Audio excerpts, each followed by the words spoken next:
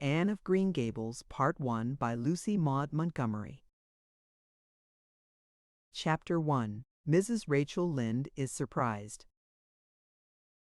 Som reed met sal bij sisters Peening could ha uitwendet martyr per kwert place.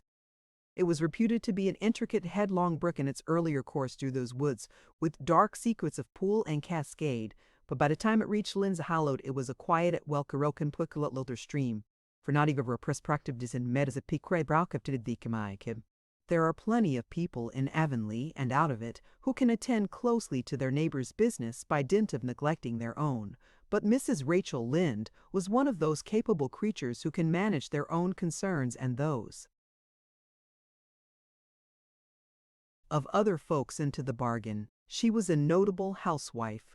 Her work was always done and well done. She ran the sewing circle, helped run the Sunday school, and was the strongest prop of the Church Aid Society and Foreign Missions Auxiliary. Yet with all this, Mrs. Rachel found abundant time to sit for hours at her kitchen window, knitting cotton warp quilts. She had knitted 16 of them, as Avonlea housekeepers were wont to tell in awed voices, and keeping a sharp eye on the main road that crossed the hollow and wound up the steep red hill beyond.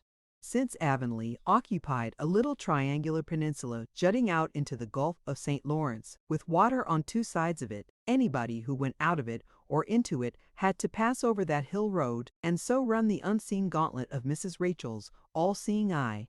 She was sitting there one afternoon in early June. The sun was coming in at the window warm and bright.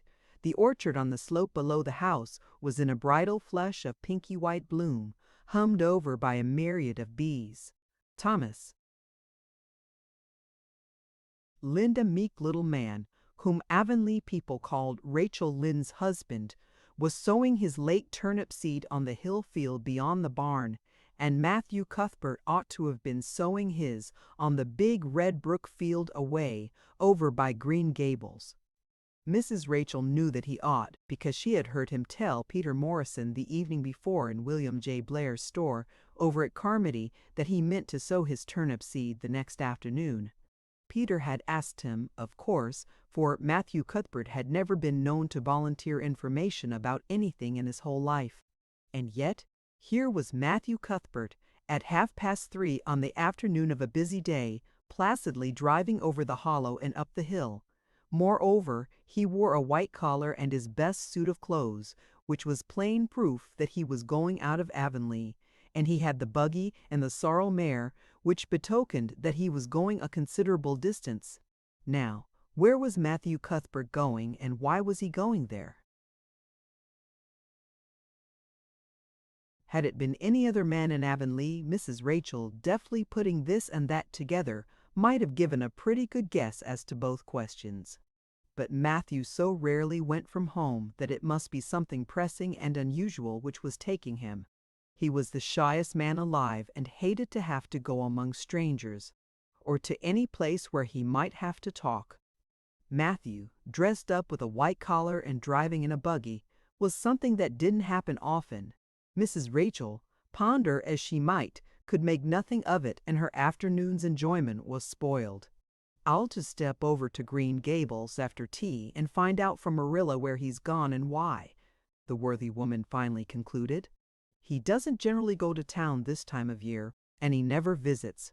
If he'd run out of turnip seed, he wouldn't dress up and take the buggy to go for more.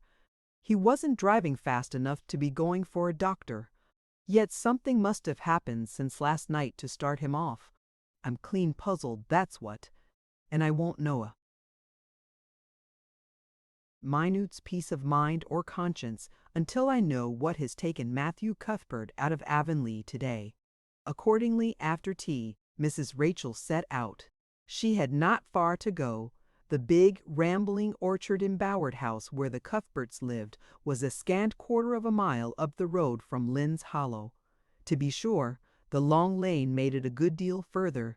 Matthew Cuthbert's father, as shy and silent as his son after him, had got as far away as he possibly could from his fellow men without actually retreating into the woods when he founded his homestead. Green Gables was built at the furthest edge of his cleared land, and there it was to this day barely visible from the main road along which all the other Avonlea houses were so sociably situated. Mrs. Rachel Lynde did not call living in such a place living at all. "It's just staying, that's what," she said, as she stepped along the deep-rutted, grassy lane bordered with wild rose bushes. "It's no wonder Matthew and Marilla are both a little odd, living away back here by themselves. Trees aren't much company, though dear knows if they were there'd be enough of them. I'd rather look at people. To be sure, they seem contented enough, but then I suppose they're used to it. A body can get used to anything, even to being hanged, as the Irishman said." With this, Mrs. Rachel stepped out of the lane into the backyard of Green Gables. Very green and neat and precise was that yard, set about on one side with great patriarchal willows and on the other with prim Lombardies. Not a stray stick nor stone was to be seen, for Mrs. Rachel would have seen it if there had been. Privately, she was of the opinion that Marilla Cuthbert swept that yard over as often as she swept her house.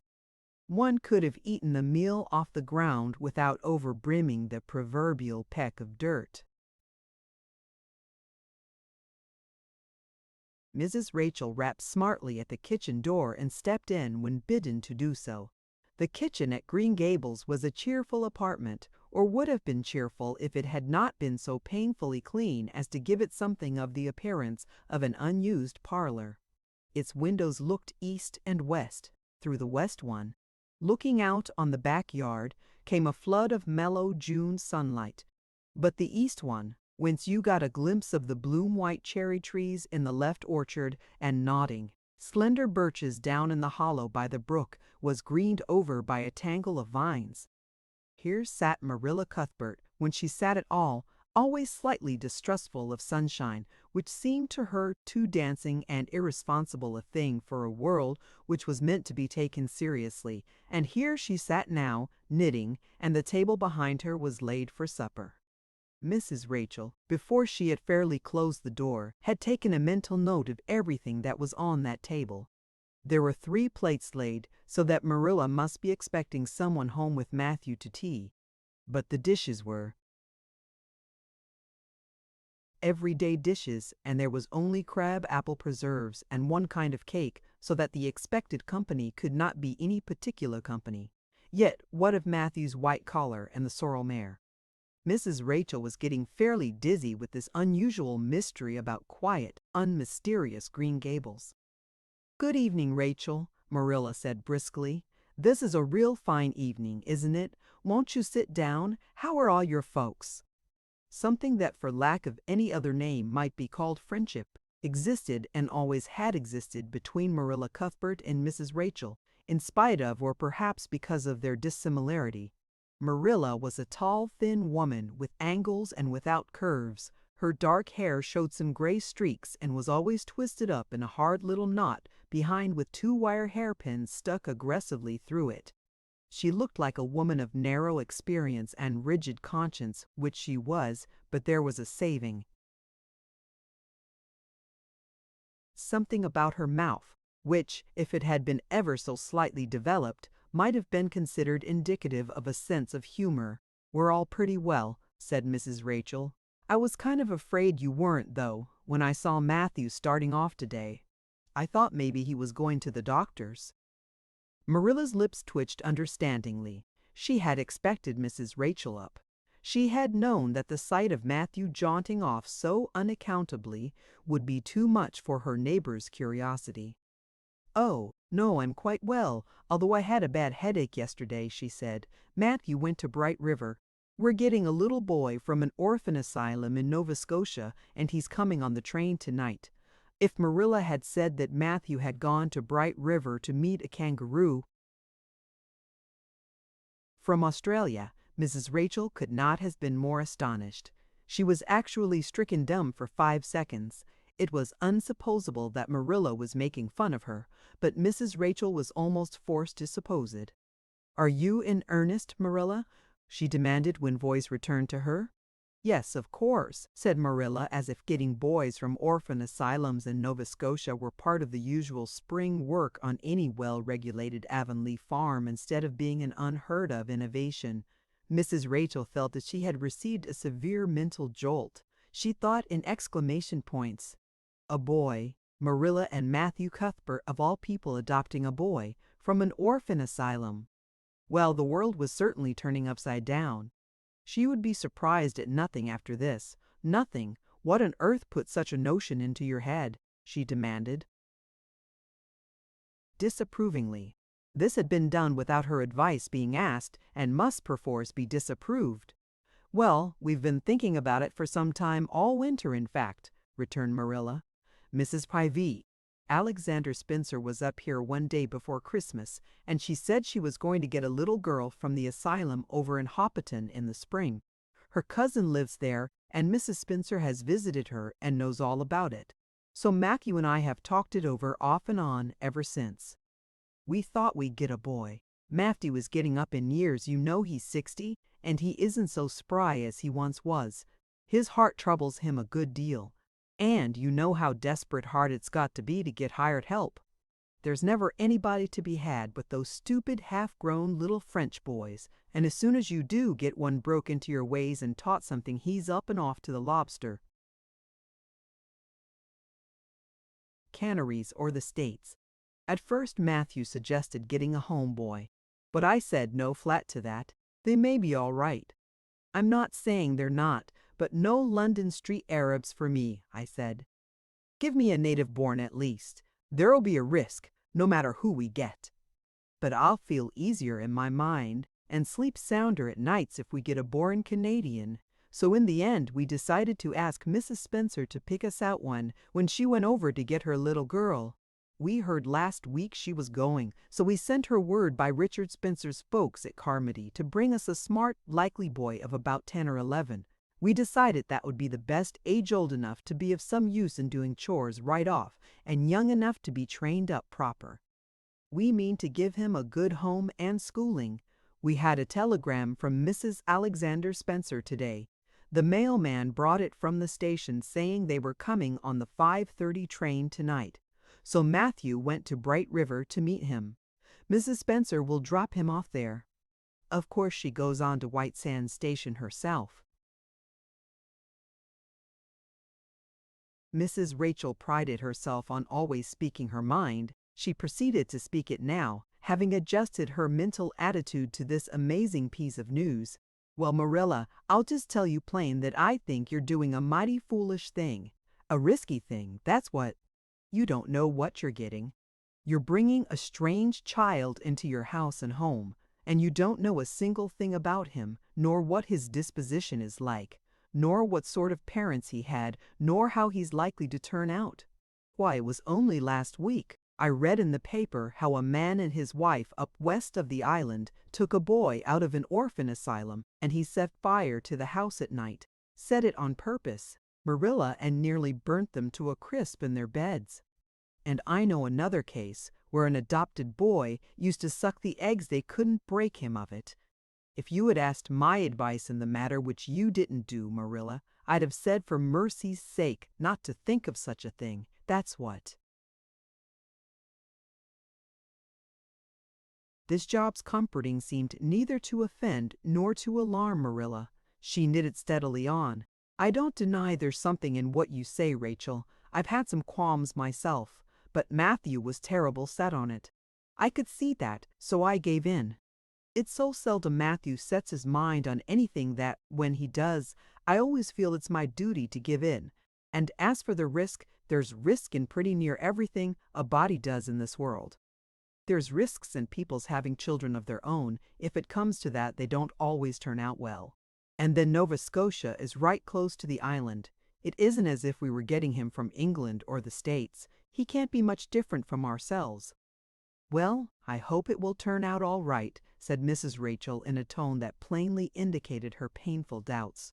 Only don't say I didn't warn you if he burns Green Gables down or puts strychnine in the well. I heard of a case over in New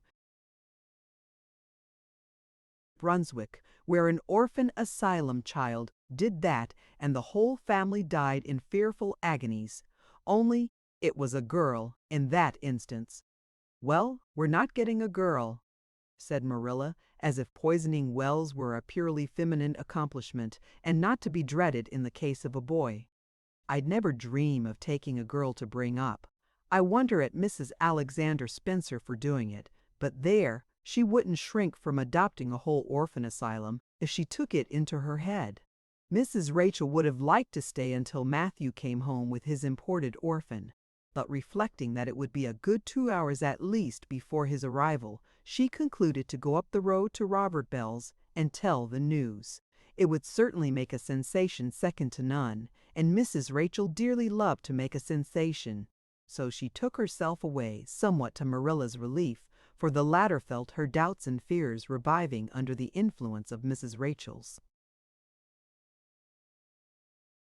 pessimism. Well, if all things that ever were or will be, ejaculated Mrs. Rachel when she was safely out in the lane, it does really seem as if I must be dreaming. Well, I'm sorry for that poor young one, and no mistake. Matthew and Marilla don't know anything about children, and they'll expect him to be wiser and steadier than his own grandfather, if so be's he ever had a grandfather, which is doubtful. It seems uncanny to think of a child at Green Gables somehow. There's never been one there, for Matthew and Marilla were grown up when the new house was built, if they ever were children, which is hard to believe when one looks at them. I wouldn't be in that orphan's shoes for anything. My, but I pity him, that's what. So said Mrs. Rachel to the wild rose bushes out of the fullness of her heart. But if she could have seen the child who was waiting patiently at the Bright River station at that very moment, her pity would have been still deeper and more profound. Chapter 2. Matthew Cuthbert is surprised. Mattie E.W. Cuthbert and the sorrel mare jogged comfortably over the 8 miles to Bright River. It was a pretty road running along between snug farmsteads, with now and again a bit of balsamy firwood to drive through or a hollow where wild plums hung out their filmy bloom. The air was sweet with the breath of many apple orchards, and the meadows sloped away in the distance to horizon mists of pearl and purple, while the little birds sang as if it were the one day of summer in all the year. Matthew enjoyed the drive after his own fashion, except during the moments when he met women and had to nod to them, for in Prince Edward Island you are supposed to nod to all and sundry. You meet on the road whether you know them or not. Matthew dreaded all women except Marilla and Mrs. Rachel. He had an uncomfortable feeling that the mysterious creatures were secretly laughing at him. He may have been quite right in thinking so, for he was an odd-looking personage, with an ungainly figure and long iron-gray hair that touched his stooping shoulders, and a full, soft brown beard which he had worn ever since he was 20. In fact, he had looked at 20 very much as he looked at 60, lacking a little of the grayness. When he reached Bright River, there was no sign of any train. He thought he was too early, so he tied his horse in the yard of the small Bright River Hotel and went over to the station house. The long platform was almost deserted, the only living creature in sight being a girl who was sitting on a pile of shingles at the extreme end. Matthew, barely noting that it was a girl, sidled past her as quickly as possible without looking at her. Had he looked, he could hardly have failed to notice the tense rigidity and expectation of her attitude and expression. She was sitting there waiting for something or somebody, and, since sitting and waiting was the only thing to do just then, she sat and waited with all her might, and main. Matthew encountered the station master locking up the ticket office preparatory to going home for supper, and asked him if the 5:30 train would soon be along. "The 5:30 train has been in and gone half an hour ago," answered that brisk official. "But there was a passenger dropped off for you, a little girl. She's sitting out there on the shingles. I asked her to go into the ladies' waiting room, but she informed me gravely that she preferred to stay outside. There was more scope for imagination," she said. "She's a case, I should say." "I'm not expecting a girl," said Matthew blankly. "It's a boy I've come for. He should be here." Mrs. Alexander Spencer was to bring him over from Nova Scotia for me." The station master whistled. "Guess there's some mistake," he said. "Mrs. Spencer came off the train with that girl and gave her into my charge. Said you and your sister were adopting her from an orphan asylum and that you would be along for her presently. That's all I know about it, and I haven't got any more orphans concealed hereabouts." "I don't understand," said Matthew helplessly, wishing that Marilla was at hand to cope with the situation. "Well, you'd better question the girl," said the station master carelessly. "I dare say she'll be able to explain. She's got a tongue of her own, that's certain. Maybe they were out of boys of the brand you wanted." He walked jauntily away, being hungry, and the unfortunate Matthew was left to do that which was harder for him than bearding a lion in its den walk up to A. Girl, a strange girl, an orphan girl, and demand of her why she wasn't a boy. Matthew groaned in spirit as he turned about and shuffled gently down the platform towards her. She had been watching him ever since he had passed her, and she had her eyes on him now.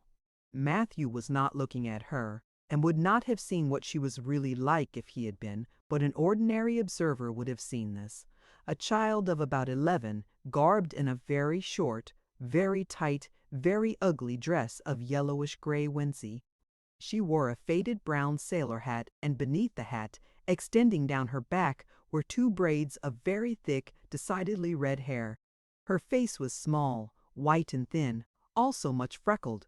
Her mouth was large, and so were her eyes, which looked green in some lights and moods and gray in others. So far, the ordinary observer. An extraordinary observer might have seen that the chin was very pointed and pronounced, that the big eyes were full of spirit and vivacity, that the mouth was sweet-lipped and expressive, that the forehead was broad and full. In short, our discerning extraordinary observer might have concluded that no commonplace soul inhabited the body of this stray woman-child of whom shy Matthew Cuthbert was so ludicrously afraid. Matthew, however, was spared the ordeal of speaking first, for as soon as she concluded that he was coming to her, she stood up, grasping with one thin brown hand the handle of a shabby, old-fashioned carpet-bag. The other she held out to him. "I suppose you are Mr. Matthew Cuthbert of Green Gables," she said in a peculiarly clear, sweet voice. "I'm very glad to see you. I was beginning to be afraid you weren't coming for me, and I was imagining all the things that might have happened to prevent you. I had made up my mind that if you didn't come for me tonight, I'd go down the track to that big wild cherry tree at the bend and climb up into it to stay all night. I wouldn't be a bit afraid, and it would be lovely to sleep in a wild cherry tree, all white with bloom in the moonshine, don't you think? You could imagine you were dwelling in marble halls, couldn't you? And I was quite sure you would come for me in the morning if you didn't tonight." Matthew had taken the scrawny little hand awkwardly in his. Then and there he decided what to do. He could not tell this child with the glowing eyes that there had been a mistake. He would take her home and let Marilla do that. She couldn't be left at Bright River anyhow, no matter what mistake had been made, so all questions and explanations might as well be deferred until he was safely back at Green Gables. "I'm sorry I was late," he said shyly. "Come along, the horse is over in the yard. Give me your bag." "Oh, I can carry it," the child responded cheerfully. "It isn't heavy. I've got all my worldly goods in it, but it isn't heavy. And if it isn't carried in just a certain way, the handle pulls out, so I'd better keep it because I know the exact knack of it. It's an extremely old carpet bag. Oh, I'm very glad you've come, even if it would have been nice to sleep in a wild cherry tree." "We've got to drive a long piece, haven't we?" Mrs. Spencer said. "It was 8 miles. I'm glad because I love driving. Oh, it seems so wonderful that I'm going to live with you and belong to you. I've never belonged to anybody, not really. But the asylum was the worst. I've only been in it 4 months, but that was enough. I don't suppose you ever were an orphan in an asylum, so you can't possibly understand what it is like. It's worse than anything you could imagine. Mrs. Spencer said it was wicked of me to talk like that, but I didn't mean to be wicked. It's so easy to be wicked without knowing it, isn't it? They were good, you know, the asylum people. But there is so little scope for the imagination in an asylum, only just in the other orphans. It was pretty interesting to imagine things about them, to imagine that perhaps the girl who sat next to you was really the daughter of a belted earl who had been stolen away from her parents in her infancy by a cruel nurse who died before she could confess. I used to lie awake at nights and imagine things like that because I didn't have time in the day. I guess that's why I'm so thin. I am dreadful thin, ain't I? There isn't a pick on my bones. I do love to imagine I'm nice and plump, with dimples in my elbows. With this, Matthew's companion stopped talking, partly because she was out of breath, and partly because they had reached the buggy. Not another word did she say until they had left the village and were driving down a steep little hill, the road part of which had been cut so deeply into the soft soil that the banks, fringed with blooming wild cherry trees and slim white birches, were several feet above their heads. The child put out her hand and broke off a branch of wild plum that brushed against the side of the buggy. Isn't that beautiful? What did that tree leaning out from the bank, all white and lacy, make you think of? She asked. Well, now, I don't know, said Matthew. Why, a bride, of course, a bride all in white with a lovely misty veil. I've never seen one, but I can imagine what she would look like. I don't ever expect to be a bride myself. I'm so homely. Nobody will ever want to marry me unless it might be a foreign missionary. I suppose a foreign missionary mightn't be very particular. But I do hope that someday I shall have a white dress. That is my highest ideal of earthly bliss. I just love pretty clothes, and I've never had a pretty dress in my life that I can remember, but of course it's all the more to look forward to, isn't it? And then I can imagine that I'm dressed gorgeously. This morning when I left the asylum I felt so ashamed because I had to wear this horrid old wincey dress. All the orphans had to wear them, you know. A merchant in Hoppiton last winter donated 300 yards of wincey to the asylum. Some people said it was because he couldn't sell it, but I'd rather believe that it was out of the kindness of his heart, wouldn't you? When we got on the train, I felt as if everybody must be looking at me and pitying me. But I just went to work and imagined that I had on the most beautiful pale blue silk dress, because when you are imagining, you might as well imagine something worthwhile, and a big hat all flowers and nodding plumes, and a gold watch, and kid gloves and boots. I felt cheered up right away, and I enjoyed my trip to the island with all my might. I wasn't a bit sick coming over in the boat. Neither was Mrs. Spencer, although she generally is. She said she hadn't time to get sick, watching to see that I didn't fall overboard. She said she never saw the beat of me for prowling about. But if it kept her from being seasick, it's a mercy I did prowl, isn't it? And I wanted to see everything that was to be seen on that boat, because I didn't know whether I'd ever have another opportunity. Oh, there are a lot more cherry trees all in bloom. This island is the bloomiest place. I just love it already, and I'm so glad I'm going to live here.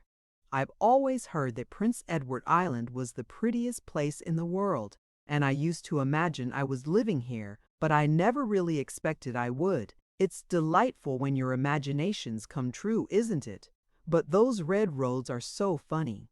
When we got into the train at Charlottetown and the red roads began to flash past, I asked Mrs. Spencer what made them red, and she said she didn't know, and for pity's sake not to ask her any more questions.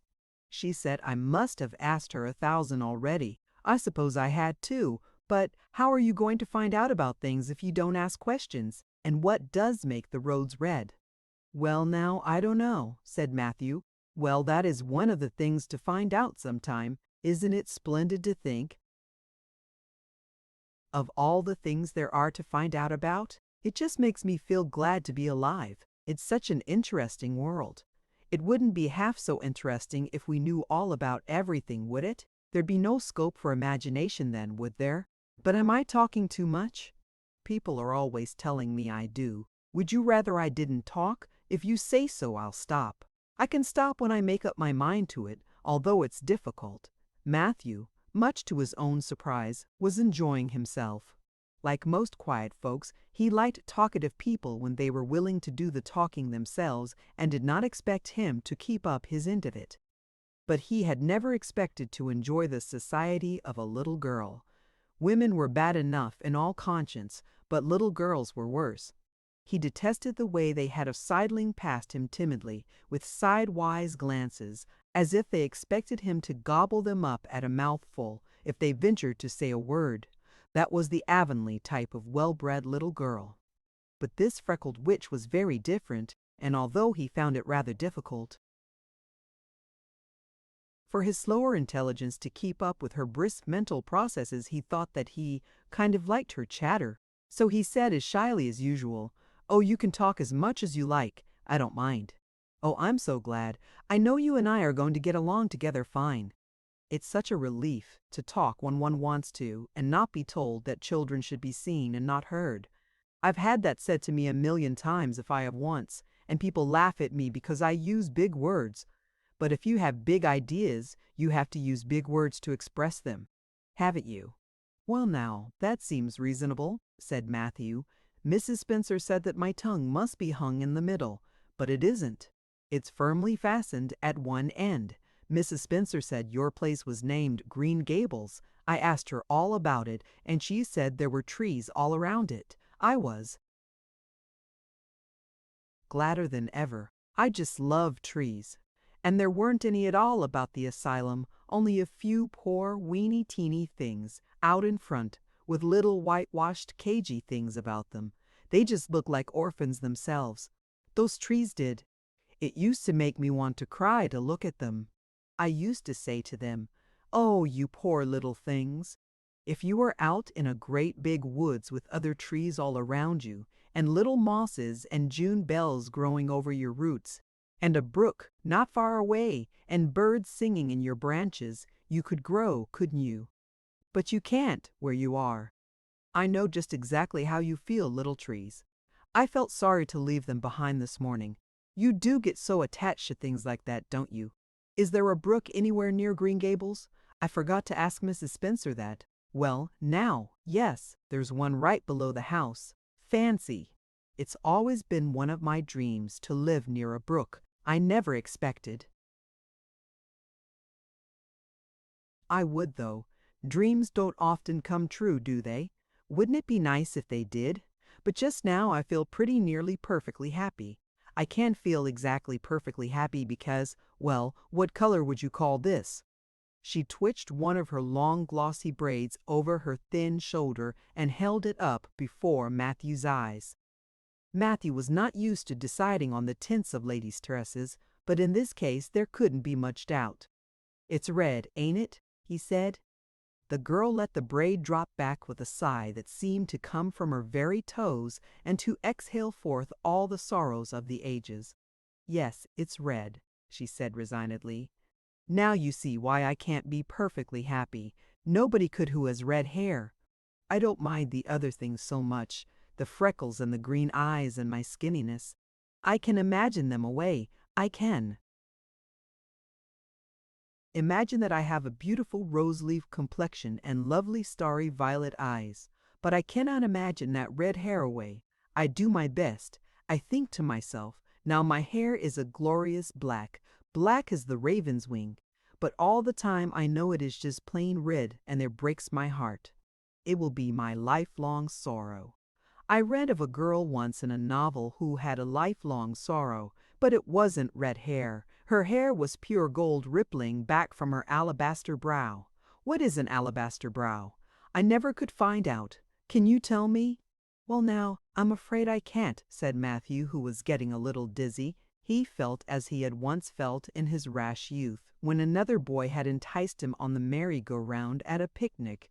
Well, whatever it was, it must have been something nice because she was divinely beautiful. Have you ever imagined what it must feel like to be divinely beautiful? "Well now, no, I haven't," confessed Matthew ingenuously. I have often. Which would you rather be if you had the choice, divinely beautiful or dazzlingly clever or angelically good? Well now, I don't know exactly. Neither do I. I can never decide. But it doesn't make much real difference, for it isn't likely I'll ever be either. It's certain I'll never be angelically good. Mrs. Spencer says, "Oh, Mr. Cuthbert! Oh, Mr. Cuthbert! Oh, Mr. Cuthbert! Brr!" That was not what Mrs. Spencer had said. Neither had the child tumbled out of the buggy, nor had Matthew done anything astonishing. They had simply rounded a curve in the road and found themselves in the avenue. The Avenue, so called by the Newbridge people, was a stretch of road 400 or 500 yards long, completely arched over with huge, wide-spreading apple trees planted years ago by an eccentric old farmer. Overhead was one long canopy of snowy fragrant bloom. Below the boughs the air was full of a purple twilight, and far ahead a glimpse of painted sunset sky shone like a great rose window at the end of a cathedral aisle. Its beauty seemed to strike the child dumb. She leaned back in the buggy, her thin hands clasped before her, her face lifted rapturously to the white splendor above.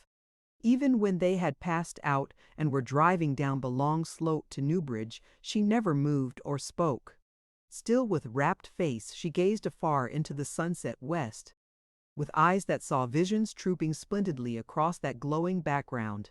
Through Newbridge, a bustling little village where dogs barked at them and small boys hooted and curious faces peered from the windows, they drove, still in silence. When 3 more miles had dropped away behind them, the child had not spoken. She could keep silence, it was evident, as energetically as she could talk. "I guess you're feeling pretty tired and hungry," Matthew ventured to say at last, accounting for her long visitation of dumbness with the only reason he could think of. "But we haven't very far to go now, only another mile." She came out of her reverie with a deep sigh and looked at him with the dreamy gaze of a soul that had been wandering afar, star-led. "Oh, Mr. Cuthbert," she whispered, "that place we came through, that white place, what was it?" "Well now, you must mean the avenue," said Matthew, after a few moments' profound reflection. "It is a kind of pretty place." "Pretty? Oh, pretty doesn't seem the right word to use. Nor beautiful, either. They don't go far enough. Oh, it was wonderful.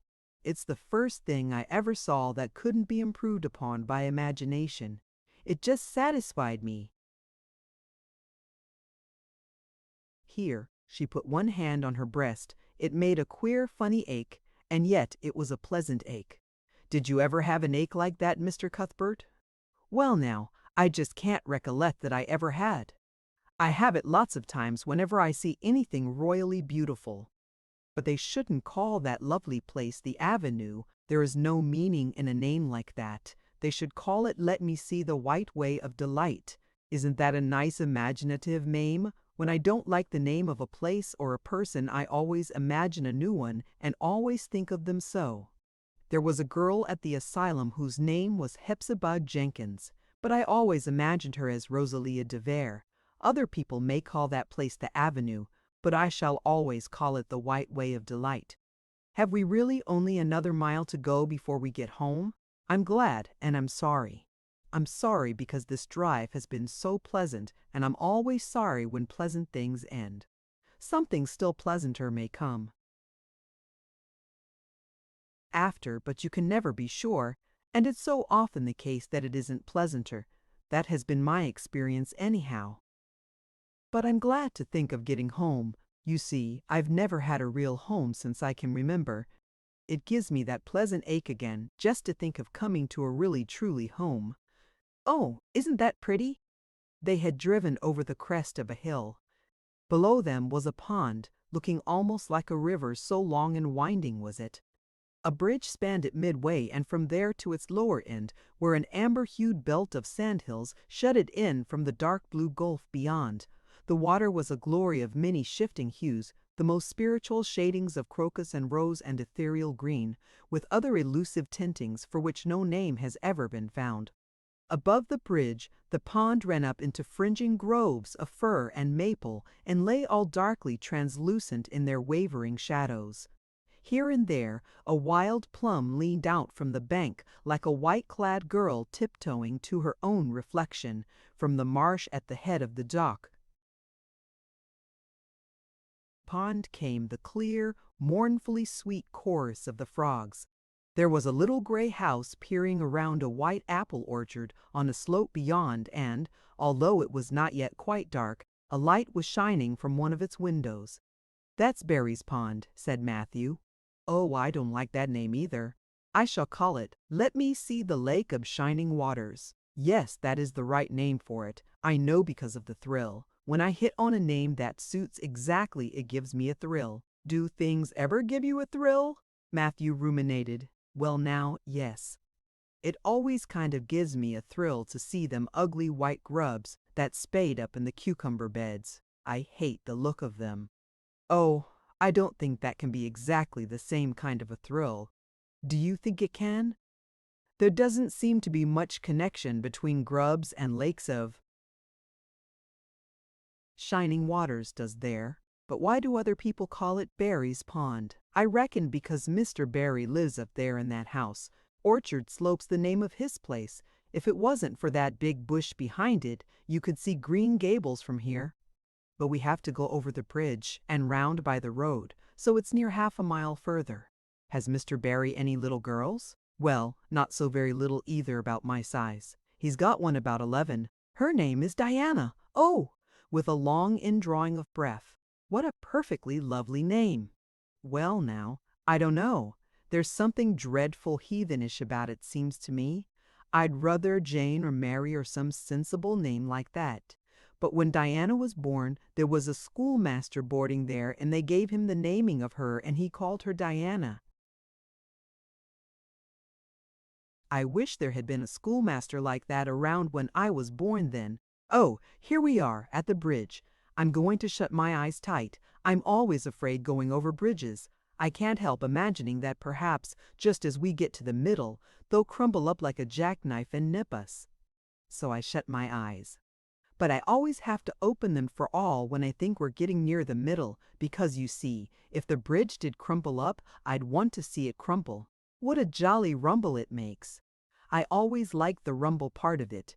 Isn't it splendid? There are so many things to like in this world. There, we're over. Now I'll look back. Good night, dear Lake of Shining Waters. I always say good night to the things I love, just as I would to people. I think they like it. That water looks as if it was smiling at me." When they had driven up the further hill and around a corner, Matthew said, "We're pretty near home now. That's Green Gables over." "Oh, don't tell me," she interrupted breathlessly, catching at his partially raised arm and shutting her eyes that she might not see his gesture. "Let me guess. I'm sure I'll guess right." She opened her eyes and looked about her. They were on the crest of a hill. The sun had set some time since, but the landscape was still clear in the mellow afterlight. To the west, a dark church spire rose up against a marigold sky. Below was a little valley, and beyond a long, gently rising slope with snug farmsteads scattered along it. From one to another, the child's eyes darted, eager and wistful. At last they lingered on one away to the left, far back from the road, dimly white with blossoming trees and the twilight of the surrounding woods. Over it, in the stainless southwest sky, a great crystal-wide star was shining like a lamp of guidance and promise. "That's it, isn't it?" she said, pointing. Matthew slapped the reins on the sorrel's back delightedly. "Well now, you guessed it, but I reckon Mrs. Spencer described it so's you could tell." "No, she didn't really. She didn't. All she said might just as well have been about most of those other places. I hadn't any real idea what it looked like, but just as soon as I saw it I felt it was home. Oh, it seems as if I must be in a dream. Do you know, my arm must be black and blue from the elbow up, for I've pinched myself so many times today. Every little while a horrible, sickening feeling would come over me, and I'd be so afraid it was all a dream. Then I'd pinch myself to see if it was real. until suddenly I remembered that even supposing it was only a dream, I'd better go on dreaming as long as I could, so I stopped pinching. But it is real, and we're nearly home. With a sigh of rapture, she relapsed into silence. Matthew stirred uneasily. He felt glad that it would be Marilla and not he who would have to tell this waif of the world that the home she longed for was not to be hers after all. They drove over Lynn's Hollow, where it was already quite dark, but not so dark that Mrs. Rachel could not see them from her window vantage, and up the hill and into the long lane of Green Gables. By the time they arrived at the house, Matthew was shrinking from the approaching revelation with an energy he did not understand. It was not of Marilla or himself he was thinking, or of the trouble this mistake was probably going to make for them, but of the child's disappointment. When he thought of that rapt light being quenched in her eyes, he had an uncomfortable feeling that he was going to assist at murdering something, much the same feeling that came over him when he had to kill a lamb or calf or any other innocent little creature. The yard was quite dark as they turned into it, and the poplar leaves were rustling silkily all round it. "Listen to the trees talking in their sleep," she whispered as he lifted her to the ground. "What nice dreams they must have." Then, holding tightly to the carpet bag, which contained all her worldly goods, she followed him into the house. Chapter 3. Marilla Cuthbert is surprised. Marilla came briskly forward as Matthew opened the door, but when her eyes fell on the odd little figure in the stiff, ugly dress, with the long braids of red hair and the eager, luminous eyes, she stopped short in amazement. "Matthew Cuthbert, who's that?" she ejaculated. "Where's the boy?" "There wasn't any boy," said Matthew wretchedly. "There was only her." He nodded at the child, remembering that he had never even asked her name. "No boy, but there must have been a boy," insisted Marilla. "We sent word to Mrs. Spencer to bring a boy." "Well, she didn't. She brought her. I asked the station master, and I had to bring her home. She couldn't be left there, no matter where the mistake had come in." "Well, this is a pretty piece of business," ejaculated Marilla. During this dialogue, the child had remained silent, her eyes roving from one to the other, all the animation fading out of her face. Suddenly she seemed to grasp the full meaning of what had been said. Dropping her precious carpet bag, she sprang forward a step and clasped her hands. "You don't want me," she cried. "You don't want me because I'm not a boy. I might have expected it. Nobody ever did want me. I might have known it was all too beautiful to last. I might have known nobody really did want me. Oh, what shall I do? I'm going to burst into tears." Burst into tears she did, sitting down on a chair by the table, flinging her arms out upon it, and burying her face in them. She proceeded to cry stormily. Marilla and Matthew looked at each other deprecatingly across the stove. Neither of them knew what to say or do. Finally, Marilla stepped lamely into the breach. "Well, well, there's no need to cry so about it." "Yes, there is need." The child raised her head quickly, revealing a tear-stained face and trembling lips. "You would cry too if you were an orphan and had come to a place you thought was going to be home and found that they didn't want you because you weren't a boy. Oh, this is the most tragical thing that ever happened to me." Something like a reluctant smile, rather rusty from long disuse, mellowed Marilla's grim expression. "Well, don't cry any more. We're not going to turn you out of doors tonight. You'll have to stay here until we investigate this affair. What's your name?" The child hesitated for a moment. "Will you please call me Cordelia?" she said eagerly. "Call you Cordelia? Is that your name?" "No? Oh, it's not exactly my name, but I would love to be called Cordelia. It's such a perfectly elegant name." "I don't know what on earth you mean." "If Cordelia isn't your name, what is?" Anne Shirley reluctantly faltered forth the owner of that name. "But oh, please do call me Cordelia. It can't matter much to you what you call me if I'm only going to be here a little while, can it? And Anne is such an unromantic name." "Unromantic fiddlesticks," said the unsympathetic Marilla. "Anne is a real good, plain, sensible name. You've no need to be ashamed of it." "Oh, I'm not ashamed of it," explained Anne, "only I like Cordelia better. I've always imagined that my name was Cordelia. At least, I always have of late years. When I was young, I used to imagine it was Geraldine, but I like Cordelia better now. But if you call me Anne, please call me Anne, spelled with an E." "What difference does it make how it's spelled?" asked Marilla with another rusty smile as she picked up the teapot. "Oh, it makes such a difference. It looks so much nicer. When you hear a name pronounced, can't you always see it in your mind, just as if it was printed out? I can. And AN looks dreadful, but ANE looks so much more distinguished. If you'll only call me Anne spelled with an E, I shall try to reconcile myself to not being called Cordelia." "Very well then, Anne spelled with an E. Can you tell us how this mistake came to be made?" "We sent word to Mrs. Spencer to bring us a boy." "Were there no boys at the asylum?" "Oh yes, there was an abundance of them. But Mrs. Spencer said distinctly that you wanted a girl about 11 years old, and the matron said she thought I would do. You don't know how delighted I was. I couldn't sleep all last night for joy. Oh," she added reproachfully, turning to Matthew, "why didn't you tell me at the station that you didn't want me and leave me there? If I hadn't seen the white way of delight in the lake of shining waters, it wouldn't be so hard." "What on earth does she mean?" demanded Marilla, staring at Matthew. She's just referring to some conversation we had on the road," said Matthew hastily. "I'm going out to put the mare in, Marilla. Have tea ready when I come back." "Did Mrs. Spencer bring anybody over besides you?" continued Marilla when Matthew had gone out.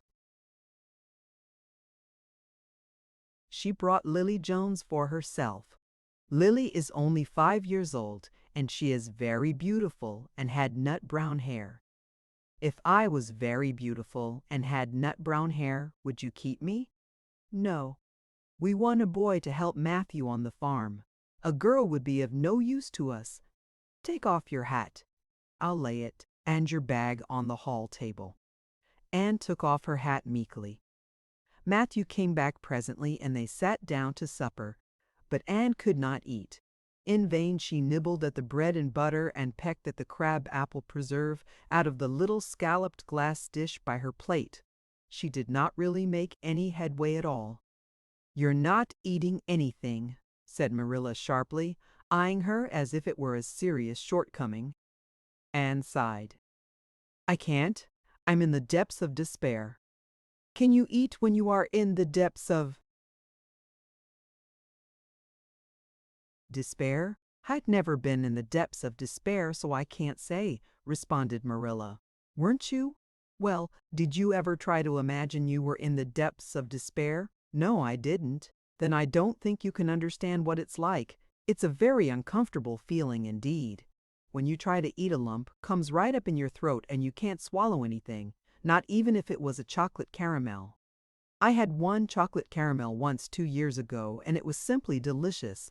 I've often dreamed since then that I had a lot of chocolate caramels, but I always wake up just when I'm going to eat them. I do hope you won't be offended because I can't eat. Everything is extremely nice, but still, I cannot eat." "I guess she's tired," said Matthew, who hadn't spoken since his return from the barn. "Best put her to bed, Marilla." Marilla had been wondering where Anne should be put to bed. She had prepared a couch in the kitchen chamber for the desired and expected boy. But, although it was neat and clean, it did not seem quite the thing to put a girl there somehow. But the spare room was out of the question for such a stray waif, so there remained only the east gable room.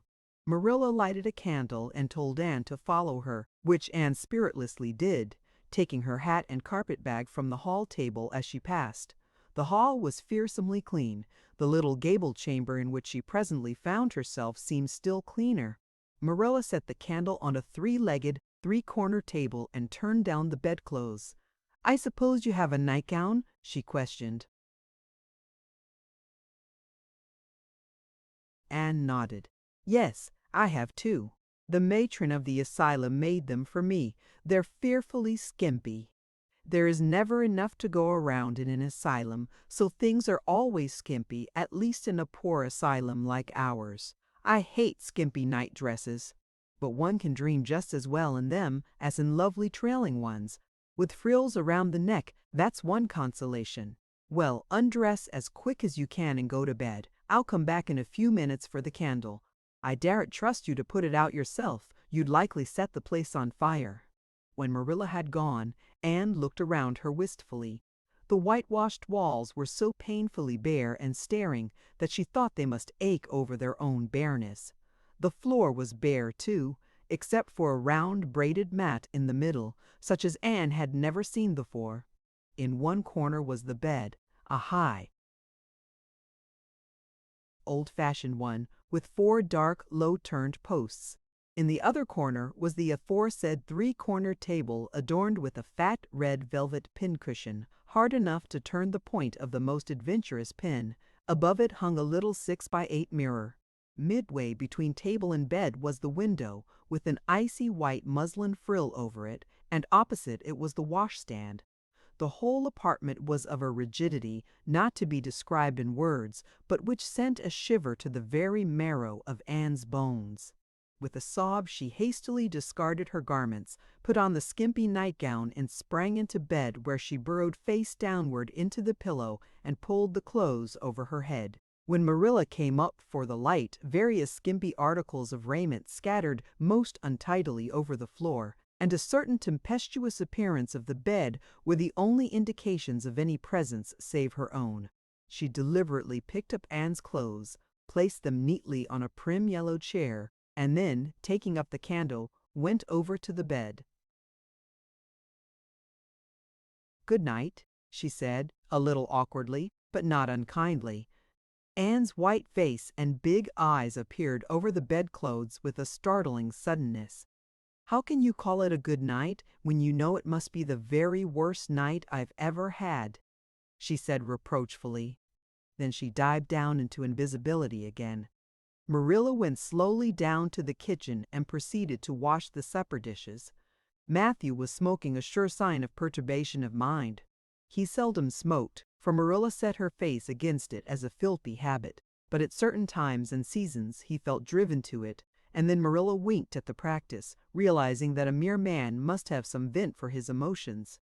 "Well, this is a pretty kettle of fish," she said wrathfully. "This is what comes of sending word instead of going ourselves. Richard Spencer's folks have twisted that message somehow. One of us will have to drive over and see Mrs. Spencer tomorrow, that's certain. This girl will have to be sent back to the asylum." "Yes, I suppose so," said Matthew reluctantly. "You suppose so. Don't you know it? Well now, she's a real nice little thing, Marilla. It's kind of a pity to send her back when she's so set on staying here. Matthew Cuthbert, you don't mean to say you think we ought to keep her?"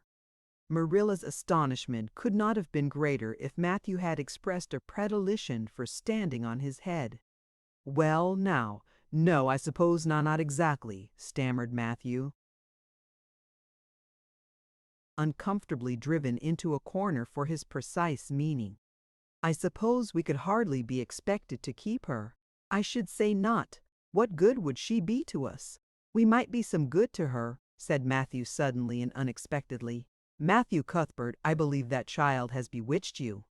I can see as plain that you want to keep her." "Well now, she's a real interesting little thing," persisted Matthew. "You should have heard her talk coming from the station." "Oh, she can talk fast enough. I saw that at once. It's nothing in her favor either." "I don't like children who have so much to say. I don't want an orphan girl, and if I did, she isn't the style I'd pick out. There's something I don't understand about her. No, she's got to be dispatched straightway back to where she came from." "I could hire a French boy to help me," said Matthew, "and she'd be company for you." "I'm not suffering for company," said Marilla shortly, "and I'm not going to keep her." "Well now, it's just as you say, of course, Marilla," said Matthew, rising and putting his pipe away. "I'm going to bed." To bed went Matthew. And to bed, when she had put her dishes away, went Marilla, frowning most resolutely. And upstairs, in the east gable, a lonely, heart-hungry, friendless child cried herself to sleep. Chapter 4. Morning at Green Gables. It was broad daylight when Anne awoke and sat up in bed, staring confusedly at the window, through which a flood of cheery sunshine was pouring, and outside of which something white and feathery waved across glimpses of blue sky. For a moment she could not remember where she was. First came a delightful thrill, as of something very pleasant. Then a horrible remembrance. This was Green Gables, and they didn't want her because she wasn't a boy.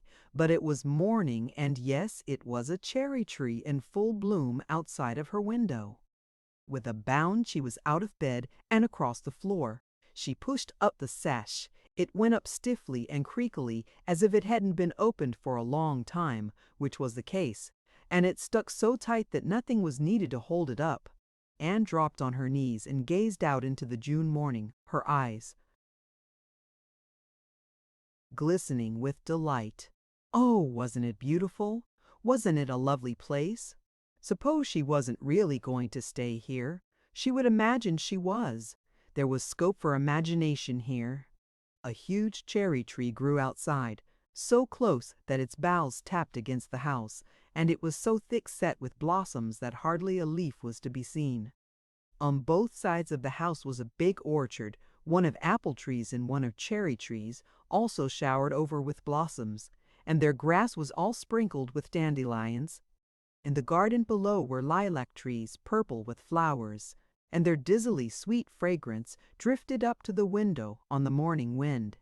Below the garden, a green field, lush with clover, sloped down to the hollow where the brook ran and where scores of white birches grew, upspringing airily out of an undergrowth suggestive of delightful possibilities in ferns and mosses and woodsy things generally. Beyond it was a hill, green and feathery with spruce and fir. There was a gap in it where the gray gable end of the little house she had seen from the other side of the lake of shining waters was visible. Off to the left were the big barns, and beyond them, away down over green, low-sloping fields, was a sparkling blue glimpse of sea. Anne's beauty-loving eyes lingered on it all, taking everything greedily in. She had looked on so many unlovely places in her life, poor child, but this was as lovely as anything she had ever dreamed. She knelt there, lost to everything but the loveliness around her, until she was startled by a hand on her shoulder. Marilla had come in unheard by the small dreamer. "It's time you were dressed," she said curtly. Marilla really did not know how to talk to the child, and her uncomfortable ignorance made her crisp and curt when she did not mean to be. Anne stood up and drew a long breath. "Oh, isn't it wonderful?" she said, waving her hand comprehensively at the good world outside. "It's a big tree," said Marilla, "and it blooms great, but the fruit don't amount to much, never small and wormy." "Oh, I don't mean just the tree. Of course it's lovely, yes, it's radiantly lovely. It blooms as if it meant it, but I meant everything. The garden and the orchard and the brook and the woods, the whole big dear world. Don't you feel as if you just loved the world on a morning like this? And I can hear the brook laughing all the way up here. Have you ever noticed what cheerful things brooks are? They're always laughing. Even in wintertime I've heard them under the ice. I'm so glad there's a brook near Green Gables. Perhaps you think it doesn't make any difference to me when you're not going to keep me, but it does.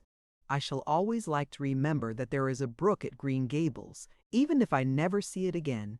If there wasn't a brook, I'd be haunted by the uncomfortable feeling that there ought to be one. I'm not in the depths of despair this morning.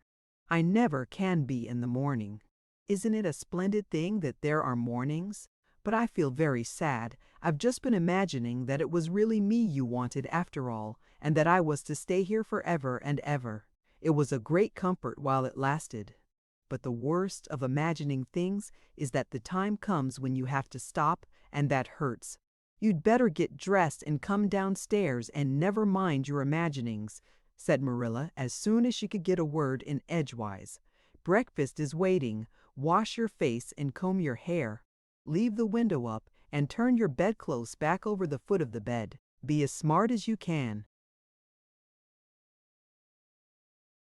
Anne could evidently be smart to some purpose, for she was downstairs in 10 minutes' time, with her clothes neatly on, her hair brushed and braided, her face washed, and a comfortable consciousness pervading her soul that she had fulfilled all Marilla's requirements.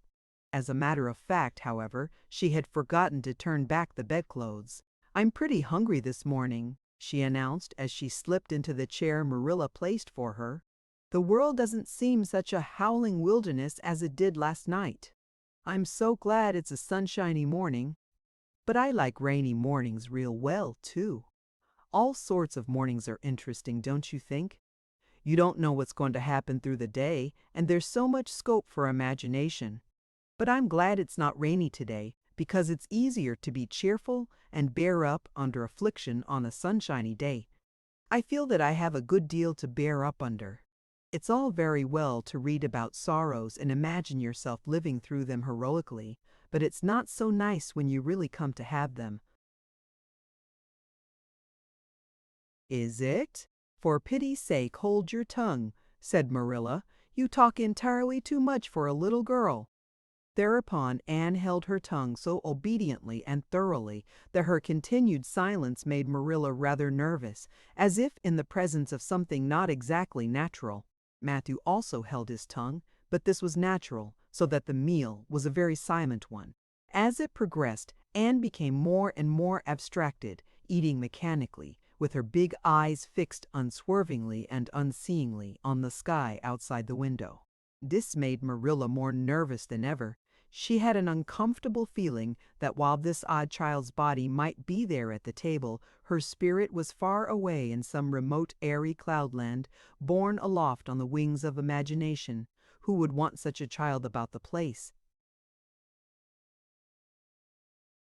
Yet Matthew wished to keep her of all unaccountable things. Marilla felt that he wanted it just as much this morning as he had the night before, and that he would go on wanting it. That was Matthew's way. Take a whim into his head and cling to it with the most amazing silent persistency, a persistency 10 times more potent and effectual in its very silence than if he had talked it out. When the meal was ended, Anne came out of her reverie and offered to wash the dishes. "Can you wash dishes right?" asked Marilla distrustfully. "Pretty well. I'm better at looking after children, though. I've had so much experience at that. It's such a pity you haven't any here for me to look after." "I don't feel as if I wanted any more children to look after than I got at present. You're problem enough in all conscience. What's to be done with you?" "I don't know. Matthew is a most ridiculous man." "I think he's lovely," said Anne reproachfully. "He is so very sympathetic. He didn't mind how much I talked. He seemed to like it. I felt that he was a kindred spirit as soon as ever I saw him." "You're both queer enough, if that's what you mean by kindred spirits," said Marilla with a sniff. "Yes, you may wash the dishes. Take plenty of hot water and be sure you dry them well. I've got enough to attend to this morning, for I'll have to drive over to White Sands in the afternoon and see Mrs. Spencer. You'll come with me and we'll settle what's to be done with you. After you've finished, the dishes go upstairs and make your bed." Anne washed the dishes deftly enough, as Marilla, who kept a sharp eye on the process, discerned. Later on she made her bed less successfully, for she had never learned the art of wrestling with a feather tick. But it was done somehow and smoothed down, and then Marilla, to get rid of her, told her she might go out of doors and amuse herself until dinner time. Anne flew to the door, face alight, eyes glowing. On the very threshold, she stopped short, wheeled about, came back, and sat down by the table, light and glow as effectually blotted out as if someone had clapped an extinguisher on her. "What's the matter now?" demanded Marilla. "I don't dare go out," said Anne in the tone of a martyr relinquishing all earthly joys. "If I can't stay here, there is no use in my loving Green Gables. And if I go out there and get acquainted with all those trees and flowers and the orchard and the brook, I'll not be able to help loving it. It's hard enough now, so I won't make it any harder. I want to go out so much. Everything seems to be calling to me. Anne, Anne, come out to us. Anne, Anne, we want a playmate. But it's better not. There is no use in loving things if you have to be torn from them, is there? And it's so hard to keep from loving things, isn't it? That was why I was so glad when I thought I was going to live here. I thought I'd have so many things to love and nothing to hinder me. But that brief dream is over. I am resigned to my fate now, so I don't think I'll go out for fear I'll get unresigned again. What is the name of that geranium on the windowsill, please? That's the apple-scented geranium. Oh, I don't mean that sort of a name. I mean just a name you gave it yourself. Didn't you give it a name? May I give it one then? May I call it? Let me see, Bonnie would do. May I call it Bonnie while I'm here? Oh, do let me. Goodness, I don't care. But where on earth is the sense of naming a geranium? Oh, I like things to have handles, even if they are only geraniums. It makes them seem more like people. How do you know but that it hurts a geranium's feelings just to be called a geranium and nothing else? You wouldn't like to be called nothing but a woman all the time. Yes, I shall call it Bonnie. I named that cherry tree outside my bedroom window this morning. I called it Snow Queen because it was so white. Of course, it won't always be in blossom, but one can imagine that it is, can't one? I never in all my life saw or heard anything to equal her, muttered Marilla, beating a retreat down to the cellar after potatoes. She is kind of interesting, as Matthew says. I can feel already that I'm wondering what on earth she'll say next. She'll be casting a spell over me, too. She's cast it over Matthew. That look he gave me when he went out said everything he said or hinted last night over again. I wish he was like other men and would talk things out. A body could answer back then and argue him into reason.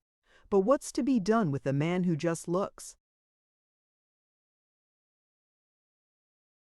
Anne had relapsed into reverie with her chin in her hands and her eyes on the sky when Marilla returned from her cellar pilgrimage.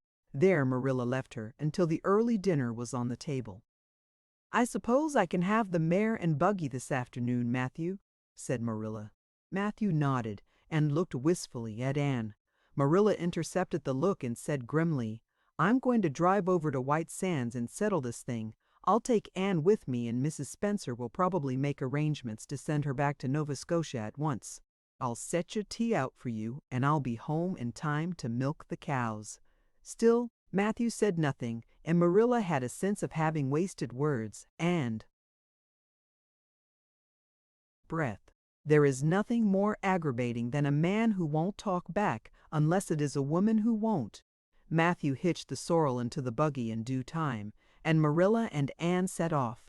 Matthew opened the yard gate for them, and as they drove slowly through, he said, to nobody in particular as it seemed, "Little Jerry Butte from the creek was here this morning, and I told him I guessed I'd hire him for the summer." Marilla made no reply, but she hit the unlucky Cyril such a vicious clip with the whip that the fat mare, unused to such treatment, whizzed indignantly down the lane at an alarming pace. Marilla looked back once as the buggy bounced along and saw that aggravating Matthew leaning over the gate, looking wistfully after them. Chapter 5. Anne's History. "Do you know," said Anne confidentially, "I've made up my mind to enjoy this drive. It's been my experience that you can nearly always enjoy things if you make up your mind firmly that you will. Of course, you must make it up firmly. I am not going to think about going back to the asylum while we're having our drive. I'm just going to think about the drive. Oh, look, there's one little early wild rose out. Isn't it lovely? Don't you think it must be glad to be a rose? Wouldn't it be nice if roses could talk? I'm sure they could tell us such lovely things. And isn't pink the most bewitching color in the world? I love it, but I can't wear it. Red-headed people can't wear pink, not even in imagination. Did you ever know of anybody whose hair was red when she was young, but got to be another color when she grew up? No, I don't know as I ever did, said Marilla mercilessly. And I shouldn't think it likely to happen in your case either. Anne sighed. Well, that is another hope gone. My life is a perfect graveyard of buried hopes. That's a sentence I read in a book once, and I say it over to comfort myself whenever I'm disappointed in anything. I don't see where the comforting comes in myself, said Marilla. Why? Because it sounds so nice and romantic, just as if I were a heroine in a book, you know. I am so fond of romantic things, and a graveyard full of buried hopes is about as romantic a thing as one can imagine, isn't it? I'm rather glad I have one. Are we going across the Lake of Shining Waters today?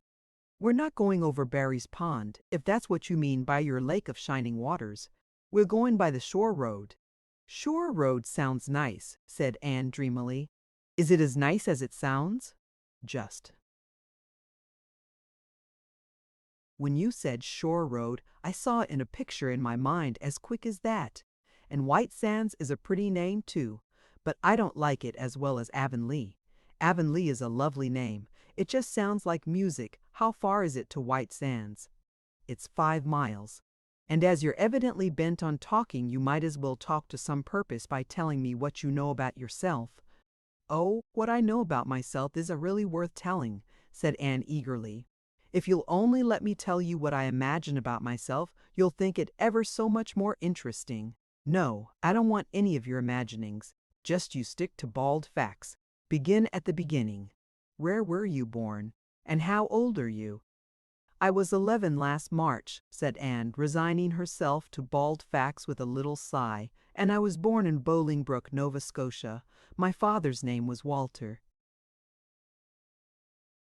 Shirley, and he was a teacher in the Bolingbroke High School. My mother's name was Bertha Shirley. Aren't Walter and Bertha lovely names? I'm so glad my parents had nice names. It would be a real disgrace to have a father named, well, say Jedediah, wouldn't it? I guess it doesn't matter what a person's name is, as long as he behaves himself, said Marilla, feeling herself called upon to inculcate a good and useful moral. Well, I don't know. Anne looked thoughtful. I read in a book once that a rose by any other name would smell as sweet, but I've never been able to believe it. I don't believe a rose would be as nice if it was called a thistle or a skunk cabbage. I suppose my father could have been a good man even if he had been called Jedediah, but I'm sure it would have been a cross. Well, my mother was a teacher in the high school too, but when she married father she gave up teaching, of course. A husband was enough responsibility. Mrs. Thomas said that. They were a pair of babies and as poor as church mice. They went to live in a weeny-teeny little yellow house in Bolingbroke. I've never seen that house, but I've imagined it thousands of times. I think it must have had honeysuckle over the parlor window and lilacs in the front yard and lilies of the valley just inside the gate. Yes, and muslin curtains in all the windows. Muslin curtains give a house such an air. I was born in that house. Mrs. Thomas said I was the homeliest baby she ever saw. I was so scrawny and tiny and nothing but eyes, but that mother thought I was perfectly beautiful. I should think a mother would be a better judge than a poor woman who came in to scrub, wouldn't you? I'm glad she was satisfied with me anyhow. I would feel so sad if I thought I was a disappointment to her, because she didn't live very long after that, you see. She died of fever when I was just 3 months old. I do wish she'd lived long enough for me to remember calling her mother. I think it would be so sweet to say mother, don't you? And father died 4 days afterwards from fever too. That left me an orphan, and folks were at their wits' end, so Mrs. Thomas said, what to do with me? You see, nobody wanted me even then. It seems to be my fate. Father and mother had both come from places far away, and it was well known they hadn't any relatives living. Finally, Mrs. Thomas said she'd take me, though she was poor and had a drunken husband. She brought me up by hand. Do you know if there is anything in being brought up by hand that ought to make people who are brought up that way better than other people? Because whenever I was naughty, Mrs. Thomas would ask me how I could be such a bad girl when she had brought me up by hand reproachful-like. Mr. and Mrs. Thomas moved away from Bolingbroke to Marysville, and I lived with them until I was 8 years old. I helped look after the Thomas children. There were 4 of them younger than me, and I can tell you they took a lot of looking after. Then Mr. Thomas was killed falling under a train, and his mother offered to take Mrs. Thomas and the children, but she didn't want me. Mrs. Thomas was at her wits' end, so she said, "What to do with me?" Then Mrs. Hammond from up the river came down and said she'd take me, seeing I was handy with children, and I went up the river to live with her in a little clearing among the stumps. It was a very lonesome place. I'm sure I could never have lived there if I hadn't had an imagination. Mr. Hammond worked a little sawmill up there, and Mrs. Hammond had 8 children. She had twins 3 times. I like babies in moderation, but twins 3 times in succession is too much. I told Mrs. Hammond so firmly when the last pair came. I used to get so dreadfully tired carrying them about. I lived upriver with Mrs. Hammond over 2 years, and then Mr. Hammond died, and Mrs. Hammond broke up housekeeping. She divided her children among her relatives and went to the States. I had to go to the asylum at Hoppiton because nobody would take me. They didn't want me at the asylum either.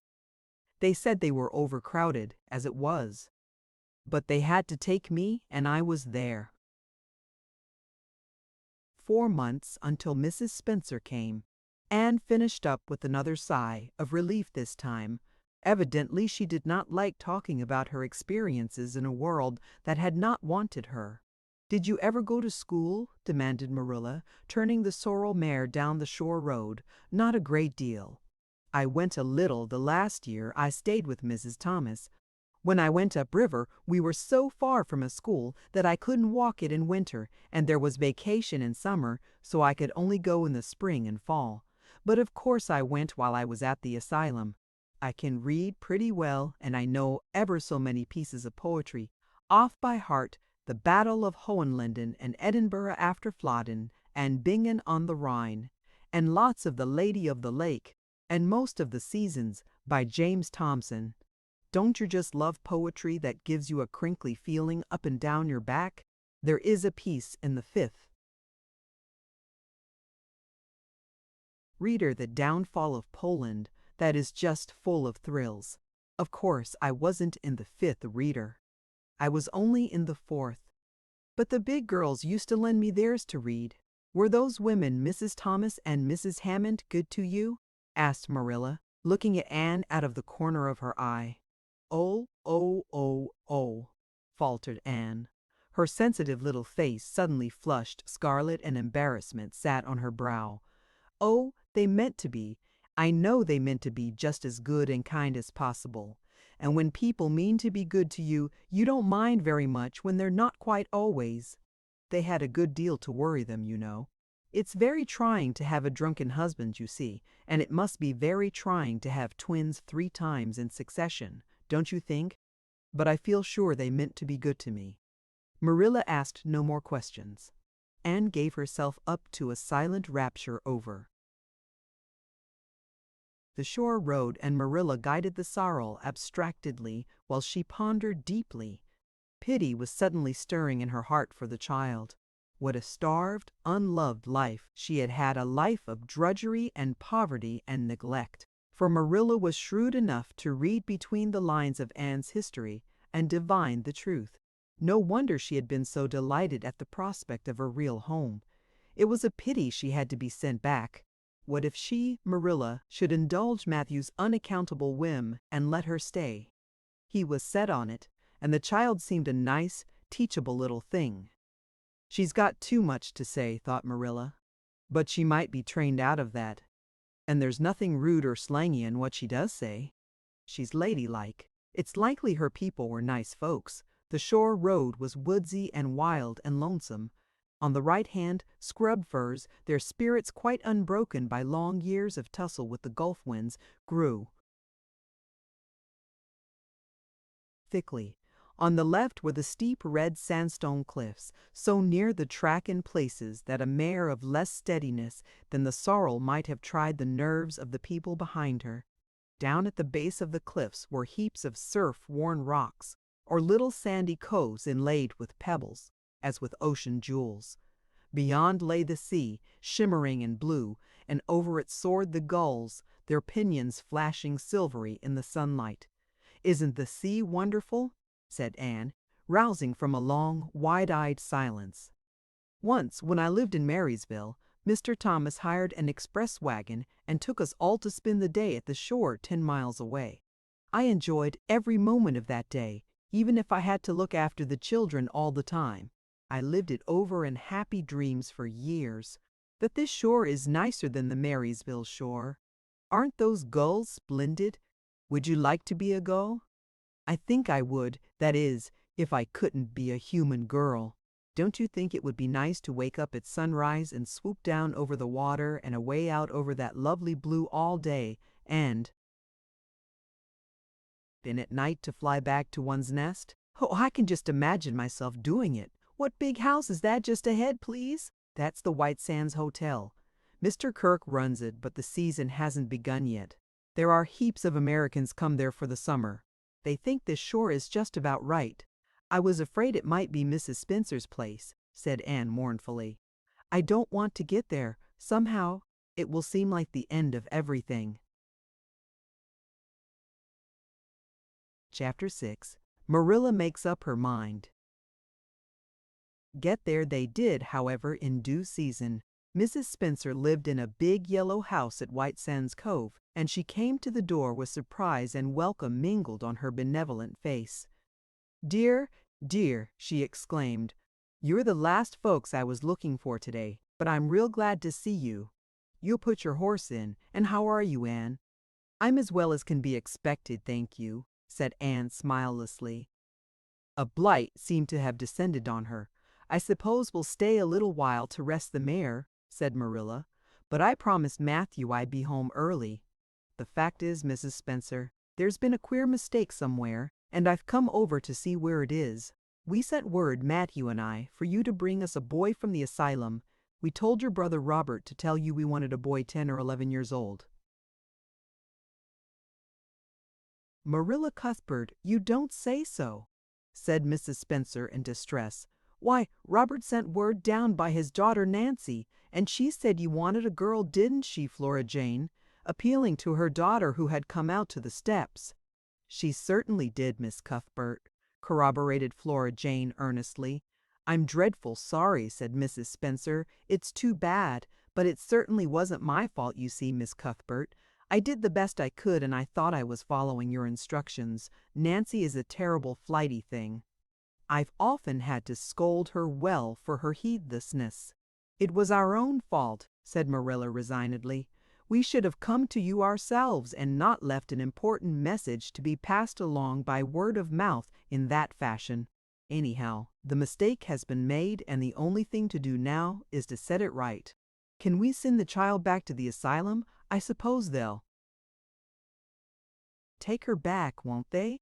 "I suppose so," said Mrs. Spencer thoughtfully, "but I don't think it will be necessary to send her back. Mrs. Peter Blewett was up here yesterday, and she was saying to me how much she wished she'd sent by me for a little girl to help her, Mrs. Pierce.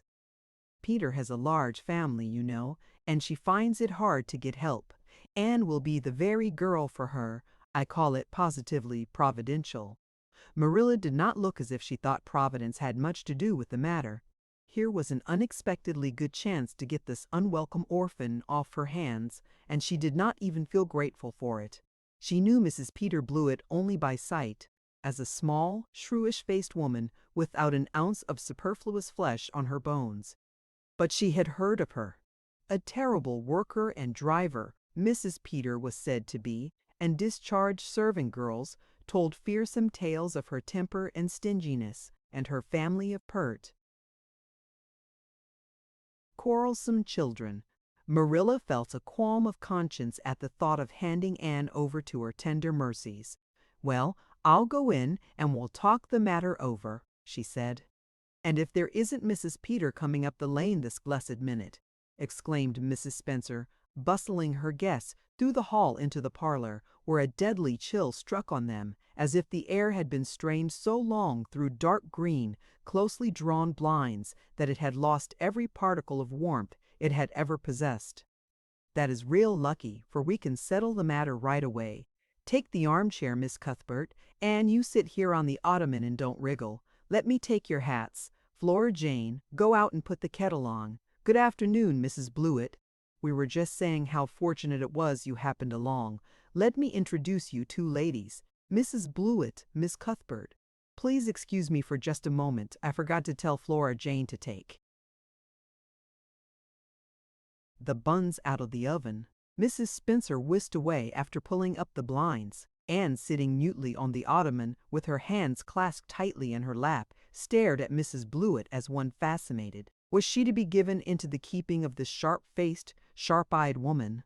She felt a lump coming up in her throat, and her eyes smarted painfully. She was beginning to be afraid she couldn't keep the tears back when Mrs. Spencer returned, flushed and beaming, quite capable of taking any and every difficulty, physical, mental, or spiritual, into consideration and settling it out of hand. "It seems there's been a mistake about this little girl, Mrs. Blewett," she said. "I was under the impression that Mr. and Miss Cuthbert wanted a little girl to adopt. I was certainly told so, but it seems it was a boy they wanted. So if you're still of the same mind you were yesterday, I think she'll be just the thing for you." Mrs. Blewett darted her eyes over Anne from head to foot. "How old are you and what's your name?" she demanded. "Anne Shirley," faltered the shrinking child, not daring to make any stipulations regarding the spelling thereof. "And I'm 11 years old." "Humph! You don't look as if there was much to you, but you're wiry." "I don't know but the wiry ones are the best after all." "Well, if I take you, you'll have to be a good girl. You know, good and smart and respectful. I'll expect you to earn your keep, and no mistake about that. Yes, I suppose I might as well take her off your hands, Miss Cuthbert. The baby's awful fractious, and I'm clean worn out attending to him. If you like, I can take her right home now." Marilla looked at Anne and softened at sight of the child's pale face with its look of mute misery, the misery of a helpless little creature who finds itself once more caught in the trap from which it had escaped. Marilla felt an uncomfortable conviction that if she denied the appeal of that look, it would haunt her to her dying day. Moreover, she did not fancy Mrs. Blewett to hand a sensitive Lewett to such a woman. No, she could not take the responsibility of doing that. "Well, I don't know," she said slowly. "I didn't say that Matthew and I had absolutely decided that we wouldn't keep her. In fact, I may say that Matthew is disposed to keep her. I just came over to find out how the mistake had occurred. I think I'd better take her home again and talk it over with Matthew. I feel that I oughtn't to decide on anything without consulting him. If we make up our mind not to keep her, we'll bring or send her over to you tomorrow night. If we don't, you may know that she is going to stay with us. Will that suit you, Mrs. Blewett?" "I suppose it'll have to," said Mrs. Blewett ungraciously. During Marilla's speech, a sunrise had been dawning on Anne's face. First the look of despair faded out. Then came a faint flush of hope. Her eyes grew deep and bright as morning stars. The child was quite transfigured, and a moment later, when Mrs. Spencer and Mrs. Blewett went out in quest of a recipe the latter had come to borrow, she sprang up and flew across the room to Marilla. "Oh, Miss Cuthbert, did you really say that perhaps you would let me stay at Green Gables?" she said in a breathless whisper, as if speaking aloud might shatter the glorious possibility. "Did you really say it? Or did I only imagine that you did?" "I think you'd better learn to control that imagination of yours, Anne, if you can't distinguish between what is real and what isn't," said Marilla crossly. "Yes, you did hear me say just that and no more. It isn't decided yet, and perhaps we will conclude to let Mrs. Blewett take you after all. She certainly needs you much more than I do." "I'd rather go back to the asylum than go to live with her," said Anne passionately. "She looks exactly like a gimlet." Marilla smothered a smile under the conviction that Anne must be reproved for such a speech. "A little girl like you should be ashamed of talking so about a lady and a stranger," she said severely. "Go back and sit down quietly, and hold your tongue, and behave as a good girl should."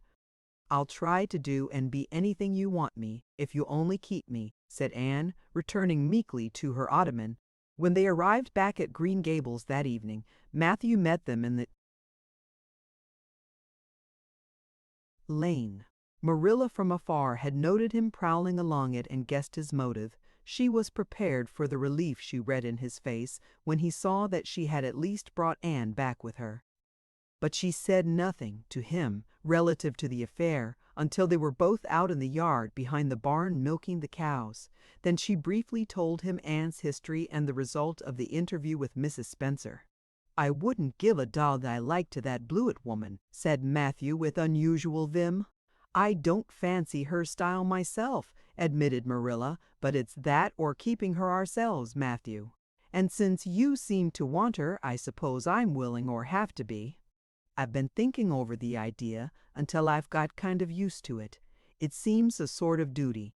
I've never brought up a child, especially a girl, and I dare say I'll make a terrible mess of it. But I'll do my best, so far as I'm concerned."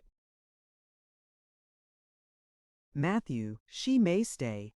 Matthew's shy face was a glow of delight. "Well now, I reckoned you'd come to see it in that light, Marilla," he said.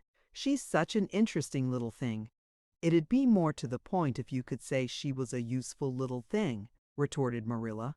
"But I'll make it my business to see she's trained to be that. And mind, Matthew, you're not to go interfering with my methods. Perhaps an old maid doesn't know much about bringing up a child, but I guess she knows more than an old bachelor, so you just leave me to manage her. When I fail it'll be time enough to put your oar in." There, Marilla, you can have your own way," said Matthew reassuringly. "Only be as good and kind to her as you can without spoiling her. I kind of think she's one of the sort you can do anything with if you only get her to love you." Marilla sniffed to express her contempt for Matthew's opinions concerning anything feminine and walked off to the dairy with the pails.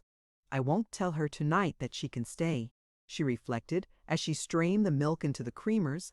"She'd be so excited that she wouldn't sleep a wink. Marilla Cuthbert, you're fairly in for it. Did you ever suppose you'd see the day when you'd be adopting an orphan girl? It's surprising enough, but not so surprising as that Matthew should be at the bottom of it, him that always seemed to have such a mortal dread of little girls. Anyhow, we've decided on the experiment, and goodness only knows what will come of it."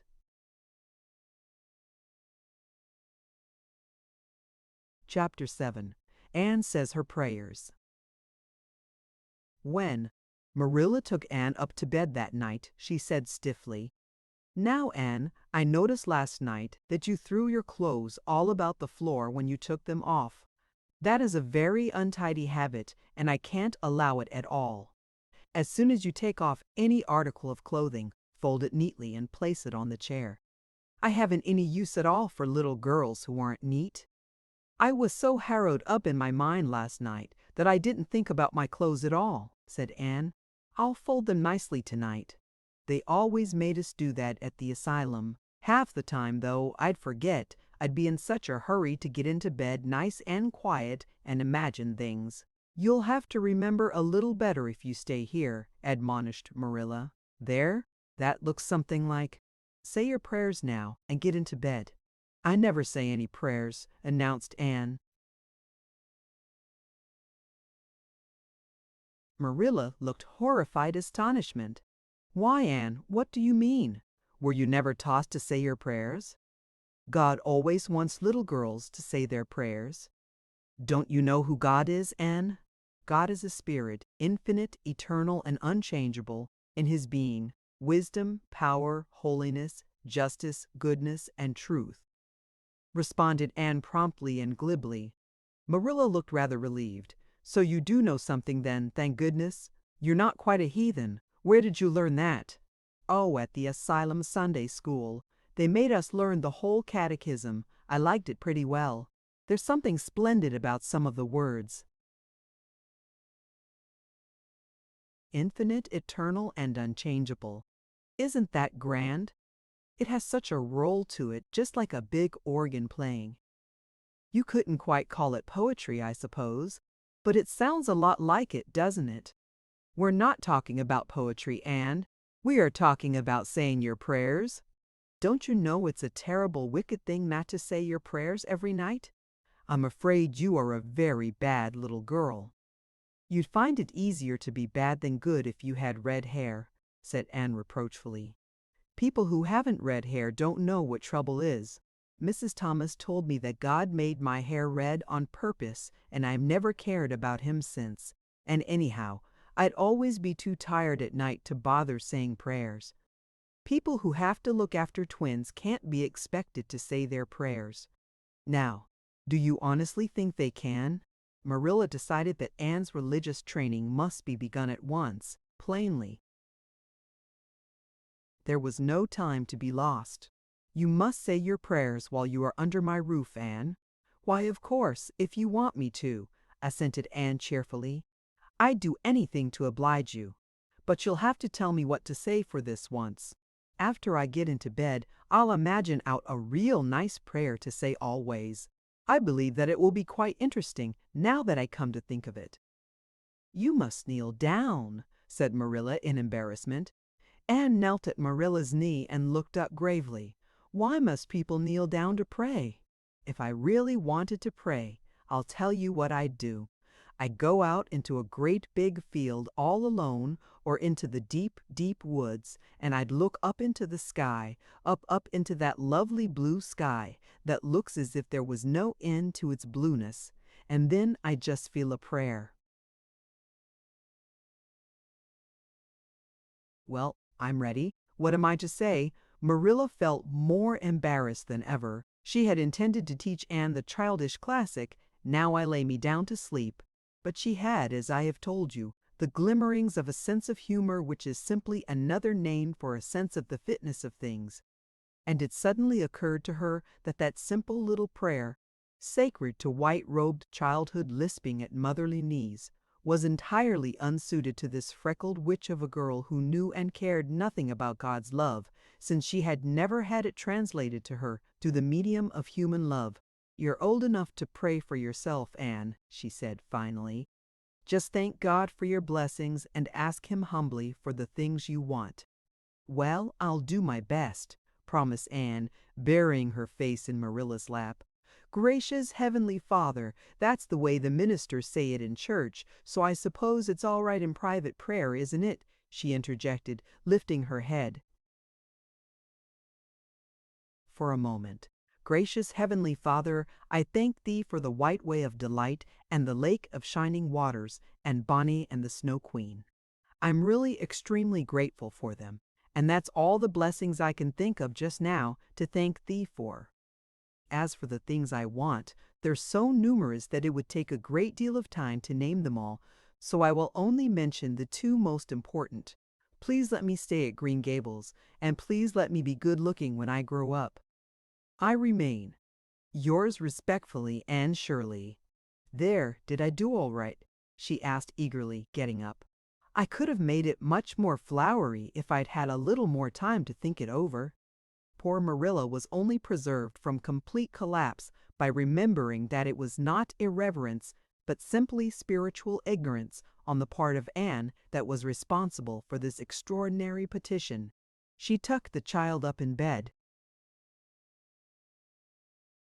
mentally vowing that she should be taught a prayer the very next day, and was leaving the room with the light when Anne called her back. I've just thought of it now. I should have said Amen in place of yours respectfully, shouldn't I, the way the ministers do?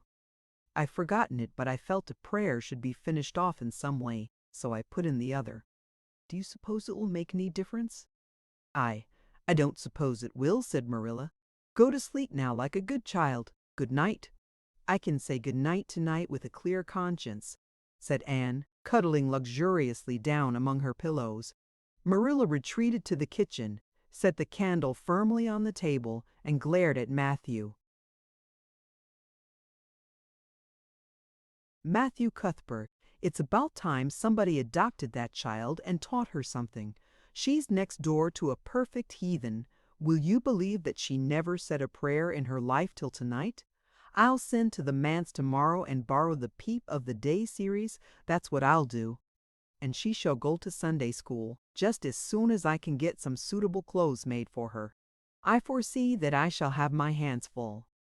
Well, well, we can't get through this world without our share of trouble. I've had a pretty easy life of it so far, but my time has come at last, and I suppose I'll just have to make the best of it."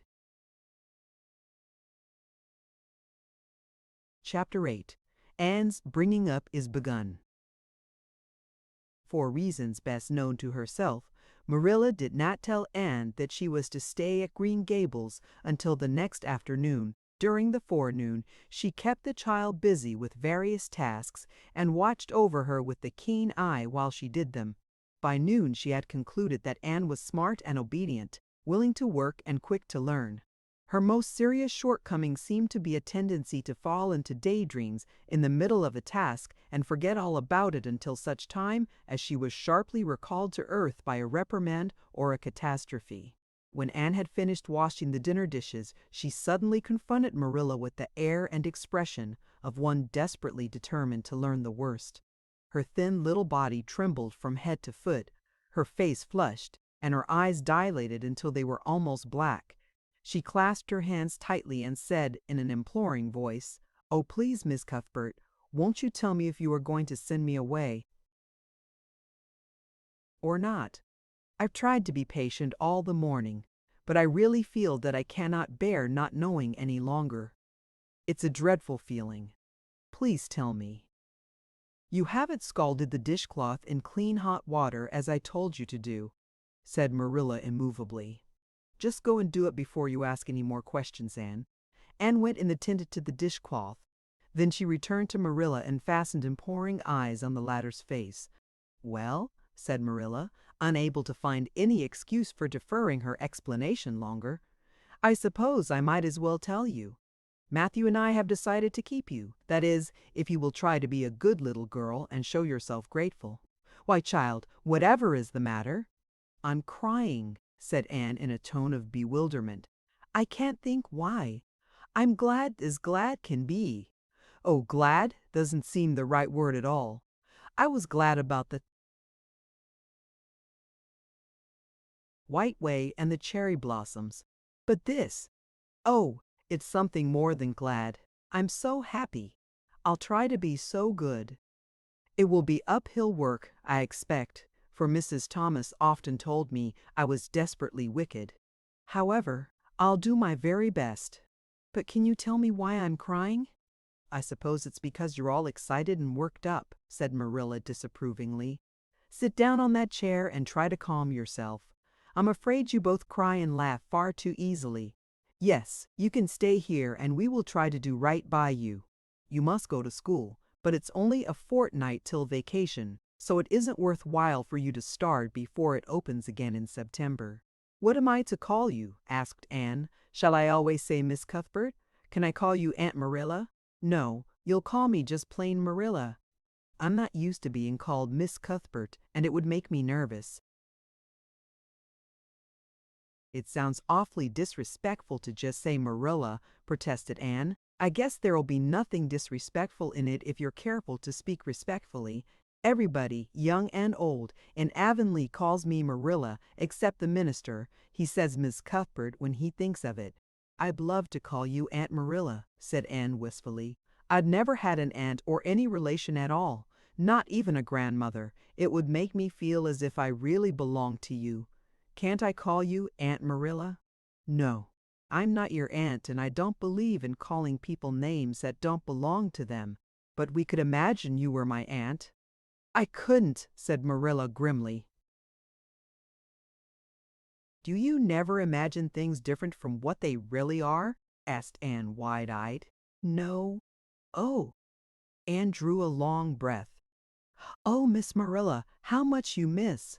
I don't believe in imagining things different from what they really are, retorted Marilla.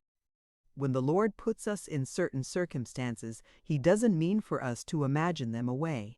And that reminds me, go into the sitting room, Anne, be sure your feet are clean, and don't let any flies in, and bring me out the illustrated card that's on the mantelpiece. The Lord's Prayer is on it, and you'll devote your spare time this afternoon to learning it off by heart. There's to be no more of such praying as I heard last night. I suppose I was very awkward, said Anne apologetically, but then you see, I'd never had any practice. You couldn't really expect a person to pray very well the first time she tried, could you? I thought out a splendid prayer after I went to bed, just as I promised you I would. It was nearly as long as a minister's, and so poetical. But would you believe it? I couldn't remember one word when I woke up this morning. And I'm afraid I'll never be able to think out another one as good. Somehow, things never are so good when they're thought out a second time. Have you ever noticed that? Here is something for you to notice, Anne. When I tell you to do a thing, I want you to obey me at once and not stand stock still and discourse about it. Just you go and do as I bid you. Anne promptly departed for the sitting room across the hall. She failed to return. After waiting 10 minutes, Marilla laid down her knitting and marched after her with a grim expression. She found Anne standing motionless before a picture hanging on the wall between the two windows, with her eyes a-star with dreams. The white and green light strained through apple trees and clustering vines outside fell over the rapt little figure with a half-unearthly radiance. Anne, whatever are you thinking of? Demanded Marilla sharply. Anne came back to earth with a start. That, she said, pointing to the picture, a rather vivid chromo entitled Christ's Blessing, Little Children, and I was just imagining I was one of them, that I was the little girl in the blue dress, standing off by herself in the corner as if she didn't belong to anybody, like me. She looks lonely and sad, don't you think? I guess she hadn't any father or mother of her own. But she wanted to be blessed too, so she just crept shyly up on the outside of the crowd, hoping nobody would notice her except him. I'm sure I know just how she felt. Her heart must have beat, and her hands must have got cold, like mine did when I asked you if I could. Stay, she was afraid he mightn't notice her. But it's likely he did, don't you think? I'd been trying to imagine it all out, her edging a little nearer all the time until she was quite close to him. And then he would look at her and put his hand on her hair, and oh, such a thrill of joy as would run over her. But I wish the artist hadn't painted him so sorrowful looking. All his pictures are like that, if you've noticed. But I don't believe he could really have looked so sad, or the children would have been afraid of him. Anne, said Marilla, wondering why she had not broken into this speech long before, you shouldn't talk that way. It's irreverent, positively. Irreverent. Anne's eyes marveled. Why, I felt just as reverent as could be. I'm sure I didn't mean to be irreverent. Well, I don't suppose you did. But it doesn't sound right to talk so familiarly about such things.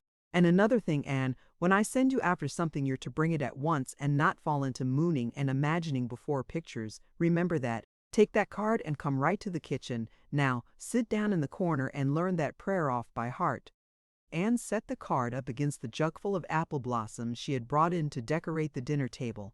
Marilla had eyed the decoration askance, but had said nothing, propped her chin on her hands, and fell to studying it intently for several silent minutes. I like this, she announced at length. It's beautiful. I've heard it before. I heard the superintendent of the asylum Sunday school say it over once, but I didn't like it then. He had such a cracked voice, and he prayed it so mournfully. I really felt sure he thought praying was a disagreeable duty. This isn't poetry, but it makes me feel just the same way poetry does. Our Father who art in heaven, hallowed be thy name. That is just like a line of music. Oh, I'm so glad you thought of making me learn this, Miss Marilla. "Well, learn it and hold your tongue," said Marilla shortly. Anne tipped the vase of apple blossoms near enough to bestow a soft kiss on a pink-cupped bud, and then studied diligently for some moments longer. "Marilla," she demanded presently, "do you think that I shall ever have a bosom friend in Avonlea?" "A what kind of friend?" "A bosom friend, an intimate friend. You know, a really kindred spirit to whom I can confide my inmost soul. I dreamed of meeting her all my life. I never really supposed I would, but so many of my loveliest dreams have come true all at once that perhaps this one will too. Do you think it's possible?" "Diana Barry lives over at Orchard Slope, and she's about your age. She's a very nice little girl, and perhaps she will be a playmate for you when she comes home. She's visiting her aunt over at Carmody just now. You'll have to be careful how you behave yourself, though.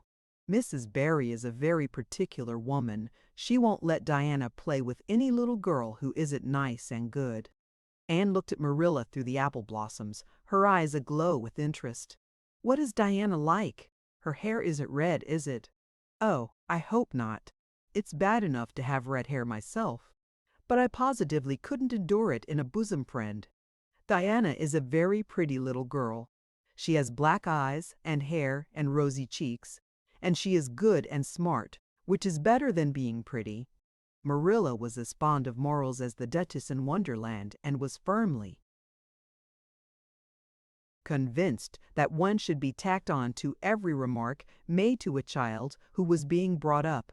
But Anne waved the moral inconsequently aside and seized only on the delightful possibilities before it. "Oh, I'm so glad she's pretty. Next to being beautiful oneself, and that's impossible in my case, it would be best to have a beautiful bosom friend. When I lived with Mrs. Thomas, she had a bookcase in her sitting room with glass doors. There weren't any books in it. Mrs. Thomas kept her best china and her preserve there when she had any preserves to keep. One of the doors was broken.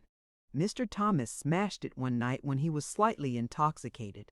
But the other was whole, and I used to pretend that my reflection in it was another little girl who lived in it. I called her Katie Maurice, and we were very intimate. I used to talk to her by the hour, especially on Sunday, and tell her everything. Katie was the comfort and consolation of my life. We used to pretend that the bookcase was enchanted, and that if I only knew the spell I could open the door and step right into the room where Katie Maurice lived, instead of into Mrs. Thomas's of preserves and china. And then Katie Morris would have taken me by the hand and led me out into a wonderful place, all flowers and sunshine and fairies, and we would have lived there happy forever after. When I went to live with Mrs. Hammond, it just broke my heart to leave Katie Morris. She felt it dreadfully, too. I know she did, for she was crying when she kissed me goodbye through the bookcase door. There was no bookcase at Mrs. Hammond's, but just up the river a little way from the house there was a long green little valley, and the loveliest echo lived there. It echoed back every word you said, even if you didn't talk a bit loud. So I imagined that it was a little girl called Violetta, and we were great friends, and I loved her almost as well as I loved Katie Morris. Not quite, but almost. You know, the night before I went to the asylum, I said good bye to Violetta, and oh, her goodbye came back to me in such sad, sad tones. I had become so attached to her that I hadn't the heart to imagine a bosom friend at the asylum, even if there had been any scope for imagination there. "I think it's just as well there wasn't," said Marilla dryly. "I don't approve of such goings-on. You seem to half believe your own imaginations. It will be well for you to have a real live friend to put such nonsense out of your head. But don't let Mrs. Barry hear you talking about your Katie Maurices and your Violettas, or she'll think you tell stories." "Oh, I won't. I couldn't talk of them to everybody. Their memories are too sacred for that. But I thought I'd like to have you know about them. Oh, look, here's a big bee just tumbled out of an apple blossom. Just think what a lovely place to live in an apple blossom. Fancy going to sleep in it when the wind was rocking it. If I wasn't a human girl, I think I'd like to be a bee and live among the flowers. Yesterday you wanted to be a seagull, sniffed Marilla. I think you are very fickle-minded. I told you to learn that prayer and not talk, but it seems impossible for you to stop talking if you got anybody that will listen to you, so go up to your room and learn it. Oh, I know it pretty nearly all now, all but just the last line.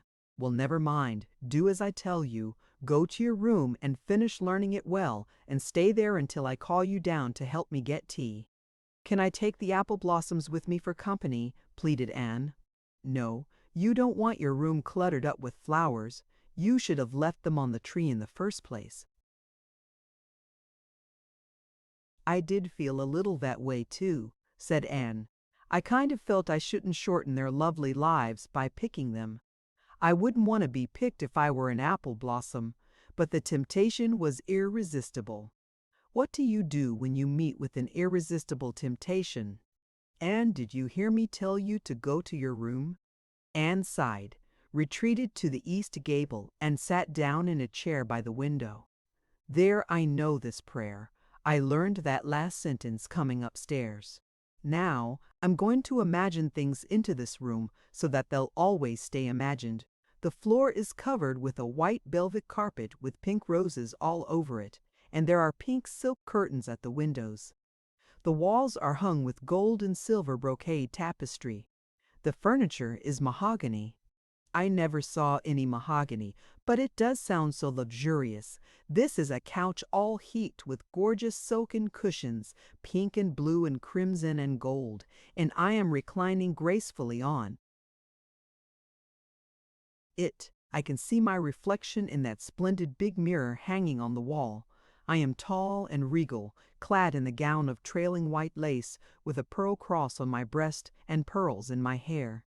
My hair is of midnight darkness, and my skin is a clear ivory pallor. My name is the Lady Cordelia Fitzgerald. No, it isn't. I can't make that seem real. She danced up to the little looking-glass and peered into it. Her pointed, freckled face and solemn gray eyes peered back at her. You're only Anne of Green Gables, she said earnestly. And I see you, just as you are looking now, whenever I try to imagine I'm the Lady Cordelia. But it's a million times nicer to be Anne of Green Gables than Anne of Nowhere in particular, isn't it? She bent forward, kissed her reflection affectionately, and betook herself to the open window. Dear Snow Queen, good afternoon, and good afternoon, dear birches down in the hollow, and good afternoon, dear gray house up on the hill. I wonder if Diana is to be my bosom friend. I hope she will, and I shall love her very much, but I must never quite forget Katie Maurice and Violetta.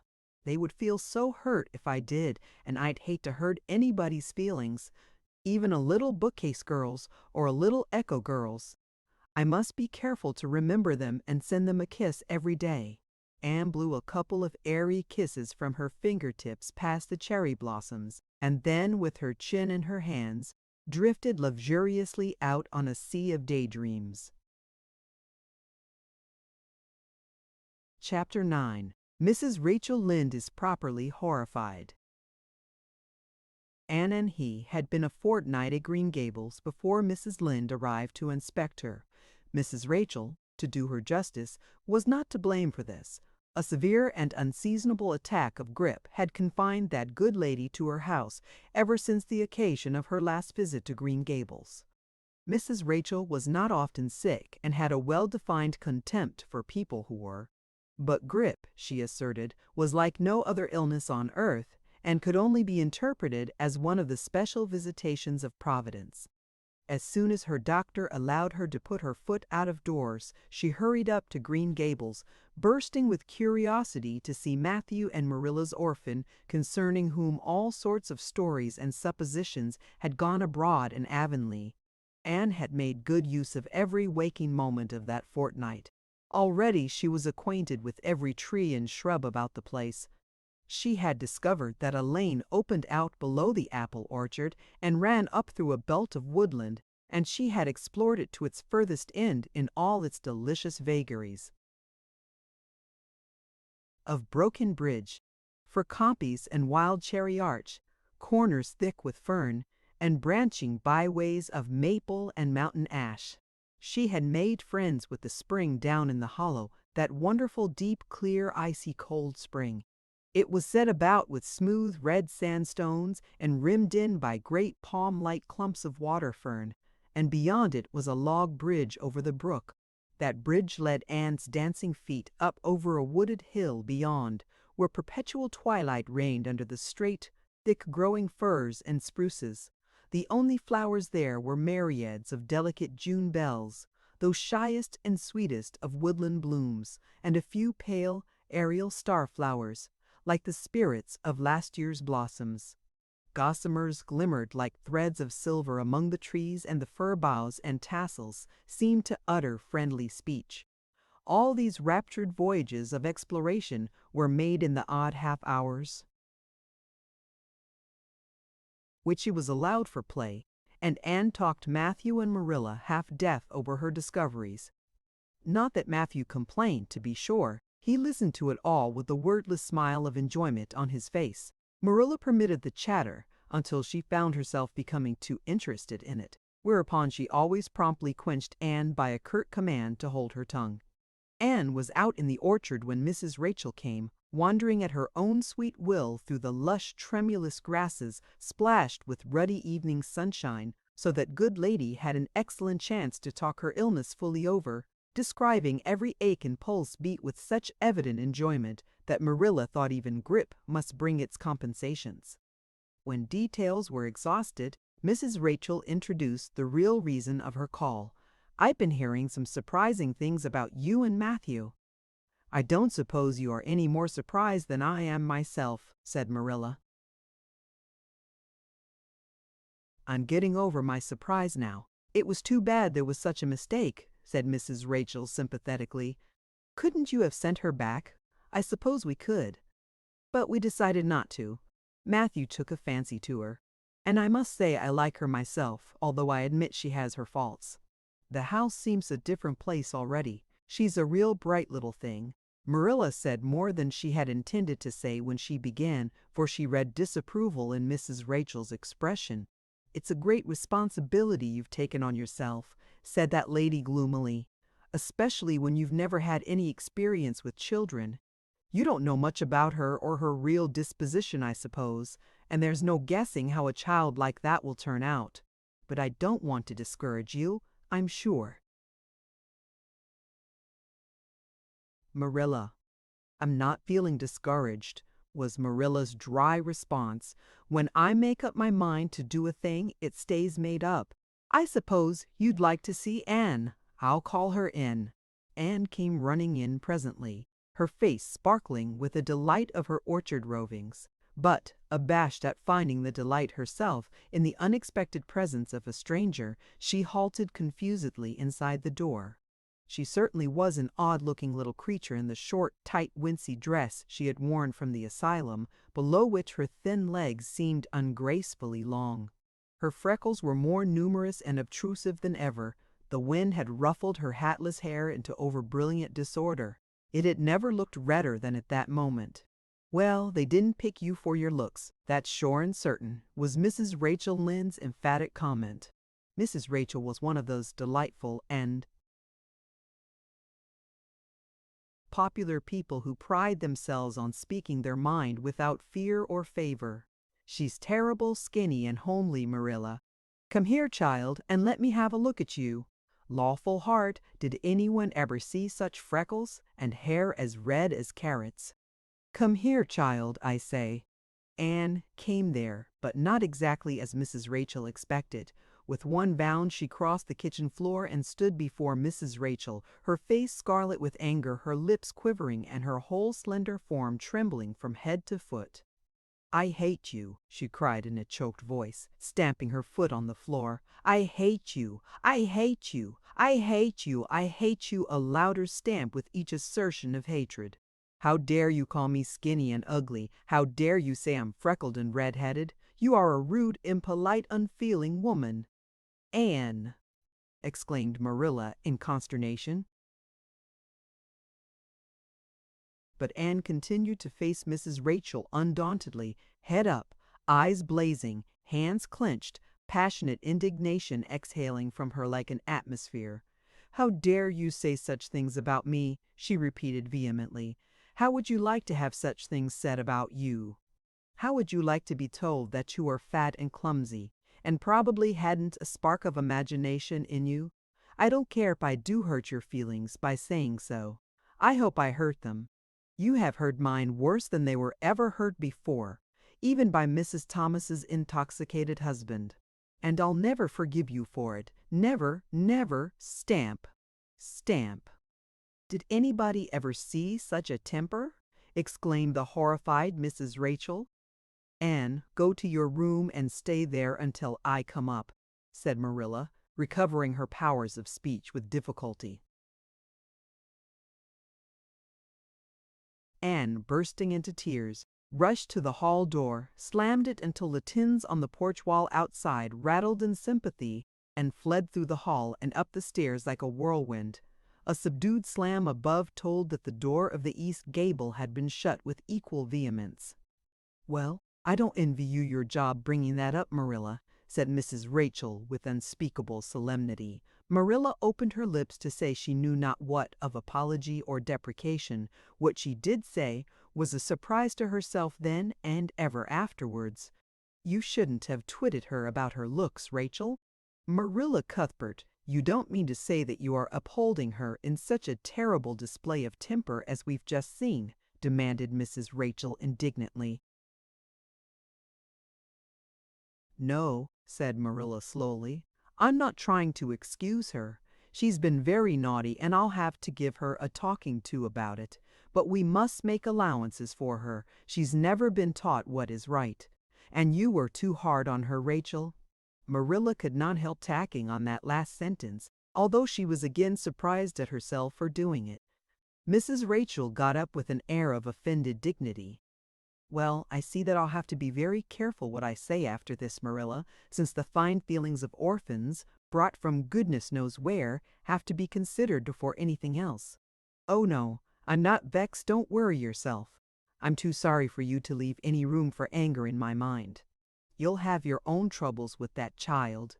But if you'll take my advice, which I suppose you won't do, although I've brought up 10 children and Barry too, you'll do that talking to you mention with a fair-sized birch switch. I should think that would be the most effective language for that kind of a child. Her temper matches her hair, I guess. Well, good evening, Marilla. I hope you'll come down to see me often as usual, but you can't expect me to visit here again in a hurry if I'm liable to be flown at and insulted in such a fashion. It's something new in my experience." Whereat Mrs. Rachel swept out and away, if a fat woman who always waddled could be said to sweep away, and Marilla, with a very solemn face, betook herself to the east gable. On the way upstairs, she pondered uneasily as to what she ought to do. She felt no little dismay over the scene that had just been enacted. How unfortunate that Anne should have displayed such temper before Mrs. Rachel Lynde, of all people. Then Marilla suddenly became aware of an uncomfortable and rebuking consciousness that she felt more humiliation over this than sorrow over the discovery of such a serious defect in Anne's disposition. And how was she to punish her? The amiable suggestion of the birch switch, to the efficiency of which all of Mrs. Rachel's own children could have borne smarting testimony, did not appeal to Marilla. She did not believe she could whip a child. No, some other method of punishment must be found to bring Anne to a proper realization of the enormity of her offense. Marilla found Anne face downward on her bed, crying bitterly, quite oblivious of muddy boots on a clean counterpane. "Anne," she said not ungentlely. No answer. "Anne," with greater severity, "get off that bed this minute and listen to what I have to say to you." Anne squirmed off the bed and sat rigidly on a chair beside it, her face swollen and tear-stained and her eyes fixed stubbornly on the floor. "This is a nice way for you to behave. Anne, aren't you ashamed of yourself?" "She hadn't any right to call me ugly and red-headed," retorted Anne, evasive and defiant. "You hadn't any right to fly into such a fury and talk the way you did to her, Anne. I was ashamed of you, thoroughly ashamed of you. I wanted you to behave nicely to Mrs. Lynde, and instead of that you have disgraced me. I'm sure I don't know why you should lose your temper like that just because Mrs. Lynde said you were red-haired and homely. You say it yourself often enough. Oh, but there's such a difference between saying a thing yourself and hearing other people say it, wailed Anne. You may know a thing is so, but you can't help hoping other people don't quite think it is. I suppose you think I have an awful temper, but I couldn't help it. When she said those things, something just rose right up in me and choked me. I had to fly out at her. Well, you made a fine exhibition of yourself, I must say. Mrs. Lynde will have a nice story to tell about you everywhere, and she'll tell it too. It was a dreadful thing for you to lose your temper like that, Anne. Just imagine how you would feel if somebody told you to your face that you were skinny and ugly, pleaded Anne tearfully. An old remembrance suddenly rose up before Marilla. She had been a very small child when she had heard one aunt say of her to another, "What a pity she is such a dark, homely little thing." Marilla was every day of 50 before the sting had gone out of that memory. I don't say that I think Mrs. Lynde was exactly right in saying what she did to you, Anne, she admitted in a softer tone. Rachel is too outspoken, but that is no excuse for such behavior on your part. She was a stranger and an elderly person and my visitor, all three very good reasons why you should have been respectful to her. You were rude and saucy, and Marilla had a saving inspiration of punishment. You must go to her and tell her you are very sorry for your bad temper and ask her to forgive you. I can never do that, said Anne determinedly and darkly. You can punish me in any way you like, Marilla. You can shut me up in a dark, damp dungeon inhabited by snakes and toads and feed me only on bread and water, and I shall not complain. But I cannot ask Mrs. Lynde to forgive me. We're not in the habit of shutting people up in dark, damp dungeons, said Marilla dryly, especially as they're rather scarce in Avonlea. But apologize too. Mrs. Lynde, you must and shall, and you'll stay here in your room until you can tell me you're willing to do it. I shall have to stay here forever then, said Anne mournfully, because I can't tell Mrs. Lynde I'm sorry I said those things to her. How can I? I'm not sorry. I'm sorry I vexed you, but I'm glad I told her just what I did. It was a great satisfaction. I can't say I'm sorry when I'm not, can I? I can't even imagine I'm sorry. Perhaps your imagination will be in better working order by the morning, said Marilla, rising to depart. You'll have the night to think over your conduct in and come to a better frame of mind. You said you would try to be a very good girl if we kept you at Green Gables, but I must say, it hasn't seemed very much like it this evening. Leaving this Parthian shaft to rankle in Anne's stormy bosom, Marilla descended to the kitchen, grievously troubled in mind and vexed in soul. She was as angry with herself as with Anne, because whenever she recalled Mrs. Rachel's dumbfounded countenance, her lips twitched with amusement, and she felt a most reprehensible desire to laugh. Chapter 10. Anne's Apology. Marilla said nothing to Matthew about the affair that evening, but when Anne proved still refractory the next morning, an explanation had to be made to account for her absence from the breakfast table. Marilla told Matthew the whole story, taking pains to impress him with a due sense of the enormity of Anne's behavior. "It's a good thing Rachel Lynde got a calling down. She's a meddlesome old gossip," was Matthew's consolatory rejoinder. "Matthew Cuthbert, I'm astonished at you. You know that Anne's behavior was dreadful, and yet you take her part. I suppose you'll be saying next thing that she oughtn't to be punished at all." "Well now, no, not exactly," said Matthew uneasily. "I reckon she ought to be punished a little. But don't be too hard on her, Marilla. Recollect, she hasn't ever had anyone to teach her right. You going to give her something to eat." "Aren't you? When did you ever hear of me starving people into good behavior?" demanded Marilla indignantly. "She'll have her meals regular, and I'll carry them up to her myself, but she'll stay up there until she's willing to apologize to Mrs. Lynde, and that's final, Matthew." Breakfast, dinner, and supper were very silent meals, for Anne still remained obdurate.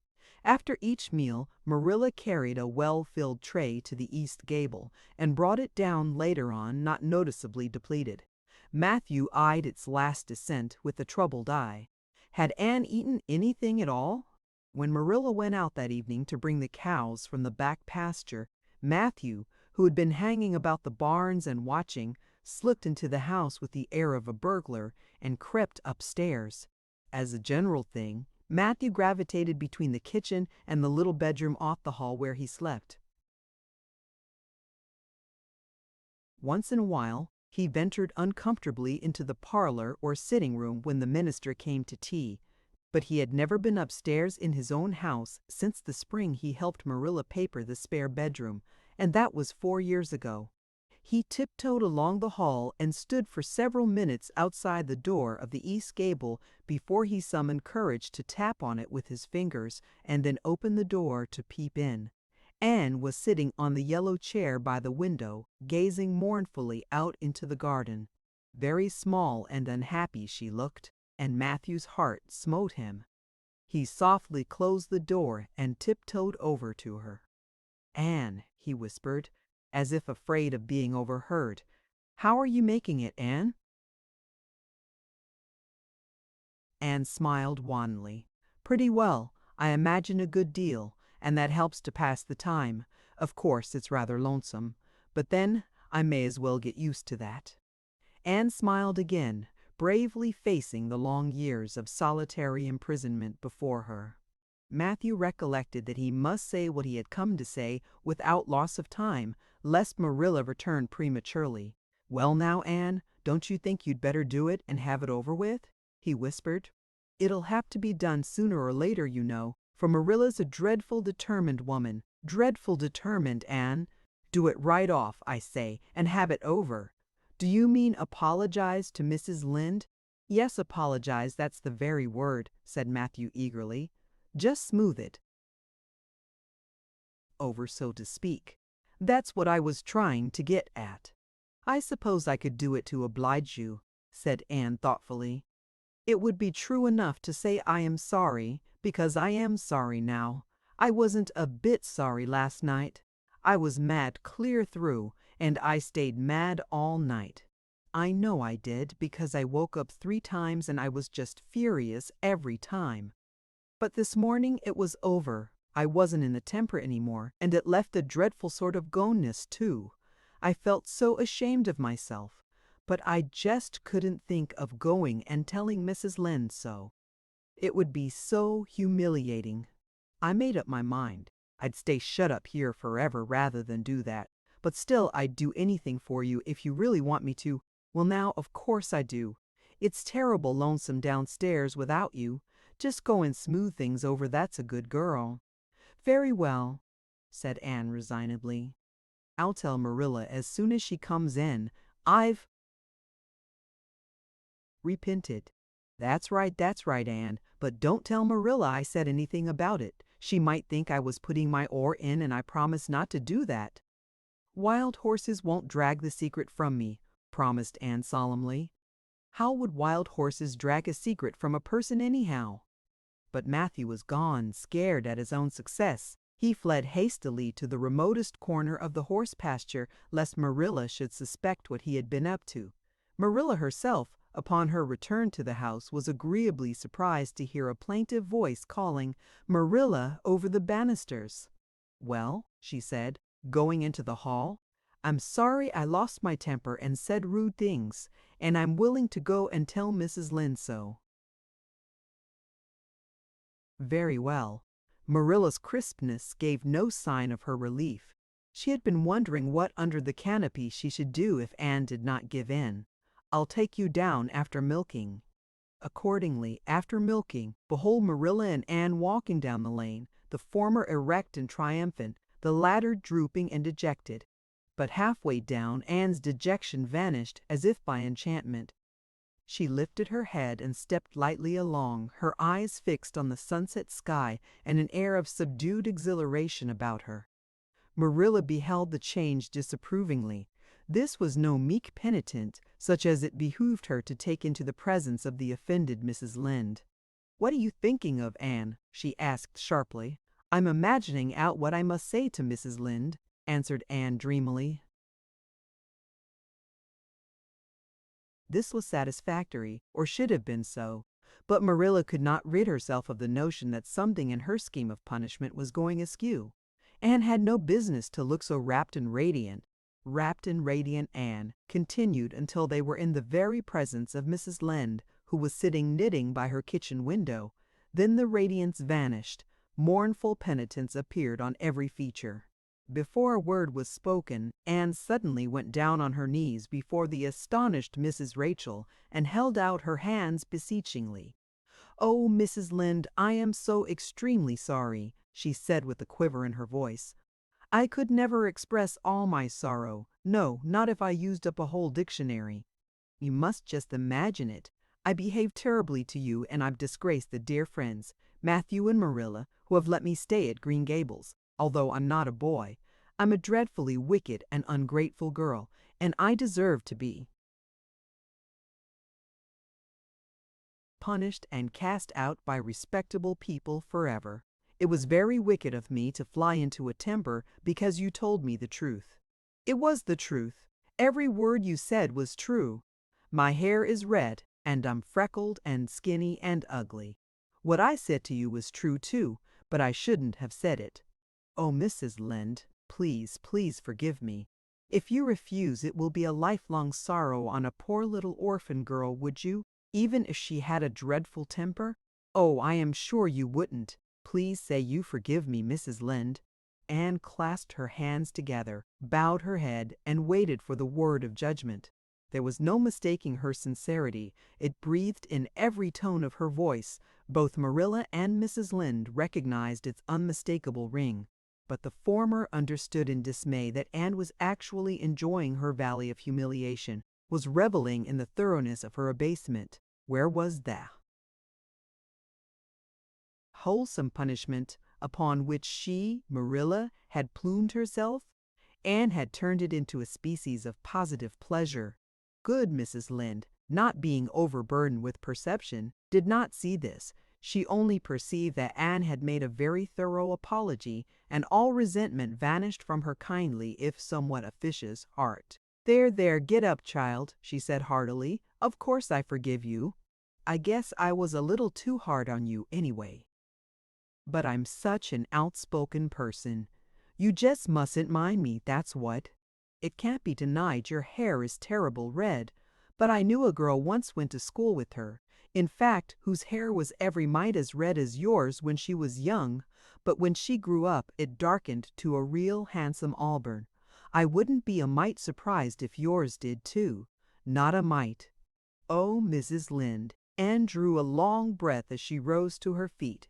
"You have given me a hope. I shall always feel that you are a benefactor. Oh, I could endure anything if I only thought my hair would be a handsome auburn when I grew up. It would be so much easier to be good if one's hair was a handsome auburn, don't you think? And now may I go out into your garden and sit on that bench under the apple trees while you and Marilla are talking? There is so much more scope for imagination out there. Laws, yes, run along, child, and you can pick a bouquet of them white June lilies over in the corner if you like." As the door closed behind Anne, Mrs. Lynde got briskly up to light a lamp. "She's a real odd little thing.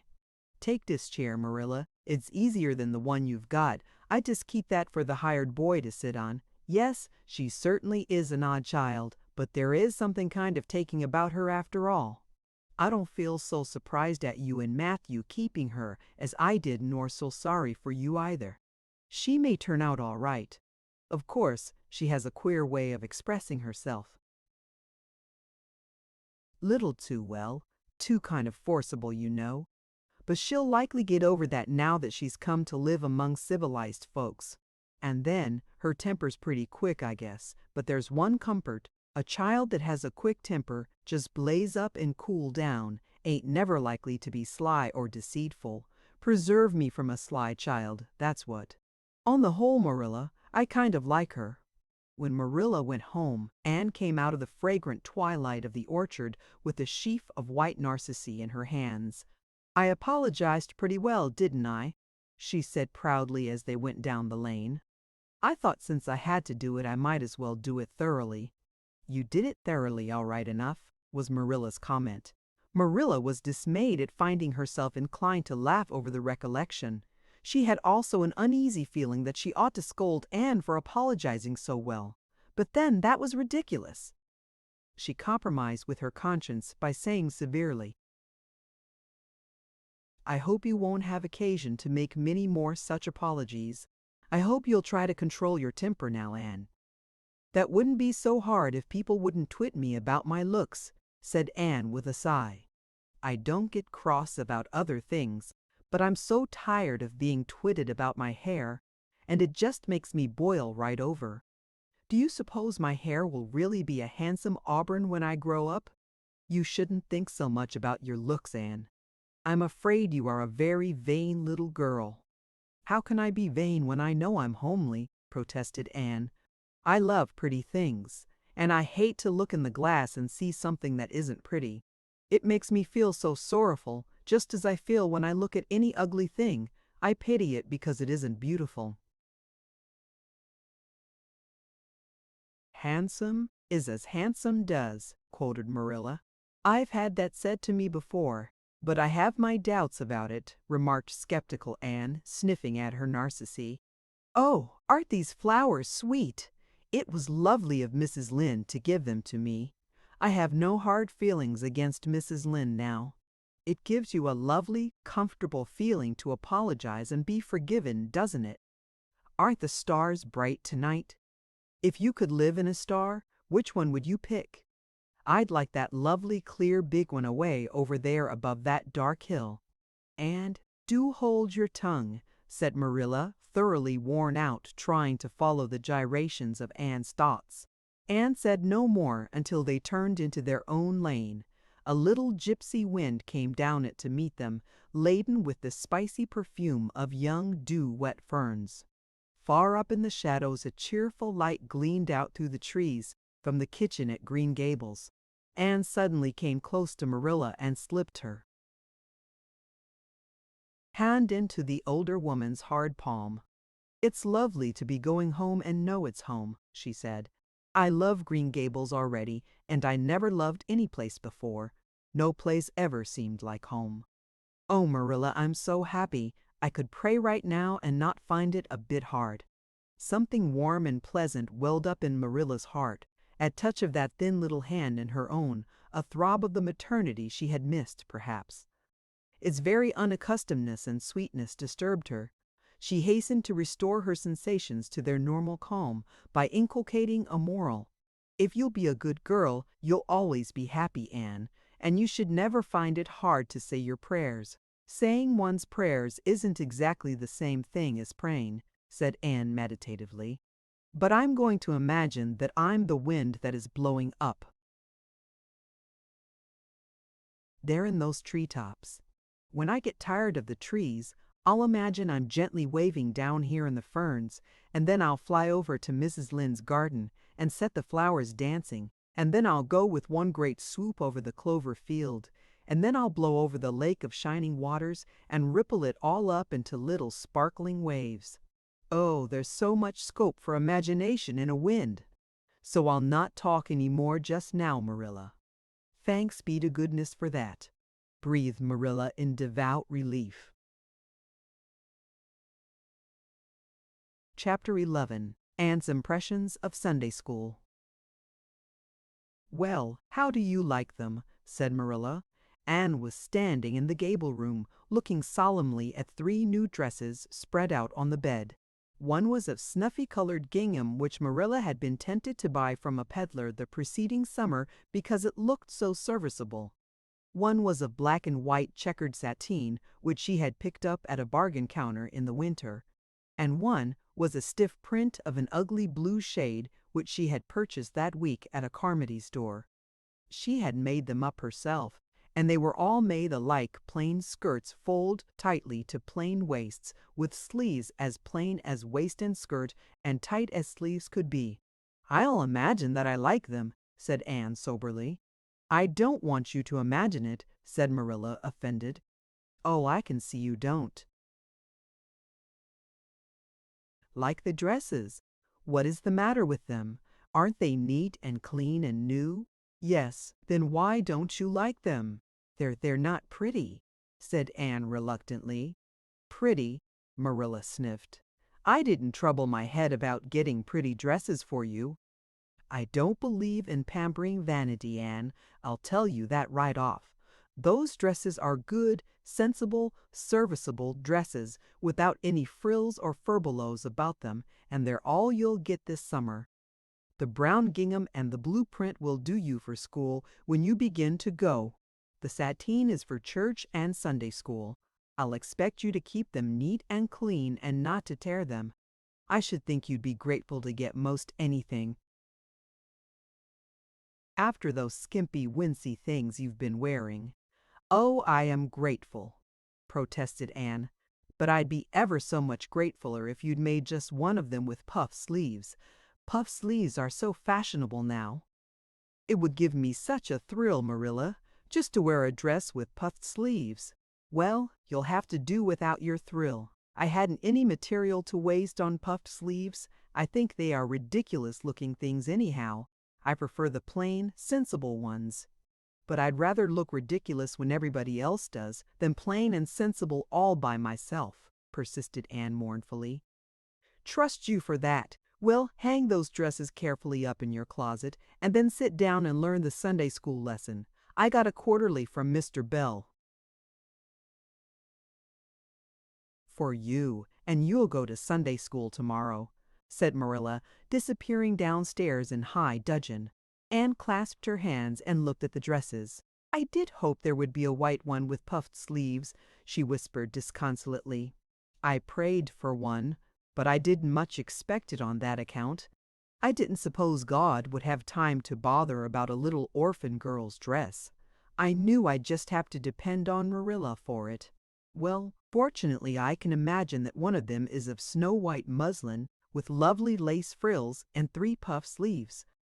The next morning warnings of a sick headache prevented Marilla from going to Sunday school with Anne.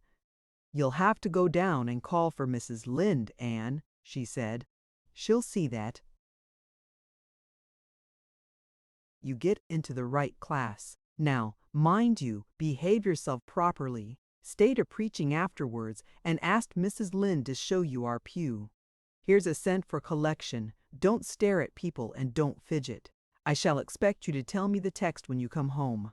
Anne started off irreproachable, arrayed in the stiff black and white sateen, which, while decent as regards length and certainly not open to the charge of skimpiness, contrived to emphasize every corner and angle of her thin figure.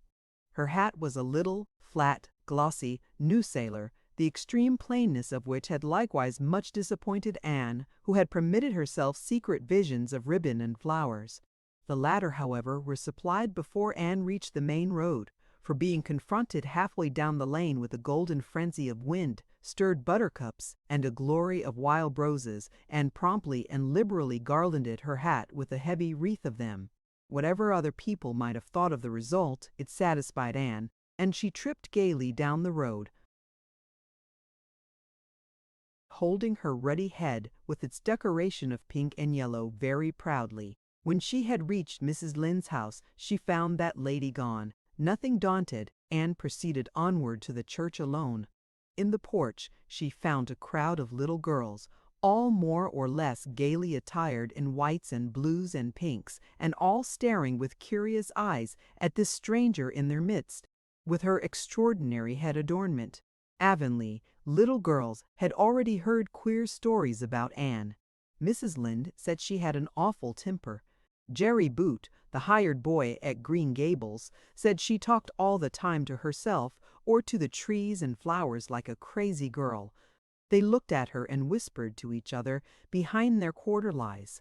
Nobody made any friendly advances then or later on when the opening exercises were over, and Anne found herself in Miss Rogerson's class.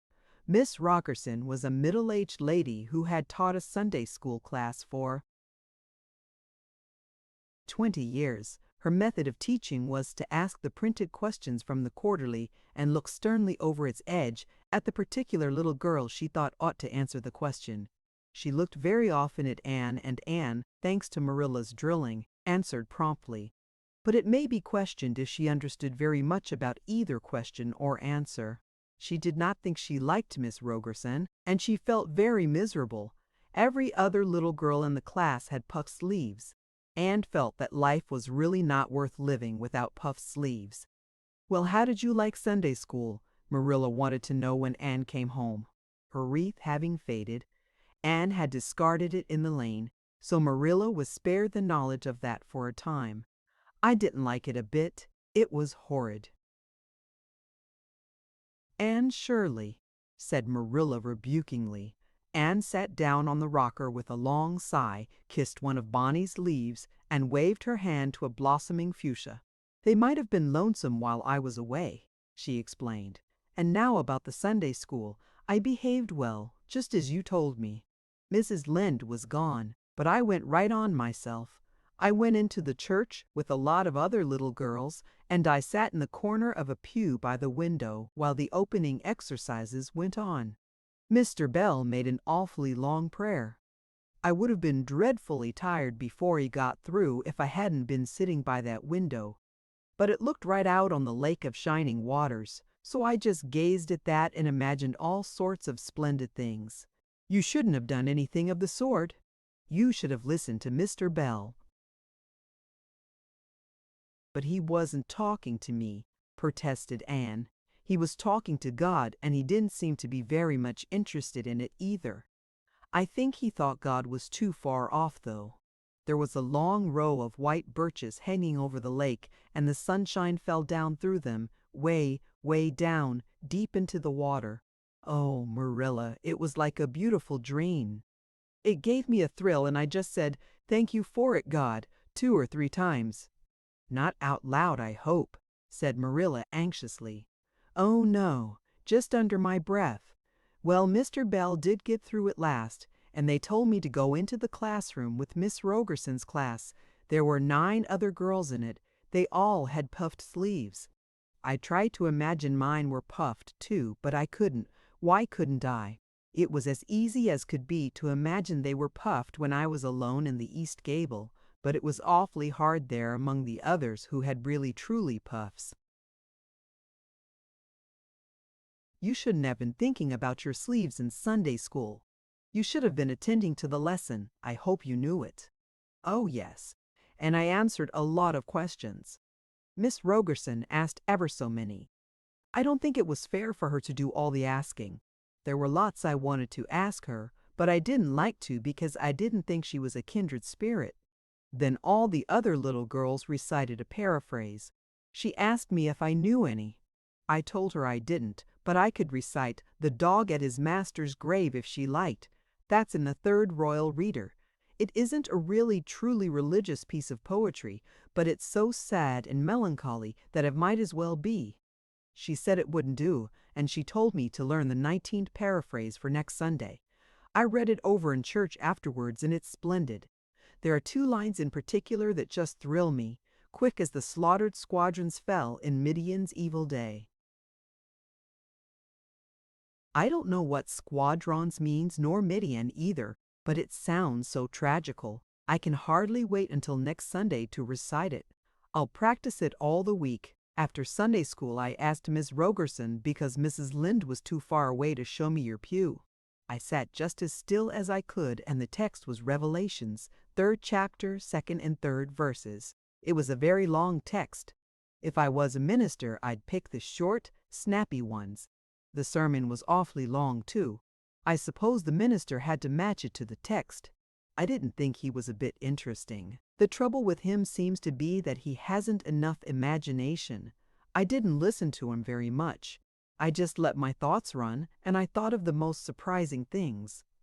Marilla felt helplessly that all this should be sternly reproved, but she was hampered by the undeniable fact that some of the things Anne had said, especially about the minister's sermons and Mr. Bell's prayers, were what she herself had really thought deep down in her heart for years, but had never given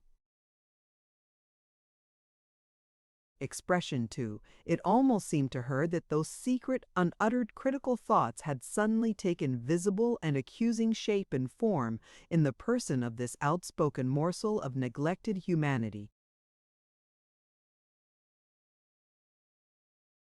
Chapter 12. A Solemn Vow and Promise. It was not until the next Friday that Marilla heard the story of the flower-wreathed hat. She came home from Mrs. Lynde's and called Anne to account. "Anne, Mrs. Rachel says you went to church last Sunday with your hat rigged out, ridiculous with roses and buttercups. What on earth put you up to such a caper? A pretty-looking object you must have been." "Oh, I know pink and yellow aren't becoming to me," began Anne. "Becoming fiddlesticks! It was putting flowers on your hat at all, no matter what color they were. That was ridiculous." "You are the most aggravating child. I don't see why it's any more ridiculous to wear flowers on your hat than on your dress," protested Anne. "Lots of little girls there had bouquets pinned on their dresses. What's the difference?" Marilla was not to be drawn from the safe concrete into dubious paths of the abstract. "Don't answer me back like that, Anne. It was very silly of you to do such a thing. Never let me catch you at such a trick again. Mrs. Rachel says she thought she would sink through the floor when she saw you coming, all rigged out like that. She couldn't get near enough to tell you to take them off till it was too late. She says people talked about it something dreadful. Of course they would think I had no better sense than to let you go decked out like that." "Oh, I'm so sorry," said Anne, tears welling into her eyes. "I never thought you'd mind. The roses and buttercups were so sweet and pretty, I thought they'd look lovely on my hat. Lots of the little girls had artificial flowers on their hats. I'm afraid I'm going to be a dreadful trial to you. Maybe you'd better send me back to the asylum." "That would be terrible. I don't think I could endure it. Most likely I would go into consumption. I'm so thin as it is, you see, but that would be better than being a trial to you." "Nonsense," said Marilla, vexed at herself for having made the child cry. "I don't want to send you back to the asylum, I'm sure. All I want is that you should behave like other little girls and not make yourself ridiculous. Don't cry any more. I've got some news for you. Diana Barry came home this afternoon. I'm going up to see if I can borrow a skirt pattern from Mrs. Barry, and if you like you can come with me and get acquainted with Diana." Anne rose to her feet with clasped hands, the tears still glistening on her cheeks. The dish towel she had been hemming slipped unheeded to the floor. "Oh, Marilla, I'm frightened, now that it has come. I'm actually frightened. What if she shouldn't like me? It would be the most tragical disappointment of my life." "Now don't get into a fluster, and I do wish you wouldn't use such long words. It sounds so funny in a little girl. I guess Diana'll like you well enough. It's her mother you've got to reckon with. If she doesn't like you, it won't matter how much Diana does. If she has heard about your outburst to Mrs. Lynde in going to church with buttercups round your hat, I don't know what she'll think of you. You must be polite and well-behaved, and don't make any of your startling speeches, for pity's sake, if the child isn't actually trembling." Anne was trembling. Her face was pale and tense. "Oh, Marilla, you'd be excited too if you were going to meet a little girl you hoped to be your bosom friend and whose mother mightn't like you," she said as she hastened to get her hat.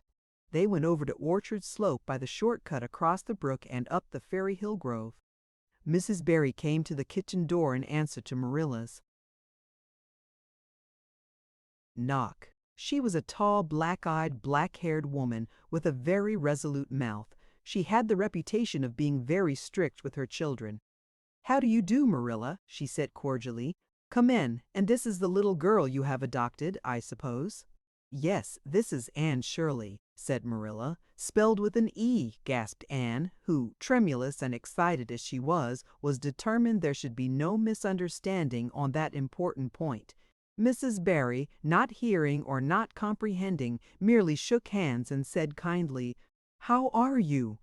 "I am well in body, although considerable rumpled up in spirit, thank you." "Ma'am," said Anne gravely, then aside to Marilla in an audible whisper, "There wasn't anything startling in that, was there, Marilla?" Diana was sitting on the sofa reading a book which she dropped when the callers entered. She was a very pretty little girl, with her mother's black eyes and hair and rosy cheeks, and the merry expression which was her inheritance from her father. "This is my little girl Diana," said Mrs. Barry. "Diana, you might take Anne out into the garden and show her your flowers. It will be better for you than straining your eyes over that book. She reads entirely too much." This to Marilla as the little girls went out. "And I can't prevent her, for her father aids and abets her. She's always poring over a book. I'm glad she has the prospect of a playmate. Perhaps it will take her more out of doors." Outside in the garden, which was full of mellow sunset light streaming through the dark old firs to the west of it, stood Anne and Diana, gazing bashfully at each other over a clump of gorgeous tiger lilies. The Barry garden was a bowery wilderness of flowers, which would have delighted Anne's heart at any time less fraught with destiny. It was encircled by huge old willows and tall firs, beneath which flourished flowers that loved the shade.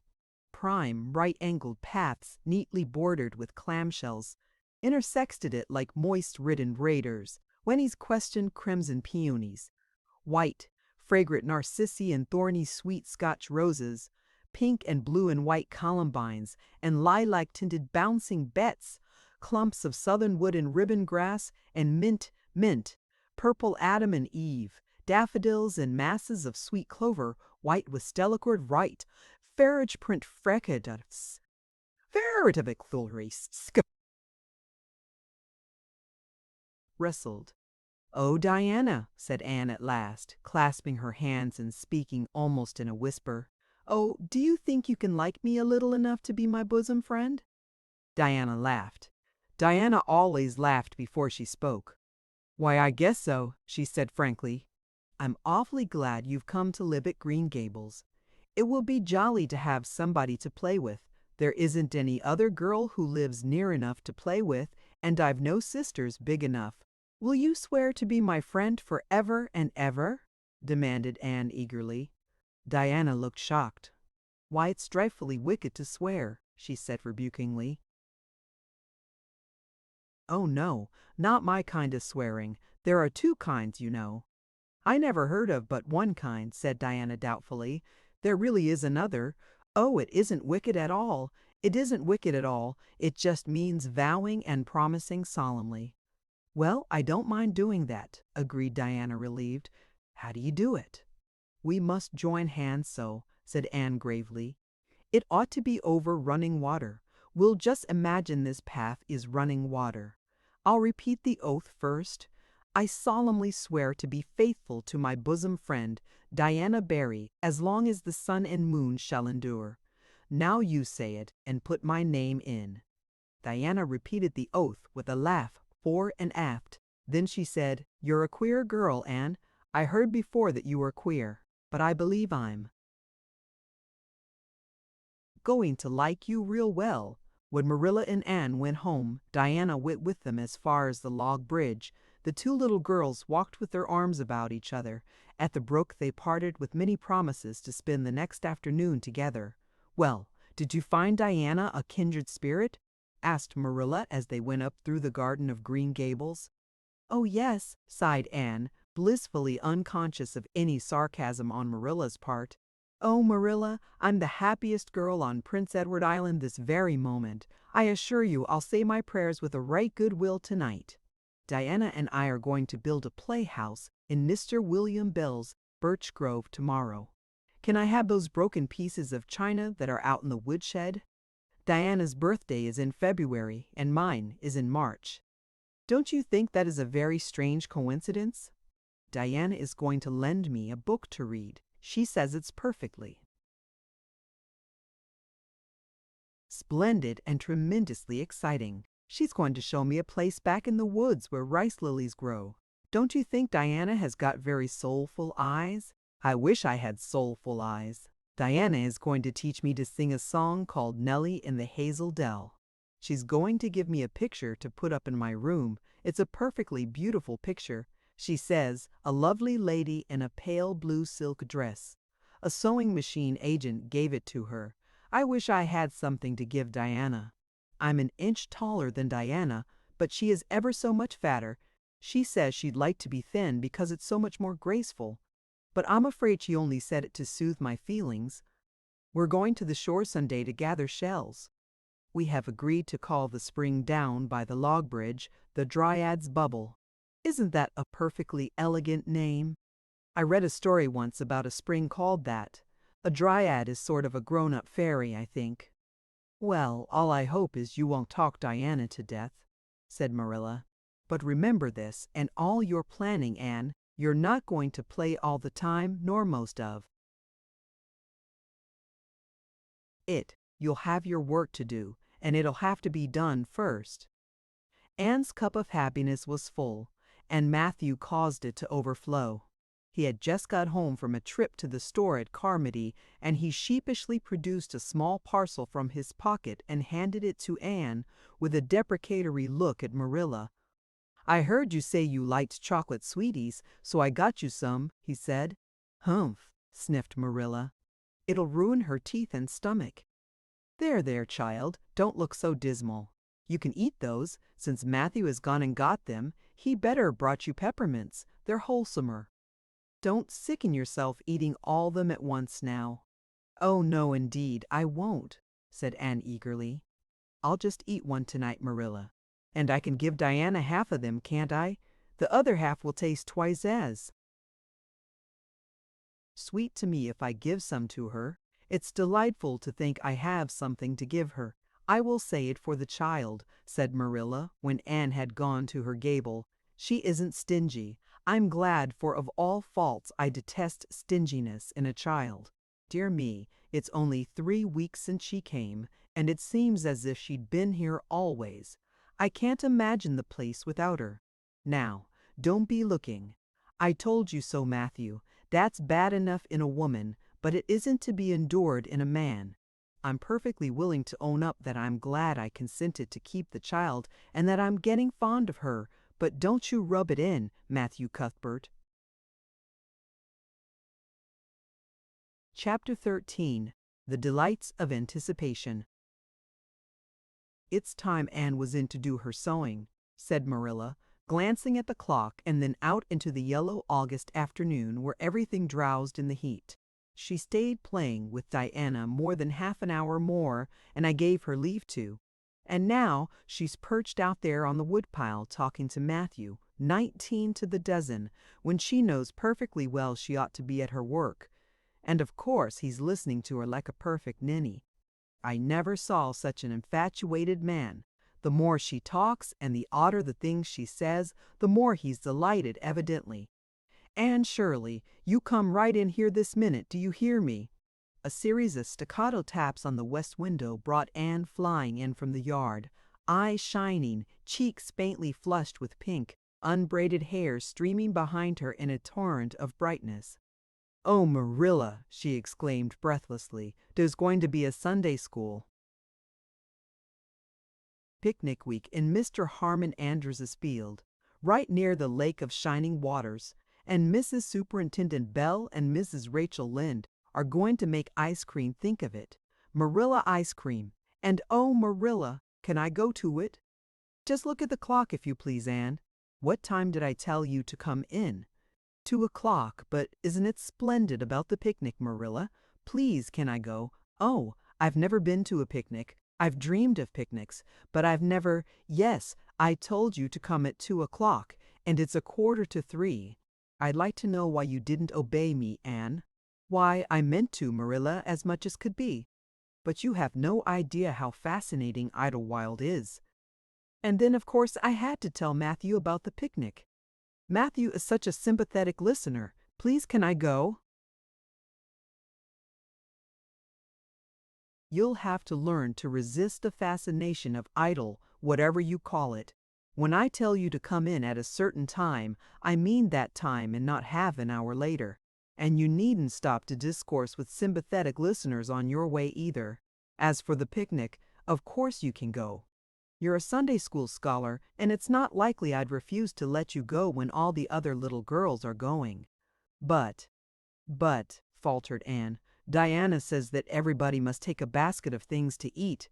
I can't cook, as you know, Marilla, and I don't mind going to a picnic without puffed sleeves so much, but I'd feel terribly humiliated if I had to go without a basket. It's been preying on my mind ever since Diana told me. Well, it needn't prey any longer. I'll bake you a basket. Oh, you dear, good Marilla. Oh, you are so kind to me. Oh, I'm so much obliged to you. Getting through with her ohs, Anne cast herself into Marilla's arms and rapturously kissed her sallow cheek. It was the first time in her whole life that childish lips had voluntarily touched Marilla's face. Again that sudden sensation of startling sweetness thrilled her. She was secretly vastly pleased at Anne's impulsive caress, which was probably the reason why she said brusquely, There, never mind your kissing nonsense. I'd sooner see you doing strictly as you're told. As for cooking, I mean to begin giving you lessons in that some of these days. But you're so feather-brained, Anne. I've been waiting to see if you'd sober down a little and learn to be steady before I begin. You've got to keep your wits about you in cooking and not stop in the middle of things to let your thoughts rove all over creation. Now, get out your patchwork and have your square done before tea time. I do not like patchwork, said Anne dolefully, hunting out her work basket and sitting down before a little heap of red and white diamonds with a sigh. I think some kinds of sewing would be nice. But there's no scope for imagination in patchwork. It's just one little seam after another, and you never seem to be getting anywhere.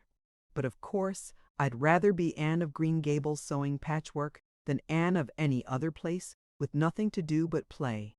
I wish time went as quick sewing patches as it does when I'm playing with Diana, though. Oh, we do have such elegant times, Marilla. I have to furnish most of the imagination, but I'm well able to do that. Diana is simply perfect in every other way. You know that little piece of land across the brook that runs up between our farm and Mr. Barry's?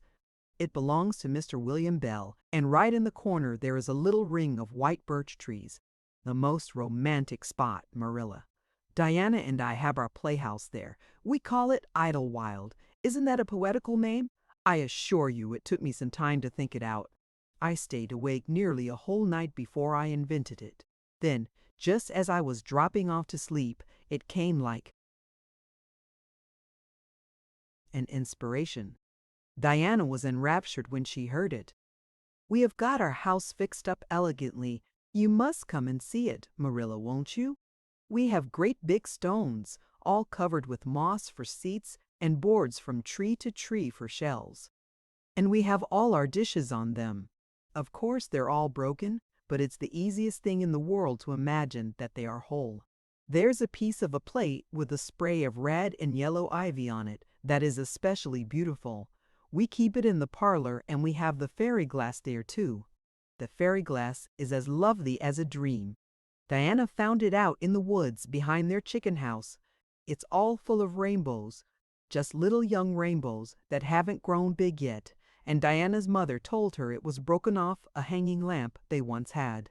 But it's nice to imagine the fairies lost it one night when they had a ball, so we call it the fairy glass. Matthew was going to make us a table.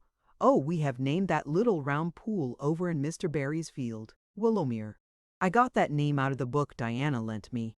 That was a thrilling book, Marilla. The heroine had 5 lovers. I'd be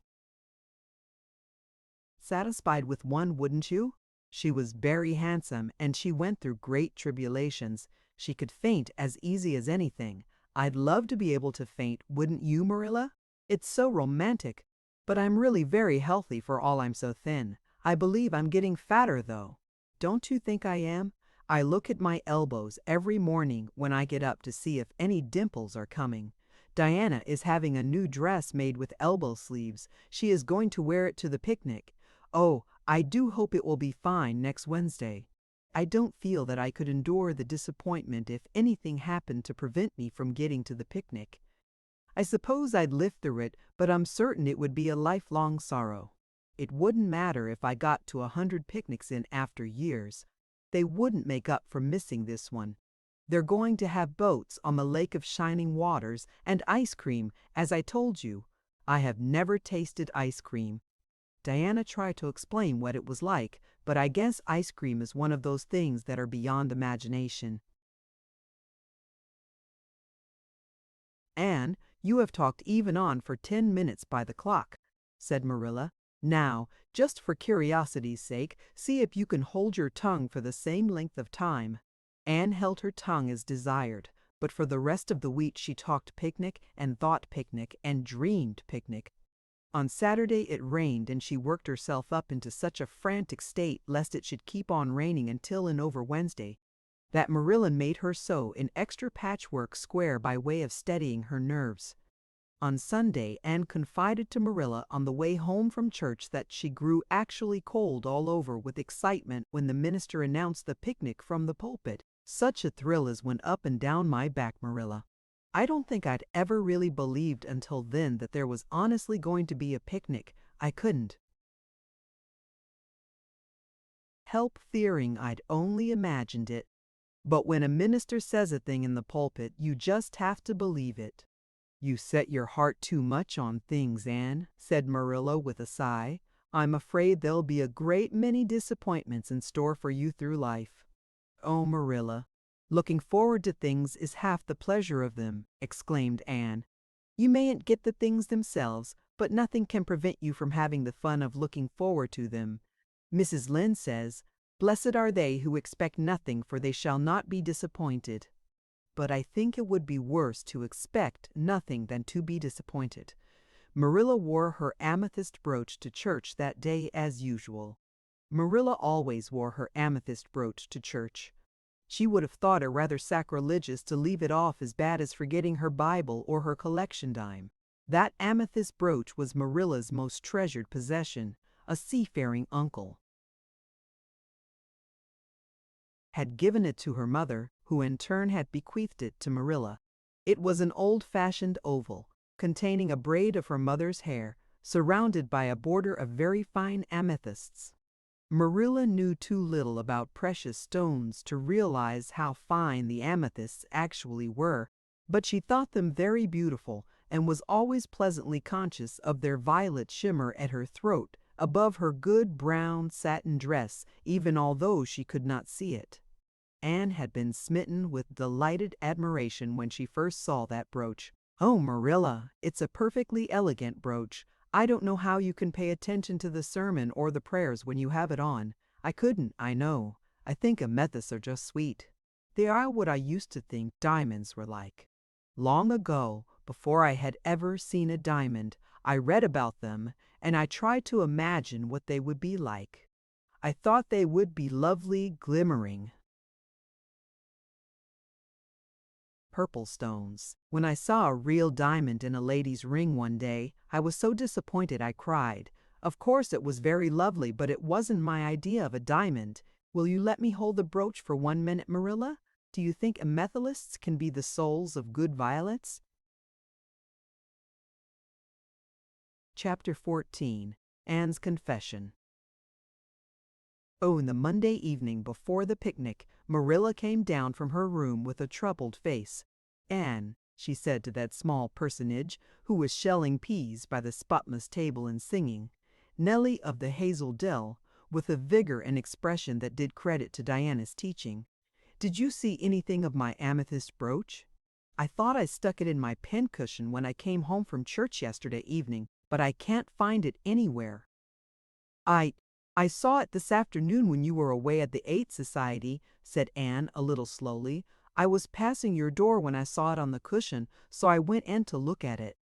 "Did you touch it?" said Marilla sternly. "Uees," admitted Anne. "I took it up and I pinned it on my breast just to see how it would look. You had no business to do anything of the sort. It's very wrong in a little girl to meddle. You shouldn't have gone into my room in the first place, and you shouldn't have touched a brooch that didn't belong to you in the second. Where did you put it?" "Oh, I put it back on the bureau. I hadn't it on a minute. Truly, I didn't mean to meddle, Marilla. I didn't think about its being wrong to go in and try on the brooch. But I see now that it was, and I'll never do it again. That's one good thing about me. I never do the same naughty thing twice." "You didn't put it back," said Marilla. "That brooch isn't anywhere on the bureau. You've taken it out or something, Anne." "I did put it back," said Anne quickly, pertly, Marilla thought. "I don't just remember whether I stuck it on the pincushion or laid it in the china tray, but I'm perfectly certain I put it back." "I'll go and have another look," said Marilla, determining to be just. "If you put that brooch back, it's there still. If it isn't, I'll know you didn't, that's all." Marilla went to her room and made a thorough search, not only over the bureau but in every other place she thought the brooch might possibly be. It was not to be found, and she returned to the kitchen. "Anne, the brooch is gone. By your own admission, you were the last person to handle it. Now, what have you done with it? Tell me the truth at once. Did you take it out and lose it?" "No, I didn't," said Anne solemnly, meeting Marilla's angry gaze squarely. "I never took the brooch out of your room, and that is the truth, if I was to be led to the block for it, although I'm not very certain what a block is. So there, Marilla." Anne's "so there" was only intended to emphasize her assertion, but Marilla took it as a display of defiance. "I believe you are telling me a falsehood, Anne," she said sharply. "I know you are. There now, don't say anything more unless you are prepared to tell the whole truth. Go to your room and stay there until you are ready to confess." "Will I take the peas with me?" said Anne meekly. "No, I'll finish shelling them myself. Do as I bid you." When Anne had gone, Marilla went about her evening tasks in a very disturbed state of mind. She was worried about her valuable brooch. What if Anne had lost it, and how wicked of the child to deny having taken it, when anybody could see she must have. With such an innocent face, too. "I don't know what I wouldn't sooner have had happen," thought Marilla as she nervously shelled the peas.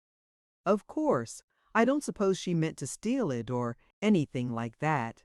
She's just taken it to play with or help along that imagination of hers. She must have taken it, that's clear, for there hasn't been a soul in that room since she was in it by her own story until I went up tonight. And the brooch is gone. There's nothing sure. I suppose she has lost it and is afraid to own up for fear. She'll be punished. It's a dreadful thing to think she tells falsehoods. It's a far worse thing than her fit of temper.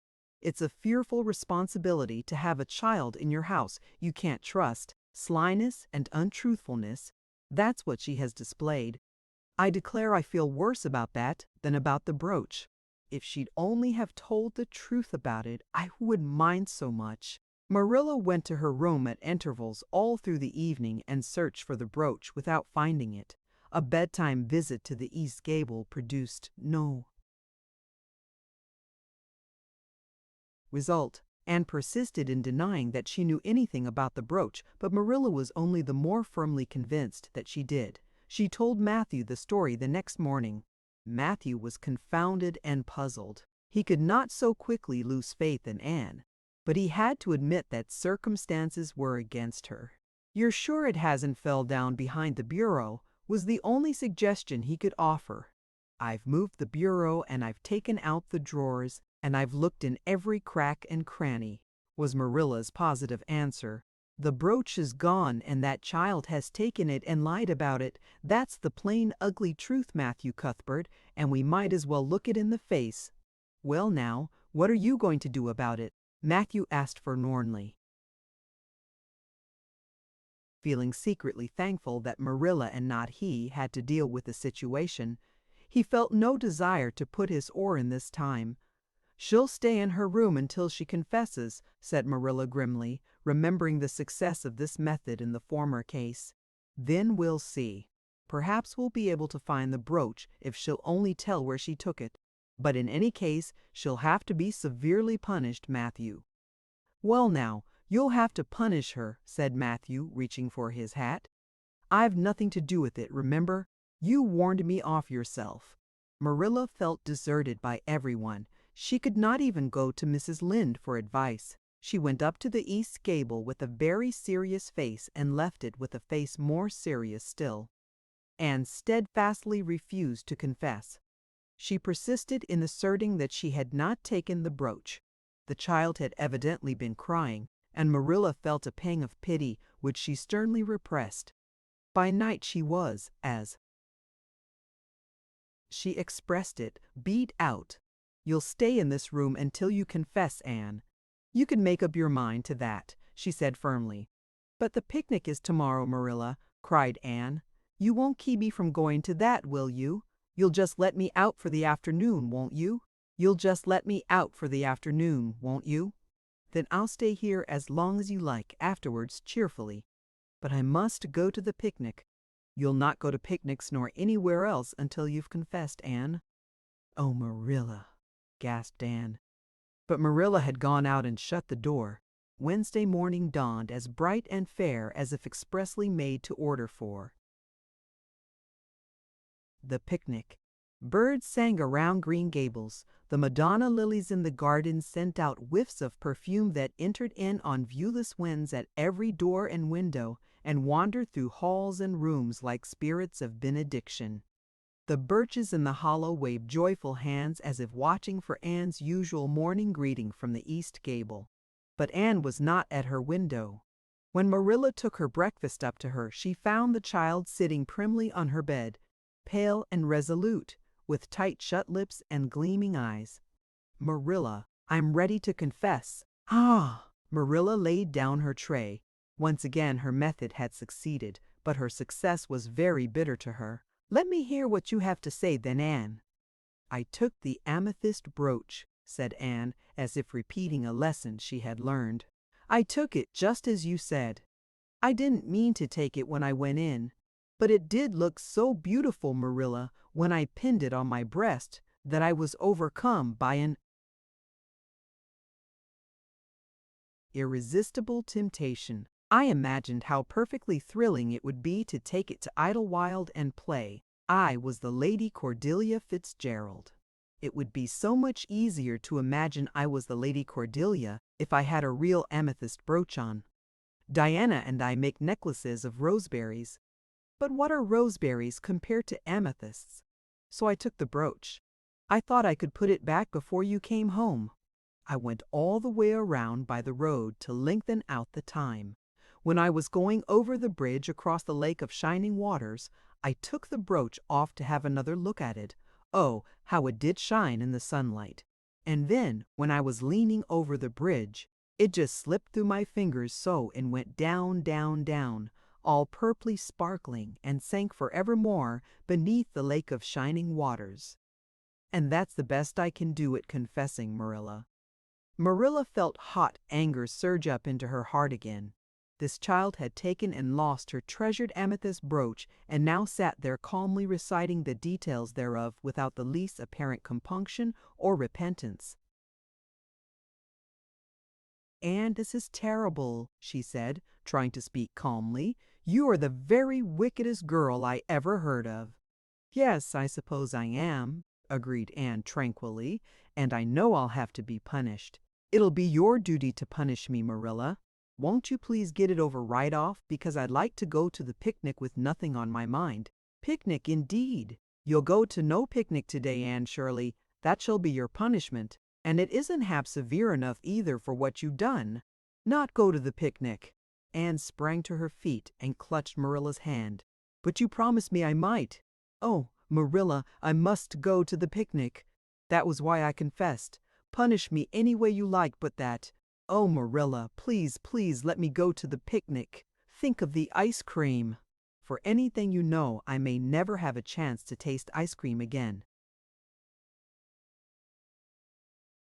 Marilla disengaged Anne's clinging hands stonily. "You needn't plead, Anne. You are not going to the picnic, and that's final. No, not a word." Anne realized that Marilla was not to be moved. She clasped her hands together, gave a piercing shriek, and then flung herself face downward on the bed, crying and writhing in an utter abandonment of disappointment and despair. "For the land's sake," gasped Marilla, hastening from the room, "I believe the child is crazy. No child in her senses would behave as she does. If she isn't, she's utterly bad. Oh dear, I'm afraid Rachel was right from the first, but I've put my hand to the plow and I won't look back." That was a dismal morning. Marilla worked fiercely and scrubbed the porch floor and the dairy shelves when she could find nothing else to do. Neither the shelves nor the porch needed it, but Marilla did. Then she went out and raked the yard. When dinner was ready, she went to the stairs and called Anne. A tear-stained face appeared, looking tragically over the banisters. "Come down to your dinner, Anne." "I don't want any dinner, Marilla," said Anne sobbingly. "I couldn't eat anything. My heart is broken. You'll feel remorse of conscience some day, I expect, for breaking it, Marilla. But I forgive you. Remember when the time comes that I forgive you. But please don't ask me to eat anything, especially boiled pork and greens. Boiled pork and greens are so unromantic when one is in affliction." Exasperated, Marilla returned to the kitchen and poured out her tale of woe to Matthew, who, between his sense of justice and his unlawful sympathy with Anne, was a miserable man. "Well now, she shouldn't have taken the brooch, Marilla, or told stories about it," he admitted, mournfully surveying his plateful of unromantic pork and greens, as if he, like Anne, thought it a food unsuited to crises of feeling. "But she's such a little thing. Such an interesting little thing. Such an interesting little thing. Don't you think it's pretty rough not to let her go to the picnic when she's so set on it? Matthew Cuthbert, I'm amazed at you. I think I've let her off entirely too easy, and she doesn't appear to realize how wicked she's been at all. That's what worries me most.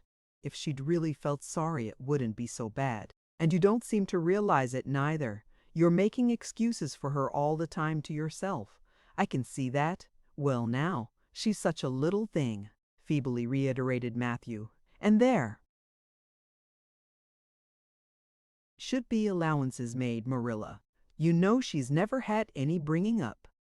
"Well, she's having it now," retorted Marilla. The retort silenced Matthew if it did not convince him. That dinner was a very dismal meal.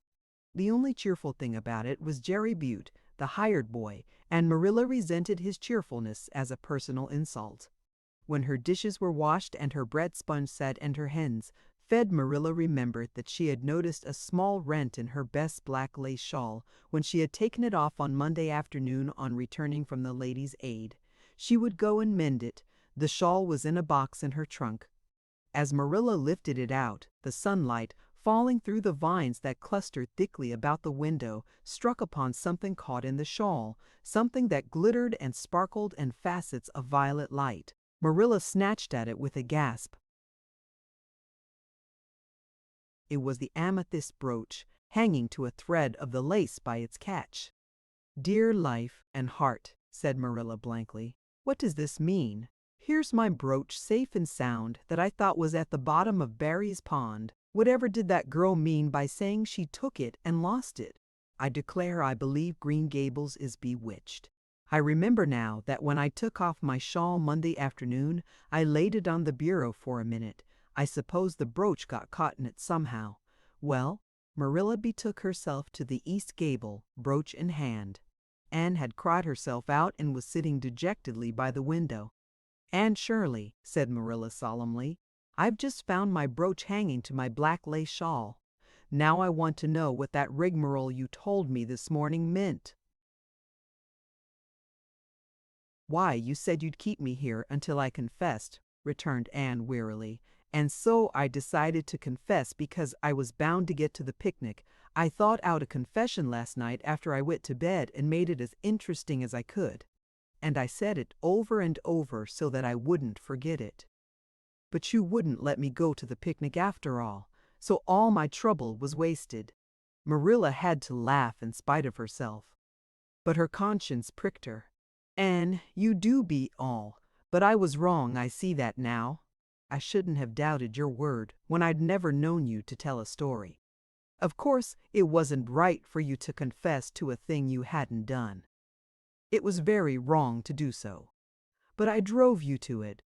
So if you'll forgive me, Anne, I'll forgive you and we'll start square again. And now get yourself ready for the picnic." Anne flew up like a rocket. "Oh, Marilla, isn't it too late?" "No, it's only 2 o'clock. They won't be more than well gathered yet, and it'll be an hour before they have tea. Wash your face and comb your hair and put on your gingham. I'll fill a basket for you. There's plenty of stuff baked in the house, and I'll get Jerry to hitch up the sorrel and drive you down to the picnic ground." "Oh, Marilla," exclaimed Anne, flying to the washstand.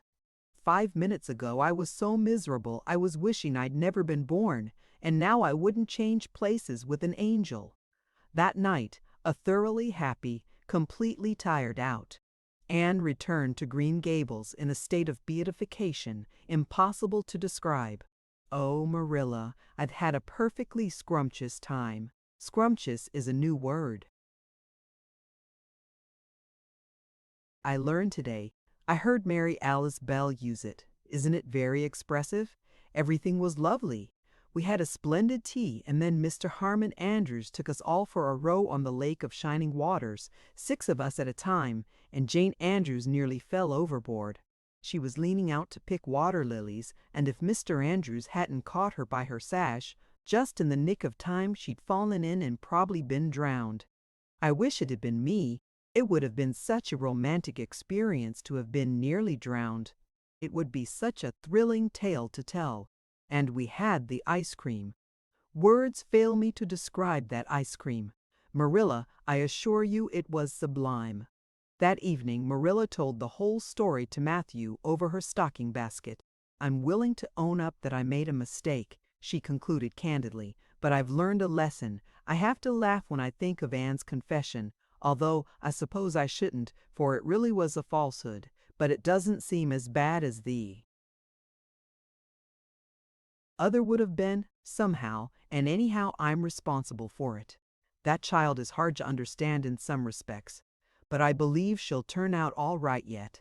And there's one thing certain, no house will ever be dull that she's in."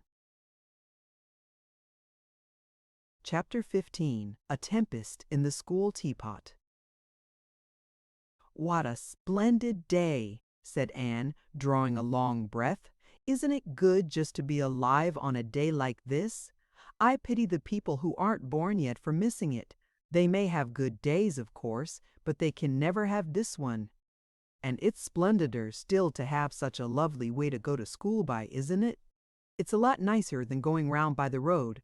That is so dusty and hot," said Diana practically, peeping into her dinner basket and mentally calculating if the 3 juicy, toothsome raspberry tarts reposing there were divided among 10 girls, how many bites each girl would have. The little girls of Avonlea school always pooled their lunches, and to eat 3 raspberry tarts all alone or even to share them only with one's best chum would have forever and ever branded as awful mean the girl who did it. And yet when the tarts were divided among 10 girls, you just got enough to tantalize you. The way Anne and Diana went to school was a pretty one, Anne thought. Those walks to and from school with Diana couldn't be improved upon even by imagination. Going around by the main road would have been so unromantic, but to go by Lover's Lane and Willowmere and Violet Vale and the Birch Path was romantic, if ever anything was. Lover's Lane opened out below the orchard at Green Gables and stretched far up into the woods to the end of the Cuthbert farm. It was the way by which the cows were taken to the back pasture and the wood hauled home in winter. Anne had named it Lover's Lane before she had been a month at Green Gables. "Not that lovers ever really walk there," she explained to Marilla, "but Diana and I are reading a perfectly magnificent book, and there's a lover's lane in it, so we want to have one too." And it's a very pretty name, don't you think? So romantic. We can't imagine the lovers into it, you know. I like that lane because you can think out loud there without people calling you crazy. Anne, starting out alone in the morning, went down Lover's Lane as far as the brook. Here Diana met her, and the two little girls went on up the lane under the leafy arch of maples. "Maples are such sociable trees," said Anne. "They're always rustling and whispering to you until they came to a rustic bridge." Then they left the lane and walked through Mr. Barry's back field and past Willowmere. Beyond Willowmere came Violet Vale, a little green dimple in the shadow of Mr. Andrew Bell's big woods. "Of course there are no violets there now," Anne told Marilla, "but Diana says there are millions of them in spring. Oh, Marilla, can't you just imagine you see them? It actually takes away my breath. I named it Violet Vale." Diana says she never saw the beat of me for hitting on fancy names for places. It's nice to be clever at something, isn't it? But Diana named the Birch Path. She wanted to, so I let her, but I'm sure I could have found something more poetical than plain Birch Path. Anybody can think of a name like that, but the Birch Path is one of the prettiest places in the world, Marilla. It was. Other people besides Anne thought so when they stumbled on it. It was a little narrow, twisting path winding down over a long hill straight through Mr. Bell's woods, where the light came down sifted through so many emerald screens that it was as flawless as the heart of a diamond. It was fringed in all its length with slim young birches, white-stemmed and lissom-boughed. Ferns and starflowers and wild lilies of the valley and scarlet tufts of pigeonberries grew thickly along it, and always there was a delightful spiciness in the air and music of bird calls, and the murmur and laugh of woodwinds in the trees overhead. Now and then you might see a rabbit skipping across the road if you were quiet, which Juan and Diana happened about once in a blue moon. Down in the valley the path came out to the main road, and then it was just up the spruce hill to the school. The Avonlea school was a whitewashed building, low in the eaves and wide in the windows, furnished inside with comfortable, substantial, old-fashioned desks that opened and shut and were carved all over their lids with the initials and hieroglyphics of 3 generations of schoolchildren. The schoolhouse was set back from the road, and behind it was a dusky fir wood and a brook where all the children put their bottles of milk in the morning to keep cool and sweet until dinner hour. Marilla had seen Anne start off to school on the first day of September with many secret misgivings. Anne was such an odd girl. How would she get on with the other children? And how on earth would she ever manage to hold her tongue during school hours? Things went better than Marilla feared, however.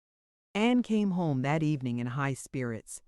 "I think I'm going to like school here," she announced. "I don't think much of the master, though. He's all the time curling his mustache and making eyes at Prissy Andrews. Prissy is grown up, you know. She's 16 and she's studying for the entrance examination into Queen's Academy at Charlottetown next year. Tilly Boulter says the master is dead gone on her. She's got a beautiful complexion and curly brown hair, and she does it up so elegantly. She sits in the long seat at the back, and he sits there too, most of the time to explain her lessons, he says.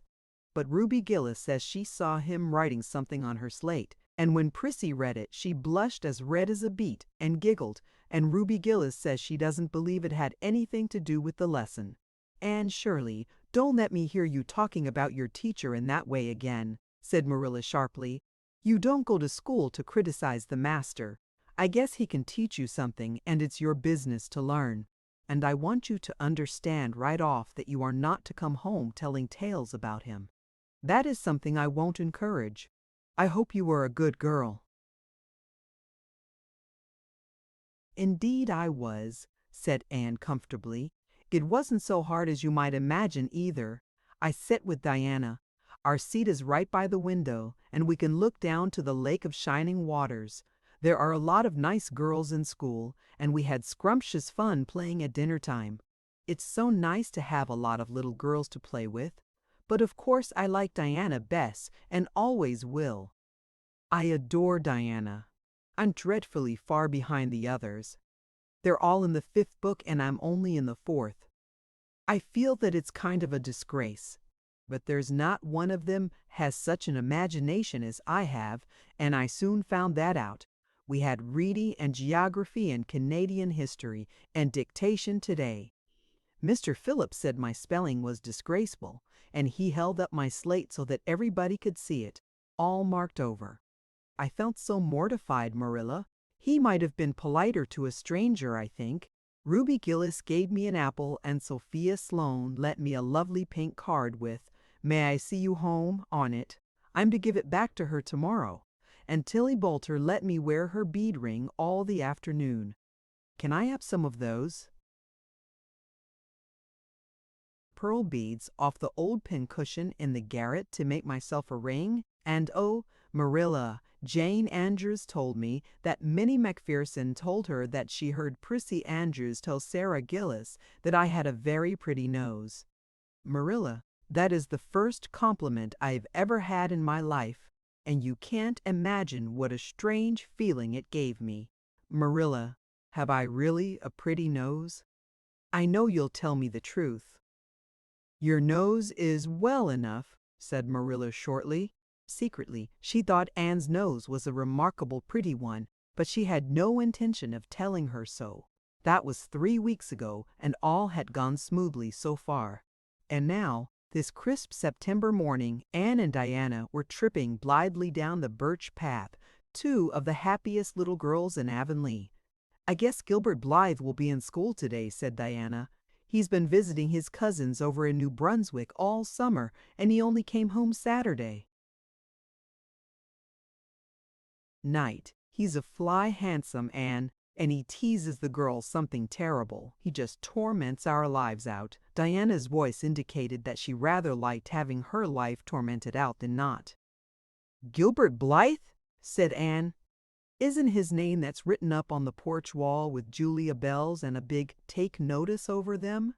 "Yes," said Diana, tossing her head, "but I'm sure he doesn't like Julia Bell so very much. I've heard him say he studied the multiplication table by her freckles." "Oh, don't speak about freckles to me," implored Anne. "It isn't delicate when I've got so many. But I do think that writing take notices up on the wall about the boys and girls is the silliest ever. I should just like to see anybody dare to write my name up with a boy's. Not, of course," she hastened to add, "that anybody would." Anne sighed. She didn't want her name written up, but it was a little humiliating to know that there was no danger of it. "Nonsense," said Diana, whose black eyes and glossy tresses had played such havoc with the hearts of Avonlea schoolboys that her name figured on the porch walls in half a dozen take notices. "It's only meant as a joke. And don't you be too sure your name won't ever be written up. Charlie Sloane is dead, gone on you. He told his mother, mind you, that you were the smartest girl in school. That's better than being good looking." "No, it isn't," said Anne, feminine to the core. "I'd rather be pretty than clever. And I hate Charlie Sloane. I can't bear a boy with goggle eyes. If anyone wrote my name up with his, I'd never get over it, Diana Barry. But it is nice, too. Keep head of your class. You'll have Gilbert in your class after this," said Diana, "and he's used to being head of his class, I can tell you. He's only in the 4th book, although he's nearly 14. 4 years ago his father was sick and had to go out to Alberta for his health, and Gilbert went with him. They were there 3 years, and Gil didn't go to school, hardly any until they came back. You won't find it so easy to keep head after this, Anne." "I'm glad," said Anne quickly. "I couldn't really feel proud of keeping head of little boys and girls of just 9 or 10. I got up yesterday spelling ebullition. Josie Pye was head, and mind you, she peeped in her book. Mr. Phillips didn't see her, he was looking at Prissy Andrews, but I did. I just swept her a look of freezing scorn, and she got as red as a beet, and spelled it wrong after all." "Those Pye girls are cheats all round," said Diana indignantly as they climbed. the fence of the main road. Gertie Pye actually went and put her milk bottle in my place in the brook yesterday. Did you ever? I don't speak to her now." When Mr. Phillips was in the back of the room hearing Prissy Andrews's Latin, Diana whispered to Anne, "That's Gilbert Blythe sitting right across the aisle from you, Anne. Just look at him and see if you don't think he's handsome." Anne looked accordingly. She had a good chance to do so, for the set Gilbert Blythe was absorbed in stealthily pinning the long yellow braid of Ruby Gillis, who sat in front of him, to the back of her seat. He was a tall boy with curly brown hair, roguish hazel eyes, and a mouth twisted into a teasing smile. Presently Ruby Gillis started up to take a sum to the master. She fell back into her seat with a little shriek, believing that her hair was pulled out by the roots. Everybody looked at her, and Mr. Phillips glared so sternly that Ruby began to cry. Gilbert had whisked a pin out of sight and was studying his history with the soberest face in the world, but when the commotion subsided, he looked at Anne and winked with inexpressible drollery. "I think your Gilbert Blythe is handsome," confided Anne to Diana, "but I think he's very bold. It isn't good manners to wink at a strange girl." But it was not until the afternoon that things really began to happen. Mr. Phillips was back in the corner explaining a problem in algebra to Prissy Andrews, and the rest of the scholars were doing pretty much as they pleased, eating green apples, whispering, drawing pictures on their slates, and driving crickets harnessed to strings up and down aisle.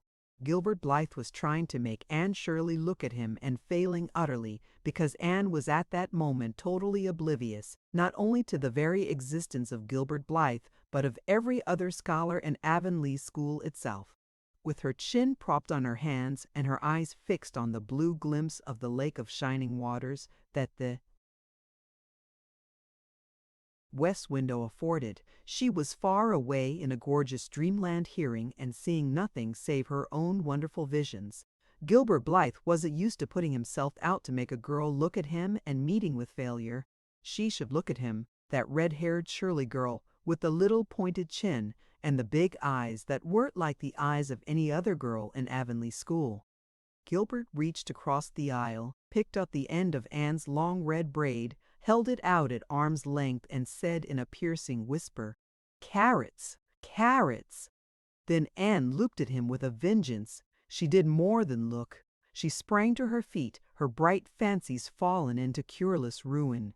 She flashed one indignant glance at Gilbert from eyes whose angry sparkle was swiftly quenched in equally angry tears. "You mean hateful boy!" she exclaimed passionately. "How dare you?" And then thwack! Anne had brought her slate down on Gilbert's head and cracked its slate not head clear across. Avonlea school always enjoyed a scene. This was an especially enjoyable one. Everybody said "oh" in horrified delight. Diana gasped. Ruby Gillis, who was inclined to be hysterical, began to cry. Tommy Sloane let his team of crickets escape him altogether while he stared open-mouthed at the tableau. Mr. Phillips stalked down the aisle and laid his hand heavily on Anne's shoulder. "Anne Shirley, what does this mean?" he said angrily. Anne returned no answer. It was asking too much of flesh and blood to expect her to tell before the whole school that she had been called carrots. Gilbert it was who spoke up stoutly. "It was my fault, Mr. Phillips. I teased her." Mr. Phillips paid no heed to Gilbert. "I am sorry to see a pupil of mine displaying such a temper and such a vindictive spirit," he said in a solemn tone, as if the mere fact of being a pupil of his ought to root out all evil passions from the hearts of small imperfect mortals. "Anne, go and stand on the platform in front of the blackboard for the rest of the afternoon." Anne would have infinitely preferred a whipping to this punishment, under which her sensitive spirit quivered as from a whiplash. With a white-set face she obeyed. Mr. Phillips took a chalk crayon and wrote on the blackboard above her head, "Anne Shirley has a very bad temper. Aunt Shirley must learn to control her temper," and then read it out loud, so that even the primer class, who couldn't read writing, should understand it. Anne stood there the rest of the afternoon with that legend above her. She did not cry or hang her head. Anger was still too hot in her heart for that, and it sustained her amid all her agony of humiliation. With resentful eyes and passion-red cheeks, she confronted alike Diana's sympathetic gaze and Charlie Sloane's indignant nods and Josie Pye's malicious smiles. As for Gilbert Blythe, she would not even look at him. She would never look at him again. She would never speak to him. When school was dismissed, Anne marched out with her red head held high. Gilbert Blythe tried to intercept her at the porch door. "I'm awfully sorry I made fun of your hair, Anne," he whispered contritely. "Honest, I am. Don't be mad for keeps now." Anne swept by disdainfully, without look or sign of hearing. "Oh, how could you, Anne?" breathed Diana as they went down the road half reproachfully, half admiringly. Diana felt that she could never have resisted Gilbert's plea. "I shall never forgive Gilbert Blythe," said Anne firmly. "And Mr. Phillips spelled my name without an E, too. The iron has entered into my soul, Diana." Diana hadn't the least idea what Anne meant, but she understood it was something terrible. "You mustn't mind Gilbert making fun of your hair," she said soothingly. "Why, he makes fun of all the girls. He laughs at mine because it's so black. He's called me a crow a dozen times, and I never heard him apologize for anything before, either." "There's a great deal of difference between being called a crow and being called carrots," said Anne with dignity. "Gilbert Blythe has hurt my feelings excruciatingly, Diana. It is possible the matter might have blown over without more excruciation if nothing else had happened. But when things begin to happen they are apt to keep on. Avonlea scholars often spent noon hour picking gum in Mr. Bell's spruce grove over the hill and across his big pasture field. From there they could keep an eye on Evan Wright's house, where the master boarded. When they saw Mr. Phillips emerging therefrom, they ran for the schoolhouse. But the distance being about 3 times longer than Mr. Wright's lane, they were very apt to arrive there, breathless and gasping, some 3 minutes too late. On the following day Mr. Phillips was seized with one of his spasmodic fits of reform and announced before going home to dinner that he should expect to find all the scholars in their seats when he returned. Anyone who came in late would be punished. All the boys and some of the girls went to Mr. Bell's spruce grove as usual, fully intending to stay only long enough to pick a chew. But spruce groves are seductive and yellow nuts of gum beguiling. They picked and loitered and strayed. And as usual, the first thing that recalled them to a sense of the flight of time was Jimmy Glover shouting from the top of a patriarchal old spruce, "Master's coming." The girls, who were on the ground, started first and managed to reach the schoolhouse in time, but without a second to spare. The boys, who had to wriggle hastily down from the trees, were later, and Anne, who had not been picking gum at all, but was wandering happily in the far end of the grove, waist-deep among the bracken, singing softly to herself, with a wreath of rice lilies on her hair, as if she were some wild divinity of the shadowy places, was latest of all. Anne could run like a deer, however. Run she did, with the impish result that she overtook the boys at the door and was swept into the schoolhouse among them, just as Mr. Phillips was in the act of hanging up his hat. Mr. Phillips's brief reforming energy was over. He didn't want the bother of punishing a dozen pupils. But it was necessary to do something to save his word, so he looked about for a scapegoat and found it in Anne, who had dropped into her seat, gasping for breath, with the forgotten lily wreath hanging askew over one ear and giving her a particularly rakish and disheveled appearance. "Anne Shirley, since you seem to be so fond of the boys' company, we shall indulge your taste for it this afternoon," he said sarcastically. "Take those flowers out of your hair and sit with Gilbert Blythe." The other boys snickered. Diana, turning pale with pity, plucked the wreath from Anne's hair and squeezed her hand. Anne stared at the master as if turned to stone. "Did you hear what I said, Anne?" queried Mr. Phillips sternly.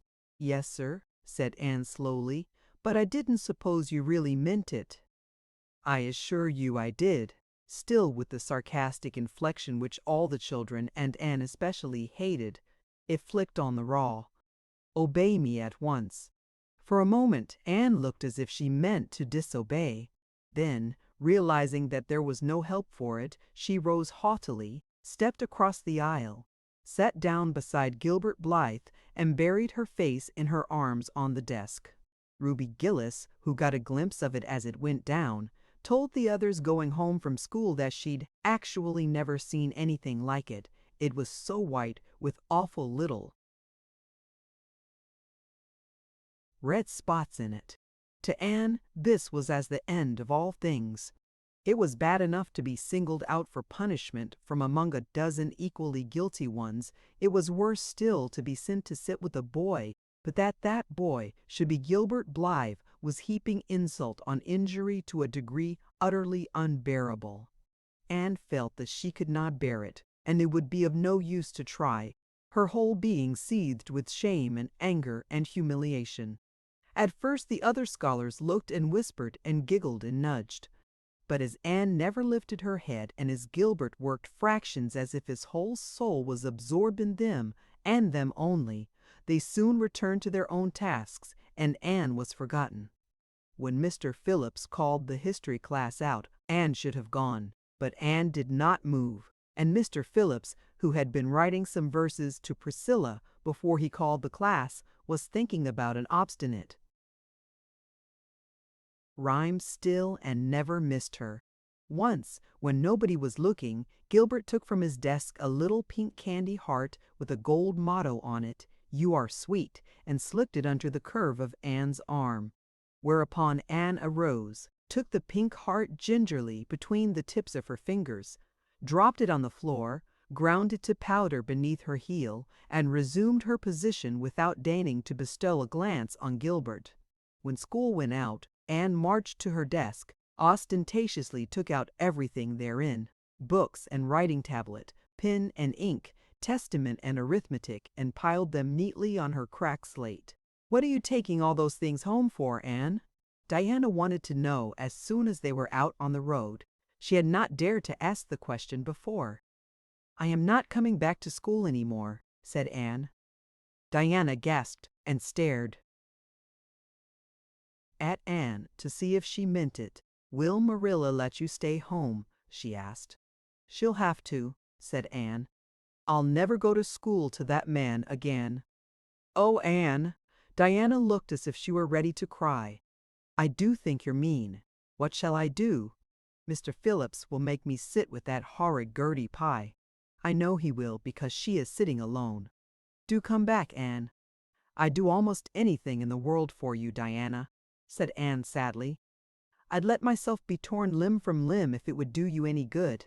But I can't do this, so please don't ask it. You harrow up my very soul."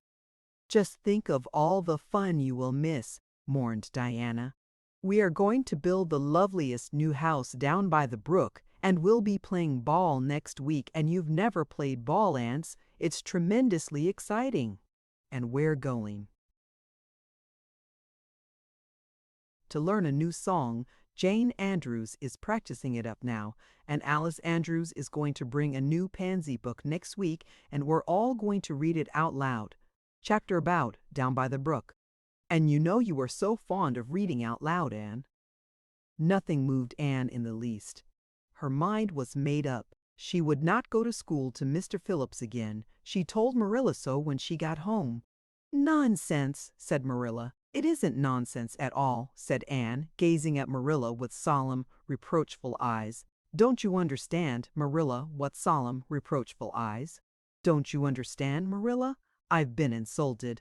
"Insulted fiddlesticks. You'll go to school tomorrow as usual." "Oh, no." Anne shook her head gently. "I'm not going back, Marilla. I'll learn my lessons at home, and I'll be as good as I can be and hold my tongue all the time, if it's possible at all. But I will not go back to school, I assure you." Marilla saw something remarkably like unyielding stubbornness looking out of Anne's small face. She understood that she would have trouble in overcoming it, but she resolved wisely to say nothing more just then. "I'll run down and see Rachel about it this evening," she thought. "There's no use reasoning with Anne now. She's too worked up, and I've an idea she can be awful stubborn if she takes the notion. Far as I can make out from her story, Mr. Phillips has been carrying matters with a rather high hand. But it would never do to say so to her. I'll just talk it over with Rachel. She's sent 10 children to school, and she ought to know something about it. She'll have heard the whole story, too, by this time." Marilla found Mrs. Lynde knitting quilts as industriously and cheerfully as usual.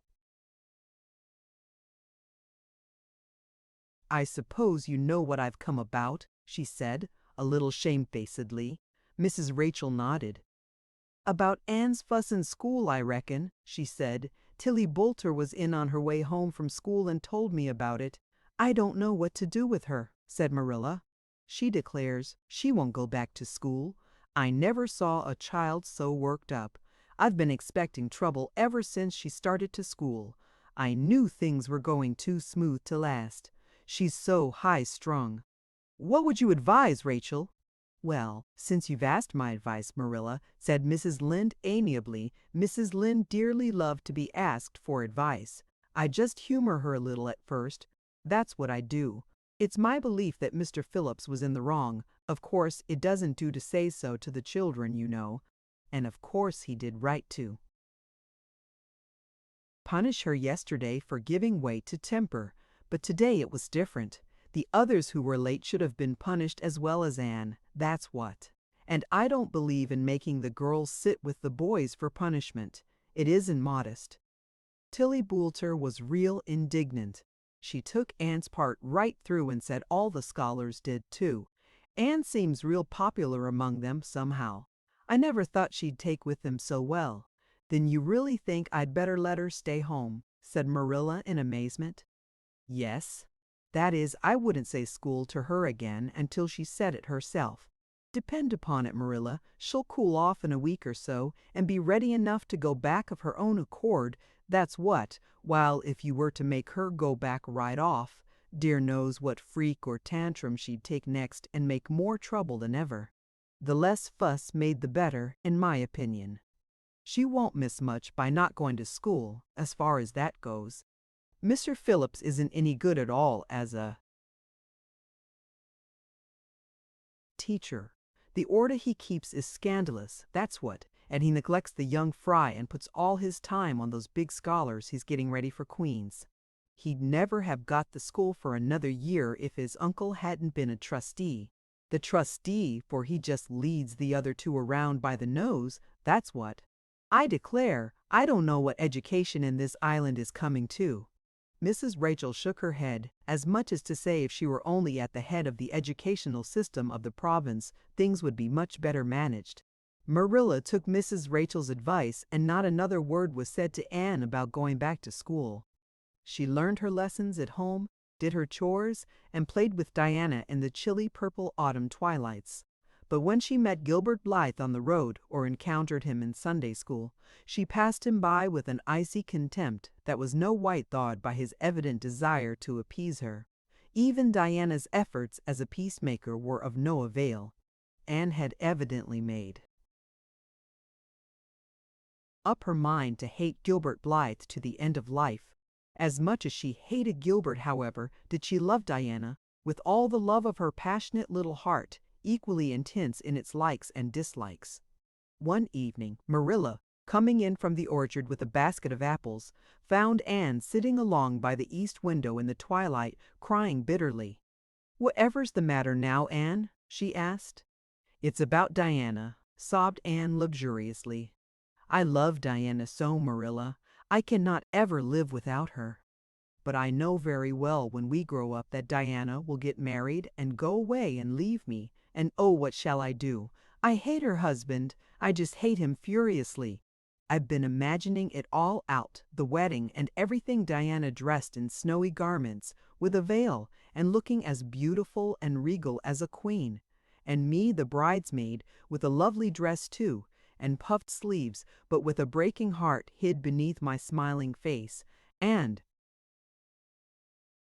then bidding Diana goodbye. Here Anne broke down entirely and wept with increasing bitterness.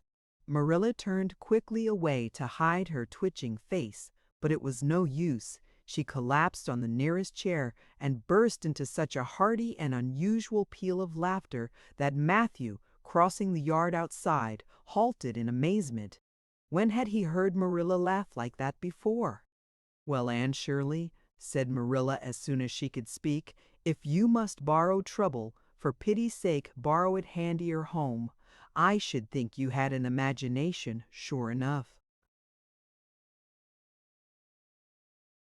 Chapter 16. Diana is invited to tea with tragic results. O.C.tober was a beautiful month at Green Gables, when the birches in the hollow turned as golden as sunshine, and the maples behind the orchard were royal crimson, and the wild cherry trees along the lane put on the loveliest shades of dark red and bronzy green, while the fields sunned themselves in aftermaths. Anne reveled in the world of color about her. "Oh, Marilla," she exclaimed one Saturday morning, coming dancing in with her arms full of gorgeous boughs, "I'm so glad I live in a world where there are Octobers. It would be terrible if we just skipped from September to November, wouldn't it? Look at these maple branches. Don't they give you a thrill, several thrills? I'm going to decorate my room with them." "Messy things," said Marilla, whose aesthetic sense was not noticeably developed. "You clutter up your room entirely too much with out-of-doors stuff, Anne. Bedrooms were made to sleep in." "Oh, and dream in too, Marilla. And you know one can dream so much better in a room where there are pretty things. I'm going to put these boughs in the old blue jug and set them on my table. Mind you don't drop leaves all over the stairs then. I'm going on a meeting of the Aid Society at Carmody this afternoon, Anne, and I won't likely be home before dark. You'll have to get Matthew and Jerry their supper, so mind you don't forget to put the tea to draw until you sit down at the table as you did last time."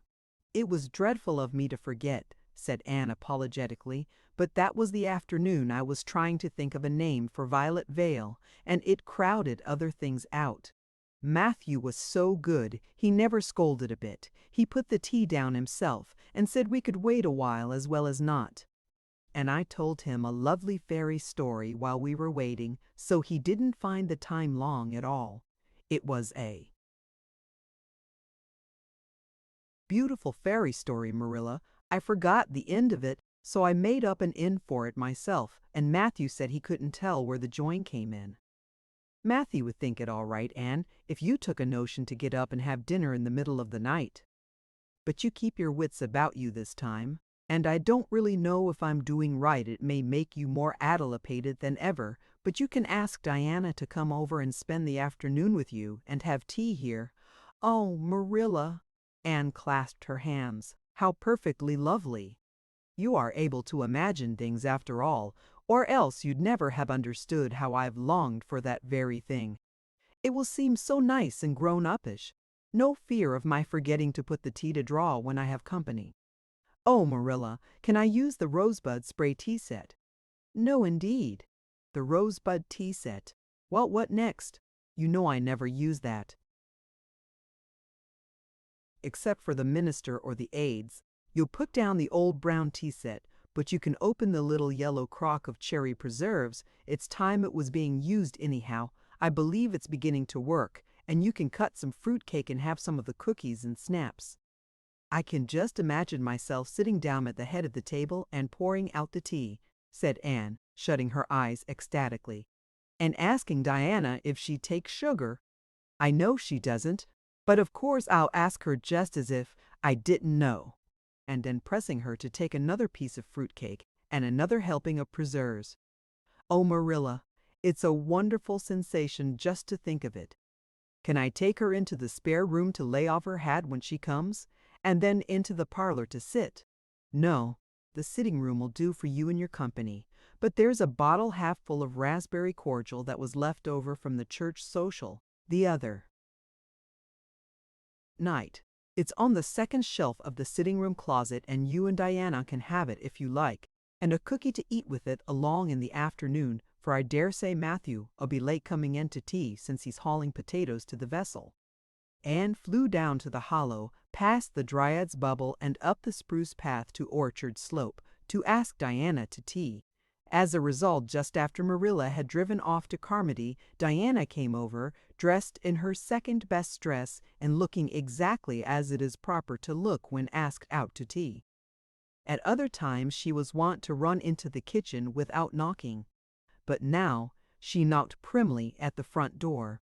And when Anne, dressed in her second best, as primly opened it, both little girls shook hands as gravely as if they had never met before. This unnatural solemnity lasted until after Diana had been taken to the east gable to lay off her hat, and then had sat for 10 minutes in the sitting room, toes in position. "How is your mother?" inquired Anne politely, just as if she had not seen Mrs. Barry picking apples that morning in excellent health and spirits. "She is very well, thank you. I suppose Mr. Cuthbert is hauling potatoes to the Lily Sands this afternoon, is he?" said Diana, who had ridden down to Mr. Harmon Andrews's that morning in Matthew's cart. "Yes, our potato crop is very good this year. I hope your father's crop is good too." "It is fairly good, thank you. Have you picked many of your apples yet?" "Oh, ever so many," said Anne, forgetting to be dignified and jumping up quickly. "Let's go out to the orchard and get some of the red sweetings, Diana. Marilla says we can have all that are left on the tree.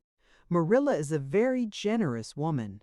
She said we could have fruit cake and cherry preserves for tea, but it isn't good manners to tell your company what you are going to give them to eat, so I won't tell you what she said we could have to drink. Only it begins with an R and a C, and it's bright red color. I love bright red drinks, don't you? They taste twice as good as any other color." The orchard, with its great sweeping boughs that bent to the ground with fruit, proved so delightful that the little girls spent most of the afternoon in it, sitting in a grassy corner where the frost had spared the green and the mellow autumn sunshine lingered warmly, eating apples and talking as hard as they could.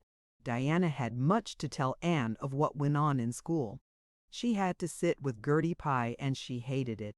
Gertie squeaked her pencil all the time, and it just made her Diana's blood run cold. Ruby Gillis had charmed all her warts away, true's you live, with a magic pebble that old Mary Joe from the creek gave her. You had to rub the warts with the pebble and then throw it away over your left shoulder at the time of the new moon, and the warts would all go. Charlie Sloane's name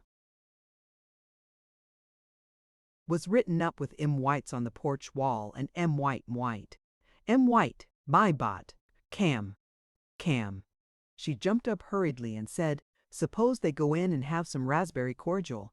Anne looked on the second shelf of the room pantry, but there was no bottle of raspberry cordial there. Search revealed it away back on the top shelf. Anne put it on a tray and set it on the table with a tumbler. "Now, please help yourself, Diana," she said politely. "I don't believe I'll have any just now. I don't feel as if I wanted any after all those apples." Diana poured herself out a tumblerful, looked at its bright red hue admiringly, and then sipped it daintily. "That's awfully nice raspberry cordial, Anne," she said.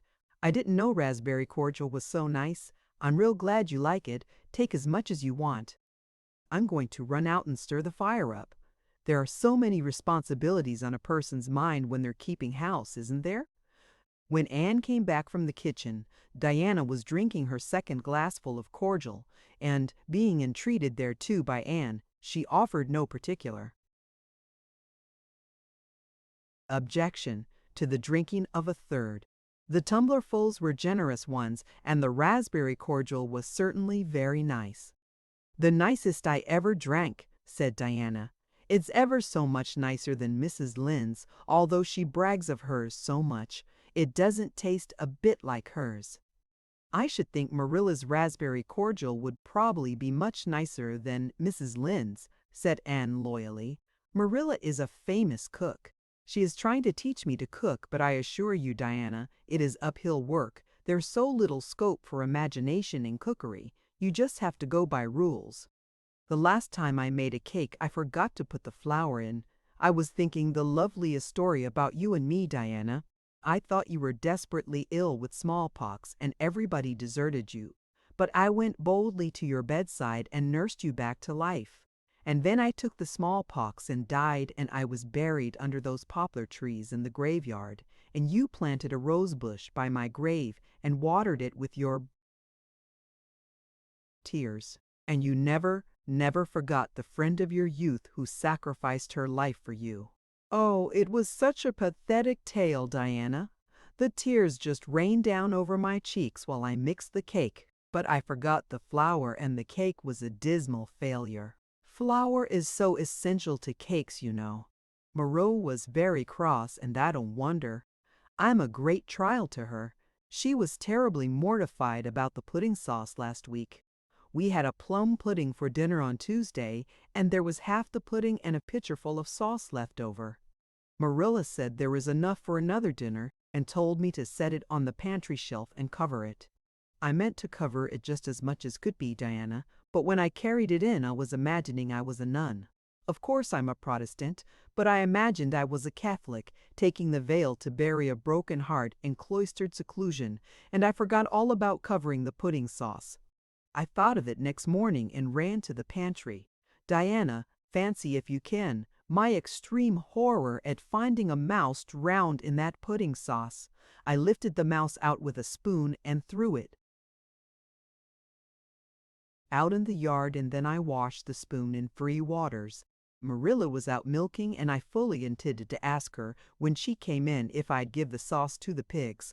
But when she did come in, I was imagining that I was a frostberry going through the woods, turning the trees red and yellow, whichever they wanted to be, so I never thought about the pudding sauce again, and Marilla sent me out to pick apples. Well, Mr. and Mrs. Chester Ross from Spencervale came here that morning. You know they are very stylish people, especially Mrs. Chester Ross. When Marilla called me and dinner was all ready and everybody was at the table. I tried to be as polite and dignified as I could be, for I wanted Mrs. Chester Ross to think I was a ladylike little girl, even if I wasn't pretty. Everything went right until I saw Marilla coming with the plum pudding in one hand and the pitcher of pudding sauce warmed up in the other. Diana, that was a terrible moment. I remembered everything and I just stood up in my place and shrieked out, "Marilla, you mustn't use that pudding sauce. There was a mouse drowned in it. I forgot to tell you before. Oh, Diana, I shall never forget that awful moment if I live to be 100. Mrs. Chester Ross just looked at me and I thought I would sink through the floor with mortification. She is such a perfect housekeeper, and fancy what she must have thought of us." Marilla turned red as fire, but she never said a word then. She just carried that sauce and pudding out and brought in some strawberry preserves. She even offered me some, but I couldn't swallow a mouthful. It was like heaping coals of fire on my head. After Mrs. Chester Ross went away, Marilla gave me a dreadful scolding. "Why, Diana, what is the matter?" Diana had stood up very unsteadily. Then she sat down again, putting her hands to her head. I'm awful sick," she said, a little thickly. "I must go right home." "Oh, you mustn't dream of going home without your tea," cried Anne in distress. "I'll get it right off. I'll go and put the tea down this very minute." "I must go home," repeated Diana stupidly but determinedly. "Let me get you a lunch anyhow," implored Anne. "Let me give you a bit of fruit cake and some of the cherry preserves. Lie down on the sofa for a little while and you'll be better. Where do you feel bad?" "I must go home," said Diana, and that was all she would say. In vain Anne pleaded. "I never heard of company going home without tea," she mourned. "Oh, Diana, do you suppose that it's possible you're really taking the smallpox? If you are, I'll go and nurse you. You can depend on that. I'll never forsake you. But I do wish you'd stay till after tea. Where do you feel bad?" "I'm awful dizzy," said Diana. And indeed she walked very dizzily. Anne, with tears of disappointment in her eyes, got Diana's hat and went with her as far as the Berry Yard fence. Then she wept all the way back to Green Gables, where she sorrowfully put the remainder of the raspberry cordial back into the pantry and got tea ready for Matthew and Jerry, with all the zest gone out of the performance. The next day was Sunday, and as the rain poured down in torrents from dawn till dusk, Anne did not stir abroad from Green Gables. Monday afternoon, Marilla sent her down to Mrs. Lynde's on an errand. In a very short space of time, Anne came flying back up the lane, with tears rolling down her cheeks. Into the kitchen she dashed and flung herself face downward on the sofa in an agony. "Whatever has gone wrong now, Anne?" queried Marilla in doubt and dismay. "I do hope you haven't gone and been saucy to Mrs. Lynde again." No answer from Anne save more tears and stormier sobs. "Anne Shirley, when I ask you a question I want to be answered. Sit right up this very minute and tell me what you are crying about." Anne sat up, tragedy personified. "Mrs. Lynde was up to see Mrs. Barry today, and Mrs. Barry was in an awful state," she wailed. "She says that I set Diana drunk Saturday and sent her home in a disgraceful condition. And she says I must be a thoroughly bad, wicked little girl, and she's never, never going to let Diana play with me again. Oh, Marilla, I'm just overcome with woe." Marilla stared in blank amazement. "Set Diana drunk," she said when she found her voice. "Anne, are you or Mrs. Barry crazy? What on earth did you give her?" "Not a thing but raspberry cordial," sobbed Anne. "I never thought raspberry." "Cordial," sobbed Anne. "I never thought raspberry." Cordial would set people drunk. Marilla, not even if they drank 3 big tumblerfuls as Diana did. "Oh, it sounds so like Mrs. Thomas's husband, but I didn't mean to set her drunk." "Drunk fiddlesticks," said Marilla, marching to the sitting-room pantry. There on the shelf was a bottle which she at once recognized as one containing some of her 3-year-old homemade currant wine, for which she was celebrated in Avonlea. Although certain of the stricter sort, Mrs. Barry among them, disapproved strongly of it. And at the same time Marilla recollected that she had put the bottle of raspberry cordial down in the cellar instead of in the pantry, as she had told Anne. She went back to the kitchen with the wine bottle in her hand. Her face was twitching in spite of herself. "Anne, you certainly have a genius for getting into trouble. You went and gave Diana currant wine instead of raspberry cordial. Didn't you know the difference yourself?" "I never tasted it," said Anne. "I thought it was the cordial. I meant to be so hospitable. Diana got awfully sick and had to go home. Mrs. Barry told Mrs. Lynde she was simply dead drunk. She just laughed silly like when her mother asked her what was the matter and went to sleep and slept for hours. Her mother smelled her breath and knew she was drunk. She had a fearful headache all day yesterday. Mrs. Barry is so indignant. She will never believe but what I did it on purpose." "I should think she would better punish Diana for being so greedy as to drink 3 glassfuls of anything," said Marilla shortly. "Why, 3 of those big glasses would have made her sick even if it had only been cordial. Well, this story will be a nice handle for those folks who are so down on me for making currant wine. Although I haven't made any for 3 years ever since I found out that the minister didn't approve. I just kept that bottle for sickness. There, child, don't cry. I can't see as you are to blame, although I'm sorry it happened so." "I must cry," said Anne. "My heart is broken. The stars in their courses fight against me, Marilla. Diana and I are parted forever. Oh, Marilla, I little dreamed of this when first we swore our vows of friendship. Don't be foolish, Anne. Mrs. Barry will think better of it when she finds you're not to blame. I suppose she thinks you've done it for a silly joke or something of that sort. You'd best go up this evening and tell her how it was." "My courage fails me at the thought of facing Diana's injured mother," sighed Anne. "I wish you'd go, Marilla. You're so much more dignified than I am. Likely she'd listen to you quicker than to me." "Well, I will," said Marilla, reflecting that it would probably be the wiser course. "Don't cry any more, Anne. It will be all right." Marilla had changed her mind about it being all right by the time she got back from Orchard Slope. Anne was watching for her coming and flew to the porch door to meet her. "Oh, Marilla, I know by your face that it's been no use," she said sorrowfully. Mrs. Barry won't forgive me?" "Mrs. Barry indeed," snapped Marilla. "Of all the unreasonable women I ever saw, she's the worst. I told her it was all a mistake and you weren't to blame, but she just simply didn't believe me, and she rubbed it well in about my currant wine and how I'd always said it couldn't have the least effect on anybody. I just told her plainly that currant wine wasn't meant to be drunk 3 tumblerfuls at a time, and that if a child I had to do with was so greedy, I'd sober her up with a right good spanking." Marilla whisked into the kitchen, grievously disturbed, leaving a very much distracted little soul in the porch behind her. Presently Anne stepped out bareheaded into the chill autumn dusk.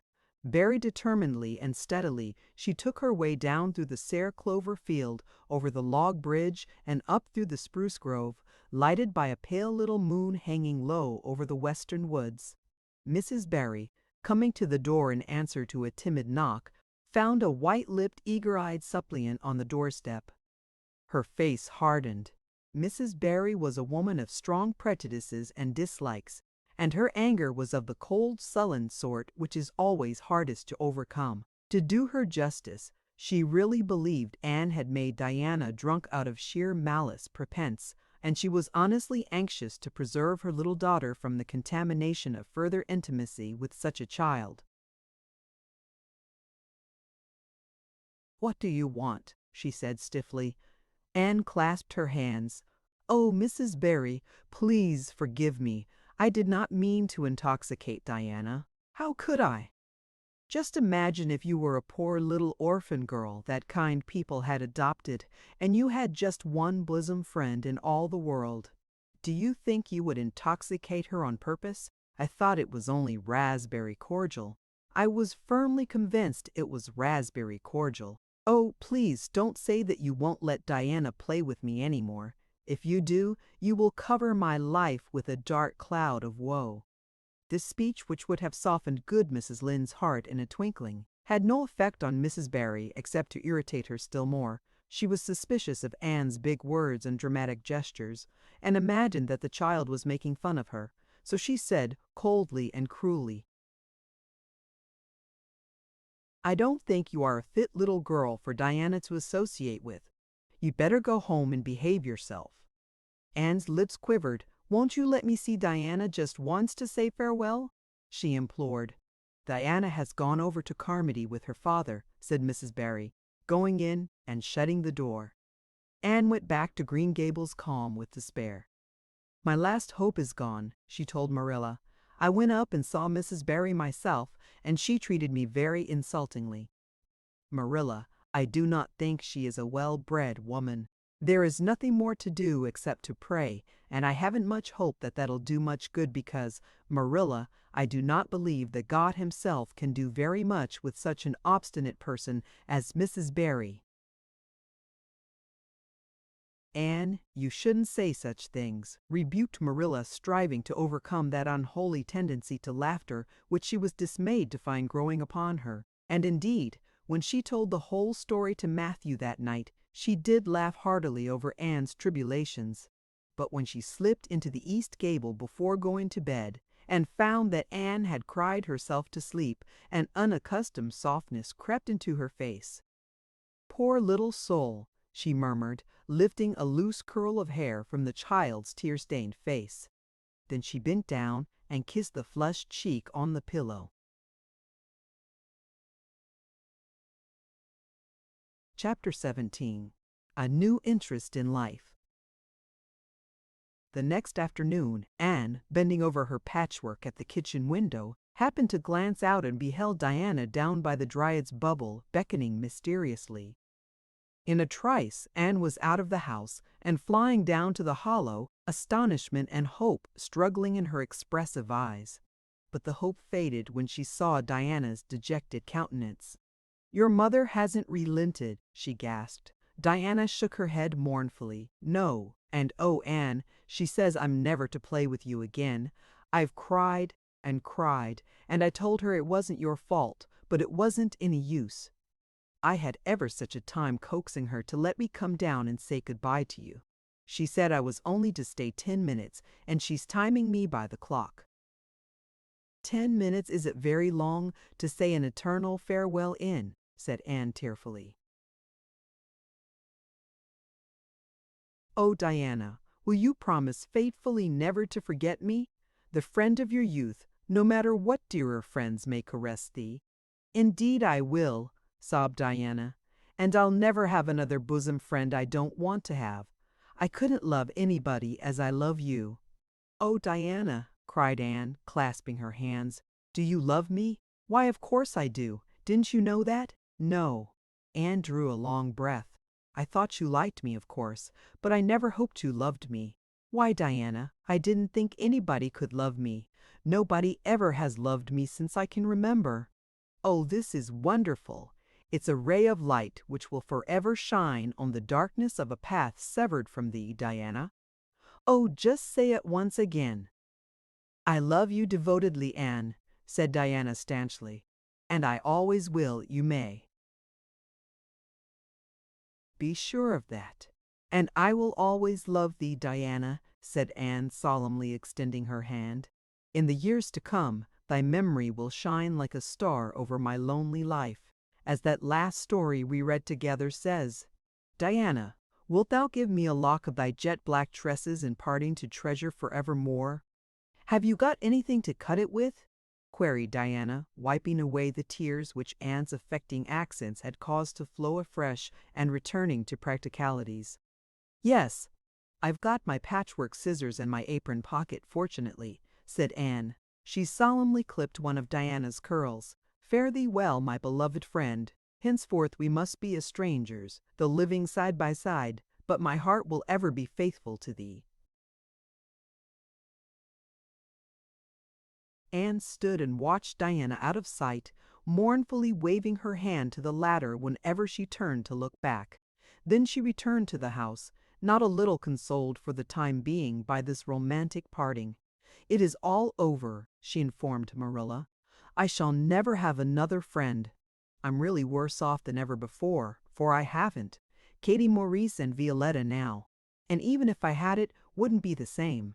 Somehow, little dream girls are not satisfying after a real friend. Diana and I had such an affecting farewell down by the spring. It will be sacred in my memory forever. I used the most pathetic language I could think of and said, "Thou and they." "Thou and thee" seems so much more romantic than "you." Diana gave me a lock of her hair, and I'm going to sew it up in a little bag and wear it around my neck all my life. Please see that it is buried with me, for I don't believe I'll live very long. Perhaps when she sees me lying cold and dead before her, Mrs. Barry may feel remorse for what she has done and will let Diana come to my funeral. I don't think there is much fear of your dying of grief as long as you can talk, Anne, said Marilla unsympathetically. The following Monday, Anne surprised Marilla by coming down from her room with her basket of books on her arm and hip and her lips primed up into a line of determination. I'm going back to school, she announced. That is all there is left in life for me now that my friend has been ruthlessly torn from me. In school I can look at her and muse over days departed. You'd better muse over your lessons in sums, said Marilla, concealing her delight at this development of the situation. If you're going back to school, I hope we'll hear no more of breaking slates over people's heads and such carryings on. Behave yourself and do just what your teacher tells you. I'll try to be a model pupil, agreed Anne dolefully. There won't be much fun in it, I expect. Mr. Phillips said Minnie Andrews was a model pupil, and there isn't a spark of imagination or life in her. She is just dull and poky and never seems to have a good time. But I feel so depressed that perhaps it will come easy to me now. I'm going round by the road.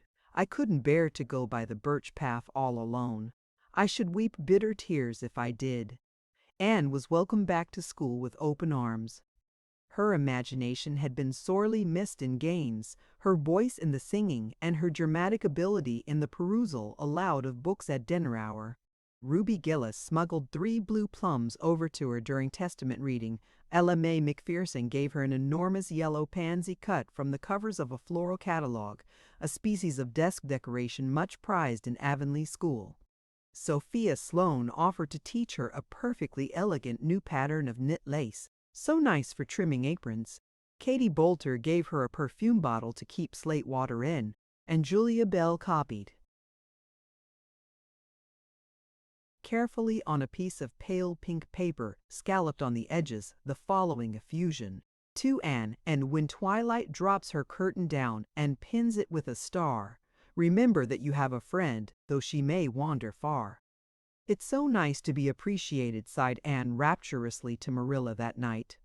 The girls were not the only scholars who appreciated her.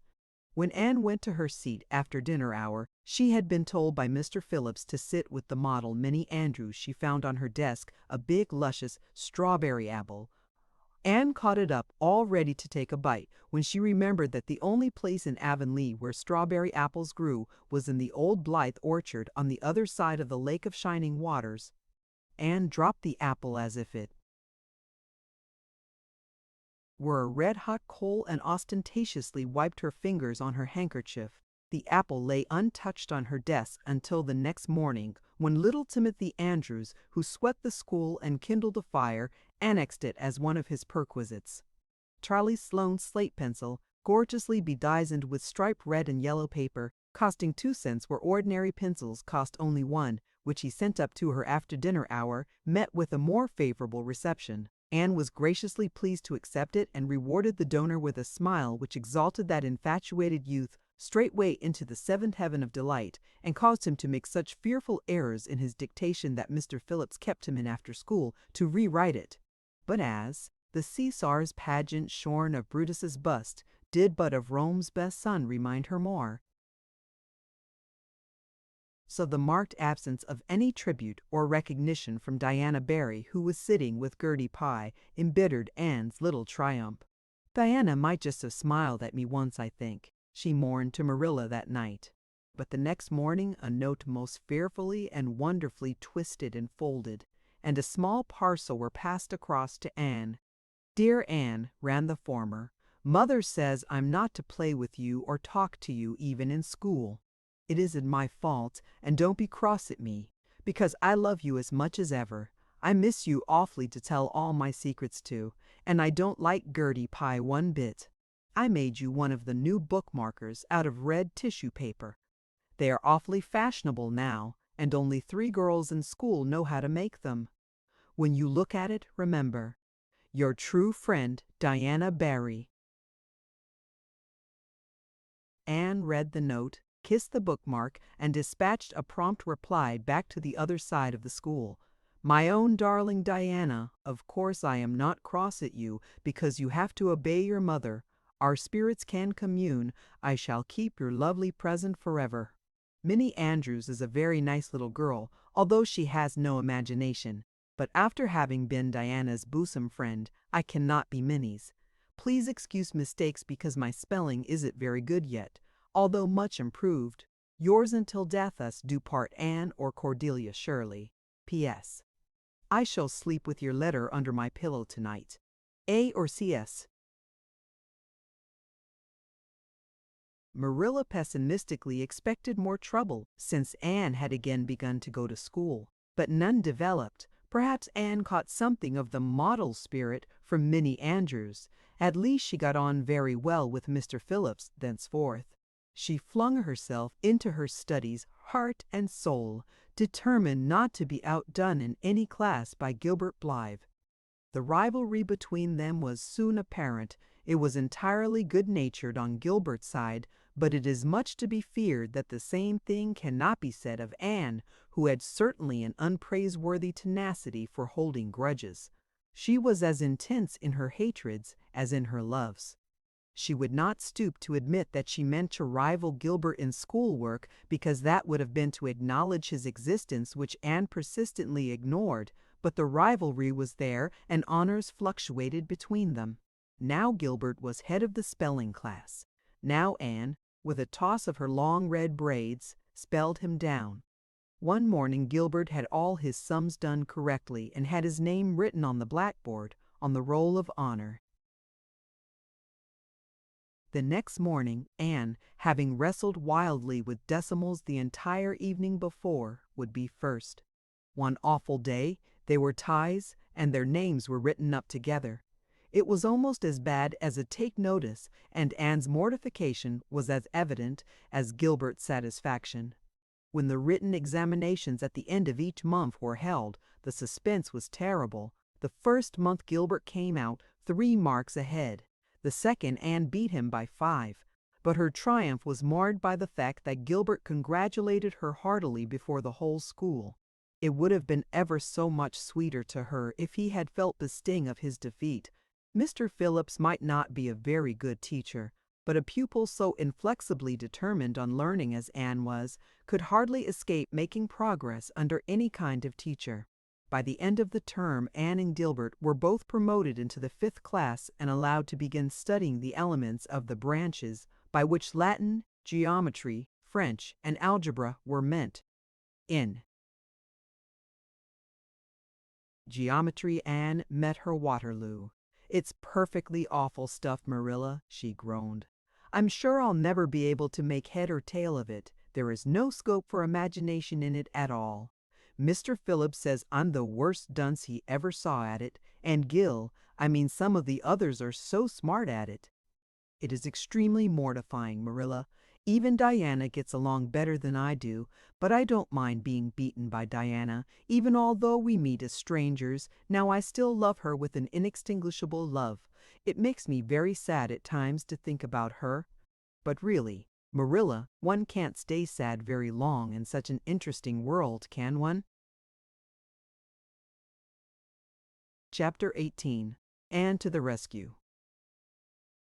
All things great are wound up with all things little. At first glance, it might not seem that the decision of a certain Canadian premier to include Prince Edward Island in a political tour could have much or anything to do with the fortunes of little Anne Shirley at Green Gables.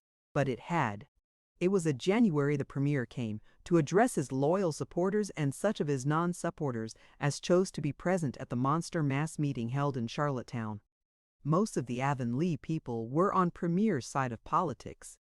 Hence, on the night of the meeting, nearly all the men and a goodly proportion of the women had gone to town 30 miles away. Mrs. Rachel Lynde had gone too. Rachel Lynde was a red-hot politician and couldn't have believed that the political rally could be carried through without her, although she was on the opposite side of politics. So she went to town and took her husband Thomas, would be useful in looking after the horse, and Marilla Cuthbert with her. Marilla had a sneaking interest in politics herself, and as she thought it might be her only chance to see a real-live premiere, she promptly took it, leaving Anne and Matthew to keep house until her return the following day. Hence, while Marilla and Mrs. Rachel were enjoying themselves hugely at the mass meeting, Anne and Matthew had the cheerful kitchen at Green Gables all to themselves. A bright fire was glowing in the old-fashioned Waterloo stove, and blue-white frost crystals were shining on the window panes. Matthew nodded over a farmer's advocate on the sofa, and Anne at the table studied her lessons with grim determination, despite sundry wistful glances at the clock shelf, where lay a new book that Jane Andrews had lent her that day. Jane had assured her that it was warranted to produce any number of thrills, or words to that effect, and Anne's fingers tingled to reach out for it, but that would mean Gilbert Blythe's triumph on the morrow. Anne turned her back on the clock shelf and tried to imagine it wasn't there. "Matthew, did you ever study geometry when you went to school?" "Well now, no, I didn't," said Matthew, coming out of his doze with a start. "I wish you had," sighed Anne, "because then you'd be able to sympathize with me. You can't sympathize properly if you've never studied it. It is casting a cloud over my whole life. I'm such a dunce at it, Matthew." "Well now, I don't know," said Matthew soothingly. "I guess you're all right at anything. Mr. Phillips told me last week in Blair's store at Carmody that you was the smartest scholar in school and was making rapid progress." Rapid progress was his very words. There's them as runs down Teddy Phillips and says he ain't much of a teacher, but I guess he's all right. Matthew would have thought anyone who praised Anne was all right. I'm sure I'd get on better with geometry if only he wouldn't change the letters, complained Anne. I learn the proposition off by heart, and then he draws it on the blackboard and puts different letters from what are in the book, and I get all mixed up. I don't think a teacher should take such a mean advantage, do you? We're studying agriculture now, and I found out at last what makes the roads red. It's a great comfort. I wonder how Marilla and Mrs. Lynde are enjoying themselves. Mrs. Lynde says Canada is going to the dogs the way things are being run at Ottawa, and that it's an awful warning to the electors. She says if women were allowed to vote, we would soon see a blessed change. What way do you vote, Matthew? Conservative, said Matthew promptly. To vote conservative was part of Matthew's religion. Then I'm conservative too, said Anne decidedly. I'm glad because some of the boys in school are grits. I guess Mr. Phillips is a grit too. Because Prissy Andrews's father is one, and Ruby Gillis says that when a man is courting he always has to agree with the girl's mother in religion and her father in politics. Is that true, Matthew? Well now, I dunno, said Matthew. Did you ever go courting, Matthew? Well now, no, I don't know's I ever did, said Matthew, who had certainly never thought of such a thing in his whole existence. Anne reflected with her chin in her hands. It must be rather interesting, don't you think, Matthew? Ruby Gillis says when she grows up she's going to have ever so many bows on the string and have them all crazy about her. But I think that would be too exciting. I'd rather have just one in his right mind. But Ruby Gillis knows a great deal about such matters. Because she has so many big sisters, and Mrs. Lynde says the Gillis girls have gone off like hotcakes. Mr. Phillips goes up to see Prissy Andrews nearly every evening. He says it is to help her with her lessons, but Miranda Sloane is studying for Queen's too, and I should think she needed help a lot more than Prissy because she's ever so much stupider, but he never goes to help her in the evenings at all. There are a great many things in this world that I can't understand very well, Matthew. Well now, I don't know as I comprehend them all myself, acknowledged Matthew. Well, I suppose I must finish up my lessons. I won't allow myself to open that new book Jane lent me until I'm through. But it's a terrible temptation, Matthew. Even when I turn my back on it, I can see it there just as plain. Jane said she cried herself sick over it. I love a book that makes me cry.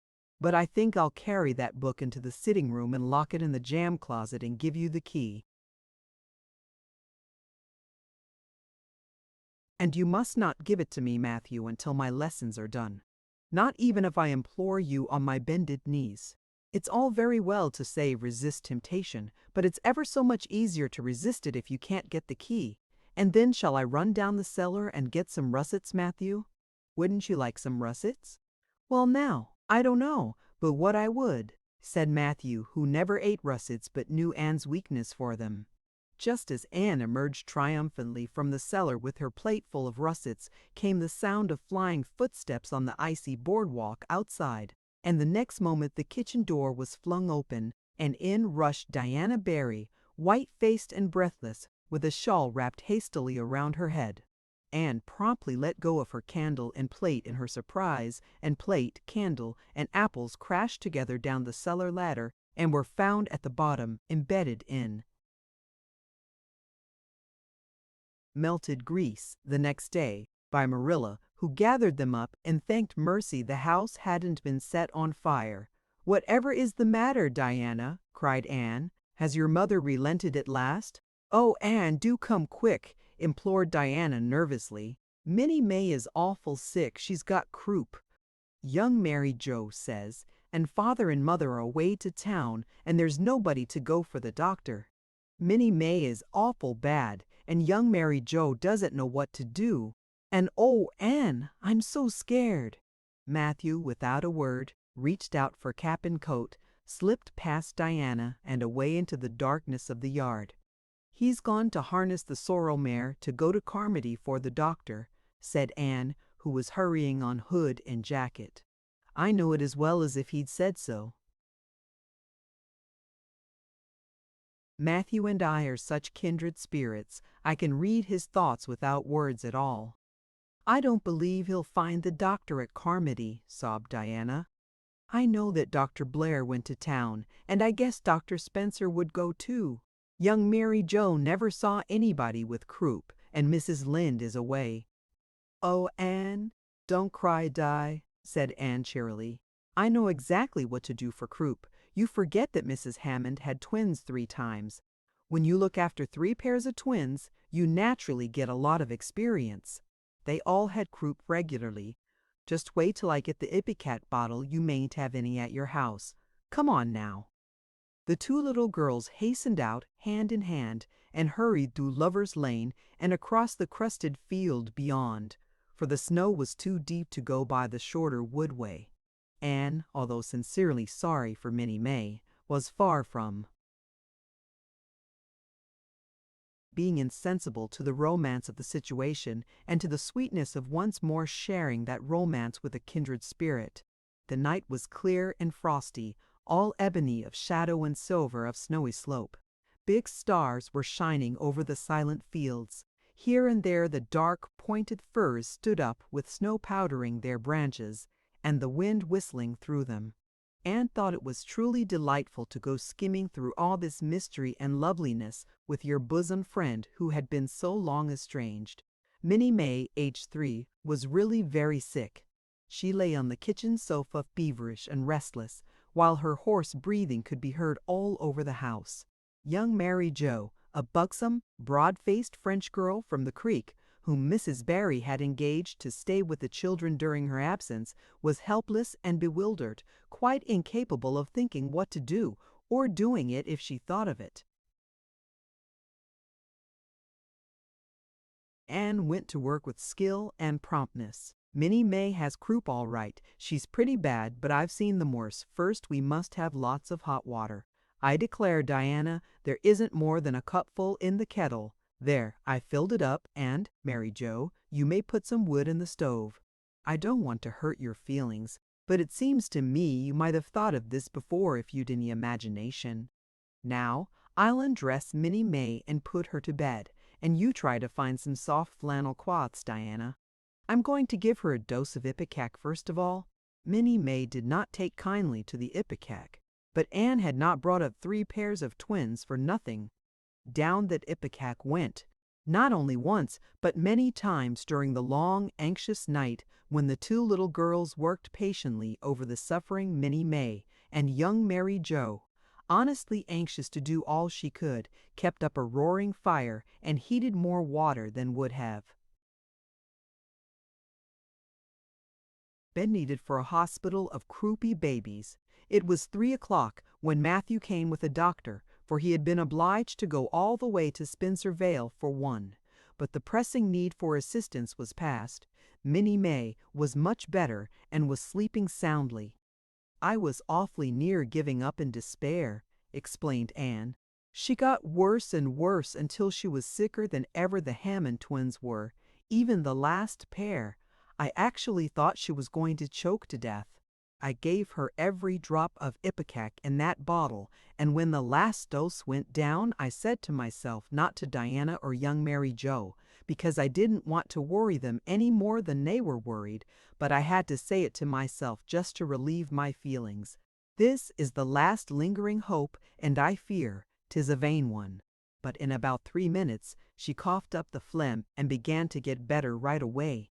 You must just imagine my relief, doctor, because I can't express it in words. You know there are some things that cannot be expressed in words. Yes, I know, nodded the doctor. He looked at Anne as if he were thinking some things about her that couldn't be expressed in words. Later on, however, he expressed them to Mr. and Mrs. Barry. That little red-headed girl they have over at Cuthbert's is as smart as they make 'em. I tell you, she saved that baby's life, for it would have been too late by the time I got there. She seems to have a skill and presence of mind perfectly wonderful in a child of her age. I never saw anything like the eyes of her when she was explaining the case to me. Anne had gone home in the wonderful white frosted winter morning, heavy-eyed from loss of sleep, but still talking unweariedly to Matthew as they crossed the long white field and walked under the glittering fairy arch of the Lover's Lane maples. "Oh, Matthew, isn't it a wonderful morning? The world looks like something God had just imagined for his own pleasure, doesn't it? Those trees look as if I could blow them away with a breath poof. I'm so glad I live in a world where there are white frosts, aren't you? And I'm so glad Mrs. Hammond had 3 pairs of twins after all. If she hadn't, I mightn't have known what to do for Minnie May. I'm real sorry I was ever cross with Mrs. Hammond for having twins. But, oh, Matthew, I'm so sleepy. I can't go to school. I just know I couldn't keep my eyes open and I'd be so stupid. But I hate to stay home, for Gil some of the others will get head of the class, and it's so hard to get up again, although, of course, the harder it is, the more satisfaction you have when you do get up, haven't you?" "Well now, I guess you'll manage all right," said Matthew, looking at Anne's white little face and the dark shadows under her eyes. "You just go right to bed and have a good sleep. I'll do all the chores."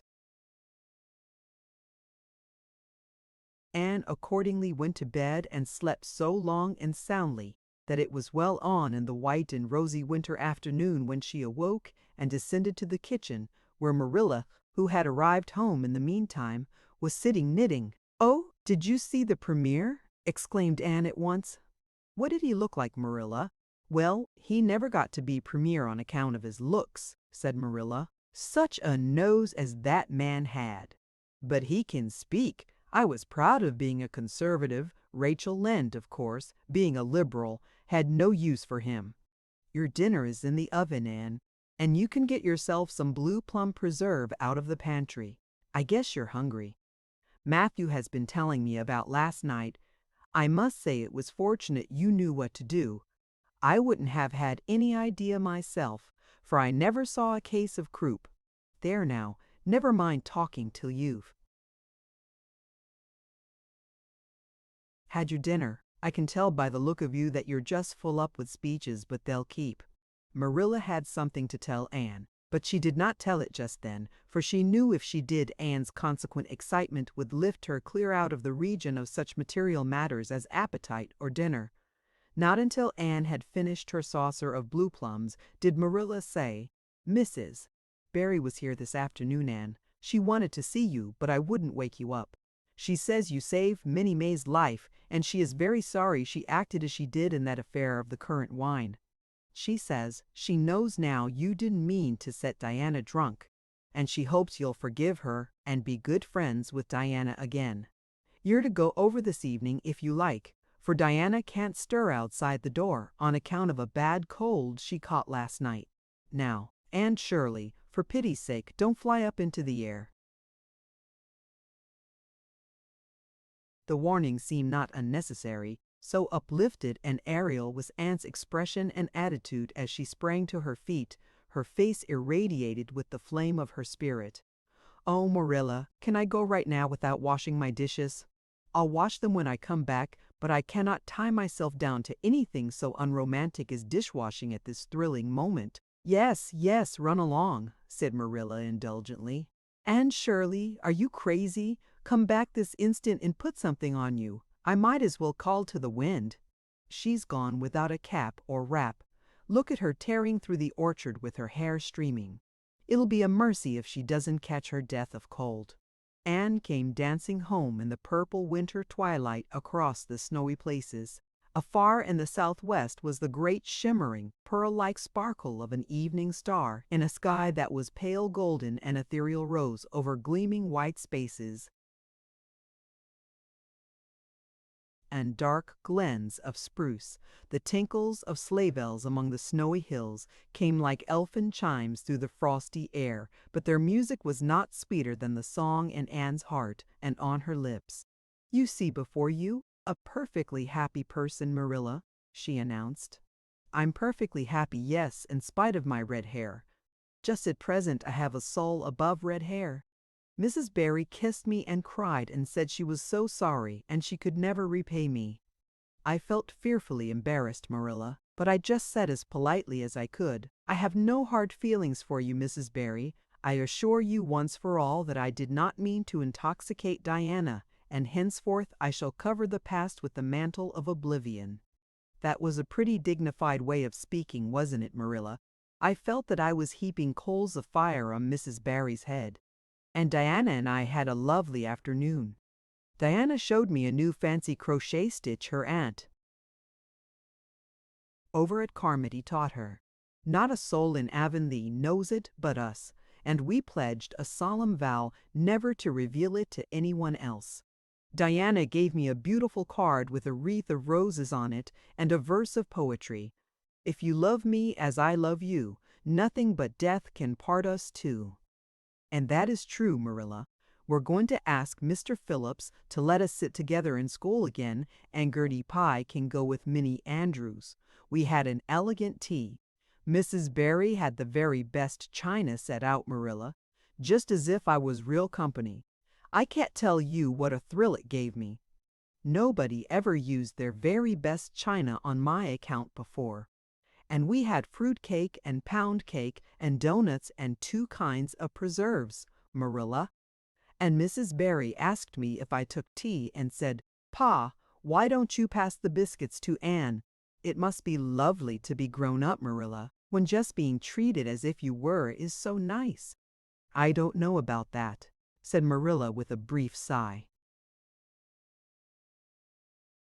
Well, anyway, when I am grown up, said Anne decidedly, I'm always going to talk to little girls as if they were too, and I'll never laugh when they use big words. I know from sorrowful experience how that hurts one's feelings.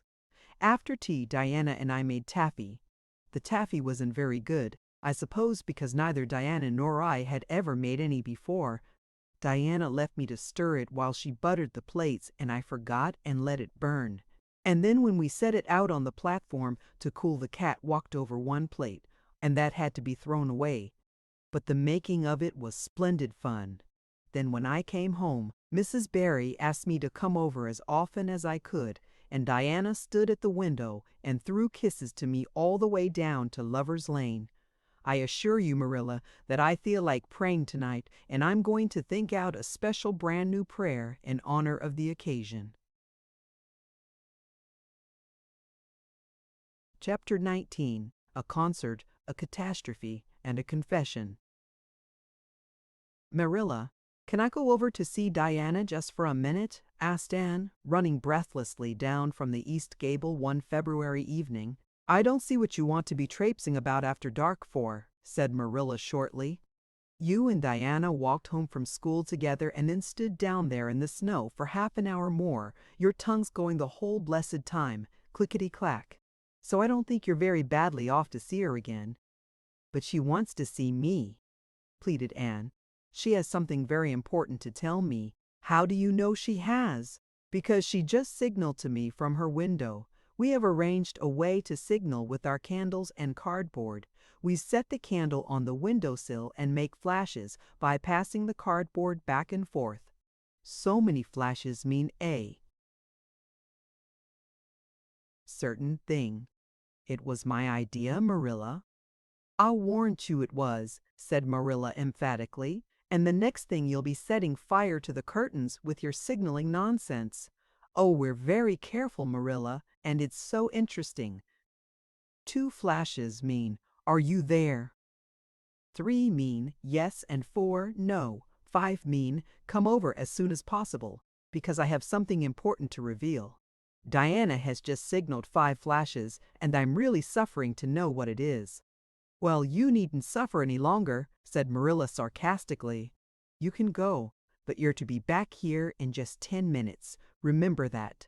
Anne did remember it and was back in the stipulated time, although probably no mortal will ever know just what it cost her to confine the discussion of Diana's important communication within the limits of 10 minutes. But at least she had made good use of them. Oh, Marilla, what do you think? You know tomorrow is Diana's birthday. Well, her mother told her she could ask me to go home with her from school and stay all night with her. And her cousins are coming over from Newbridge in a big pung sleigh to go to the debating club concert at the hall tomorrow night. And they are going to take Diana and me to the concert if you'll let me go, that is. You will, won't you, Marilla? Oh, I feel so excited. You can calm down then, because you're not going. You're better at home in your own bed, and as for that club concert, it's all nonsense, and little girls should not be allowed to go out to such places at all. I'm sure the debating club is a most respectable affair, pleaded Anne. I'm not saying it isn't, but you're not going to begin gadding about to concerts and staying out all hours of the night. Pretty doings for children. I'm surprised at Mrs. Barry's letting Diana go.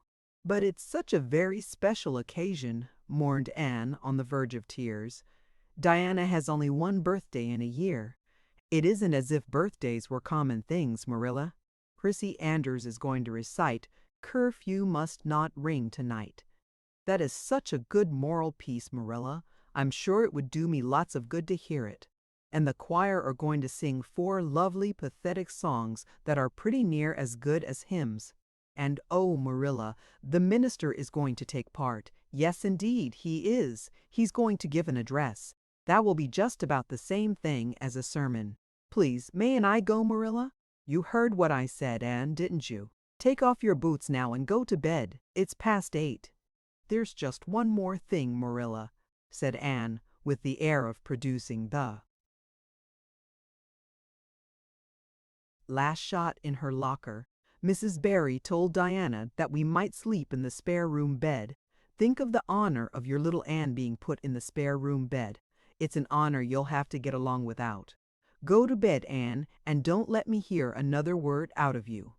When Anne, with tears rolling over her cheeks, had gone sorrowfully upstairs, Matthew, who had been apparently sound asleep on the lounge during the whole dialogue, opened his eyes and said decidedly, "Well now, Marilla, I think you ought to let Anne go."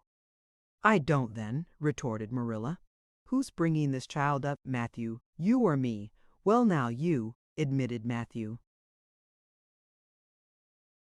"Don't interfere then." "Well now, I ain't interfering. It ain't interfering to have your own opinion, and my opinion is that you ought to let Anne go." "You'd think I ought to let Anne go to the moon if she took the notion, I've no doubt," was Marilla's amiable rejoinder.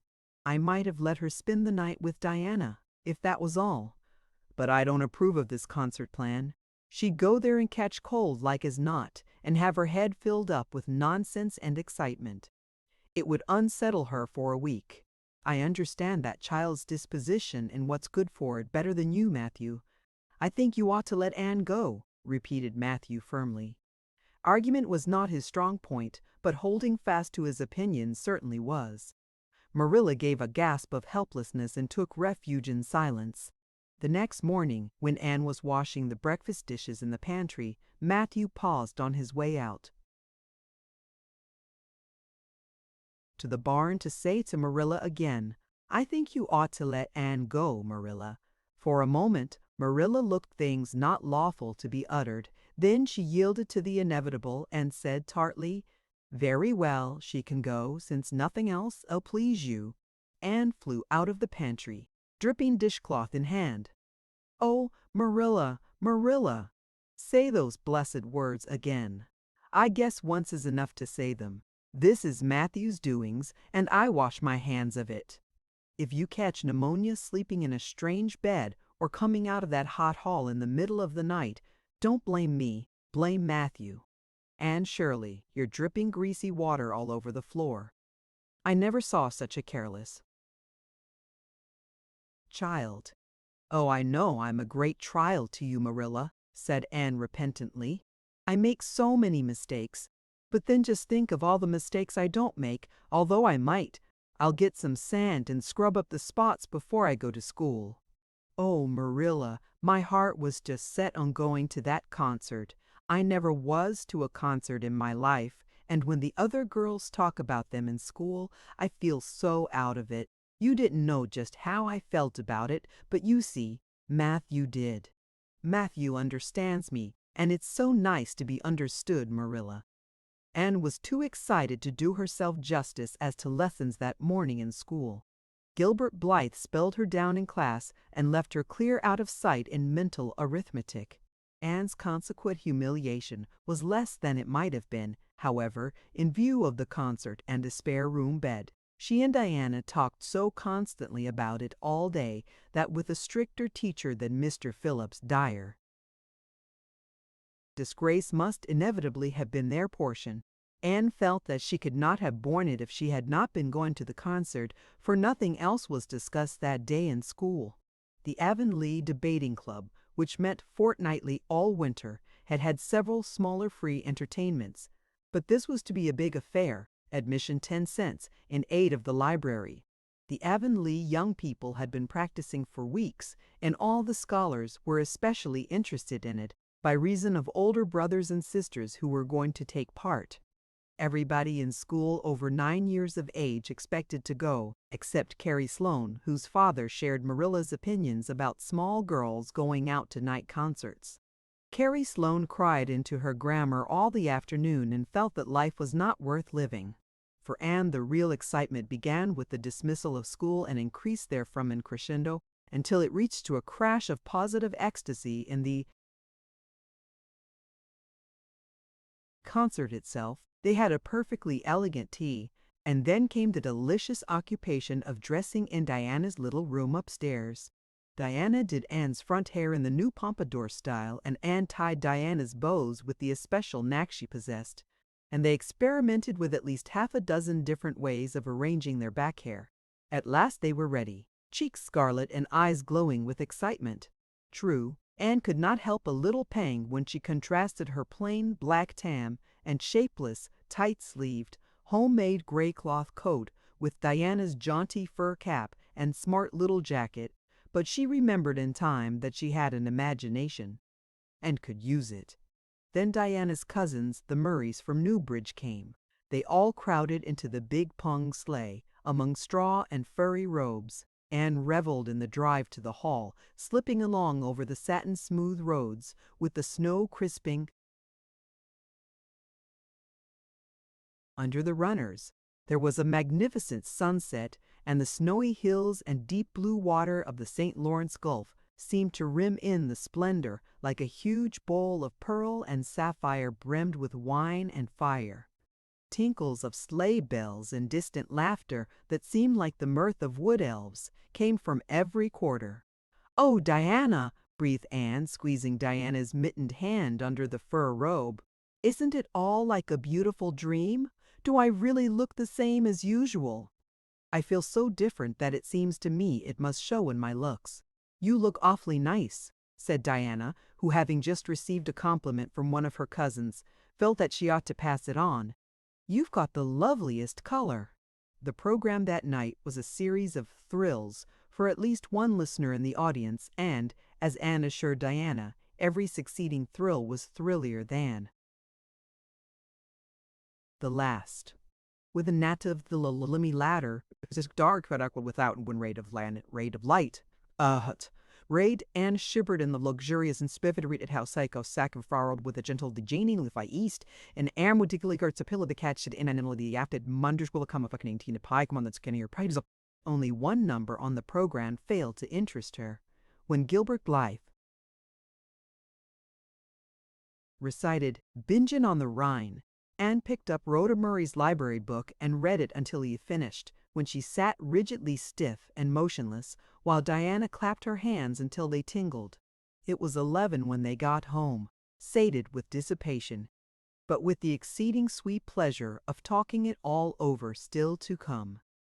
Everybody seemed asleep, and the house was dark and silent. Anne and Diana tiptoed into the parlor, a long, narrow room out of which the spare room opened. It was pleasantly warm and dimly lighted by the embers of a fire in the grate. "Let's undress here," said Diana. "It's so nice and warm. Hasn't it been a delightful time?" sighed Anne rapturously. "It must be splendid to get up and recite there. Do you suppose we will ever be asked to do it, Diana?" "Yes, of course, someday. They're always wanting the big scholars to recite. Gilbert Blythe does often, and he's only 2 years older than us. Oh, Anne, how could you pretend not to listen to him? When he came to the line, there's another, not a sister, he looked right down at you. Diana, said Anne with dignity, you are my bosom friend, but I cannot allow even you to speak to me of that person. Are you ready for bed? Let's run a race and see who'll get to the bed first. The suggestion appealed to Diana. The two little white-clad figures flew down the long room through the spare room door and bounded on the bed at the same moment, and then something moved beneath them. There was a gasp and a cry, and somebody said in muffled accents, "Merciful goodness!" Anne and Diana were never able to tell just how they got off that bed and out of the room. They only knew that after one frantic rush, they found themselves tiptoeing shiveringly upstairs. "Oh, who was it? What was it?" whispered Anne, her teeth chattering with cold and fright. "It was Aunt Josephine," said Diana, gasping with laughter. "Oh, Anne, it was Aunt Josephine, however she came to be there. Oh, and I know she will be furious. It's dreadful. It's really dreadful, but did you ever know anything so funny, Anne?" "Who is your Aunt Josephine?" "She's Father's aunt, and she lives in Charlottetown. She's awfully old, 70. Anyhow, and I don't believe she was ever a little girl. We were expecting her out for a visit, but not so soon. She's awfully prim and proper, and she'll scold dreadfully about this, I know. Well, we'll have to sleep with Minnie May, and you can't think how she kicks." Miss Josephine Barry did not appear at the early breakfast the next morning. Mrs. Barry smiled kindly at the two little girls. "Did you have a good time last night?" "I tried to stay awake until you came home, for I wanted to tell you Aunt Josephine had come and that you would have to go upstairs after all. But I was so tired I fell asleep. I hope you didn't disturb your Aunt Diana." Diana preserved a discreet silence, but she and Anne exchanged furtive smiles of guilty amusement across the table. Anne hurried home after breakfast, and so remained in blissful ignorance of the disturbance which presently resulted in the Barry household until the late afternoon, when she went down to Mrs. Lynde's on an errand for Marilla. "So you and Diana nearly frightened poor old Miss Barry to death last night," said Mrs. Lynde severely, but with a twinkle in her eye. "Mrs. Barry was here a few minutes ago on her way to Carmody. She's feeling real worried over it. Old Miss Barry was in a terrible temper when she got up this morning, and Josephine Barry's temper is no joke, I can tell you that. She wouldn't speak to Diana at all. It wasn't Diana's fault," said Anne contritely. "It was mine. I suggested racing to see who would get into bed first." "I knew it," said Mrs. Lynde with the exultation of a correct guesser. "I knew that idea came out of your head."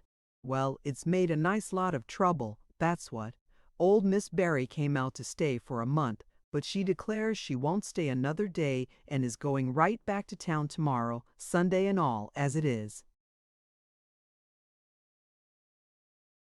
She'd have gone today if they could have taken her. She had promised to pay for a quarter's music lessons for Diana, but now she's determined to do nothing at all for such a tomboy. "Oh, I guess they had a lively time of it there this morning. The Barrys must feel cut up.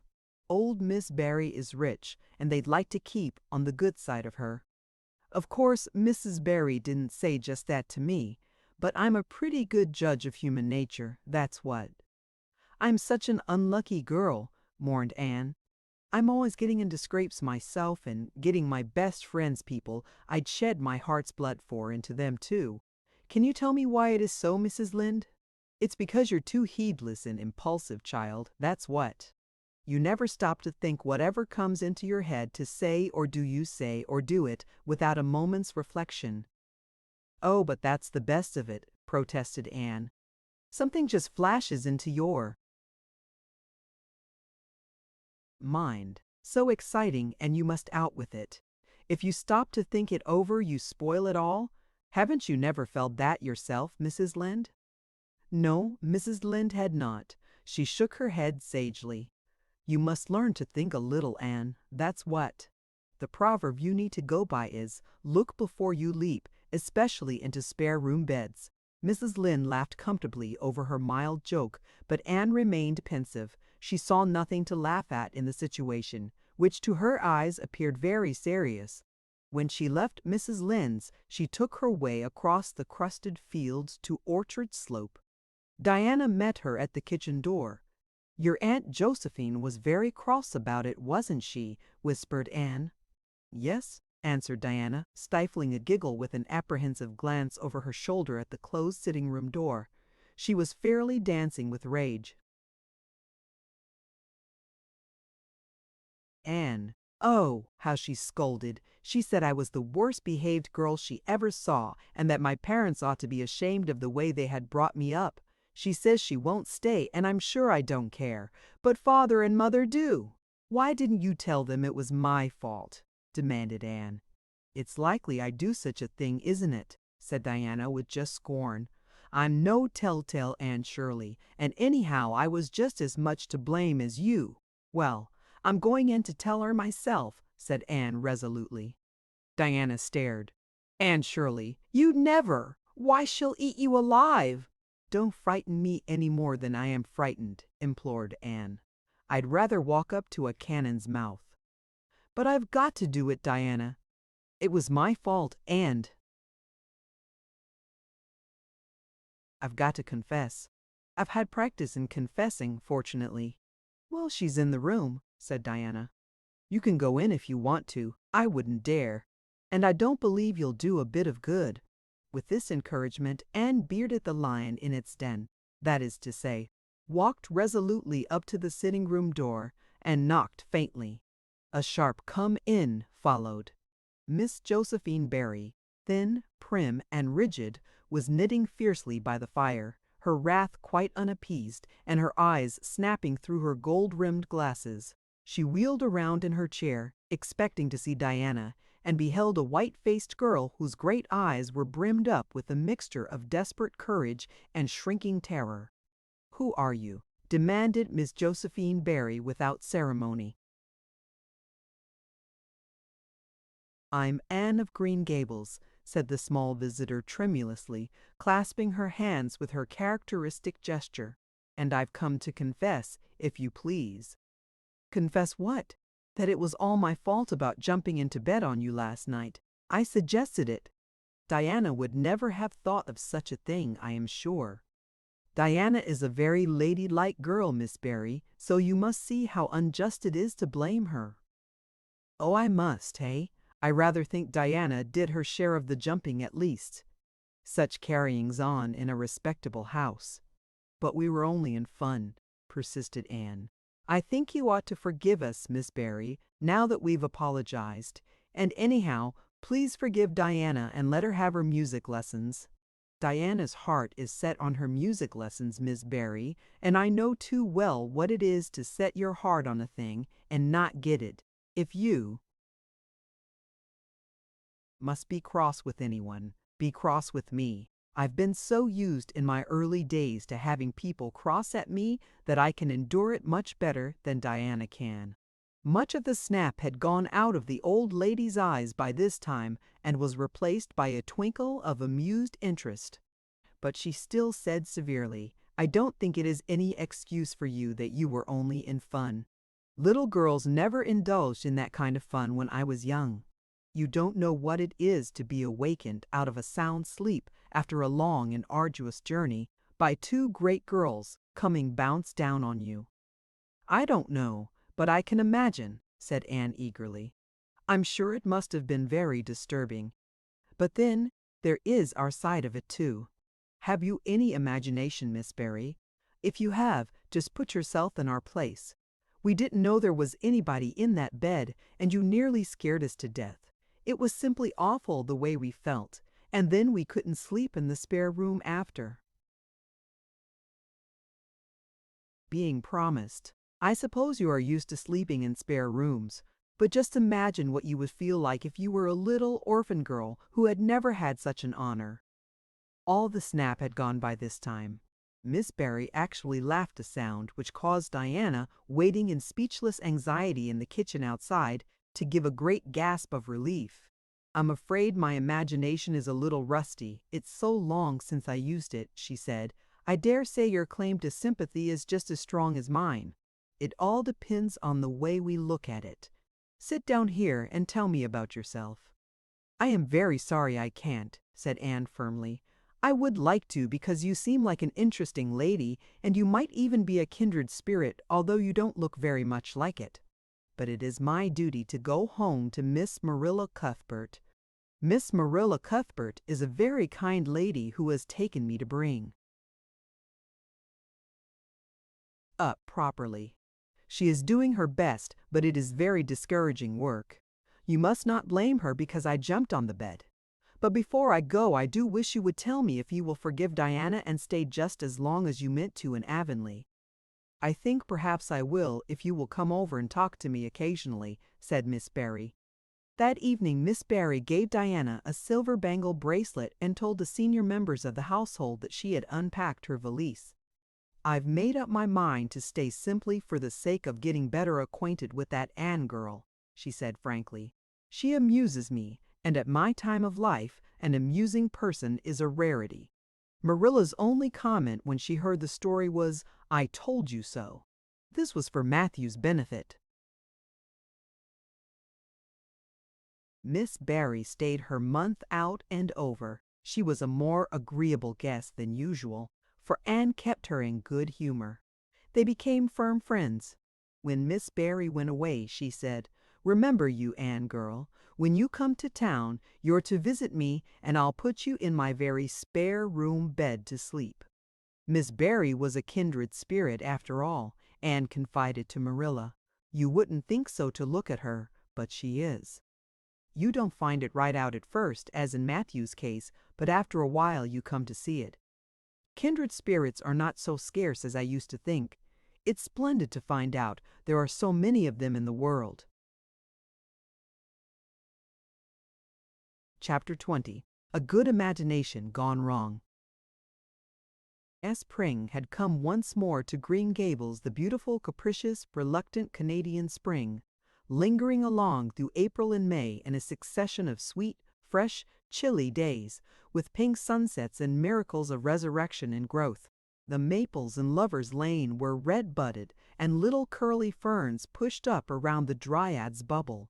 Away up in the barrens, behind Mr. Silas Sloane's place, the mayflowers blossomed out, pink and white stars of sweetness under their brown leaves.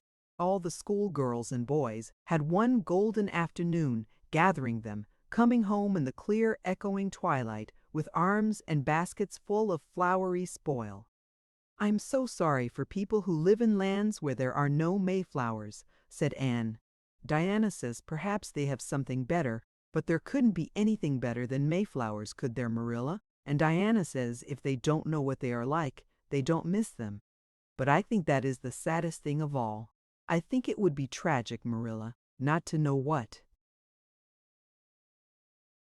mayflowers are like and not to miss them. Do you know what I think mayflowers are, Marilla? I think they must be the souls of the flowers that died last summer, and this is their heaven. But we had a splendid time today, Marilla. We had our lunch down in a big mossy hollow by an old well, such a romantic spot. Charlie Sloane dared Artie Gillis to jump over it, and Artie did because he wouldn't take a dare. Nobody would in school. It is very fashionable to dare. Mr. Phillips gave all the mayflowers he found to Prissy Andrews, and I heard him to say, 'Sweets to the sweet.' He got that out of a book, I know, but it shows he has some imagination. I was offered some mayflowers, too, but I rejected them with scorn. I can't tell you the person's name because I have vowed never to let it cross my lips.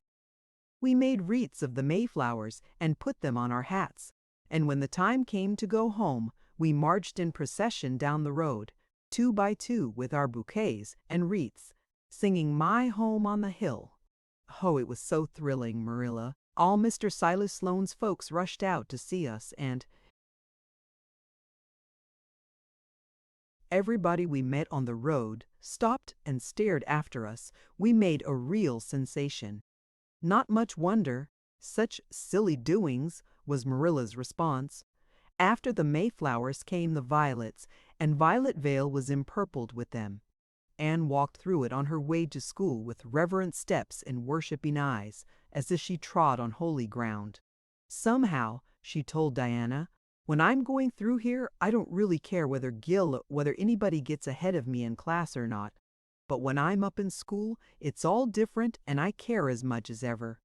There's such a lot of different Annes in me.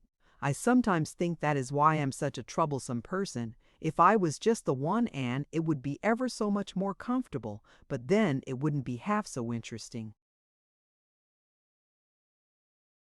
One June evening, when the orchards were pink blossomed again, when the frogs were singing silverly sweet in the marshes about the head of the lake of shining waters, and the air was full of the savor of clover fields and balsamic fir woods, Anne was sitting by her gable window.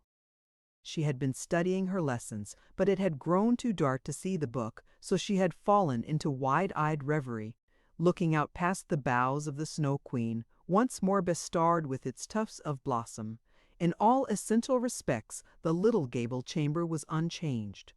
The walls were as white, the pincushion as hard, the chairs as stiffly and yellowly upright as ever. Yet the whole character of the room was altered. It was full of a new vital, pulsing personality that seemed to pervade it and to be quite independent of schoolgirl books and dresses and ribbons, and even of the cracked blue jug full of apple blossoms on the table. It was as if all the dreams, sleeping and waking, of its vivid occupant had taken a visible, although unmaterial form and had tapestried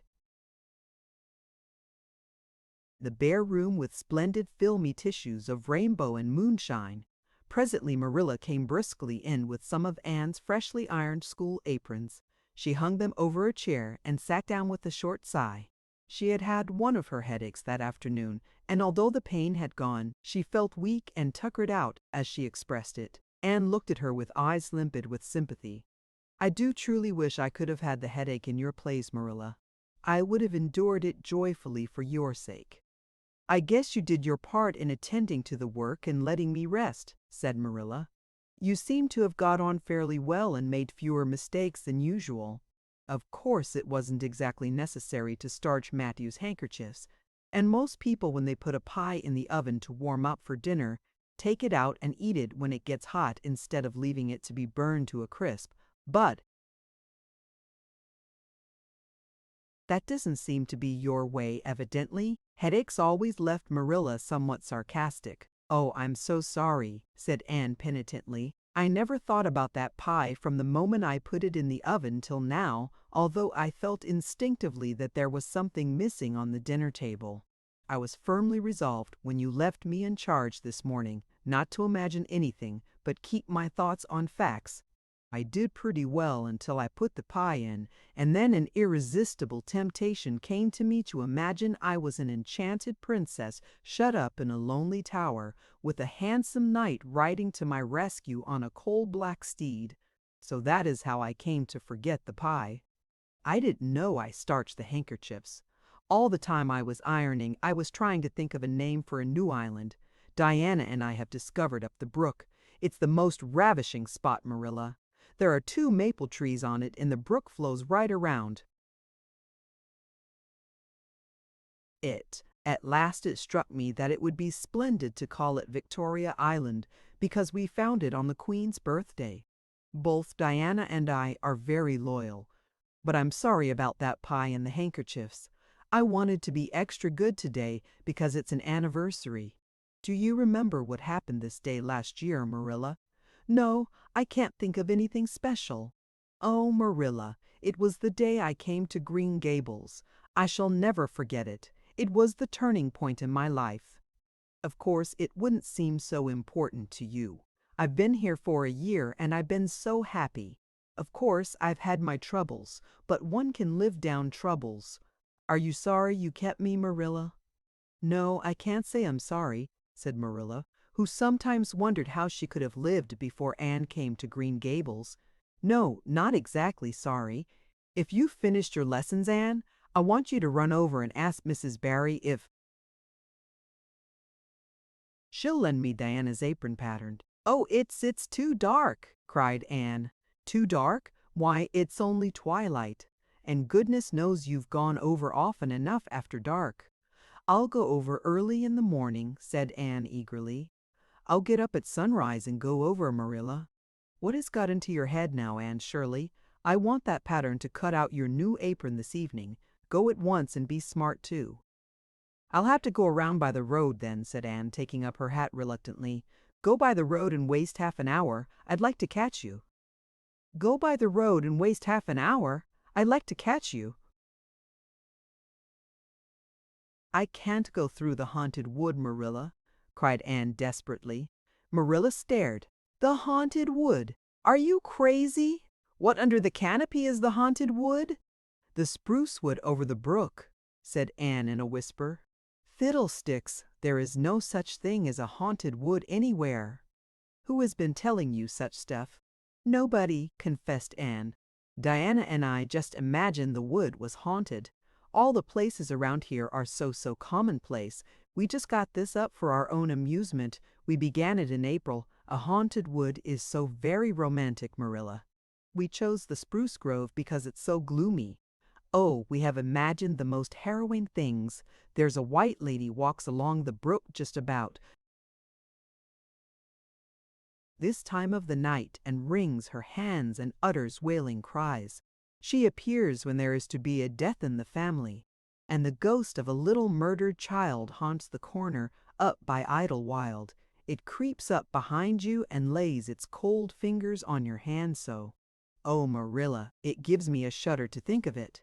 And there's a headless man stalks up and down the path, and skeletons glower at you between the boughs. Oh, Marilla, I wouldn't go through the haunted wood after dark now for anything. I'd be sure that white things would reach out from behind the trees and grab me." "Did ever anyone hear the like?" ejaculated Marilla, who had listened in dumb amazement. "Anne Shirley, do you mean to tell me you believe all that wicked nonsense of your own imagination?" "Not believe exactly," faltered Anne. "At least, I don't believe it in daylight, but after dark, Marilla, it's different. That is when ghosts walk." "There are no such things as ghosts, Anne." "Oh, but there are, Marilla," cried Anne eagerly. "I know people who have seen them, and they are respectable people. Charlie Sloane says that his grandmother saw his grandfather driving home the cows one night after he'd been buried for a year. You know Charlie Sloane's grandmother wouldn't tell a story for anything. She's a very religious woman. And Mrs. Thomas's father was pursued home one night by a lamb of fire with its head cut off hanging by a strip of skin. He said he knew it was the spirit of his brother and that it was a warning he would die within 9 days. He didn't, but he died 2 years after, so you see it was really true." "And Ruby Gillis says—" "Anne Shirley," interrupted Marilla firmly, "I never want to hear you talking in this fashion again. I've had my doubts about that imagination of yours right along, and if this is going to be the outcome of it, I won't countenance any such doings. You'll go right over to Barry's, and you'll go through that spruce grove just for a lesson and a warning to you. And never let me hear a word out of your head about haunted woods again." Anne might plead and cry as she liked and did, for her terror was very real. Her imagination had run away with her, and she held the spruce grove in mortal dread after nightfall. But Marilla was inexorable. She marched the shrinking ghost seer down to the spring and ordered her to proceed straightway over the bridge and into the dusky retreats of wailing ladies and headless specters beyond. "Oh, Marilla, how can you be so cruel?" sobbed Anne. "What would you feel like if a white thing did snatch me up and carry me off?" "I'll risk it," said Marilla unfeelingly. "You know I always mean what I say. I'll cure you of imagining ghosts into places. March now." Anne marched. That is, she stumbled over the bridge and went shuddering up the horrible dim path beyond. Anne never forgot that walk. Bitterly did she repent the license she had given to her imagination. The goblins of her fancy lurked in every shadow about her. reaching out their cold, fleshless hands to grasp the terrified small girl who had called them into being. A white strip of birch bark blowing up from the hollow over the brown floor of the grove made her heart stand still. The long-drawn wail of two old boughs rubbing against each other brought out the perspiration in beads on her forehead.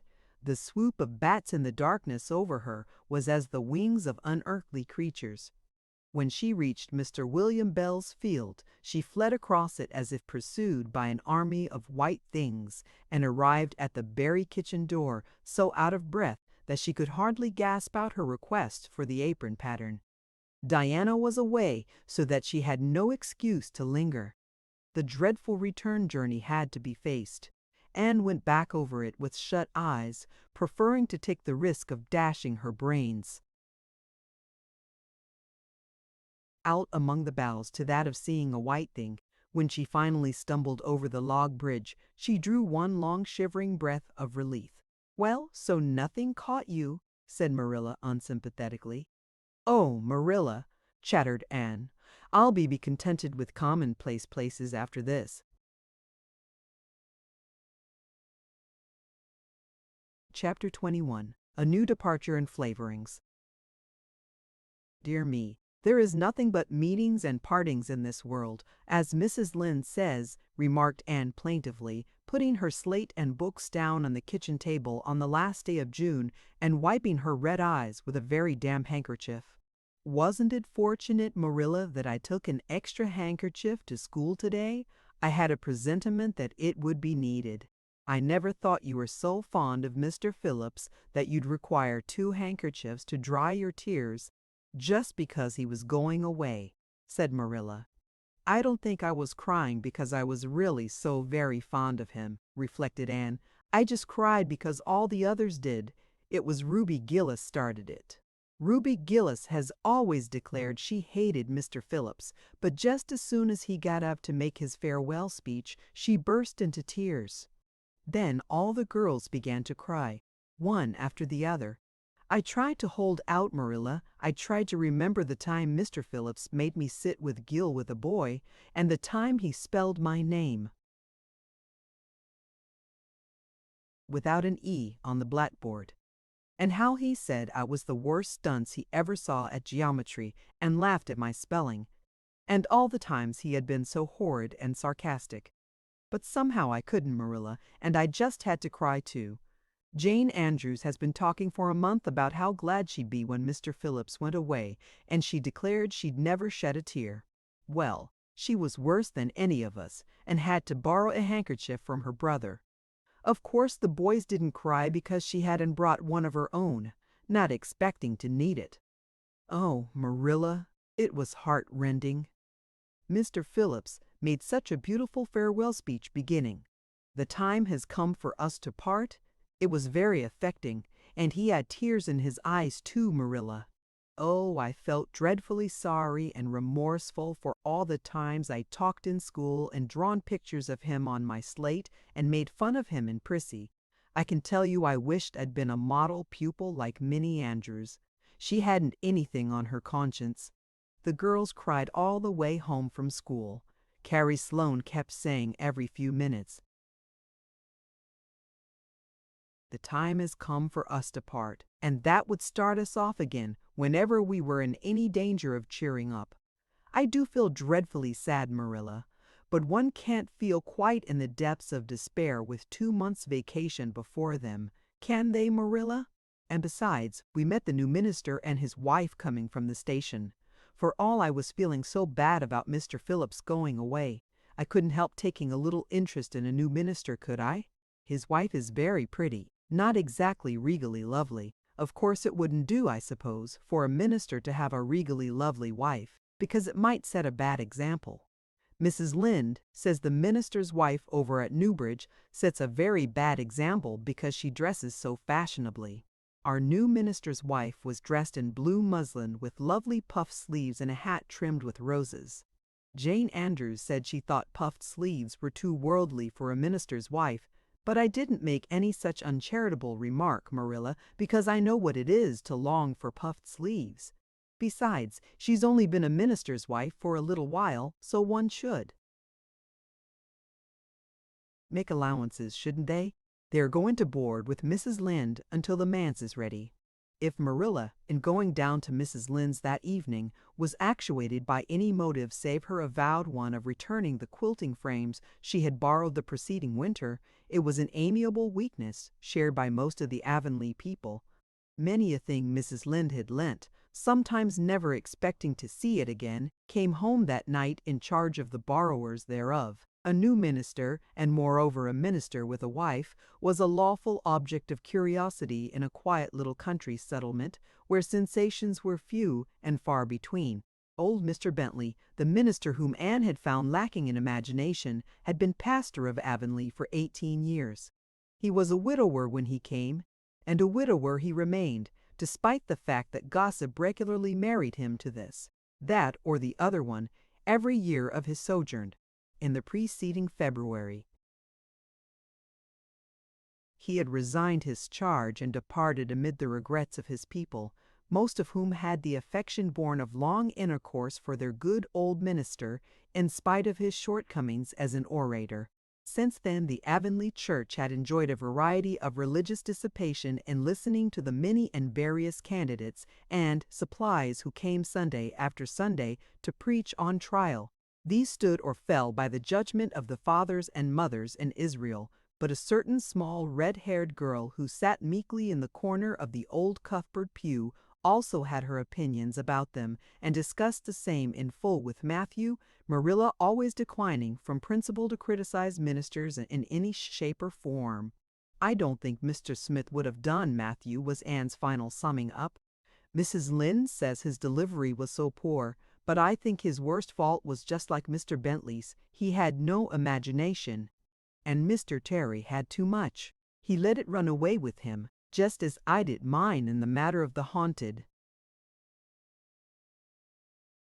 wood. Besides, Mrs. Lynde says his theology wasn't sound. Mr. Gresham was a very good man and a very religious man, but he told too many funny stories and made the people laugh in church. He was undignified, and you must have some dignity about a minister, mustn't you, Matthew? I thought Mr. Marshall was decidedly attractive. But Mrs. Lynde says he isn't married, or even engaged, because she made special inquiries about him, and she says it would never do to have a young unmarried minister in Avonlea, because he might marry in the congregation, and that would make trouble. Mrs. Lynde is a very far-seeing woman, isn't she, Matthew? I'm very glad they've called Mr. Allen. I liked him because his sermon was interesting, and he prayed as if he meant it, and not just as if he did it, because he was in the habit of it.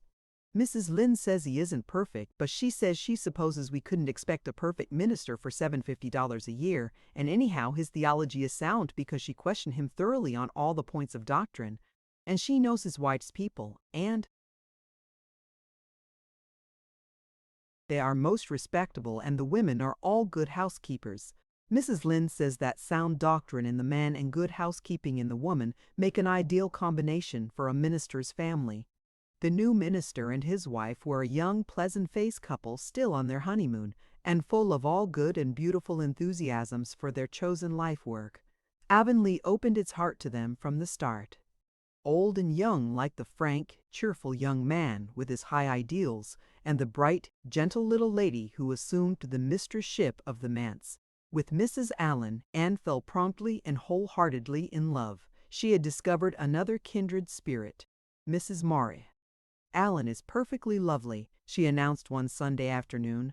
"She's taken our class, and she's a splendid teacher. She said right away she didn't think it was fair for the teacher to ask all the questions, and you know, Marilla, that is exactly what I've always thought.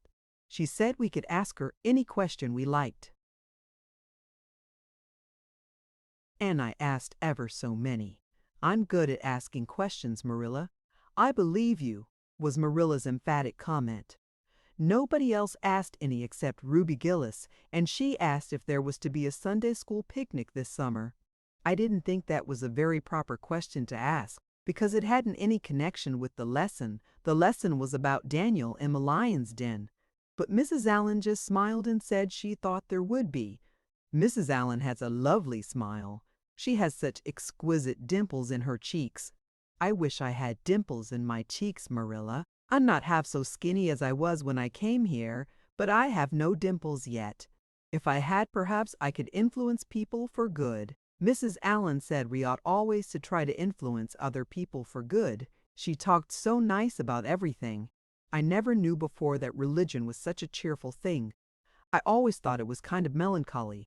But Mrs. Allen's isn't, and I'd like to be a Christian if I could be one like her. I wouldn't want to be one like Mr. Superintendent Bell. It's very naughty of you to speak so about Mr. Bell, said Marilla severely. Mr. Bell is a real good man. Oh, of course he's good, agreed Anne, but he doesn't seem to get any comfort out of it. If I could be good, I'd dance and sing all day because I was glad of it. I suppose Mrs. Allen is too old to dance and sing, and of course it wouldn't be dignified in a minister's wife. But I can just feel she's glad she's a Christian and that she'd be one even if she could get to heaven without it. I suppose we must have Mr. and Mrs. Allen up to tea some day soon, said Marilla reflectively. They've been most everywhere but here. Let me see. Next Wednesday would be a good time to have them. But don't say a word to Matthew about it, for if he knew they were coming, he'd find some excuse to be away that day. He'd got so used to Mr. Bentley he didn't mind him, but he's going to find it hard to get acquainted with a new minister, and a new minister's wife will frighten him to death. I'll be as secret as the dead, assured Anne. But oh, Marilla, will you let me make a cake for the occasion? I'd love to do something for Mrs. Allen, and you know I can make a pretty good cake by this time. You can make a layer cake, promised Marilla. Monday and Tuesday, great preparations went on at Green Gables. Having the minister and his wife to tea was a serious and important undertaking, and Marilla was determined not to be eclipsed by any of the Avonlea housekeepers. Anne was wild with excitement and delight. She talked it all over with Diana Tuesday night in the twilight, as they sat on the big red stones by the Dryad's bubble and made rainbows in the water with little twigs dipped in fir balsam. Everything is ready, Diana, except my cake, which I'm to make in the morning, and the baking powder biscuits which Marilla will make just before tea time. I assure you, Diana, that Marilla and I have had a busy 2 days of it. It's such a responsibility having a minister's family to tea. I never went through such an experience before. You should just see our pantry. It's a sight to behold. We're going to have jellied chicken and cold tongue. We're to have 2 kinds of jelly, red and yellow, and whipped cream and lemon pie, and cherry pie, and 3 kinds of cookies, and fruit cake, and Marilla's famous yellow plum preserves that she keeps especially for ministers, and pound cake and layer cake, and biscuits as aforesaid, and new bread and old, both, in case the minister is dyspeptic and can't eat new. Mrs. Lynde says ministers are dyspeptic, but I don't think Mr. Allen has been a minister long enough for it to have had a bad effect on him. I just grow cold when I think of my layer cake. Oh, Diana, what if it shouldn't be good? I dreamed last night that I was chased all around by a fearful goblin with a big layer cake for a head. It'll be good, all right, assured Diana, who was a very comfortable sort of friend. I'm sure that piece of the one you made that we had for lunch in Idlewild 2 weeks ago was perfectly elegant. Yes, but cakes have such a terrible habit of turning out bad just when you especially want them to be good, sighed Anne, setting a particularly well-balsamed twig afloat. However, I suppose I shall just have to trust to Providence and be careful to put in the flour. Oh, look, Diana, what a lovely rainbow. Do you suppose the Dryad will come out after we go away and take it for a scarf? You know there is no such thing as a Dryad, said Diana. Diana's mother had found out about the haunted wood and had been decidedly angry over it. As a result, Diana had abstained from any further imitative flights of imagination and did not think it prudent to cultivate a spirit of belief even in harmless dryads. But it's so easy to imagine there is. said Anne. "Every night before I go to bed, I look out of my window and wonder if the Dryad is really sitting here, combing her locks with the spring for a mirror. Sometimes I look for her footprints in the dew in the morning. Oh, Diana, don't give up your faith in the Dryad." Wednesday morning came. Anne got up at sunrise because she was too excited to sleep. She had caught a severe cold in the head by reason of her dabbling in the spring on the preceding evening, but nothing short of absolute pneumonia could have quenched her interest in culinary matters that morning. After breakfast, she proceeded to make her cake. When she finally shut the oven door upon it, she drew a long breath. "I'm sure I haven't forgotten anything this time, Marilla, but do you think it will rise? Just suppose. Perhaps the baking powder isn't good? I used it out of the new can, and Mrs. Lynde says you can never be sure of getting good baking powder nowadays, when everything is so adulterated. Mrs. Lynde says the government ought to take the matter up, but she says we'll never see the day when a Tory government will do it. Marilla, what if that cake doesn't rise? We'll have plenty without it," was Marilla's unimpassioned way of looking at the subject. The cake did rise, however, and came out of the oven as light and feathery as golden foam. Anne, flushed with delight, clapped it together with layers of ruby jelly, and in imagination saw Mrs. Allen eating it and possibly asking for another piece. "You'll be using the best tea set, of course, Marilla," she said. "Can I fix the table with ferns and wild roses?" "I think that's all nonsense," sniffed Marilla. "In my opinion, it's the eatables that matter, and not flummery decorations." "Mrs. Barry had her table decorated," said Anne, who was not entirely guiltless of the wisdom of the serpent, "and the minister paid her an elegant compliment. He said it was a feast for the eye as well as the palate." "Well, do as you like," said Marilla, who was quite determined not to be surpassed by Mrs. Barry or anybody else. "Only mind you leave enough room for the dishes and the food." Anne laid herself out to decorate in a manner and after a fashion that should leave Mrs. Barry's nowhere. Having abundance of roses and ferns and a very artistic taste of her own, she made that tea table such a thing of beauty that when the minister and his wife sat down to it, they exclaimed in chorus over its loveliness. "It's Anne's doings," said Marilla grimly just, and Anne felt that Mrs. Allen's approving smile was almost too much happiness for this world. Matthew was there, having been inveigled into the party. Only goodness, and Anne knew how. He had been in such a state of shyness and nervousness that Marilla had given him up in despair, but Anne took him in hand so successfully that he now sat at the table in his best clothes and white collar and talked to the minister not uninterestingly. He never said a word to Mrs. Allen, but that perhaps was not to be expected. All went merry as a marriage bell until Anne's layer cake was passed. Mrs. Allen, having already been helped to a bewildering variety, declined it. But Marilla, seeing the disappointment on Anne's face, said smilingly, "Oh, you must take a piece of this, Mrs. Allen. Anne made it on purpose for you." "In that case, I must sample it," laughed Mrs. Allen, helping herself to a plump triangle, as did also the minister and Marilla. Mrs. Allen took a mouthful of hers, and a most peculiar expression crossed her face.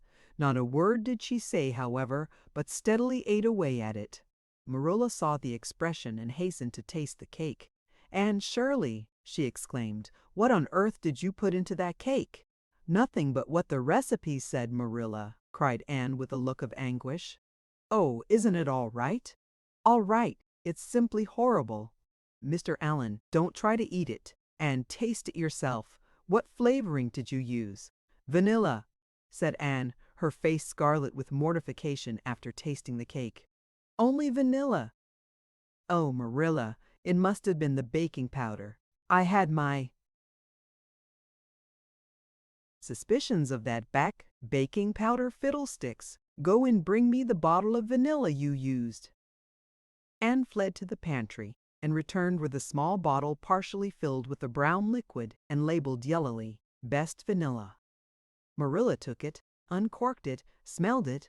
Mercy on us, Anne. You flavored that cake with anodyne liniment. I broke the liniment bottle last week and poured what was left into an old empty vanilla bottle. I suppose it's partly my fault. I should have warned you. But for pity's sake, why couldn't you have smelled it? Anne dissolved into tears under this double disgrace. I couldn't. I had such a cold. And with this she fairly fled to the gable chamber, where she cast herself on the bed and wept as one who refuses to be comforted. Presently a light step sounded on the stairs, and somebody entered the room. "Oh, Marilla," sobbed Anne, without looking up. "I'm disgraced forever. I shall never be able to live this down. It will get out things. Always do get out in Avonlea. Diana will ask me how my cake turned out, and I shall have to tell her the truth. I shall always be pointed at as the girl who flavored a cake with anodyne liniment. Gil, the boys in school, will never get over laughing at it. Oh, Marilla, if you have a spark of Christian pity, don't tell me that I must go down and wash the dishes after this. I'll wash them when the minister and his wife are gone, but I cannot ever look Mrs. Allen in the face again. Perhaps she'll think I tried to poison her. Mrs. Lynde says she knows an orphan girl who tried to poison her benefactor, but the liniment isn't poisonous. It's meant to be taken internally, although not in cakes. Won't you tell Mrs. Allen so, Marilla? Suppose you jump up and tell her so yourself," said a merry voice. Anne flew up to find Mrs. Allen standing by her bed, surveying her with laughing eyes. "My dear little girl, you mustn't cry like this," she said, genuinely disturbed by Anne's tragic face. "Why, it's all just a funny mistake that anybody might make." "Oh, no, it takes me to make such a mistake," said Anne forlornly. "And I wanted to have that cake so nice for you, Mrs. Allen." "Yes, I know, dear, and I assure you I appreciate your kindness and thoughtfulness just as much as if it had turned out all right. Now you mustn't cry any more, but come down with me and show me your flower garden. Miss Cuthbert tells me you have a little plot all your own. I want to see it, for I'm very much interested in flowers." Anne permitted herself to be led down and comforted, reflecting that it was really providential that Mrs. Allen was a kindred spirit. Nothing more was said about the liniment cake, and when the guests went away, Anne found that she had enjoyed the evening more than could have been expected, considering that terrible incident. Nevertheless, she sighed deeply. "Marilla, isn't it nice to think that tomorrow is a new day with no mistakes in it yet?" "I'll warrant you'll make plenty in it," said Marilla. "I never saw your beat for making mistakes, Anne." "Yes, and well I know it," admitted Anne mournfully. "But have you ever noticed one encouraging thing about me, Marilla? I never make the same mistake twice. I don't know as that's much benefit when you're always making new ones. Oh, don't you see, Marilla? There must be a limit to the mistakes one person can make, and when I get to the end of them, then I'll be through with them. That's a very comforting thought." "Well, you'd better go and give that cake to the pigs," said Marilla. "It isn't fit for any human to eat, not even Jerry Boot." Chapter 22. Anne is invited out to tea. "And what are your eyes popping out of your head about now?" asked Marilla, when Anne had just come in from a run to the post office. "Have you discovered another kindred spirit?" Excitement hung around Anne like a garment, shone in her eyes, kindled in every feature. She had come dancing up the lane like a wind-blown sprite through the mellow sunshine and lazy shadows of the August evening. "No, Marilla, but oh, what do you think? I am invited to tea at the Monts tomorrow afternoon. Mrs. Allen left the letter for me at the post office. Just look at it, Marilla. Miss Anne Shirley, Green Gables. That is the first time I was ever called Miss. Such a thrill as it gave me. I shall cherish it forever among my choicest treasures. Mrs. Mass. Allen told me she meant to have all the members of her Sunday school class to tea in turn," said Marilla, regarding the wonderful event very coolly.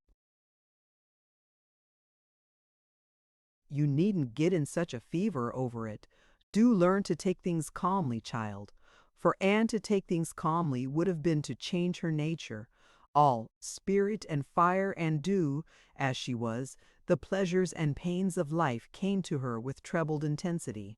Marilla felt this and was vaguely troubled over it, realizing that the ups and downs of existence would probably bear hardly on this impulsive soul, and not sufficiently understanding that the equally great capacity for delight might more than compensate.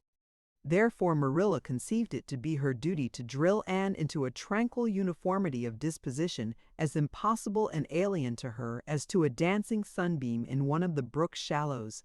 She did not make much headway, as she sorrowfully admitted to herself. The downfall of some dear hope or plan plunged Anne into deeps of affliction. The fulfillment thereof exalted her to dizzy realms of delight. Marilla had almost begun to despair of ever fashioning this waif of the world into her model, little girl of demure manners and prime deportment. Neither would she have believed that she really liked Anne much better as she was. Anne went to bed that night speechless with misery because Matthew had said the wind was round northeast and he feared it would be a rainy day tomorrow. The rustle of the poplar leaves about the house worried her. It sounded so like pattering raindrops, and the full, faraway roar of the Gulf, to which she listened delightedly at other times, loving its strange, sonorous, haunting rhythm, now seemed like a prophecy of storm and disaster to a small maiden who particularly wanted a fine day. Anne thought that the morning would never come, but all things have an end. Even nights before the day on which you are invited to take tea at the manse, the morning, in spite of Matthew's predictions, was fine, and Anne's spirits soared to their highest. "Oh, Marilla, there is something in me today that makes me just love everybody I see," she exclaimed as she washed the breakfast dishes. "You don't know how good I feel. Wouldn't it be nice if it could last? I believe I could be a model child if I were just invited out to tea every day. But, oh, Marilla, it's a solemn occasion too. I feel so anxious. What if I shouldn't behave properly? You know I never had tea at a manse before, and I'm not sure that I know all the rules of etiquette, although I've been studying the rules given in the etiquette department of the Family Herald ever since I came here. I'm so afraid I'll do something silly or forget to do something I should do. Would it be good manners to take a second helping of anything if you wanted to very much? The trouble with you, Anne, is that you're thinking too much about yourself. You should just think of Mrs. Allan and what would be nicest and most agreeable to her," said Marilla, hitting for once in her life on a very sound and pithy piece of advice.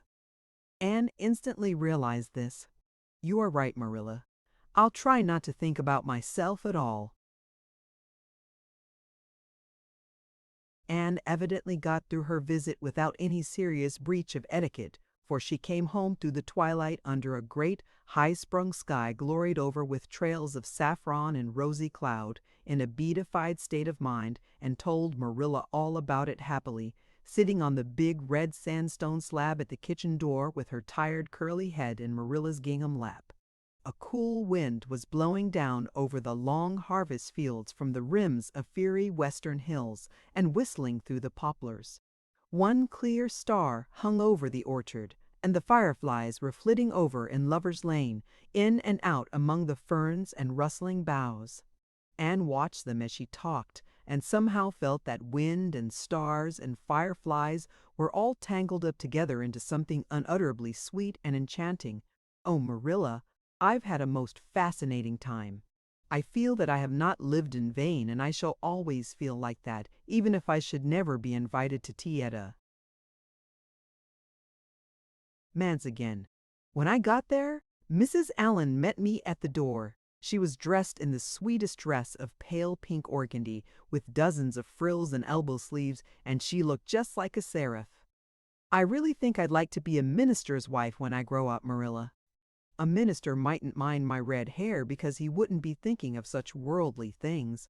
But then, of course, one would have to be naturally good, and I'll never be that, so I suppose there's no use in thinking about it. Some people are naturally good, you know, and others are not. I'm one of the others. Mrs. Lynde says I'm full of original sin.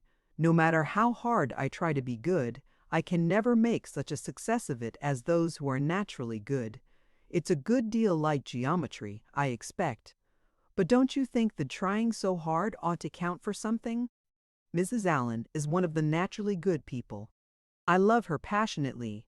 You know there are some people, like Matthew and Mrs. Allen, that you can love right off without any trouble, and there are others, like Mrs. Lynde, that you have to try very hard to love. You know you ought to. Love them because they know so much and are such active workers in the church, but you have to keep reminding yourself of it all the time, or else you forget. There was another little girl at the manse to tea, from the White Sands Sunday School. Her name was Laurette Bradley, and she was a very nice little girl. Not exactly a kindred spirit, you know, but still very nice. We had an elegant tea, and I think I kept all the rules of etiquette pretty well. After tea, Mrs. Allen played and sang, and she got Laurette and me to sing too. Mrs. Allen says I have a good voice, and she says I must sing in the Sunday school choir after this. You can't think how I was thrilled at the mere thought. I've longed so to sing in the Sunday school choir as Diana does, but I feared it was an honor I could never aspire to. Loretta had to go home early because there is a big concert in the White Sands Hotel tonight, and her sister is to recite at it.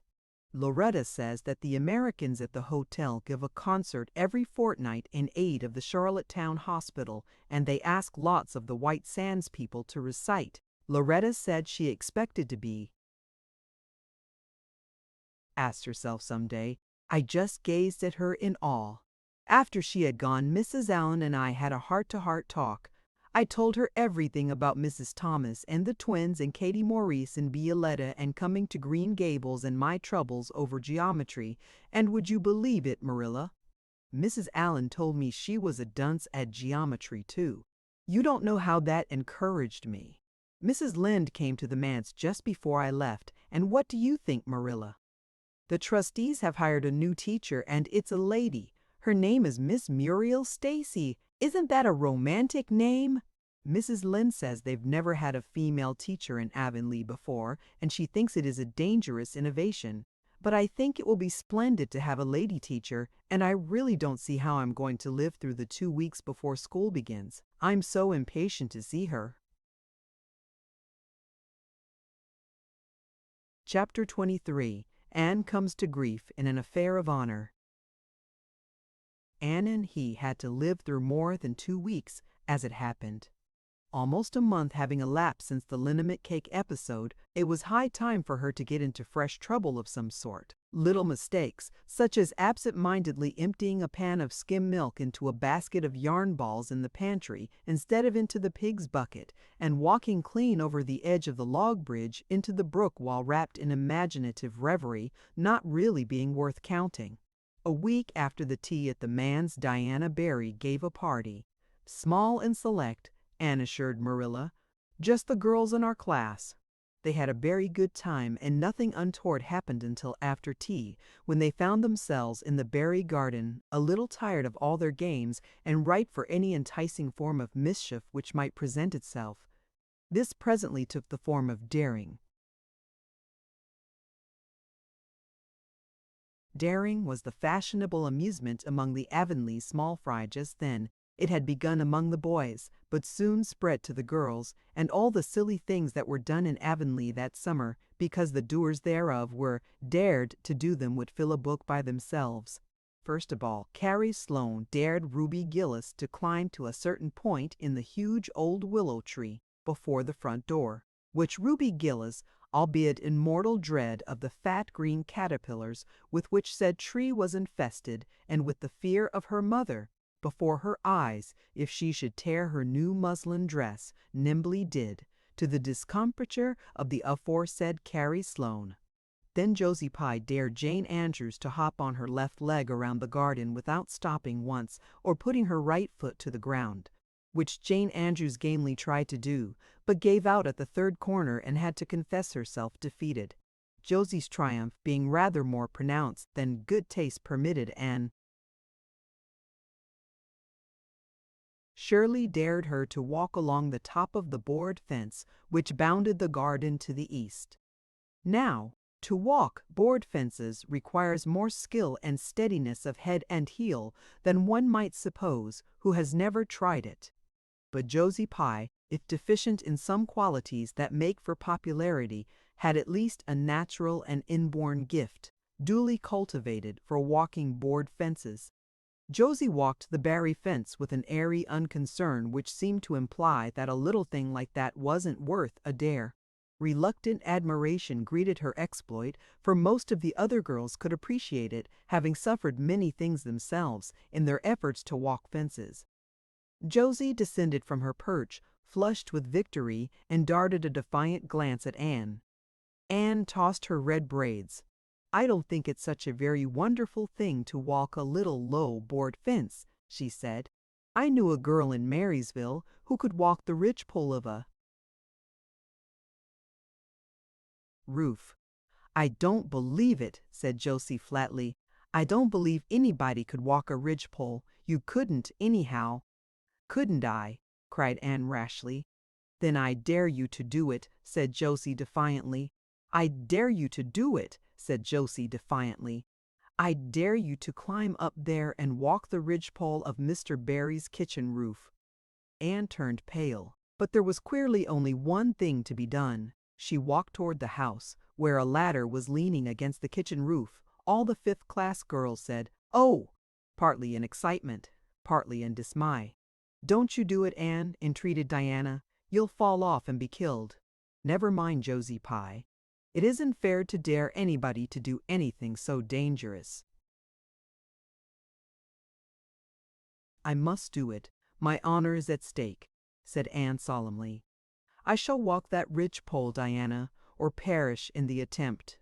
If I am killed, you are to have my pearl bead ring." Anne climbed the ladder amid breathless silence, gained the ridgepole, balanced herself uprightly on that precarious footing, and started to walk along it, dizzily conscious that she was uncomfortably high up in the world, and that walking ridgepoles was not a thing in which your imagination helped you out much. Nevertheless, she managed to take several steps before the catastrophe came. Then she swayed, lost her balance, stumbled, staggered, and fell, sliding down over the sun-baked roof and crayshawk at the to make hit the thoroughly odd thing. If Anne had tumbled off the roof on the side up which she had ascended, Diana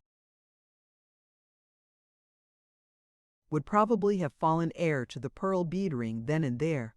Fortunately, she fell on the other side, where the roof extended down over the porch so nearly to the ground that a fall therefrom was a much less serious thing.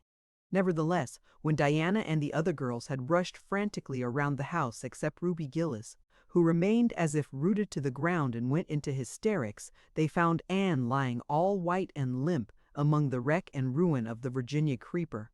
"Anne, are you killed?" shrieked Diana, throwing herself on her knees beside her friend. "Oh, Anne, dear Anne, speak just one word to me and tell me if you're killed." To the immense relief of all the girls, and especially of Josie Pye, who, in spite of lack of imagination, had been seized with horrible visions of a future branded as the girl who was the cause of Anne Shirley's early and tragic death, Anne sat dizzily up and answered uncertainly, "No, Diana, I am not killed, but I think I am rendered unconscious." "Where?" sobbed Carrie Sloane. "Oh, where, Anne?" Before Anne could answer, Mrs. Barry appeared on the scene. At sight of her, Anne tried to scramble to her feet, but sank back again with a sharp little cry of pain. "What's the matter? Where have you hurt yourself?" demanded Mrs. Barry. "My ankle," gasped Anne. "Oh, Diana, please find your father and ask him to take me home. I know I can never walk there. And I'm sure I couldn't hop so far on one foot when Jane couldn't even hop around the garden." Marilla was out in the orchard picking a panful of summer apples when she saw Mr. Barry coming over the log bridge and up the slope, with Mrs. Barry beside him and a whole procession of little girls trailing after him. In his arms he carried Anne, whose head lay limply against his shoulder. At that moment, Marilla had a revelation. In the sudden stab of fear that pierced her very heart, she realized what Anne had come to mean to her. She would have admitted that she liked Anne, nay, that she was very fond of Anne. But now she knew as she hurried wildly down the slope that Anne was dearer to her than anything else on earth. "Mr. Barry, what has happened to her?" she gasped, more white and shaken than the self-contained, sensible Marilla had been for many years. Anne herself answered, lifting her head. "Don't be very frightened, Marilla. I was walking the ridgepole and I fell off. I expect I have sprained my ankle." "But, Marilla, I might have broken my neck. Let us look on the bright side of things." "I might have known you'd go and do something of the sort when I let you go to that party," said Marilla, sharp and shrewish in her very relief. "Bring her in here, Mr. Barry, and lay her on the sofa. Mercy me, the child has gone and fainted." It was quite true.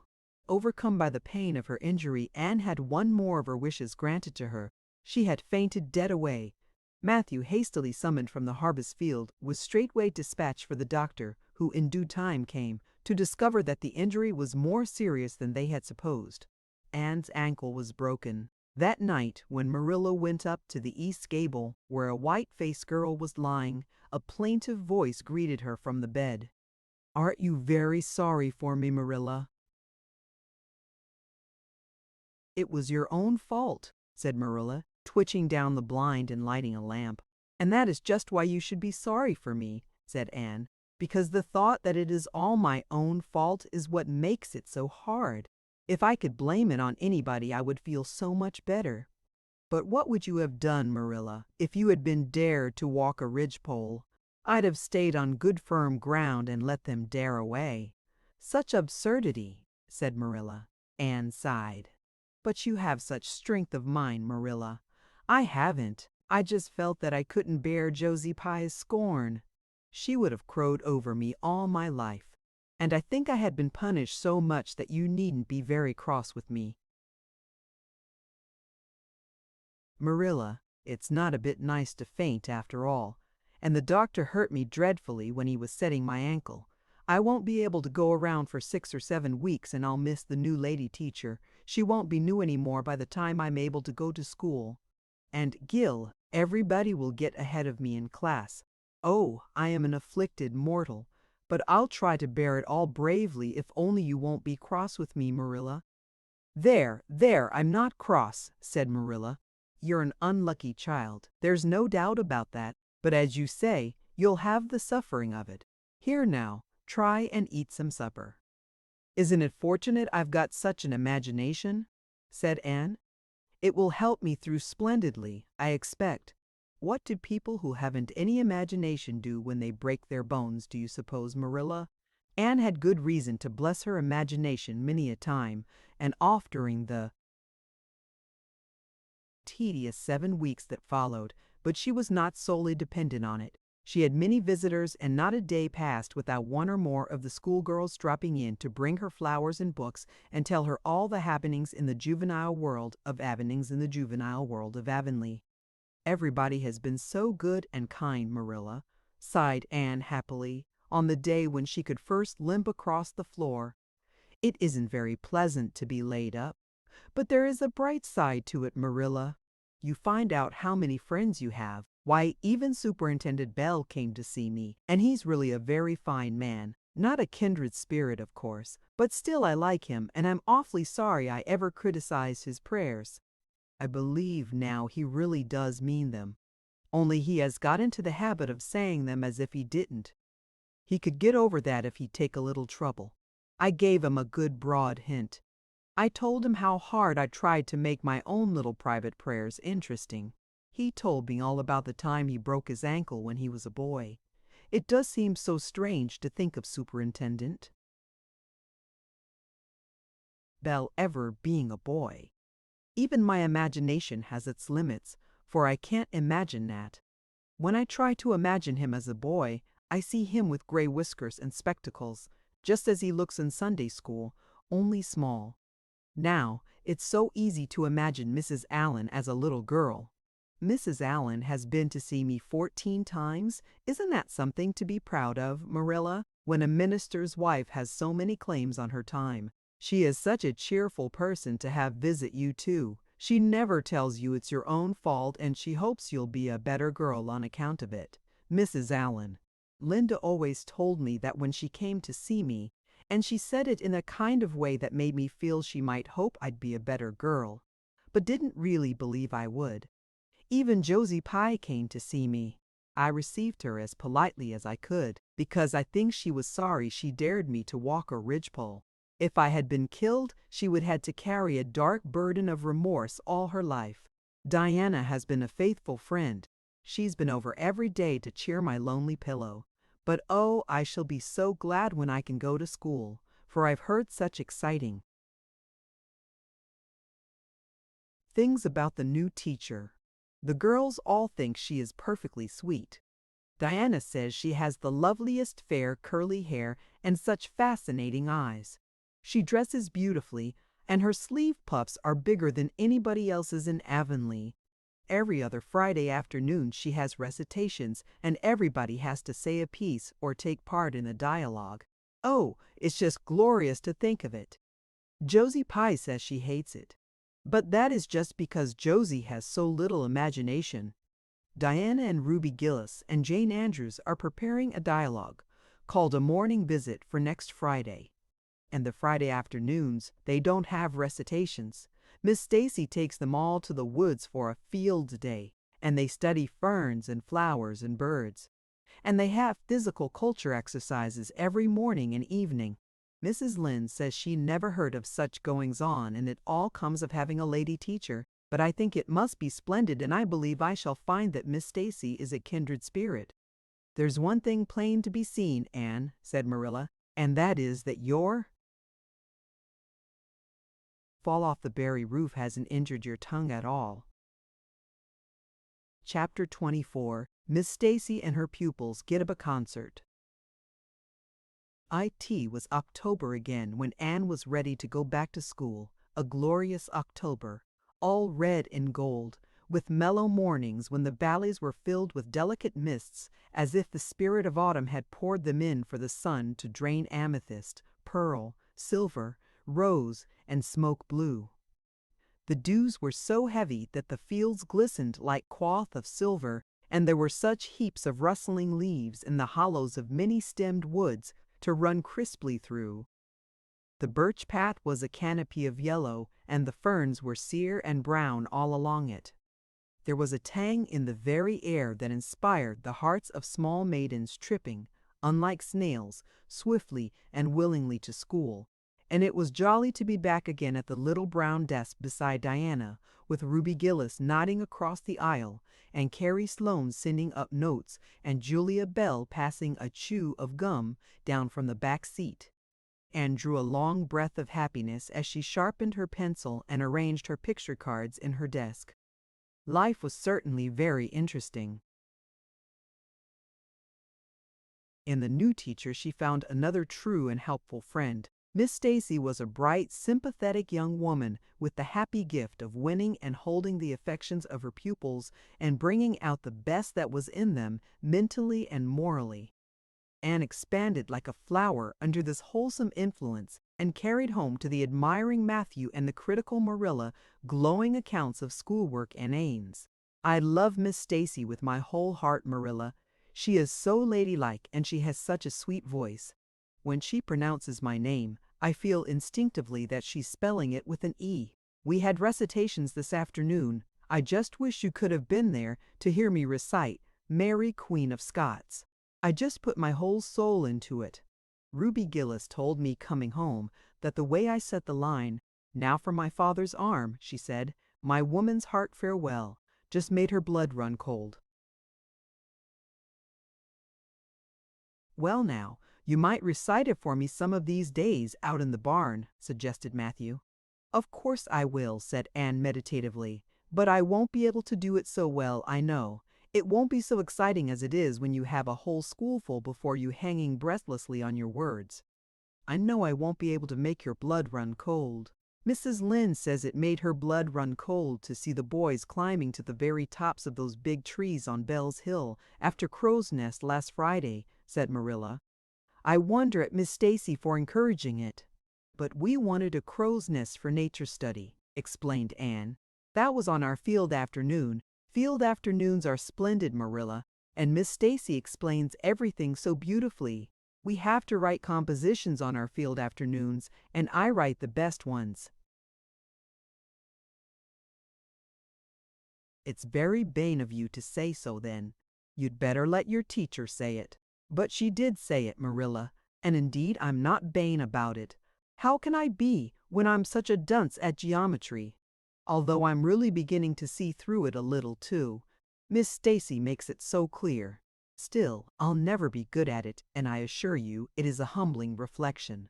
But I love writing compositions. Mostly Miss Stacy lets us choose our own subjects. But next week we are to write a composition on some remarkable person. It's hard to choose among so many remarkable people who have lived. Mustn't it be splendid to be remarkable and have compositions written about you after you're dead? Oh, I would dearly love to be remarkable. I think when I grow up, I'll be a trained nurse and go with the Red Crosses to the field of battle as a messenger of mercy.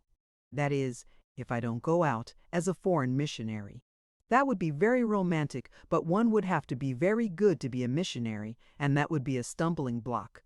We have physical culture exercises every day, too. They make you graceful and promote digestion. Promote fiddlesticks, said Marilla, who honestly thought it was all nonsense, but all the field afternoons and recitation Fridays and physical culture contortions paled before a project which Miss Stacy brought forward in November. This was that the scholars of Avonlea School should get up a concert and hold it in the hall on Christmas night for the laudable purpose of helping to pay for a schoolhouse flag. The pupils one and all taking graciously to this plan, the preparations for a program were begun at once. And of all the excited performers, elect none was so excited as Anne Shirley, who threw herself into the undertaking heart and soul, hampered as she was by Marilla's disapproval. Marilla thought it all rank foolishness. It's just filling your heads up with nonsense and taking time that ought to be put on your lessons, she grumbled. I don't approve of children's getting up concerts and racing about to practices. It makes them vain and forward and fond of gadding. But think of the worthy object, pleaded Anne. A flag will cultivate a spirit of patriotism, Marilla. Fudge, there's precious little patriotism in the thoughts of any of you. All you want is a good time. Well, when you can combine patriotism and fun, isn't it all right? Of course it's real nice to be getting up a concert. We're going to have 6 choruses, and Diana is to sing a solo. I'm in 2 dialogues, the Society for the Suppression of Gossip and the Fairy Queen. The boys are going to have a dialogue too, and I'm to have 2 recitations, Marilla. I just tremble when I think of it, but it's a nice, thrilly kind of tremble. And we're to have a tableau at the last, Faith, Hope, and Charity. Diana and Ruby and I are to be in it, all draped in white with Marie. Flowing hair. I'm to be Hope, with my hands clasped so and my eyes uplifted. I'm going to practice my recitations in the garret. Don't be alarmed if you hear me groaning. I have to groan heart-rendingly in one of them, and it's really hard to get up a good artistic groan, Marilla. Josie Pye is sulky because she didn't get the part she wanted in the dialogue. She wanted to be the Fairy Queen. That would have been ridiculous, for who ever heard of a fairy queen as fat as Josie? Fairy queens must be slender. Jane Andrews is to be the queen, and I am to be one of her maids of honor. Josie says she thinks a red-haired fairy is just as ridiculous as a fat one, but I do not let myself mind what Josie says. I'm to have a wreath of white roses on my hair, and Ruby Gillis is going to lend me her slippers because I haven't any of my own. It's necessary for fairies to have slippers, you know. You couldn't imagine a fairy wearing boots, could you? Especially with copper toes. We are going to decorate the hall with creeping spruce and fir mottos, with pink tissue paper roses in them, and we are all to march in 2 by 2 after the audience is seated, while Emma White plays a march on the organ. Oh, Marilla, I know you are not so enthusiastic about it as I am, but don't you hope your little Anne will distinguish herself? All I hope is that you'll behave yourself. I'll be heartily glad when all this fuss is over and you'll be able to settle down. You are simply good for nothing just now with your head stuffed full of dialogues and groans and tableaus. As for your tongue, it's a marvel. It's not clean worn out.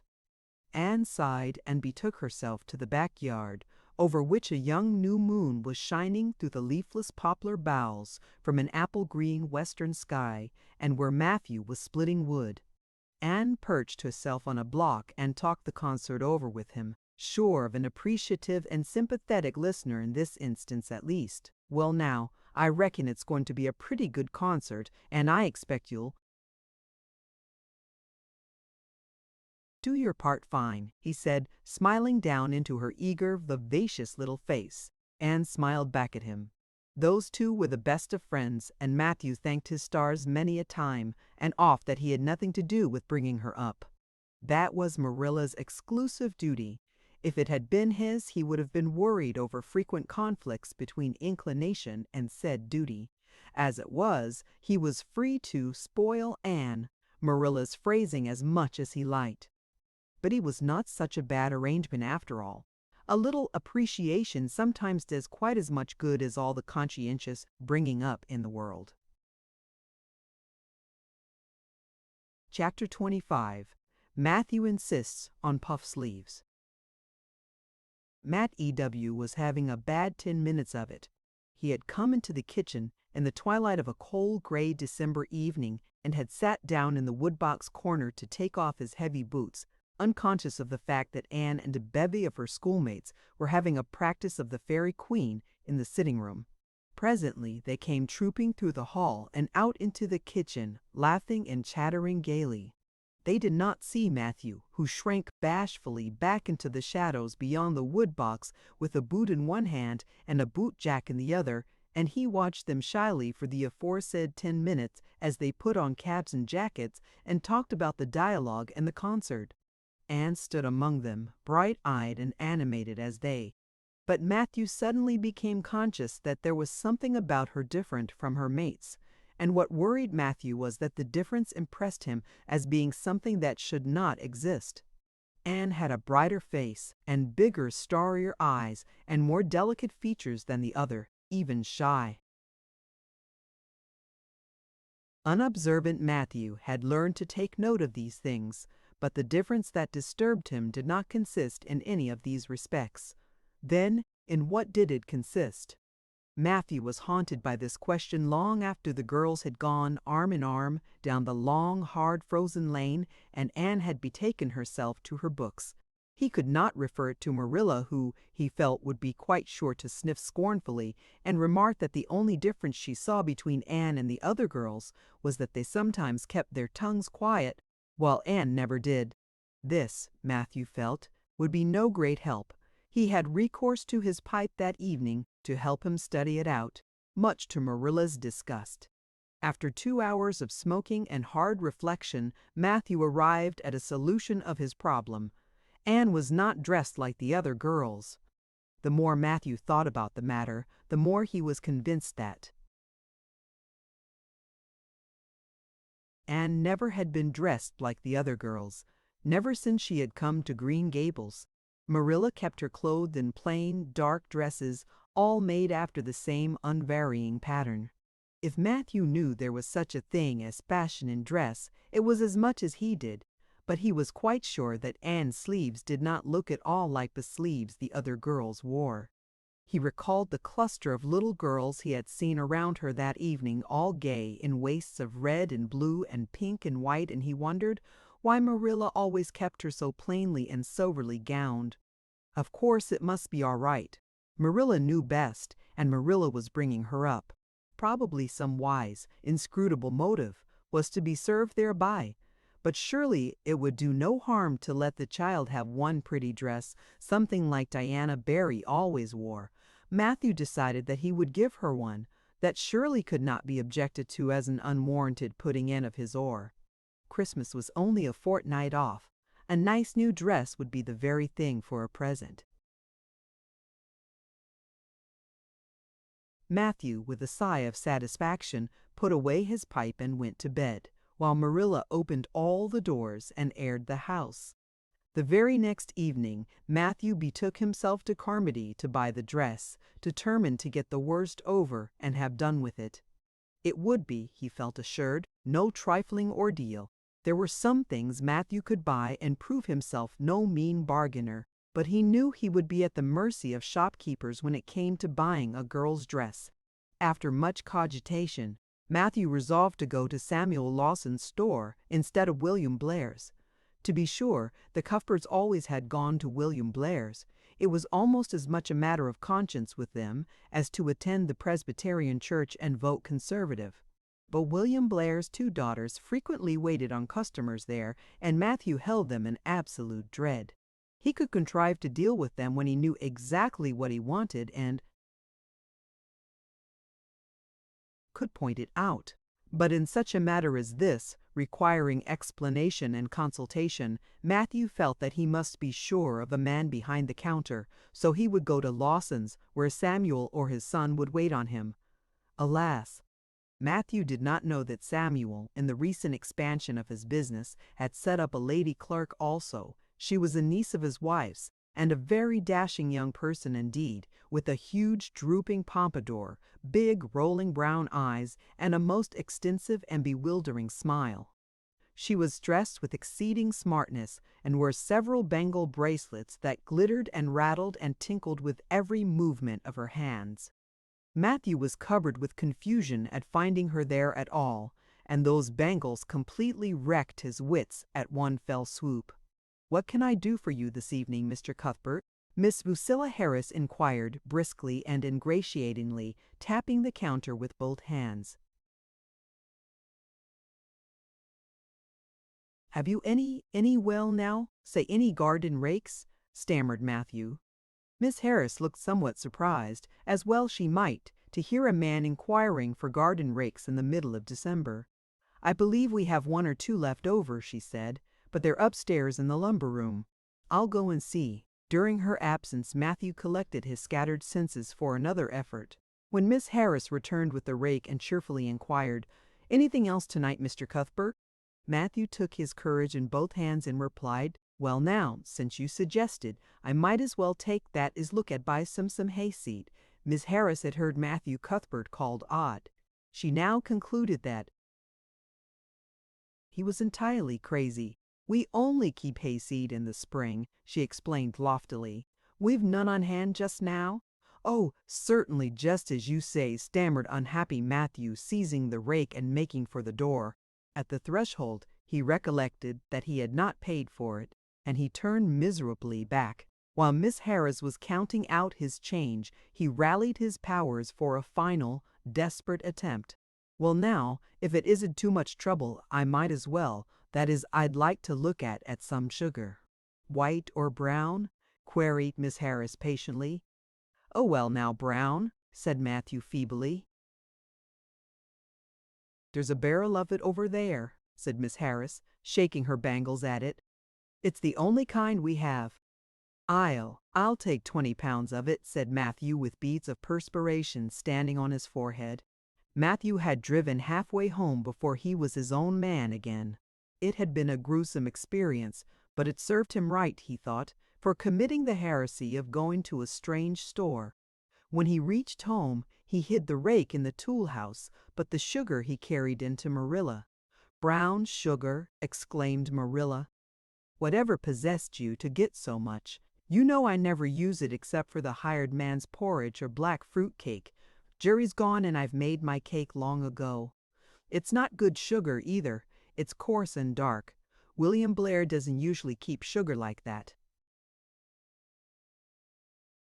I thought it might come in handy sometime," said Matthew, making good his escape. When Matthew came to think the matter over, he decided that a woman was required to cope with the situation. Marilla was out of the question. Matthew felt sure she would throw cold water on his project at once. Remained only Mrs. Lynde, for of no other woman in Avonlea would Matthew have dared to ask advice. To Mrs. Lynde he went accordingly, and that good lady promptly took the matter out of the harassed man's hands. "Pick out a dress for you to give Anne, to be sure I will. I'm going to Carmody tomorrow, and I'll attend to it. Have you something particular in mind? No? Well, I'll just go by my own judgment then. I believe a nice rich brown would just suit Anne, and William Blair has some new Gloria in that's real pretty. Perhaps you'd like me to make it up for her, too, seeing that if Marilla was to make it, Anne would probably get wind of it before the time and spoil the surprise. Well, I'll do it. No, it isn't a mite of trouble. I like sewing. I'll make it to fit my niece, Jenny Gillis, for she and Anne are as like as two peas as far as figure goes." "Well now, I'm much obliged," said Matthew. And I know but, I'd think they make the sleeves different nowadays to what they used to be. If it wouldn't be asking too much, I'd like them made in the new way. Puss, of course. You needn't worry a speck more about it, Matthew. I'll make it up in the very latest fashion," said Mrs. Lynde. To herself she added when Matthew had gone, "It'll be a real satisfaction to see that poor child wearing something decent for once. The way Marilla dresses her is positively ridiculous, that's what, and I've ached to tell her so plainly a dozen times. I've held my tongue, though, for I can. See, Marilla doesn't want advice, and she thinks she knows more about bringing children up than I do for all she's an old maid. But that's always the way. Folks that has brought up children know that there's no hard and fast method in the world that'll suit every child. But them as never have think it's all as plain and easy as rule of three.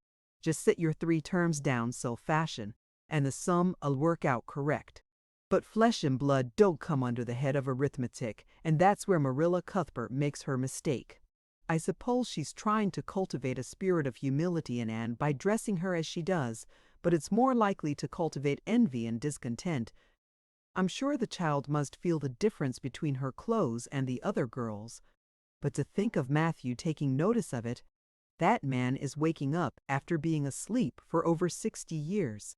Marilla knew all the following fortnight that Matthew had something on his mind. But what it was she could not guess until Christmas Eve, when Mrs. Lynde brought up the new dress. Marilla behaved pretty well on the whole, although it is very likely she distrusted Mrs. Lynde's diplomatic explanation that she had made the dress because Matthew was afraid Anne would find out about it too soon if Marilla made it. "So this is what Matthew has been looking so mysterious over and grinning about to himself for 2 weeks, is it?" she said a little stiffly but tolerantly. "I knew he was up to some foolishness. Well, I must say, I don't think Anne needed any more dresses. I made her 3 good, warm, serviceable ones this fall, and anything more is sheer extravagance. There's enough material in those sleeves alone to make a waist. I declare there is. You'll just pamper Anne's vanity, Matthew, and she's as vain as a peacock now. Well, I hope she'll be satisfied at last, for I know she's been hankering after those silly sleeves ever since they came in, although she never said a word after the first. The puffs have been getting bigger and more ridiculous right along. They're as big as balloons now. Next year anybody who wears them will have to go through a door sideways." Christmas morning broke on a beautiful white world. It had been a very mild December, and people had looked forward to a green Christmas, but just enough snow fell softly in the night to transfigure Avonlea. Anne peeped out from her frosted gable window with delighted eyes. The firs in the haunted wood were all feathery and wonderful. The birches and wild cherry trees were outlined in pearl. The plowed fields were stretches of snowy dimples, and there was a crisp tang in the air that was glorious. Anne ran downstairs singing until her voice re-echoed through Green Gables. "Merry Christmas, Marilla. Merry Christmas, Matthew. Isn't it a lovely Christmas? I'm so glad it's white. Any other kind of Christmas doesn't seem real, does it? I don't like green Christmases. Doesn't seem real, does it? I don't like green Christmases. They're not green. They're just nasty faded browns and grays. What makes people call them green? Why, Matthew, is that for me? Oh, Matthew!" Matthew had sheepishly unfolded the dress from its paper swathings and held it out with a deprecatory glance at Marilla, who feigned to be contemptuously filling the teapot, but nevertheless watched the scene out of the corner of her eye with a rather interested air. Anne took the dress and looked at it in reverent silence. Oh, how pretty it was! A lovely soft brown gloria with all the gloss of silk, a skirt with dainty frills and shirrings, a waist elaborately pine-tucked in the most fashionable way, with a little ruffle of filmy lace at the neck. But the sleeves, they were the crowning glory. Long elbow cuffs, and above them two beautiful puffs divided by rows of shirring and bows of brown silk ribbon. "That's a Christmas present for you, Anne," said Matthew shyly. "Why, Anne, don't you like it?" Well now, well now. For Anne's eyes had suddenly filled with tears. Like it? Oh, Matthew! Anne laid the dress over a chair and clasped her hands. Matthew, it's perfectly exquisite. Oh, I can never thank you enough. Look at those sleeves. Oh, it seems to me this must be a happy dream. Well, well, let us have breakfast, interrupted Marilla. I must say, Anne, I don't think you needed the dress, but since Matthew has got it for you, see that you take good care of it. There's a hair ribbon Mrs. Lynde left for you. It's brown to match the dress. Come now, sit in. I don't see how I'm going to eat breakfast, said Anne rapturously. Breakfast seems so commonplace at such an exciting moment. I'd rather feast my eyes on that dress. I'm so glad that puffed sleeves are still fashionable. It did seem to me that I'd never get over it if they went out before I had a dress with them. I'd never have felt quite satisfied, you see. It was lovely of Mrs. Lynde to give me the ribbon, too. I feel that I ought to be a very good girl indeed. It's at times like this. I'm sorry I'm not a model little girl, and I always resolve that I will be in future. But somehow it's hard to carry out your resolutions when irresistible temptations come. Still, I really will make an extra effort after this. When the commonplace breakfast was over, Diana appeared, crossing the white log bridge in the hollow, a gay little figure in her crimson ulster. Anne flew down the slope to meet her. "Merry Christmas, Diana! And oh, it's a wonderful Christmas! I've something splendid to show you. Matthew has given me the loveliest dress, with such as I couldn't even imagine any nicer. I've got something more for you," said Diana breathlessly. "Here, this box. Aunt Josephine sent us out a big box with ever so many things in it, and this is for you.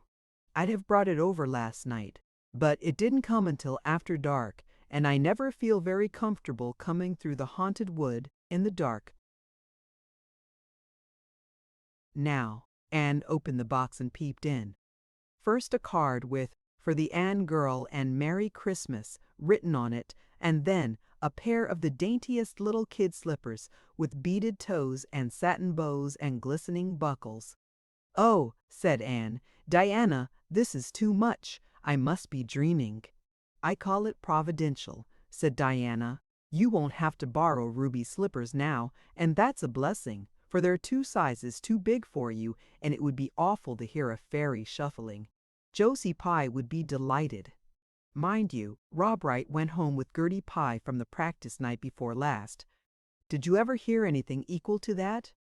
All the Avonlea scholars were in a fever of excitement that day, for the hall had to be decorated and a last grand rehearsal held. The concert came off in the evening and was a pronounced success. The little hall was crowded. All the performers did excellently well, but Anne was the bright particular star of the occasion, as even envy, in the shape of Josie Pye, dared not deny. "Oh, hasn't it been a brilliant evening?" sighed Anne, when it was all over and she and Diana were walking home together under a dark, starry sky. "Everything went off very well," said Diana practically. "I guess we must have made as much as $10. Mind you, Mr. Allen is going to send an account of it to the Charlottetown papers." "Oh, Diana, will we really see our names in print? It makes me thrill to think of it. Your solo was perfectly elegant, Diana. I felt prouder than you did when it was encored. I just said to myself, It is my dear bosom friend who was so honored. Well, your recitations just brought down the house, Anne. That sad one was simply splendid. Oh, I was so nervous, Diana. When Mr. Allen called out my name, I really cannot tell how I ever got up on that platform. I felt as if a million eyes were looking at me and through me, and for one dreadful moment I was sure I couldn't begin at all. Then I thought of my lovely puffed sleeves and took courage. I knew that I must live up to those sleeves, Diana. So I started in, and my voice seemed to be coming from ever so far away. I just felt like a parrot. It's providential that I practiced those recitations so often up in the garret, or I'd never have been able to get through. Did I groan all right? Yes, indeed, you groaned lovely, assured Diana. I saw old Mrs. Sloane wiping away tears when I sat down. It was splendid to think I had touched somebody's heart. It's so romantic to take part in a concert. Isn't it? Oh, it's been a very memorable occasion indeed. Wasn't the boys' dialogue fine? Said Diana. Gilbert Blythe was just splendid. Anne, I do think it's awful mean the way you treat Gil. Wait till I tell you. When you ran off the platform after the fairy dialogue, one of your roses fell out of your hair. I saw Gil pick it up and put it in his breast pocket. There now, you're so romantic that I'm sure you ought to be pleased at that. It's nothing to me what that person does, said Anne loftily. I simply never waste a thought on him, Diana. That night Marilla and Matthew, who had been out to a concert for the first time in 20 years, sat for a while by the kitchen fire after Anne had gone to bed. Well now, I guess our Anne did as well as any of them, said Matthew proudly. Yes, she did, admitted Marilla. She's a bright child, Matthew, and she looked real nice too. I've been kind of opposed to this concert scheme, but I suppose there's no real harm in it after all. Anyhow, I was proud of Anne tonight, although I'm not going to tell her so. Well now, I was proud of her, and I did tell her so. 'Fore she went upstairs, said Matthew. We must see what we can do for her some of these days, Marilla. I guess she'll need something more than Avonlea school by and by. There's time enough to think of that, said Marilla. She's only 13 in March, though tonight it struck me she was growing quite a big girl. Mrs. Lynde made that dress a mite too long, and it makes Anne look so tall. She's quick to learn, and I guess the best thing we can do for her will be to send her to Queen's after a spell. But nothing need be said about that for a year or two yet. Well now, it'll do no harm to be thinking it over off and on, said Matthew. Things like that are all the better for lots of thinking over. Chapter 26. The Story Club is formed. Junior Avonlea found it hard to settle down to humdrum existence again. To Anne in particular, things seemed fearfully flat, stale, and unprofitable after the goblet of excitement she had been sipping for weeks. Could she go back to the former quiet pleasures of those faraway days before the concert? At first, as she told Diana, she did not really think she could. I'm positively certain, Diana, that life can never be quite the same again as it was in those olden days, she said mournfully, as if referring to a period of at least 50 years back. Perhaps after a while I'll get used to it, but I'm afraid concerts spoil people for everyday life. I suppose that is why Marilla disapproves of them. Marilla is such a sensible woman. It must be a great deal better to be sensible, but still, I don't believe I'd really want to be a sensible person, because they are so unromantic. Mrs. Lynde says there is no danger of my ever being one, but you can never tell. I feel just now that I may grow up to be sensible yet. But perhaps that is only because I'm tired. I simply couldn't sleep last night for ever so long. I just lay awake and imagined the concert over and over again. That's one splendid thing about such affairs. It's so lovely to look back to them. Eventually, however, Avonlea School slipped back into its old groove and took up its old interests. To be sure, the concert left traces. Ruby Gillis and Emma White, who had quarreled over a point of precedence in their platform seats, no longer sat at the same desk, and her promising friendship of 3 years was broken up. Josie Pye and Julia Bell did not speak for 3 months, because Josie Pye had told Bessie Wright that Julia Bell's bow when she got up to recite made her think of a chicken jerking its head, and Bessie told Julia none of the Sloanes would have any dealings with the Bells, because the Bells had declared that the Sloanes had too much to do in the program, and the Sloanes had retorted that the Bells were not capable of doing the little they had to do properly. Finally, Charlie Sloane fought Moody Spurgeon McPherson because Moody Spurgeon had said that Anne Shirley put on airs about her recitations, and Moody Spurgeon was licked. Consequently, Moody Spurgeon's sister, Ella May, would not speak to Anne Shirley all the rest of the winter. With the exception of these trifling frictions, work in Miss Stacy's little kingdom went on with regularity and smoothness. The winter weeks slipped by. It was an unusually mild winter with so little snow that Anne and Diana could go to school nearly every day by way of the birch path. On Anne's birthday they were tripping lightly down it, keeping eyes and ears alert amid all their chatter, for Miss Stacy had told them that they must soon write a composition on a winter's walk in the woods, and it behooved them to be observant. "Just think, Diana, I'm 13 years old today," remarked Anne in an awed voice. "I can scarcely realize that I'm in my teens. When I woke this morning it seemed to me that everything must be different. You've been 13 for a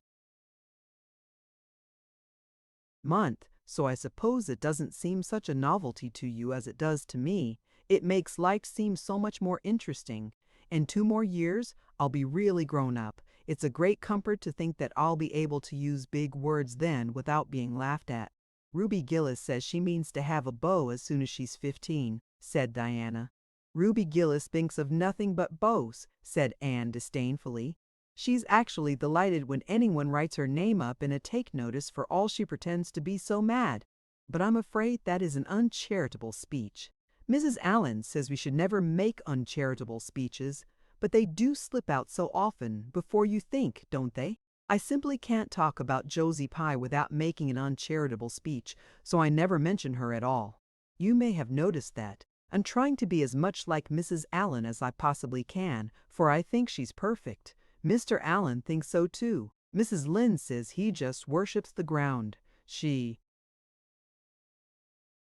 treads on, and she doesn't really think it right for a minister to set his affections so much on a mortal being. But then, Diana, even ministers are human and have their besetting sins just like everybody else. I had such an interesting talk with Mrs. Allen about besetting sins last Sunday afternoon. There are just a few things it's proper to talk about on Sundays, and that is one of them. My besetting sin is imagining too much and forgetting my duties. I'm striving very hard to overcome it, and now that I'm really 13, perhaps I'll get on better. In 4 more years we'll be able to put our hair up, said Diana. Alice Bell is only 16 and she is wearing hers up, but I think that's ridiculous. I shall wait until I'm 17. If I had Alice Bell's crooked nose, said Anne decidedly, I wouldn't, but there. I won't say what I was going to because it was extremely uncharitable. Besides, I was comparing it with my own nose, and that's vanity. I'm afraid I think too much about my nose ever since I heard that compliment about it long ago. It really is a great comfort to me. Oh, Diana, look, there's a rabbit. That's something to remember for our woods composition. I really think the woods are just as lovely in winter as in summer. They're so white and still, as if they were asleep and dreaming pretty dreams. I won't mind writing that composition when its time comes, sighed Diana. I can manage to write about the woods, but the one we're to hand in Monday is terrible. The idea of Miss Stacy telling us to write a story out of our own heads. Why, it's as easy as wink, said Anne. It's easy for you because you have an imagination, retorted Diana, but what would you do if you had been born without one? I suppose you have your composition all done. Anne nodded, trying hard not to look virtuously complacent and failing miserably. I wrote it last Monday evening. It's called The Jealous Rival, or In Death Not Divided. I read it to Marilla and she said it was stuff and nonsense. Then I read it to Matthew and he said it was fine. That is the kind of critic I like. It's a sad, sweet story. I just cried like a child while I was writing it. It's about two beautiful maidens called Cordelia Montmorency and Geraldine Seymour, who lived in the same village and were devotedly attached to each other. Cordelia was a regal brunette with a coronet of midnight hair and duskly flashing eyes. Geraldine was a queenly blonde with hair like spun gold and velvety purple eyes. "I never saw anybody with purple eyes," said Diana dubiously. "Neither did I. I just imagined them. I wanted something out of the common." Geraldine had an alabaster brow too. I found out what an alabaster brow is. That is one of the advantages of being 13. You know so much more than you did when you were only 12.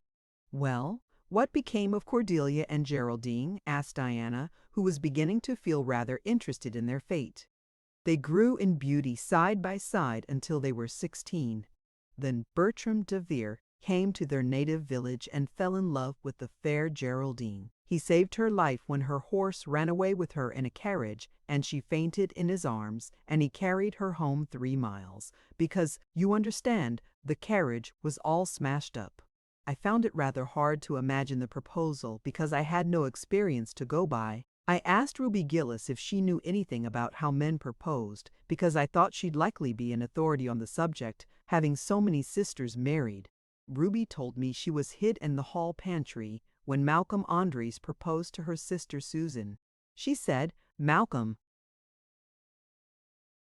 told Susan that his dad had given him the farm in his own name and then said, "What do you say, darling pet, if we get hitched this fall?" And Susan said, "Yes, no, I don't know, let me see," and there they were, engaged as quick as that. But I didn't think that sort of a proposal was a very romantic one, so in the end I had to imagine it out as well as I could. I made it very flowery and poetical, and Bertram went on his knees, although Ruby Gillis says it isn't done nowadays. Geraldine accepted him in a speech, a page long. I can tell you I took a lot of trouble with that speech. I rewrote it 5 times and I look upon it as my masterpiece. Bertram gave her a diamond ring and a ruby necklace and told her they would go to Europe for a wedding tour, for he was immensely wealthy. But then, alas, shadows began to darken over their path. Cordelia was secretly in love with Bertram herself, and when Geraldine told her about the engagement she was simply furious, especially when she saw the necklace and the diamond ring. All her affection for Geraldine turned to bitter hate, and she vowed that she should never marry Bertram. But she pretended to be Geraldine's friend the same as ever. One evening they were standing on the bridge over a rushing turbulent stream, and Cordelia, thinking they were alone, pushed Geraldine over the brink with a wild mocking "ha ha ha." But Bertram saw it all, and he at once plunged into the current, exclaiming, "I will save thee, my peerless Geraldine." But alas, he had forgotten he couldn't swim, and they were both drowned, clasped in each other's arms. Their bodies were washed ashore soon afterwards. They were buried in the one grave, and their funeral was most imposing, Diana. It's so much more romantic to end a story up with a funeral than a wedding. As for Cordelia, she went insane with remorse and was shut up in a lunatic asylum. I thought that was a poetical retribution for her crime.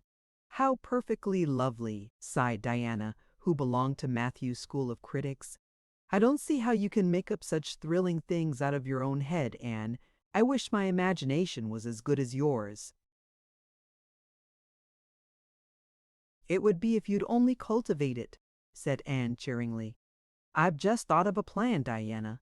Let you and me have a story club all our own and write stories for practice. I'll help you along until you can do them by yourself. You ought to cultivate your imagination, you know. Miss Stacy says so, only we must take the right way. I told her about the haunted wood, but she said we went the wrong way about it in that." This was how the story club came into existence. It was limited to Diana and Anne at first, but soon it was extended to include Jane Andrews and Ruby Gillis and one or two others who felt that their imaginations needed cultivating. No boys were allowed in it, although Ruby Gillis opined that their admission would make it more exciting and each member had to produce one story a week. "It's extremely interesting," Anne told Marilla. "Each girl has to read her story out loud and then we talk it over. We are going to keep them all sacredly and have them to read to our descendants. We each write under a nom de plume. Mine is Rosamond Montmorency. All the girls do pretty well. Ruby Gillis is rather sentimental. She puts too much lovemaking into her stories, and you know too much is worse than too little. Jane never puts any because she says it makes her feel so silly when she had to read it out loud. Jane's stories are extremely sensible. Then Diana puts too many murders into hers. She says most of the time she doesn't know what to do with the people, so she kills them off to get rid of them. I mostly always have to tell them what to write about, but that isn't hard for I've millions of ideas." "I think this story writing business is the foolishest yet," scoffed Marilla. "You'll get a pack of nonsense into your heads and waste time that should be put on your lessons. Reading stories is bad enough, but writing them is worse." "But we're so careful to put a moral into them all, Marilla," explained Anne. "I insist upon that. All the good people are rewarded and all the bad ones are suitably punished. I'm sure that must have a wholesome effect. The moral is the great thing. Mr. Allen says so. I read one of my stories to him and Mrs. Allen, and they both agreed that the moral was excellent. Only they laughed in the wrong places. I like it better when people cry. Jane and Ruby almost always cry when I come to the pathetic parts. Diana wrote her Aunt Josephine about our club, and her Aunt Josephine wrote back that we were to send her some of our stories.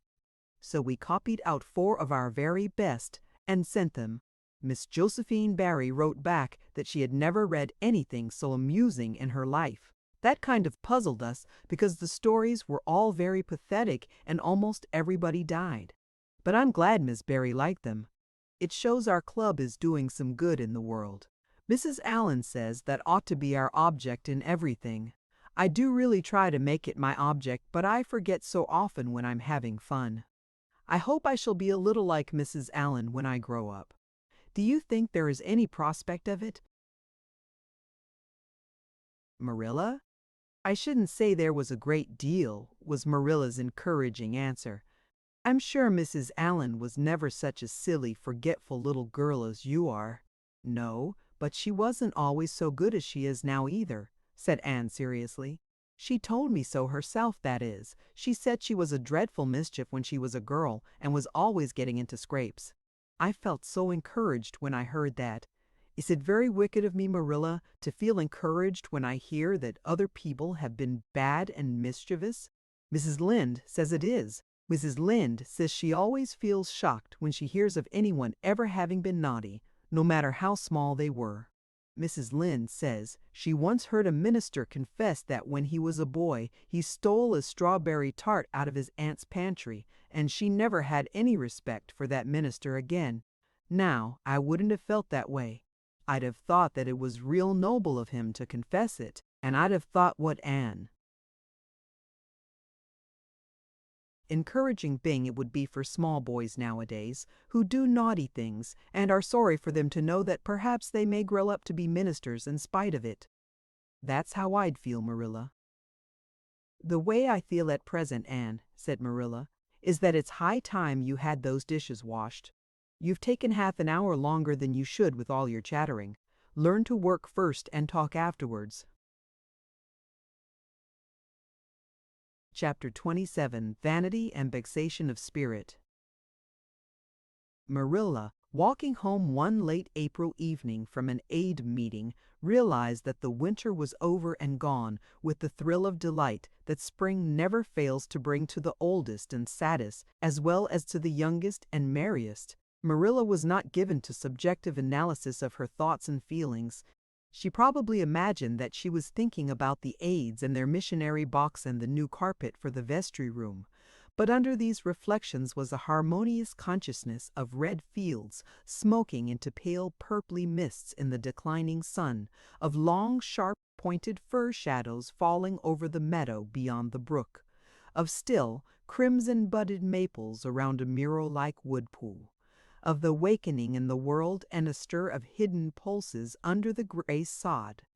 That's pride's Freiheit. Her eyes dwelt affectionately on Green Gables, peering through its network of trees and reflecting the sunlight back from its windows in several little coruscations of glory. Marilla, as she picked her steps along the damp lane, thought that it was really a satisfaction to know that she was going home to a briskly snapping wood fire and a table nicely spread for tea, instead of to the cold comfort of old aid meeting evenings before Anne had come to Green Gables. Consequently, when Marilla entered her kitchen and found the fire black out, with no sign of Anne anywhere, she felt justly disappointed and irritated. She had told Anne to be sure and have tea ready at 5 o'clock, but now she must hurry to take off her second-best dress and prepare the meal herself against Matthew's return from plowing. "I'll settle Miss Anne when she comes home," said Marilla grimly, as she shaved up kindlings with a carving knife and with more vim than was strictly necessary. Matthew had come in and was waiting patiently for his tea in his corner. "She's gadding off somewhere with Diana, writing stories or practicing dialogues. Some such tomfoolery, and never thinking once about the time or her duties. She's just got to be pulled up short and sudden on this sort of thing. I don't care if Mrs. Allan does say she's the brightest and sweetest child she ever knew. She may be bright and sweet enough, but her head is full of nonsense, and there's never any knowing what shape it'll break out in next. Just as soon as she grows out of one freak she takes up with another. But there, here I am saying the very thing I was so riled with Rachel Lynde for saying at the A today. I was real glad when Mrs. Allan spoke up for Anne, for if she hadn't, I know I'd have said something too sharp to Rachel before everybody. Anne's got plenty of faults, goodness knows, and far be it from me to deny it. But I'm bringing her up and not Rachel Lynde, who'd pick faults in the angel Gabriel himself if he lived in Avonlea. Just the same, Anne has no business to leave the house like this when I told her she was to stay home this afternoon and look after things. I must say, with all her faults, I never found her disobedient or untrustworthy beforehand. I'm real sorry to find her so now." "Well now, I don't know," said Matthew, who, being patient and wise and above all hungry, had deemed it best to let Marilla talk her wrath out unhindered, having learned by experience as she got through with whatever work was on hand much quicker if not delayed by untimely argument. "Perhaps you're judging her too hasty, Marilla. Don't call her untrustworthy until you're sure she has disobeyed you. Maybe it can all be explained. Anne's a great hand at explaining." "She's not here when I told her to stay," retorted Marilla. "I reckon she'll find it hard to explain that to my satisfaction. Of course I knew you'd take her part, Matthew, but I'm bringing her up, not you." It was dark when supper was ready, and still no sign of Anne, coming hurriedly over the log bridge or up Lover's Lane, breathless and repentant with a sense of neglected duties.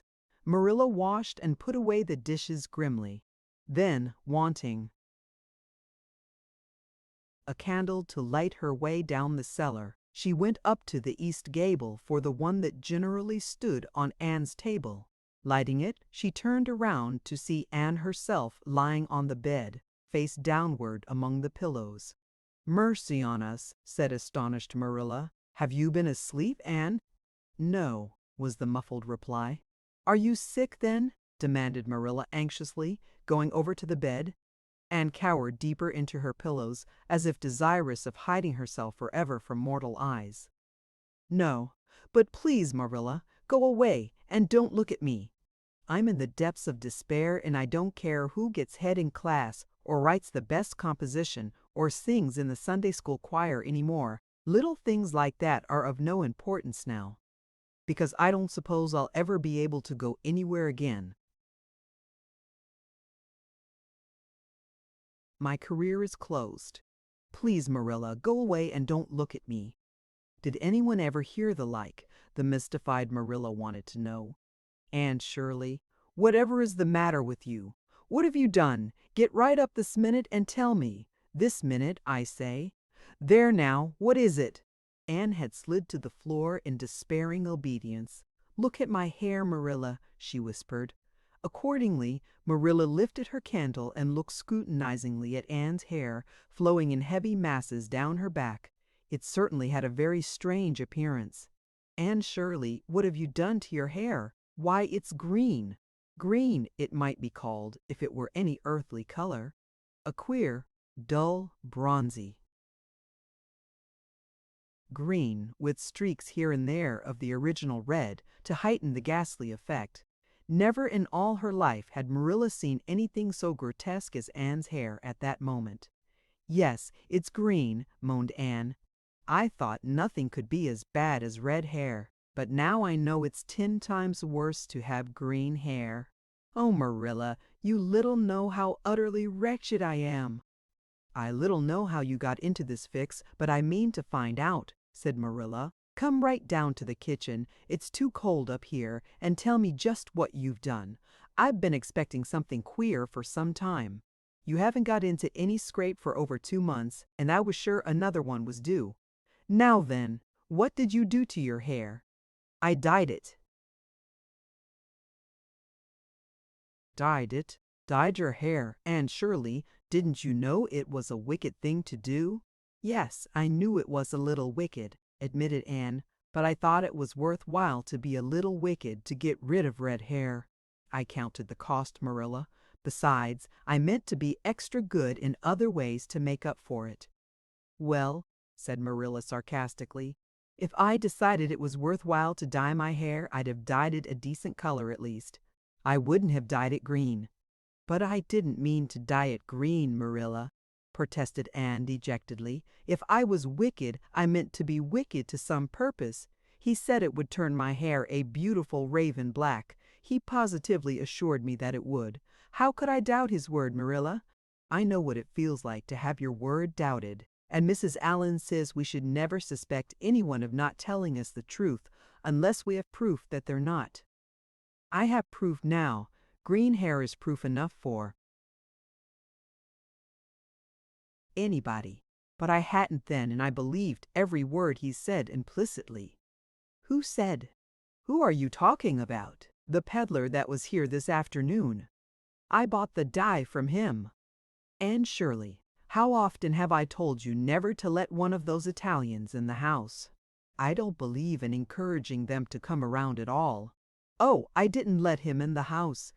I remembered what you told me, and I went out, carefully shut the door, and looked at his things on the step. Besides, he wasn't an Italian, he was a German Jew. He had a big box full of very interesting things, and he told me he was working hard to make enough money to bring his wife and children out from Germany. He spoke so feelingly about them that it touched my heart. I wanted to buy something from him to help him in such a worthy object. Then all at once I saw the bottle of hair dye. The peddler said it was warranted to dye any hair a beautiful raven black and wouldn't wash off. In a trice I saw myself with beautiful raven black hair, and the temptation was irresistible. But the price of the bottle was 75 cents, and I had only 50 cents left out of my chicken money. I think the peddler had a very kind heart, for he said that, seeing it was me, he'd sell it for 50 cents, and that was just giving it away. So I bought it, and as soon as he had gone, I came up here and applied it with an old hairbrush as the directions said. I used up the whole bottle, and oh, Marilla, when I saw the dreadful color it turned my hair, I repented of being wicked, I can tell you. And I've been repenting ever since. Well, I hope you'll repent to good purpose, said Marilla severely, and that you've got your eyes opened to where your vanity has led you, Anne. Goodness knows what's to be done. I suppose the first thing is to give your hair a good washing and see if that will do any good. Accordingly, Anne washed her hair, scrubbing it vigorously with soap and water. But for all the difference it made, she might as well have been scouring its original red. The peddler had certainly spoken the truth when he declared that the dye wouldn't wash off. However, his veracity might be impeached in other respects. "Oh, Marilla, what shall I do?" questioned Anne in tears. "I can never live this down. People have pretty well forgotten my other mistakes, the liniment cake and setting Diana drunk and flying into a temper with Mrs. Lynde. But they'll never forget this. They will think I am not respectable. Oh, Marilla, what a tangled web we weave when first we practice to deceive." That is poetry, but it is true. And oh, how Josie Pye will laugh. Marilla, I cannot face Josie Pye. I am the unhappiest girl in Prince Edward Island. Anne's unhappiness continued for a week. During that time she went nowhere and shampooed her hair every day. Diana alone of outsiders knew the fatal secret, but she promised solemnly never to tell, and it may be stated here and now that she kept her word. At the end of the week, Marilla said decidedly, "It's no use, Anne. That is fast dye if ever there was any. Your hair must be cut off. There is no other way. You can't go out with it looking like that." Anne's lips quivered, but she realized the bitter truth of Marilla's remarks. With a dismal sigh, she went for the scissors. "Please cut it off at once, Marilla, and have it over." "Oh, I feel that my heart is broken. This is such an unromantic affliction. The girls in books lose their hair in fevers or sell it to get money for some good deed, and I'm sure I wouldn't mind losing my hair in some such fashion half so much. But there is nothing comforting in having your hair cut off because you've dyed it a dreadful color, is there? I'm going to weep all the time you're cutting it off if it won't interfere." It seemed such a tragic thing. Anne wept then, but later on, when she went upstairs and looked in the glass, she was calm with despair. Marilla had done her work thoroughly, and it had been necessary to shingle the hair as closely as possible. The result was not becoming, to state the case as mildly as may be, and promptly turned her glass to the wall. "I'll never, never look at myself again until my hair grows," she exclaimed passionately. Then she suddenly righted the glass. "Yes, I will too. I do penance for being wicked that way. I'll look at myself every time I come to my room and see how ugly I am, and I won't try to imagine it away either. I never thought I was vain about my hair of all things, but now I know I was, in spite of its being red, because it was so long and thick and curly. I expect something will happen to my nose next." Anne's clipped head made a sensation in school on the following Monday, but to her relief nobody guessed the real reason for it, not even Josie Pye, who, however, did not fail to inform Anne that she looked like a perfect scarecrow. "I didn't say anything when Josie said that to me," Anne confided that evening to Marilla, who was lying on the sofa after one of her headaches, "because I thought it was part of my punishment and I ought to bear it patiently. It's hard to be told, you look like a scarecrow, and I wanted to say something back, but I didn't. I just swept her one scornful look and then I forgave her." It makes you feel very virtuous when you forgive people, doesn't it?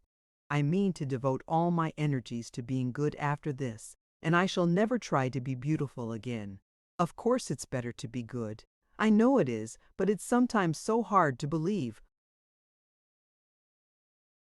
thing even when you know it. I do really want to be good, Marilla, like you and Mrs. Allen and Miss Stacy, and grow up to be a credit to you. Diana says when my hair begins to grow to tie a black velvet ribbon around my head with a bow at one side. She says she thinks it will be very becoming. I will call it a snood. That sounds so romantic. But am I talking too much, Marilla? Does it hurt your head? My head is better now. It was terrible bad this afternoon, though. These headaches of mine are getting worse and worse. I'll have to see a doctor about them. As for your chatter, I don't know that I mind it. I've got so used to it." Which was Marilla's way of saying that she liked to hear it.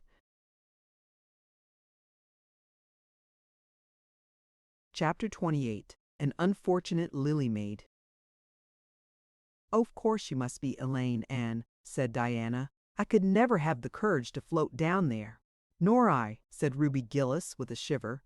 I don't mind floating down when there's 2 or 3 of us in the flat and we can sit up. It's fun then. But to lie down and pretend I was dead, I just couldn't. I'd die really of fright." "Of course it would be romantic," conceded Jane Andrews. "But I know I couldn't keep still. I'd be popping up every minute or so to see where I was, and if I wasn't drifting too far out. And you know, Anne, that would spoil the effect." "But it's so ridiculous to have a red-headed Elaine," mourned Anne. "I'm not afraid to float down, and I'd love to be Elaine. But it's ridiculous just the same. Ruby ought to be Elaine because she is so fair and has such lovely long golden hair. Elaine had all her bright hair streaming down, you know. And Elaine was the Lily Maid. Now, a red-haired person cannot be a Lily Maid." "Your complexion is just as fair as Ruby's," said Diana earnestly, "and your hair is ever so much darker than it used to be before you cut it." "Oh, do you really think so?" exclaimed Anne, flushing sensitively with delight. "I've sometimes thought it was myself, but I never dare to ask anyone for fear. She would tell me it wasn't." "Do you think it could be called auburn now, Diana?" "Yes, and I think it is real pretty," said Diana, looking admiringly at the short, silky curls that clustered over Anne's head and were held in place by a very jaunty black velvet ribbon and bow. They were standing on the bank of the pond, below Orchard Slope, where a little headland fringed with birches ran out from the bank. At its tip was a small wooden platform built out into the water for the convenience of fishermen and duck hunters. Ruby and Jane were spending the midsummer afternoon with Diana, and Anne had come over to play with them. Anne and Diana had spent most of their playtime that summer on and about the pond. Idlewild was a thing of the past, Mr. Bell having ruthlessly cut down the little circle of trees in his back pasture in the spring. Anne had sat among the stumps and wept, not without an eye to the romance of it. But she was speedily consoled, for after all, as she and Diana said, big girls of 13, going on 14, were too old for such childish amusements as playhouses, and there were more fascinating sports to be found about the pond. It was splendid to fish for trout over the bridge, and the 2 girls learned to row themselves about in the little flat-bottomed dory Mr. Barry kept for duck shooting.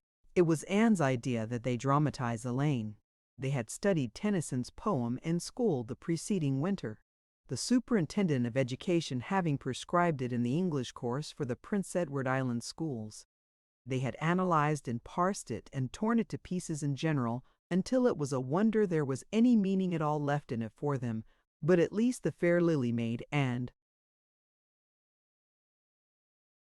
Lancelot and Guinevere and King Arthur had become very real people to them, and Anne was devoured by secret regret that she had not been born in Camelot. Those days, she said, were so much more romantic than the present.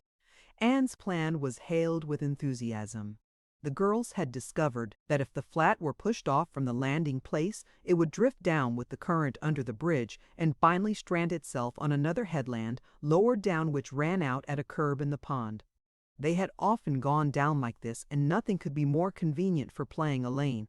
"Well, I'll be Elaine," said Anne, yielding reluctantly, for although she would have been delighted to play the principal character, yet her artistic sense demanded fitness for it, and this, she felt, her limitations made impossible. "Ruby, you must be King Arthur, and Jane will be Guinevere, and Diana must be Lancelot. But first you must be the brothers and the father. We can't have the old dumb servitor, because there isn't room for 2 in the flat when one is lying down. We must pawl the barge all its length in blackest samite. That old black shawl of your mother's will be just the thing, Diana." The black shawl having been procured, Anne spread it over the flat and then lay down on the bottom, with closed eyes and hands folded over her breast. "Oh, she does look really dead," whispered Ruby Gillis nervously, watching the still, white little face under the flickering shadows of the birches. "It makes me feel frightened, girls. Do you suppose it's really right to act like this? Mrs. Lynde says that all play acting is abominably wicked."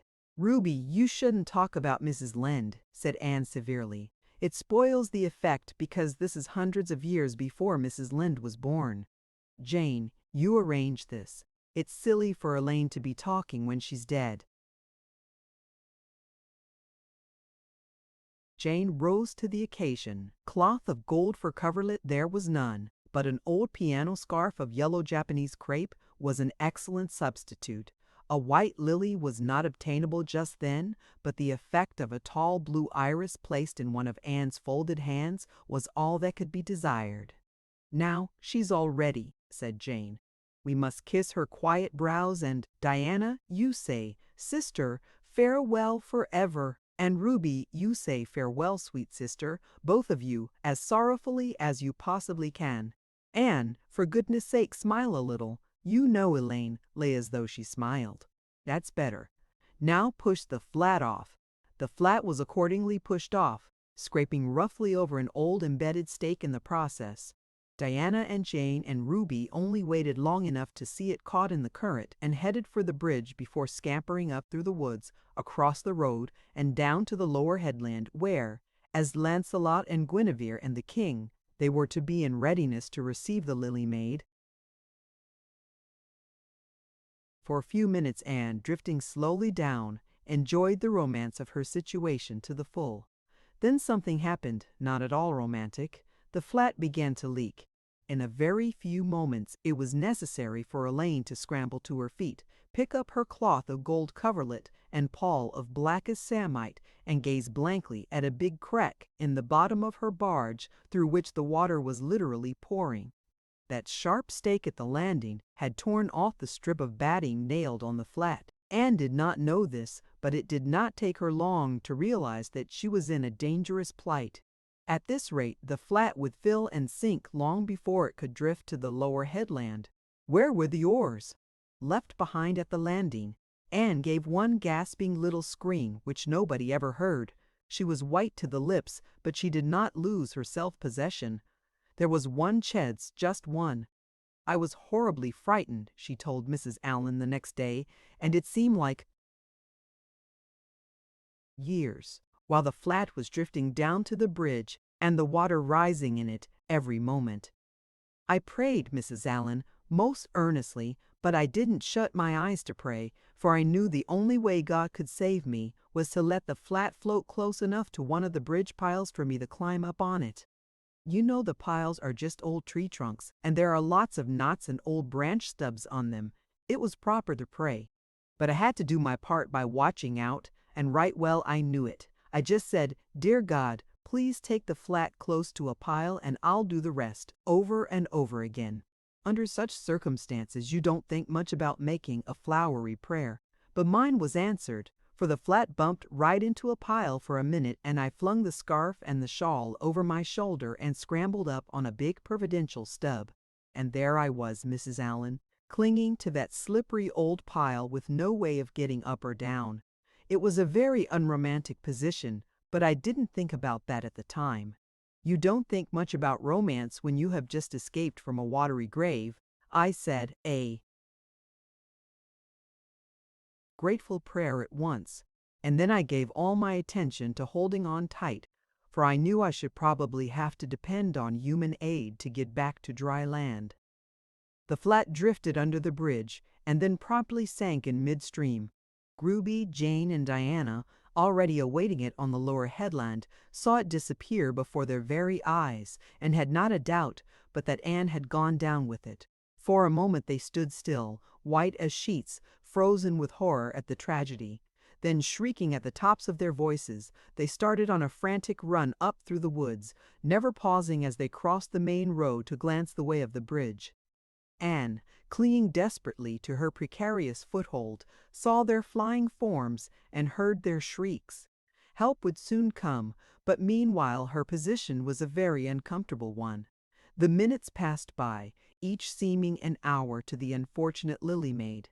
Why didn't somebody come? Where had the girls gone? Suppose they had fainted one. And all, suppose nobody ever came. Suppose she grew so tired and cramped that she could hold on no longer.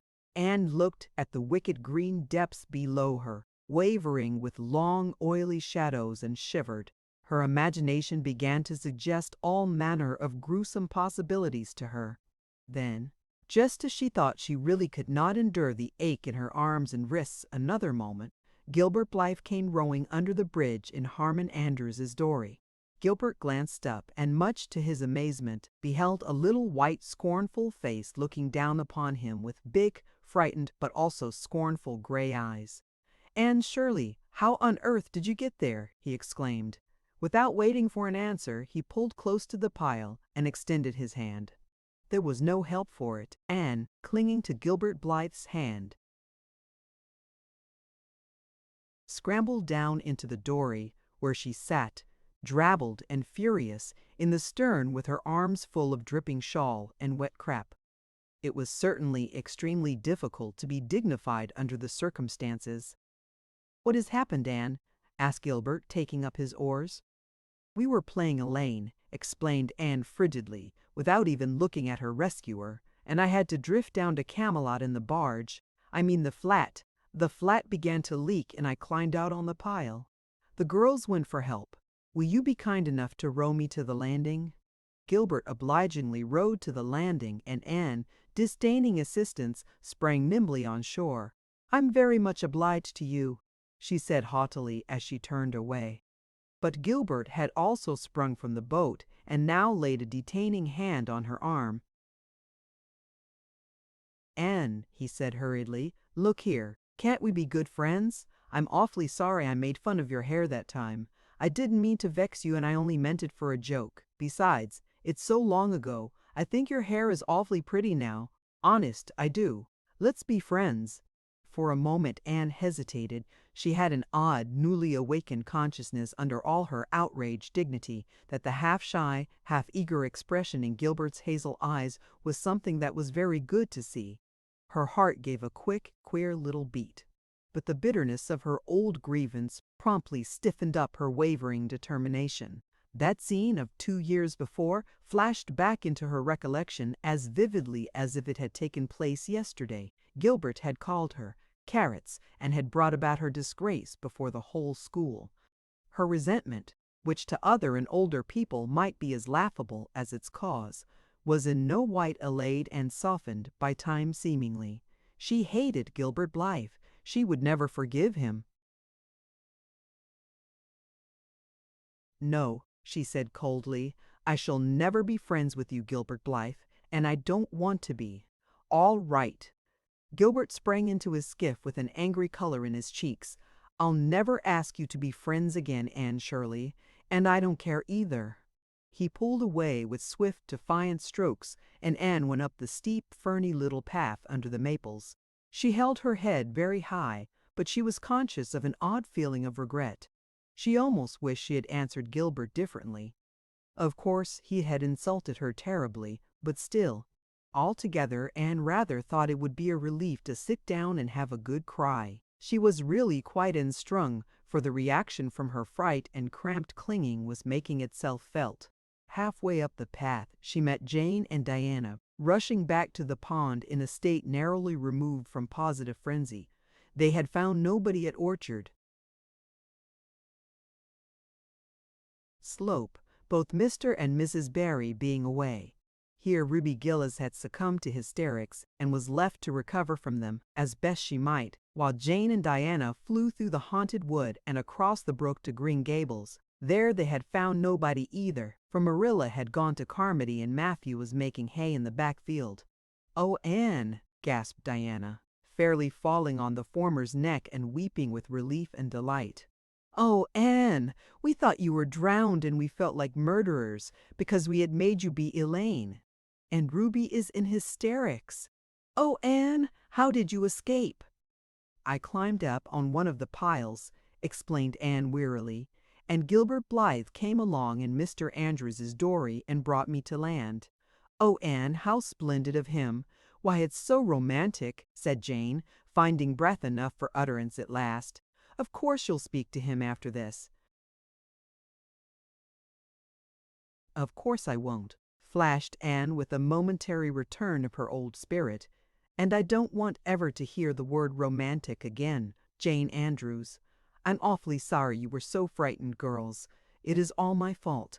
I feel sure I was born under an unlucky star. Everything I do gets me or my dearest friends into a scrape. We've gone and lost your father's flat, Diana, and I have a presentiment that we'll not be allowed to row on the pond anymore." Anne's presentiment proved more trustworthy than presentiments are apt to do. Great was the consternation in the Barry and Cuthbert households when the events of the afternoon became known. "Will you ever have any sense, Anne?" groaned Marilla.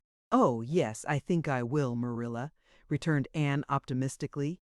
A good cry, indulged in the grateful solitude of the east gable, had soothed her nerves and restored her to her wonted cheerfulness. "I think my prospects of becoming sensible are brighter now than ever." "I don't see how," said Marilla. "Well," explained Anne, "I've learned a new and valuable lesson today.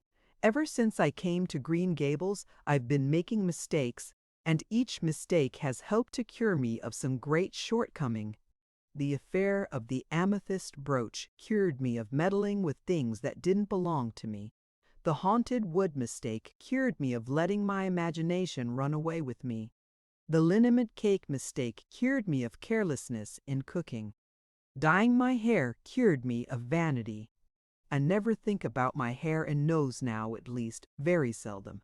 And today's mistake is going to cure me of being too romantic. I have come to the conclusion that it is no use trying to be romantic in Avonlea. It was probably easy enough in towered Camelot hundreds of years ago, but romance is not appreciated now. I feel quite sure that you will soon see a great improvement in me in this respect, Marilla." "I'm sure I hope so," said Marilla skeptically. But Matthew, who had been sitting mutely in his corner, laid a hand on Anne's shoulder when Marilla had gone out. "Don't give up all your romance, Anne," he whispered shyly. "A little of it is a good thing, not too much, of course. But keep a little of it, Anne. Keep a little of it." Chapter 29. An Epoch in Anne's Life. Anne was bringing the cows home from the back pasture by way of Lover's Lane.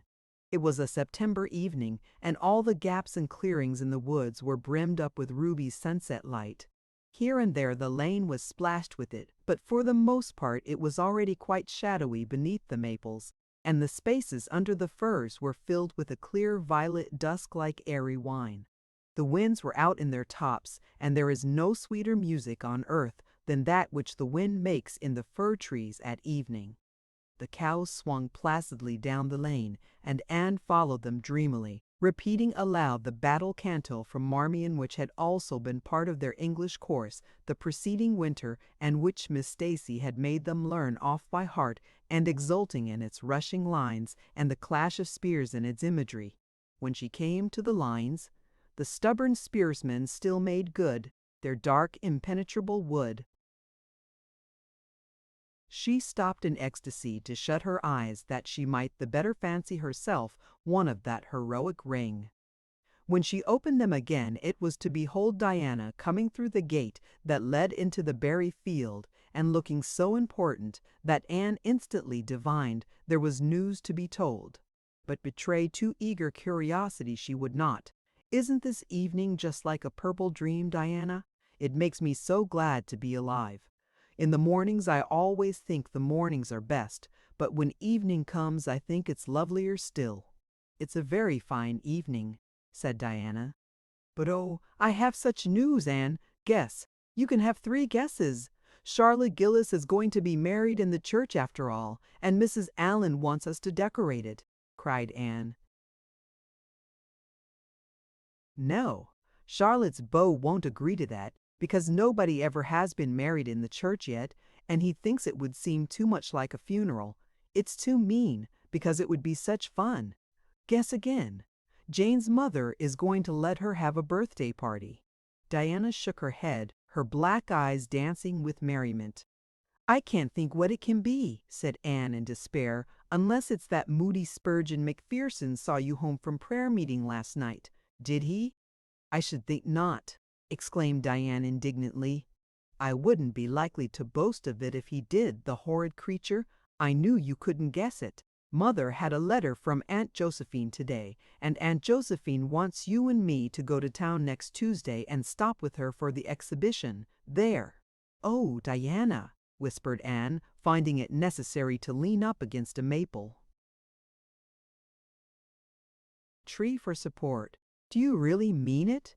But I'm afraid Marilla won't let me go. She will say that she can't encourage gadding about. That was what she said last week when Jane invited me to go with them in their double-seated buggy to the American concert at the White Sands Hotel. I wanted to go, but Marilla said I'd be better at home learning my lessons, and so would Jane. I was bitterly disappointed, Diana. I felt so heartbroken that I wouldn't say my prayers when I went to bed. But I repented of that and got up in the middle of the night and said them." "I'll tell you," said Diana. "We'll get Mother to ask Marilla. She'll be more likely to let you go then. And if she does, we'll have the time of our lives, Anne. I've never been to an exhibition, and it's so aggravating to hear the other girls talking about their trips. Jane and Ruby have been twice, and they're going this year again." "I'm not going to think about it at all until I know whether I can go or not," said Anne resolutely. "If I did and then was disappointed, it would be more than I could bear. But in case I do go, I'm very glad my new coat will be ready by that time." Marilla didn't think I needed a new coat. She said my old one would do very well for another winter and that I ought to be satisfied with having a new dress. The dress is very pretty, Diana navy blue, and made so fashionably. Marilla always makes my dresses fashionably now, because she says she doesn't intend to have Matthew going to Mrs. Lynde to make them. I'm so glad. It is ever so much easier to be good if your clothes are fashionable. At least, it is easier for me. I suppose it doesn't make such a difference to naturally good people. But Matthew said I must have a new coat, so Marilla bought a lovely piece of blue broadcloth, and it's being made by a real dressmaker over at Carmody. It's to be done Saturday night, and I'm trying not to imagine myself walking up the church aisle on Sunday in my new suit and cap, because I'm afraid it isn't right to imagine such things. But it just slips into my mind in spite of me. My cap is so pretty. Matthew bought it for me the day we were over at Carmody. It is one of those little blue velvet ones that are all the rage, with gold cord and tassels. Your new hat is elegant, Diana, and so becoming. When I saw you come into church last Sunday, my heart swelled with pride to think you were my dearest friend. Do you suppose it's wrong for us to think so much about our clothes? Marilla says it is very sinful, but it is such an interesting subject, isn't it?" Marilla agreed to let Anne go to town, and it was arranged that Mr. Barry should take the girls in on the following Tuesday. As Charlottetown was 30 miles away, and Mr. Barry wished to go and return the same day, it was necessary to make a very early start. But Anne counted it all joy, and was up before sunrise on Tuesday morning. A glance from her window assured her that the day would be fine, for the eastern sky behind the firs of the haunted wood was all silvery and cloudless. Through the gap in the trees a light was shining in the western gable of Orchard Slope, a token that Diana was also up. Anne was dressed by the time Matthew had the fire on and had the breakfast ready when Marilla came down, but for her own part was much too excited to eat. After breakfast, the jaunty new cap and jacket were donned, and Anne hastened over the brook and up through the firs to Orchard Slope. Mr. Barry and Diana were waiting for her, and they were soon on the road. It was a long drive, but Anne and Diana enjoyed every minute of it. It was delightful to rattle along over the moist roads in the early red sunlight that was creeping across the shorn harvest fields. The air was fresh and crisp, and little smoke-blue mists curled through the valleys and floated off from the hills. Sometimes the road went through woods where maples were beginning to hang out scarlet banners. Sometimes it crossed rivers on bridges that made Anne's flesh cringe with the old, half-delightful fear. Sometimes it wound along a harbor shore and passed by a little cluster of weather-gray fishing huts. Again it mounted to hills whence a far sweep of curving upland or misty blue sky could be seen, but wherever it went there was much of interest to discuss. It was almost noon when they reached town and found their way to Beechwood. It was quite a fine old mansion, set back from the street in a seclusion of green elms and branching beeches. Miss Barry met them at the door with a twinkle in her sharp black eyes. "So, you've come to see me at last, you Anne girl," she said. "Mercy, child, how you have grown! You're taller than I am, I declare, and you're ever so much better looking than you used to be, too. But I dare say you know that without being told." "Indeed I didn't," said Anne radiantly.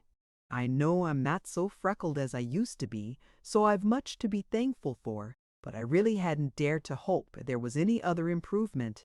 I'm so glad you think there is, Miss Barry." Miss Barry's house was furnished with great magnificence, as Anne told Marilla afterward. The two little country girls were rather abashed by the splendor of the parlor where Miss Barry left them when she went to see about dinner. "Isn't it just like a palace?" whispered Diana. "I never was in Aunt Josephine's house before, and I'd no idea it was so grand. I just wish Julia Bell could see this. She puts on such airs about her mother's parlor." "Velvet carpet," sighed Anne luxuriously, "and silk curtains. I've dreamed of such things, Diana. But do you know I don't believe I feel very comfortable with them after all. There are so many things in this room and all so splendid that there is no scope for imagination. That is one consolation. When you are poor there are so many more things you can imagine about." Their sojourn in town was something that Anne and Diana dated from for years. From first to last it was crowded with delights. On Wednesday, Miss Barry took them to the exhibition grounds and kept them there all day. It was splendid, Anne related to Marilla later on. "I never imagined anything so interesting. I don't really know which department was the most interesting. I think I liked the horses and the flowers and the fancy work best. Josie Pye took first prize for knitted lace. I was real glad she did, and I was glad that I felt glad, for it shows I'm improving, don't you think, Marilla, when I can rejoice in Josie's success? Mr. Harmon Andrews took second prize for Gravenstein apples, and Mr. Bell took first prize for a pig. Diana said she thought it was ridiculous for a Sunday school superintendent to take a prize in pigs, but I don't see why. Do you? She said she would always think of it after this when he was praying so solemnly. Clara Louise McPherson took a prize for painting, and Mrs. Lynde got first prize for homemade butter and cheese. So Avonlea was pretty well represented, wasn't it? Mrs. Lynde was there that day, and I never knew how.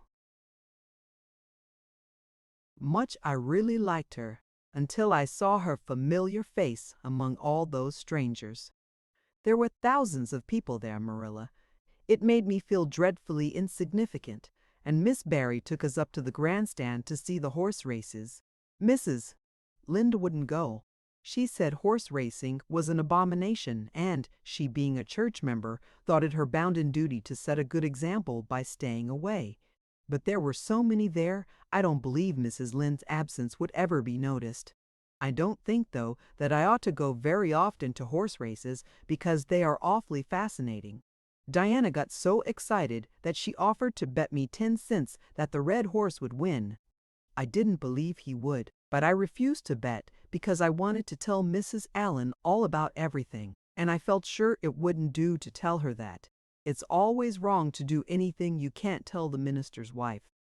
It's as good as an extra conscience to have a minister's wife for your friend, and I was very glad I didn't bet because the red horse did win, and I would have lost 10 cents. So you see that virtue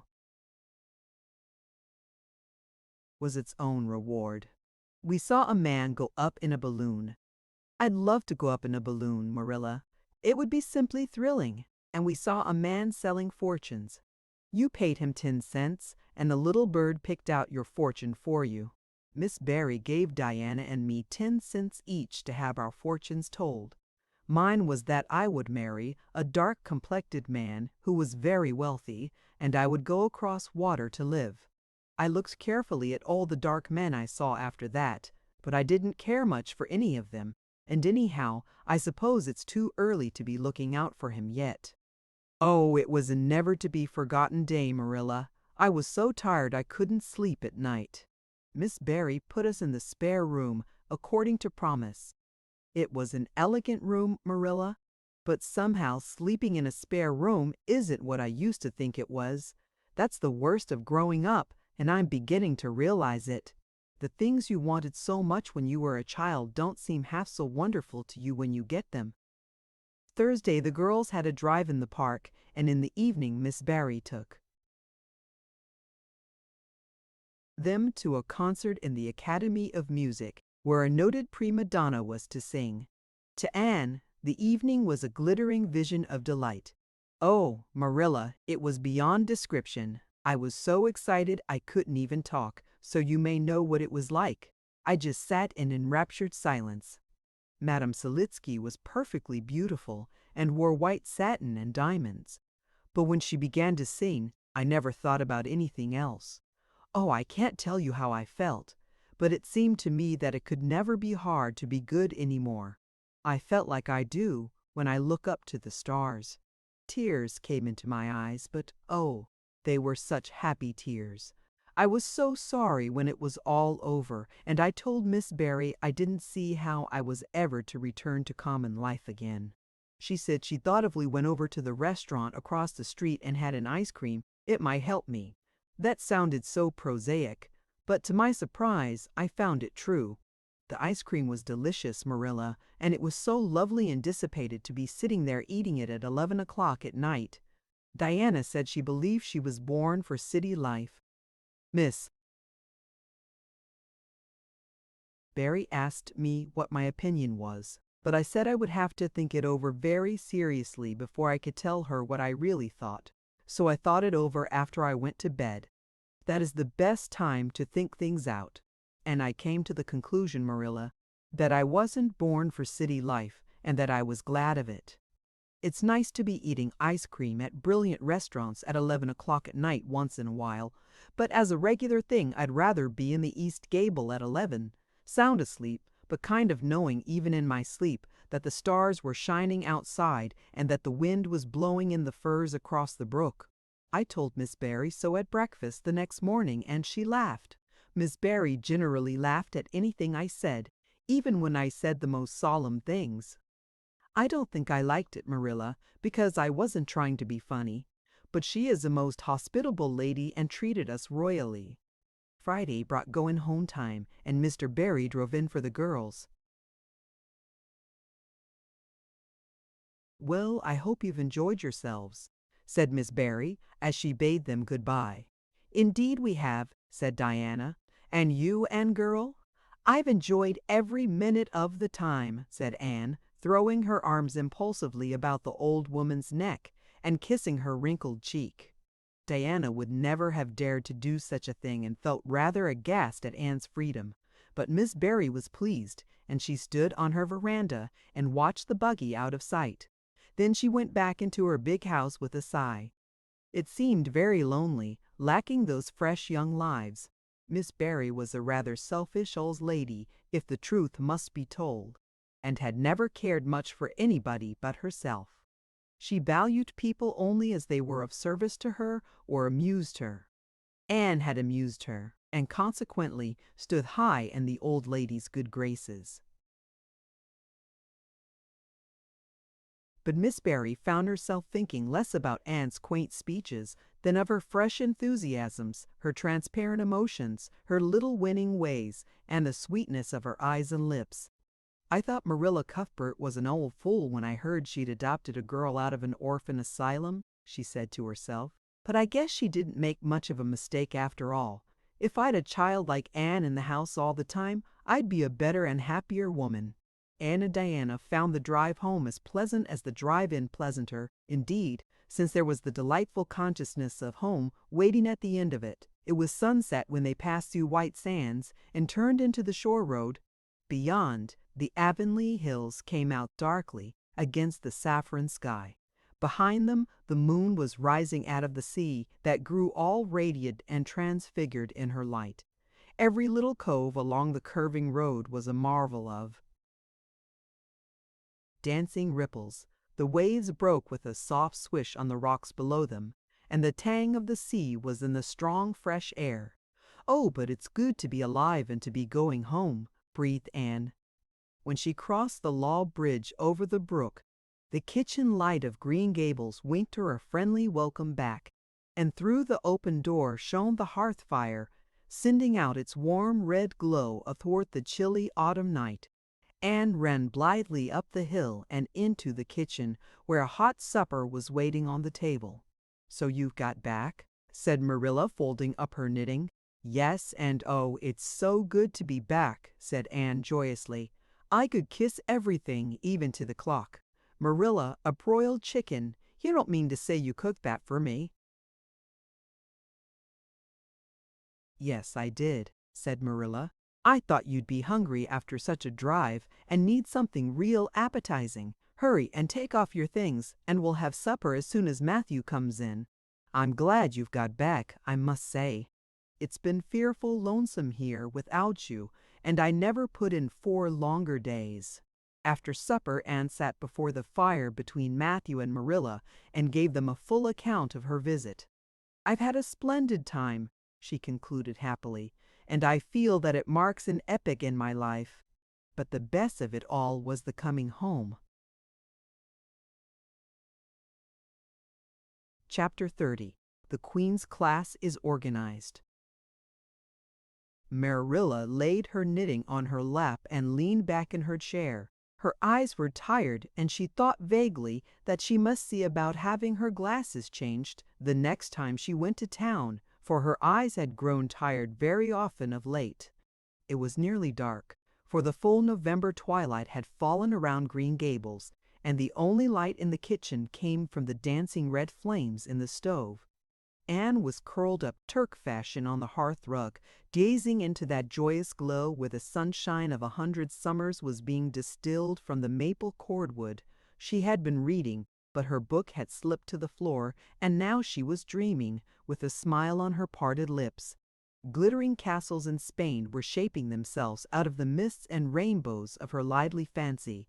Adventures wonderful and enthralling were happening to her in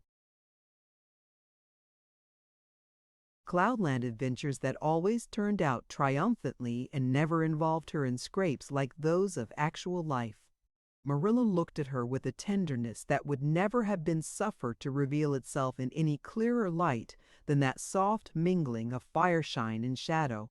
The lesson of a love that should display itself easily in spoken word and open look was one Marilla could never learn. But she had learned to love the slim, gray-eyed girl with an affection all the deeper and stronger from its very undemonstrativeness. Her love made her afraid of being unduly indulgent, indeed. She had an uneasy feeling that it was rather sinful to set one's heart so intensely on any human creature as she had set hers on Anne, and perhaps she performed a sort of unconscious penance for this by being stricter and more critical than if the girl had been less dear to her.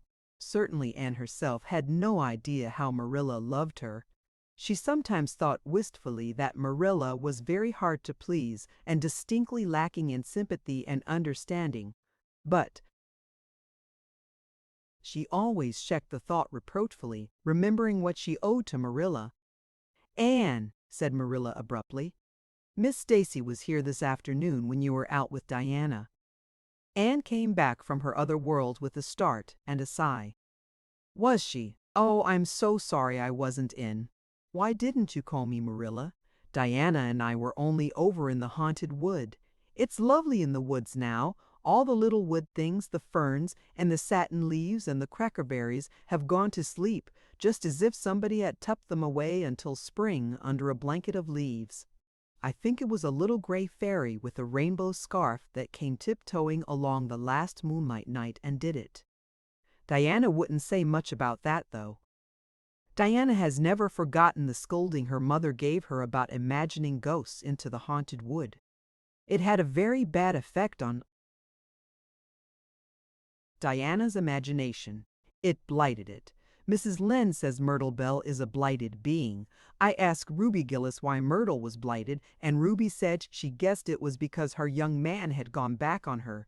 Ruby Gillis thinks of nothing but young men, and the older she gets, the worse she is. Young men are all very well in their place, but it doesn't do to drag them into everything, does it? Diana and I are thinking seriously of promising each other that we will never marry, but be nice old maids and live together forever. Diana hasn't quite made up her mind, though, because she thinks perhaps it would be nobler to marry some wild, dashing, wicked young man and reform him. Diana and I talk a great deal about serious subjects now, you know. We feel that we are so much older than we used to be, that it isn't becoming to talk of childish matters. It's such a solemn thing to be almost 14, Marilla. Miss Stacy took all us girls who are in our teens down to the brook last Wednesday and talked to us about it. She said we couldn't be too careful what habits we formed and what ideals we acquired in our teens, because by the time we were 20, our characters would be developed and the foundation laid for our whole future life. And she said if the foundation was shaky, we could never build anything really worthwhile on it. Diana and I talked the matter over coming home from school. We felt extremely solemn, Marilla, and we decided that we would try to be very careful indeed and form respectable habits and learn all we could and be as sensible as possible, so that by the time we were 20, our characters would be properly developed. It's perfectly appalling to think of being 20, Marilla. It sounds so fearfully old and grown up. But why was Miss Stacy here this afternoon? That is what I want to tell you, Anne, if you'll ever give me a chance to get a word in edgewise. She was talking about you. About me. Anne looked rather scared. Then she flushed and exclaimed, "Oh, I know what she was saying. I meant to tell you, Marilla. Honestly, I did. But I forgot. Miss Stacy caught me reading Ben-Hur in school yesterday afternoon when I should have been studying my Canadian history. Jane Andrews lent it to me. I was reading it at dinner hour, and I had just got to the chariot race when school went in. I was simply wild to know how it turned out, although I felt sure Ben-Hur must win, because it wouldn't be poetical justice if he didn't. So I spread the history open on my desk lid and then tucked Ben-Hur between the desk and my knee. I just looked as if I were studying Canadian history, you know, while all the while I was reveling in Ben-Hur. I was so interested in it that I never noticed Miss Stacy coming down the aisle, until all at once I just looked up, and there she was looking down at me, so reproachful-like. I can't tell you how ashamed I felt, Marilla, especially when I heard Josie Pye giggling. Miss Stacy took Ben-Hur away, but she never said a word then. She kept me in at recess and talked to me. She said I had done very wrong in two respects. First, I was wasting the time I ought to have put on my studies, and secondly, I was deceiving my teacher and trying to make it appear I was reading a history when it was a storybook instead. I had never realized until that moment, Marilla, that what I was doing was deceitful. I was shocked. I cried bitterly and asked Miss Stacy to forgive me, and I'd never do such a thing again. And I offered to do penance by never so much as looking at Ben-Hur for a whole week, not even to see how the chariot race turned out. But Miss Stacy said she wouldn't require that, and she forgave me freely. So I think it wasn't very kind of her to come up here to you about it after all. Miss Stacy never mentioned such a thing to me, Anne, and it's only your guilty conscience that's the matter with you. You have no business to be taking storybooks to school. You read too many novels anyhow. When I was a girl, I wasn't so much as allowed to look at a novel. Oh, how can you call Ben-Hur a novel when it's really such a religious book? Protested Anne. Of course it's a little too exciting to be proper reading for Sunday, and I only read it on weekdays. And I never read any book now unless either Miss Stacy or Mrs. Allen thinks it is a proper book for a girl 13 3/4 to read. Miss Stacy made me promise that. She found me reading a book one day called The Lurid Mystery of the Haunted Hall. It was one Ruby Gillis had lent me, and, oh Marilla, it was so fascinating and creepy. It just curdled the blood in my veins. But Miss Stacy said it was a very silly, unwholesome book, and she asked me not to read any more of it or any like it. I didn't mind promising not to read any more like it, but it was agonizing to give back that book without knowing how it turned out. But my love for Miss Stacy stood the test, and I did. It's really wonderful, Marilla, what you can do when you're truly anxious to please a certain person. Well, I guess I'll light the lamp and get to work, said Marilla. I see plainly that you don't want to hear what Miss Stacy had to say. You're more interested in the sound of your own tongue than in anything else. Oh, indeed, Marilla, I do want to hear it, cried Anne contritely. I won't say another word, not one. I know I talk too much, but I am really trying to overcome it, and although I say far too much, yet if you only knew how many things I want to say and don't, you'd give me some credit for it. Please tell me, Marilla. Well, Miss Stacy wants to organize a class among her advanced students who mean to study for the entrance examination into Queen's. She intends to give them extra lessons for an hour after school, and she came to ask Matthew and me if we would like to have you join it. What do you think about it yourself, Anne? Would you like to go to Queen's and pass for a teacher? Oh, Marilla! Anne straightened to her knees and clasped her hands. It's been the dream of my life, that is, for the last 6 months, ever since Ruby and Jane began to talk of studying for the entrance, but I didn't say anything about it because I supposed it would be perfectly useless. I'd love to be a teacher, but won't it be dreadfully expensive? Mr. Andrews says it cost him $150 to put Prissy through, and Prissy wasn't a dunce in geometry. I guess you needn't worry about that part of it. When Matthew and I took you to bring up, we resolved we would do the best we could for you and give you a good education. I believe in a girl being fitted to earn her own living, whether she ever has to or not. You'll always have a home at Green Gables as long as Matthew and I are here.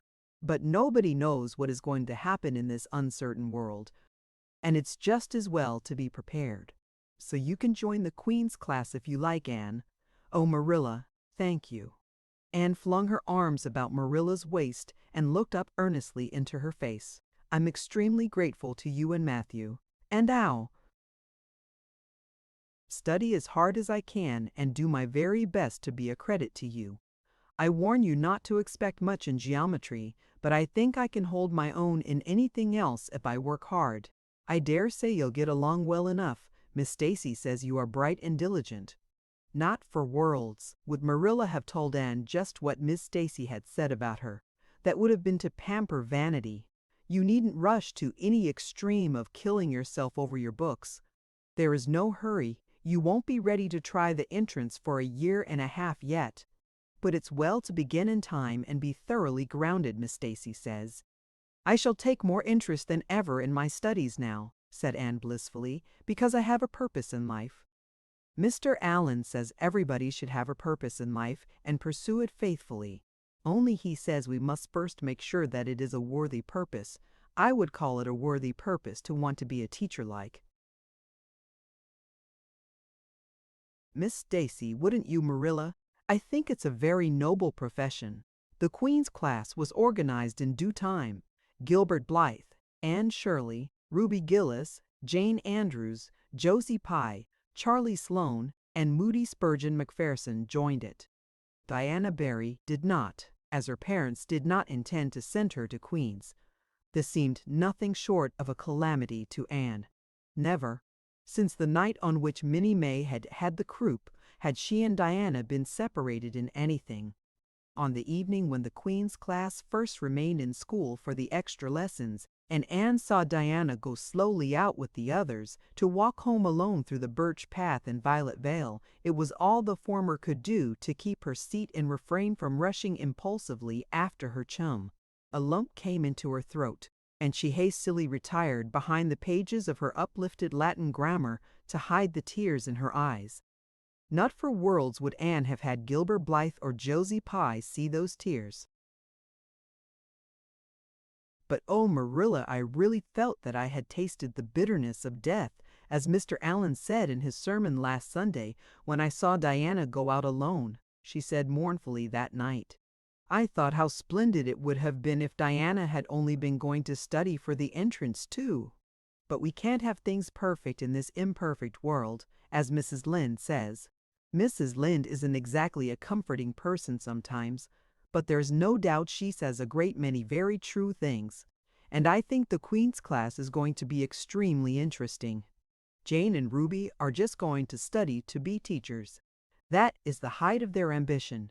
Ruby says she will only teach for 2 years after she gets through, and then she intends to be married. Jane says she will devote her whole life to teaching and never, never marry, because you are paid a salary for teaching, but a husband won't pay you anything and growls if you ask for a share in the egg and butter money. I expect Jane speaks from mournful experience, for Mrs. Lynde says that her father is a perfect old crank and meaner than second skimmings. Josie Pye says she is just going to college for education's sake because she won't have to earn her own living. She says of course it is different. With orphans who are living on charity they have to hustle. Moody Spurgeon is going to be a minister. Mrs. Lynde says he couldn't be anything else with a name like that to live up to. I hope it isn't wicked of me, Marilla, but really the thought of Moody Spurgeon being a minister makes me laugh. He's such a funny-looking boy with that big fat face and his little blue eyes and his ears sticking out like flaps, but perhaps he will be more intellectual-looking when he grows up. Charlie Sloane says he's going to go into politics and be a member of Parliament, but Mrs. Lynde says he'll never succeed at that because the Sloanes are all honest people and it's only rascals that get on in politics nowadays. What is Gilbert Blythe going to be? Queried Marilla, seeing that Anne was opening her César. I don't happen to know what Gilbert Blythe's ambition in life is, if he has any, said Anne scornfully. There was open rivalry between Gilbert and Anne now. Previously, the rivalry had been rather one-sided, but there was no longer any doubt that Gilbert was as determined to be first in class as Anne was. He was a foeman worthy of her steel. The other members of the class tacitly acknowledged their superiority and never dreamed of trying to compete with them.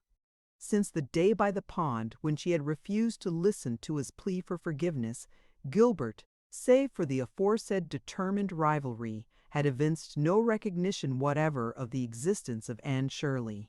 He talked and jested with the other girls, exchanged books and puzzles with them, discussed lessons and plans, sometimes walked home with one or the other of them from prayer meeting or debating club, but Anne Shirley he simply ignored, and Anne found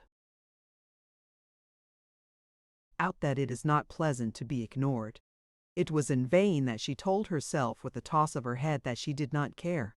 Deep down in her wayward, feminine little heart, she knew that she did care, and that if she had that chance of the Lake of Shining Waters again, she would answer very differently. All at once, as it seemed, and to her secret dismay, she found that the old resentment she had cherished against him was gone just when she most needed its sustaining power. It was in vain that she recalled every incident and emotion of that memorable occasion and tried to feel the old, satisfying anger.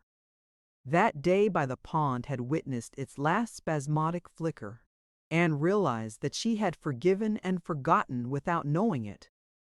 But it was too late, and at least neither Gilbert nor anybody else, not even Diana, should ever suspect how sorry she was and how much she wished she hadn't been so proud and horrid. She determined to shroud her feelings in deepest oblivion, and it may be stated here and now that she did it so successfully that Gilbert, who possibly was not quite so indifferent as he seemed, could not console himself with any belief that Anne felt his retaliatory scorn. The only poor comfort he had was that she snubbed Charlie Sloane unmercifully, continually, and undeservedly. Otherwise the winter passed away in a round of pleasant duties and studies. For Anne the days slipped by like golden beads on the necklace of the year. She was happy, eager, interested. There were lessons to be learned and honor to be won. Delightful books to read, new pieces to be practiced for the Sunday school choir, pleasant Saturday afternoons at the manse with Mrs. Allen. And then, Almost before Anne realized it, spring had come again to Green Gables, and all the world was abloom once more. Studies paused just a wee bit then. The Queen's class, left behind in school while the others scattered to green lanes and leafy woodcuts and meadow byways, looked wistfully out of the windows and discovered that Latin verbs and French exercises had somehow lost the tang and zest they had possessed in the crisp winter months. Even Anne and Gilbert lagged and grew indifferent. Teacher and taught were alike glad when the term was ended, and the glad vacation days stretched rosily before them. "But you've done good work this past year," Miss Stacy told them on the last evening. "And you deserve a good, jolly vacation. Have the best time you can in the out-of-door world, and lay in a good stock of health and vitality and ambition to carry you through next year. It will be the tug of war, you know, the last year before the entrance." "Are you going to be back next year, Miss Stacy?" asked Josie Pye. Josie Pye never scrupled to ask questions. In this instance, the rest of the class felt grateful to her. None of them would have dared to ask it of Miss Stacy, but all wanted to, for there had been alarming rumors running at large through the school for some time that Miss Stacy was not coming back the next year, that she had been offered a position in the grade school of her own home district and meant to accept. The Queen's class listened in breathless suspense for her answer. "Yes, I think I will," said Miss Stacy. "I thought of taking another school, but I have decided to come back to Avonlea.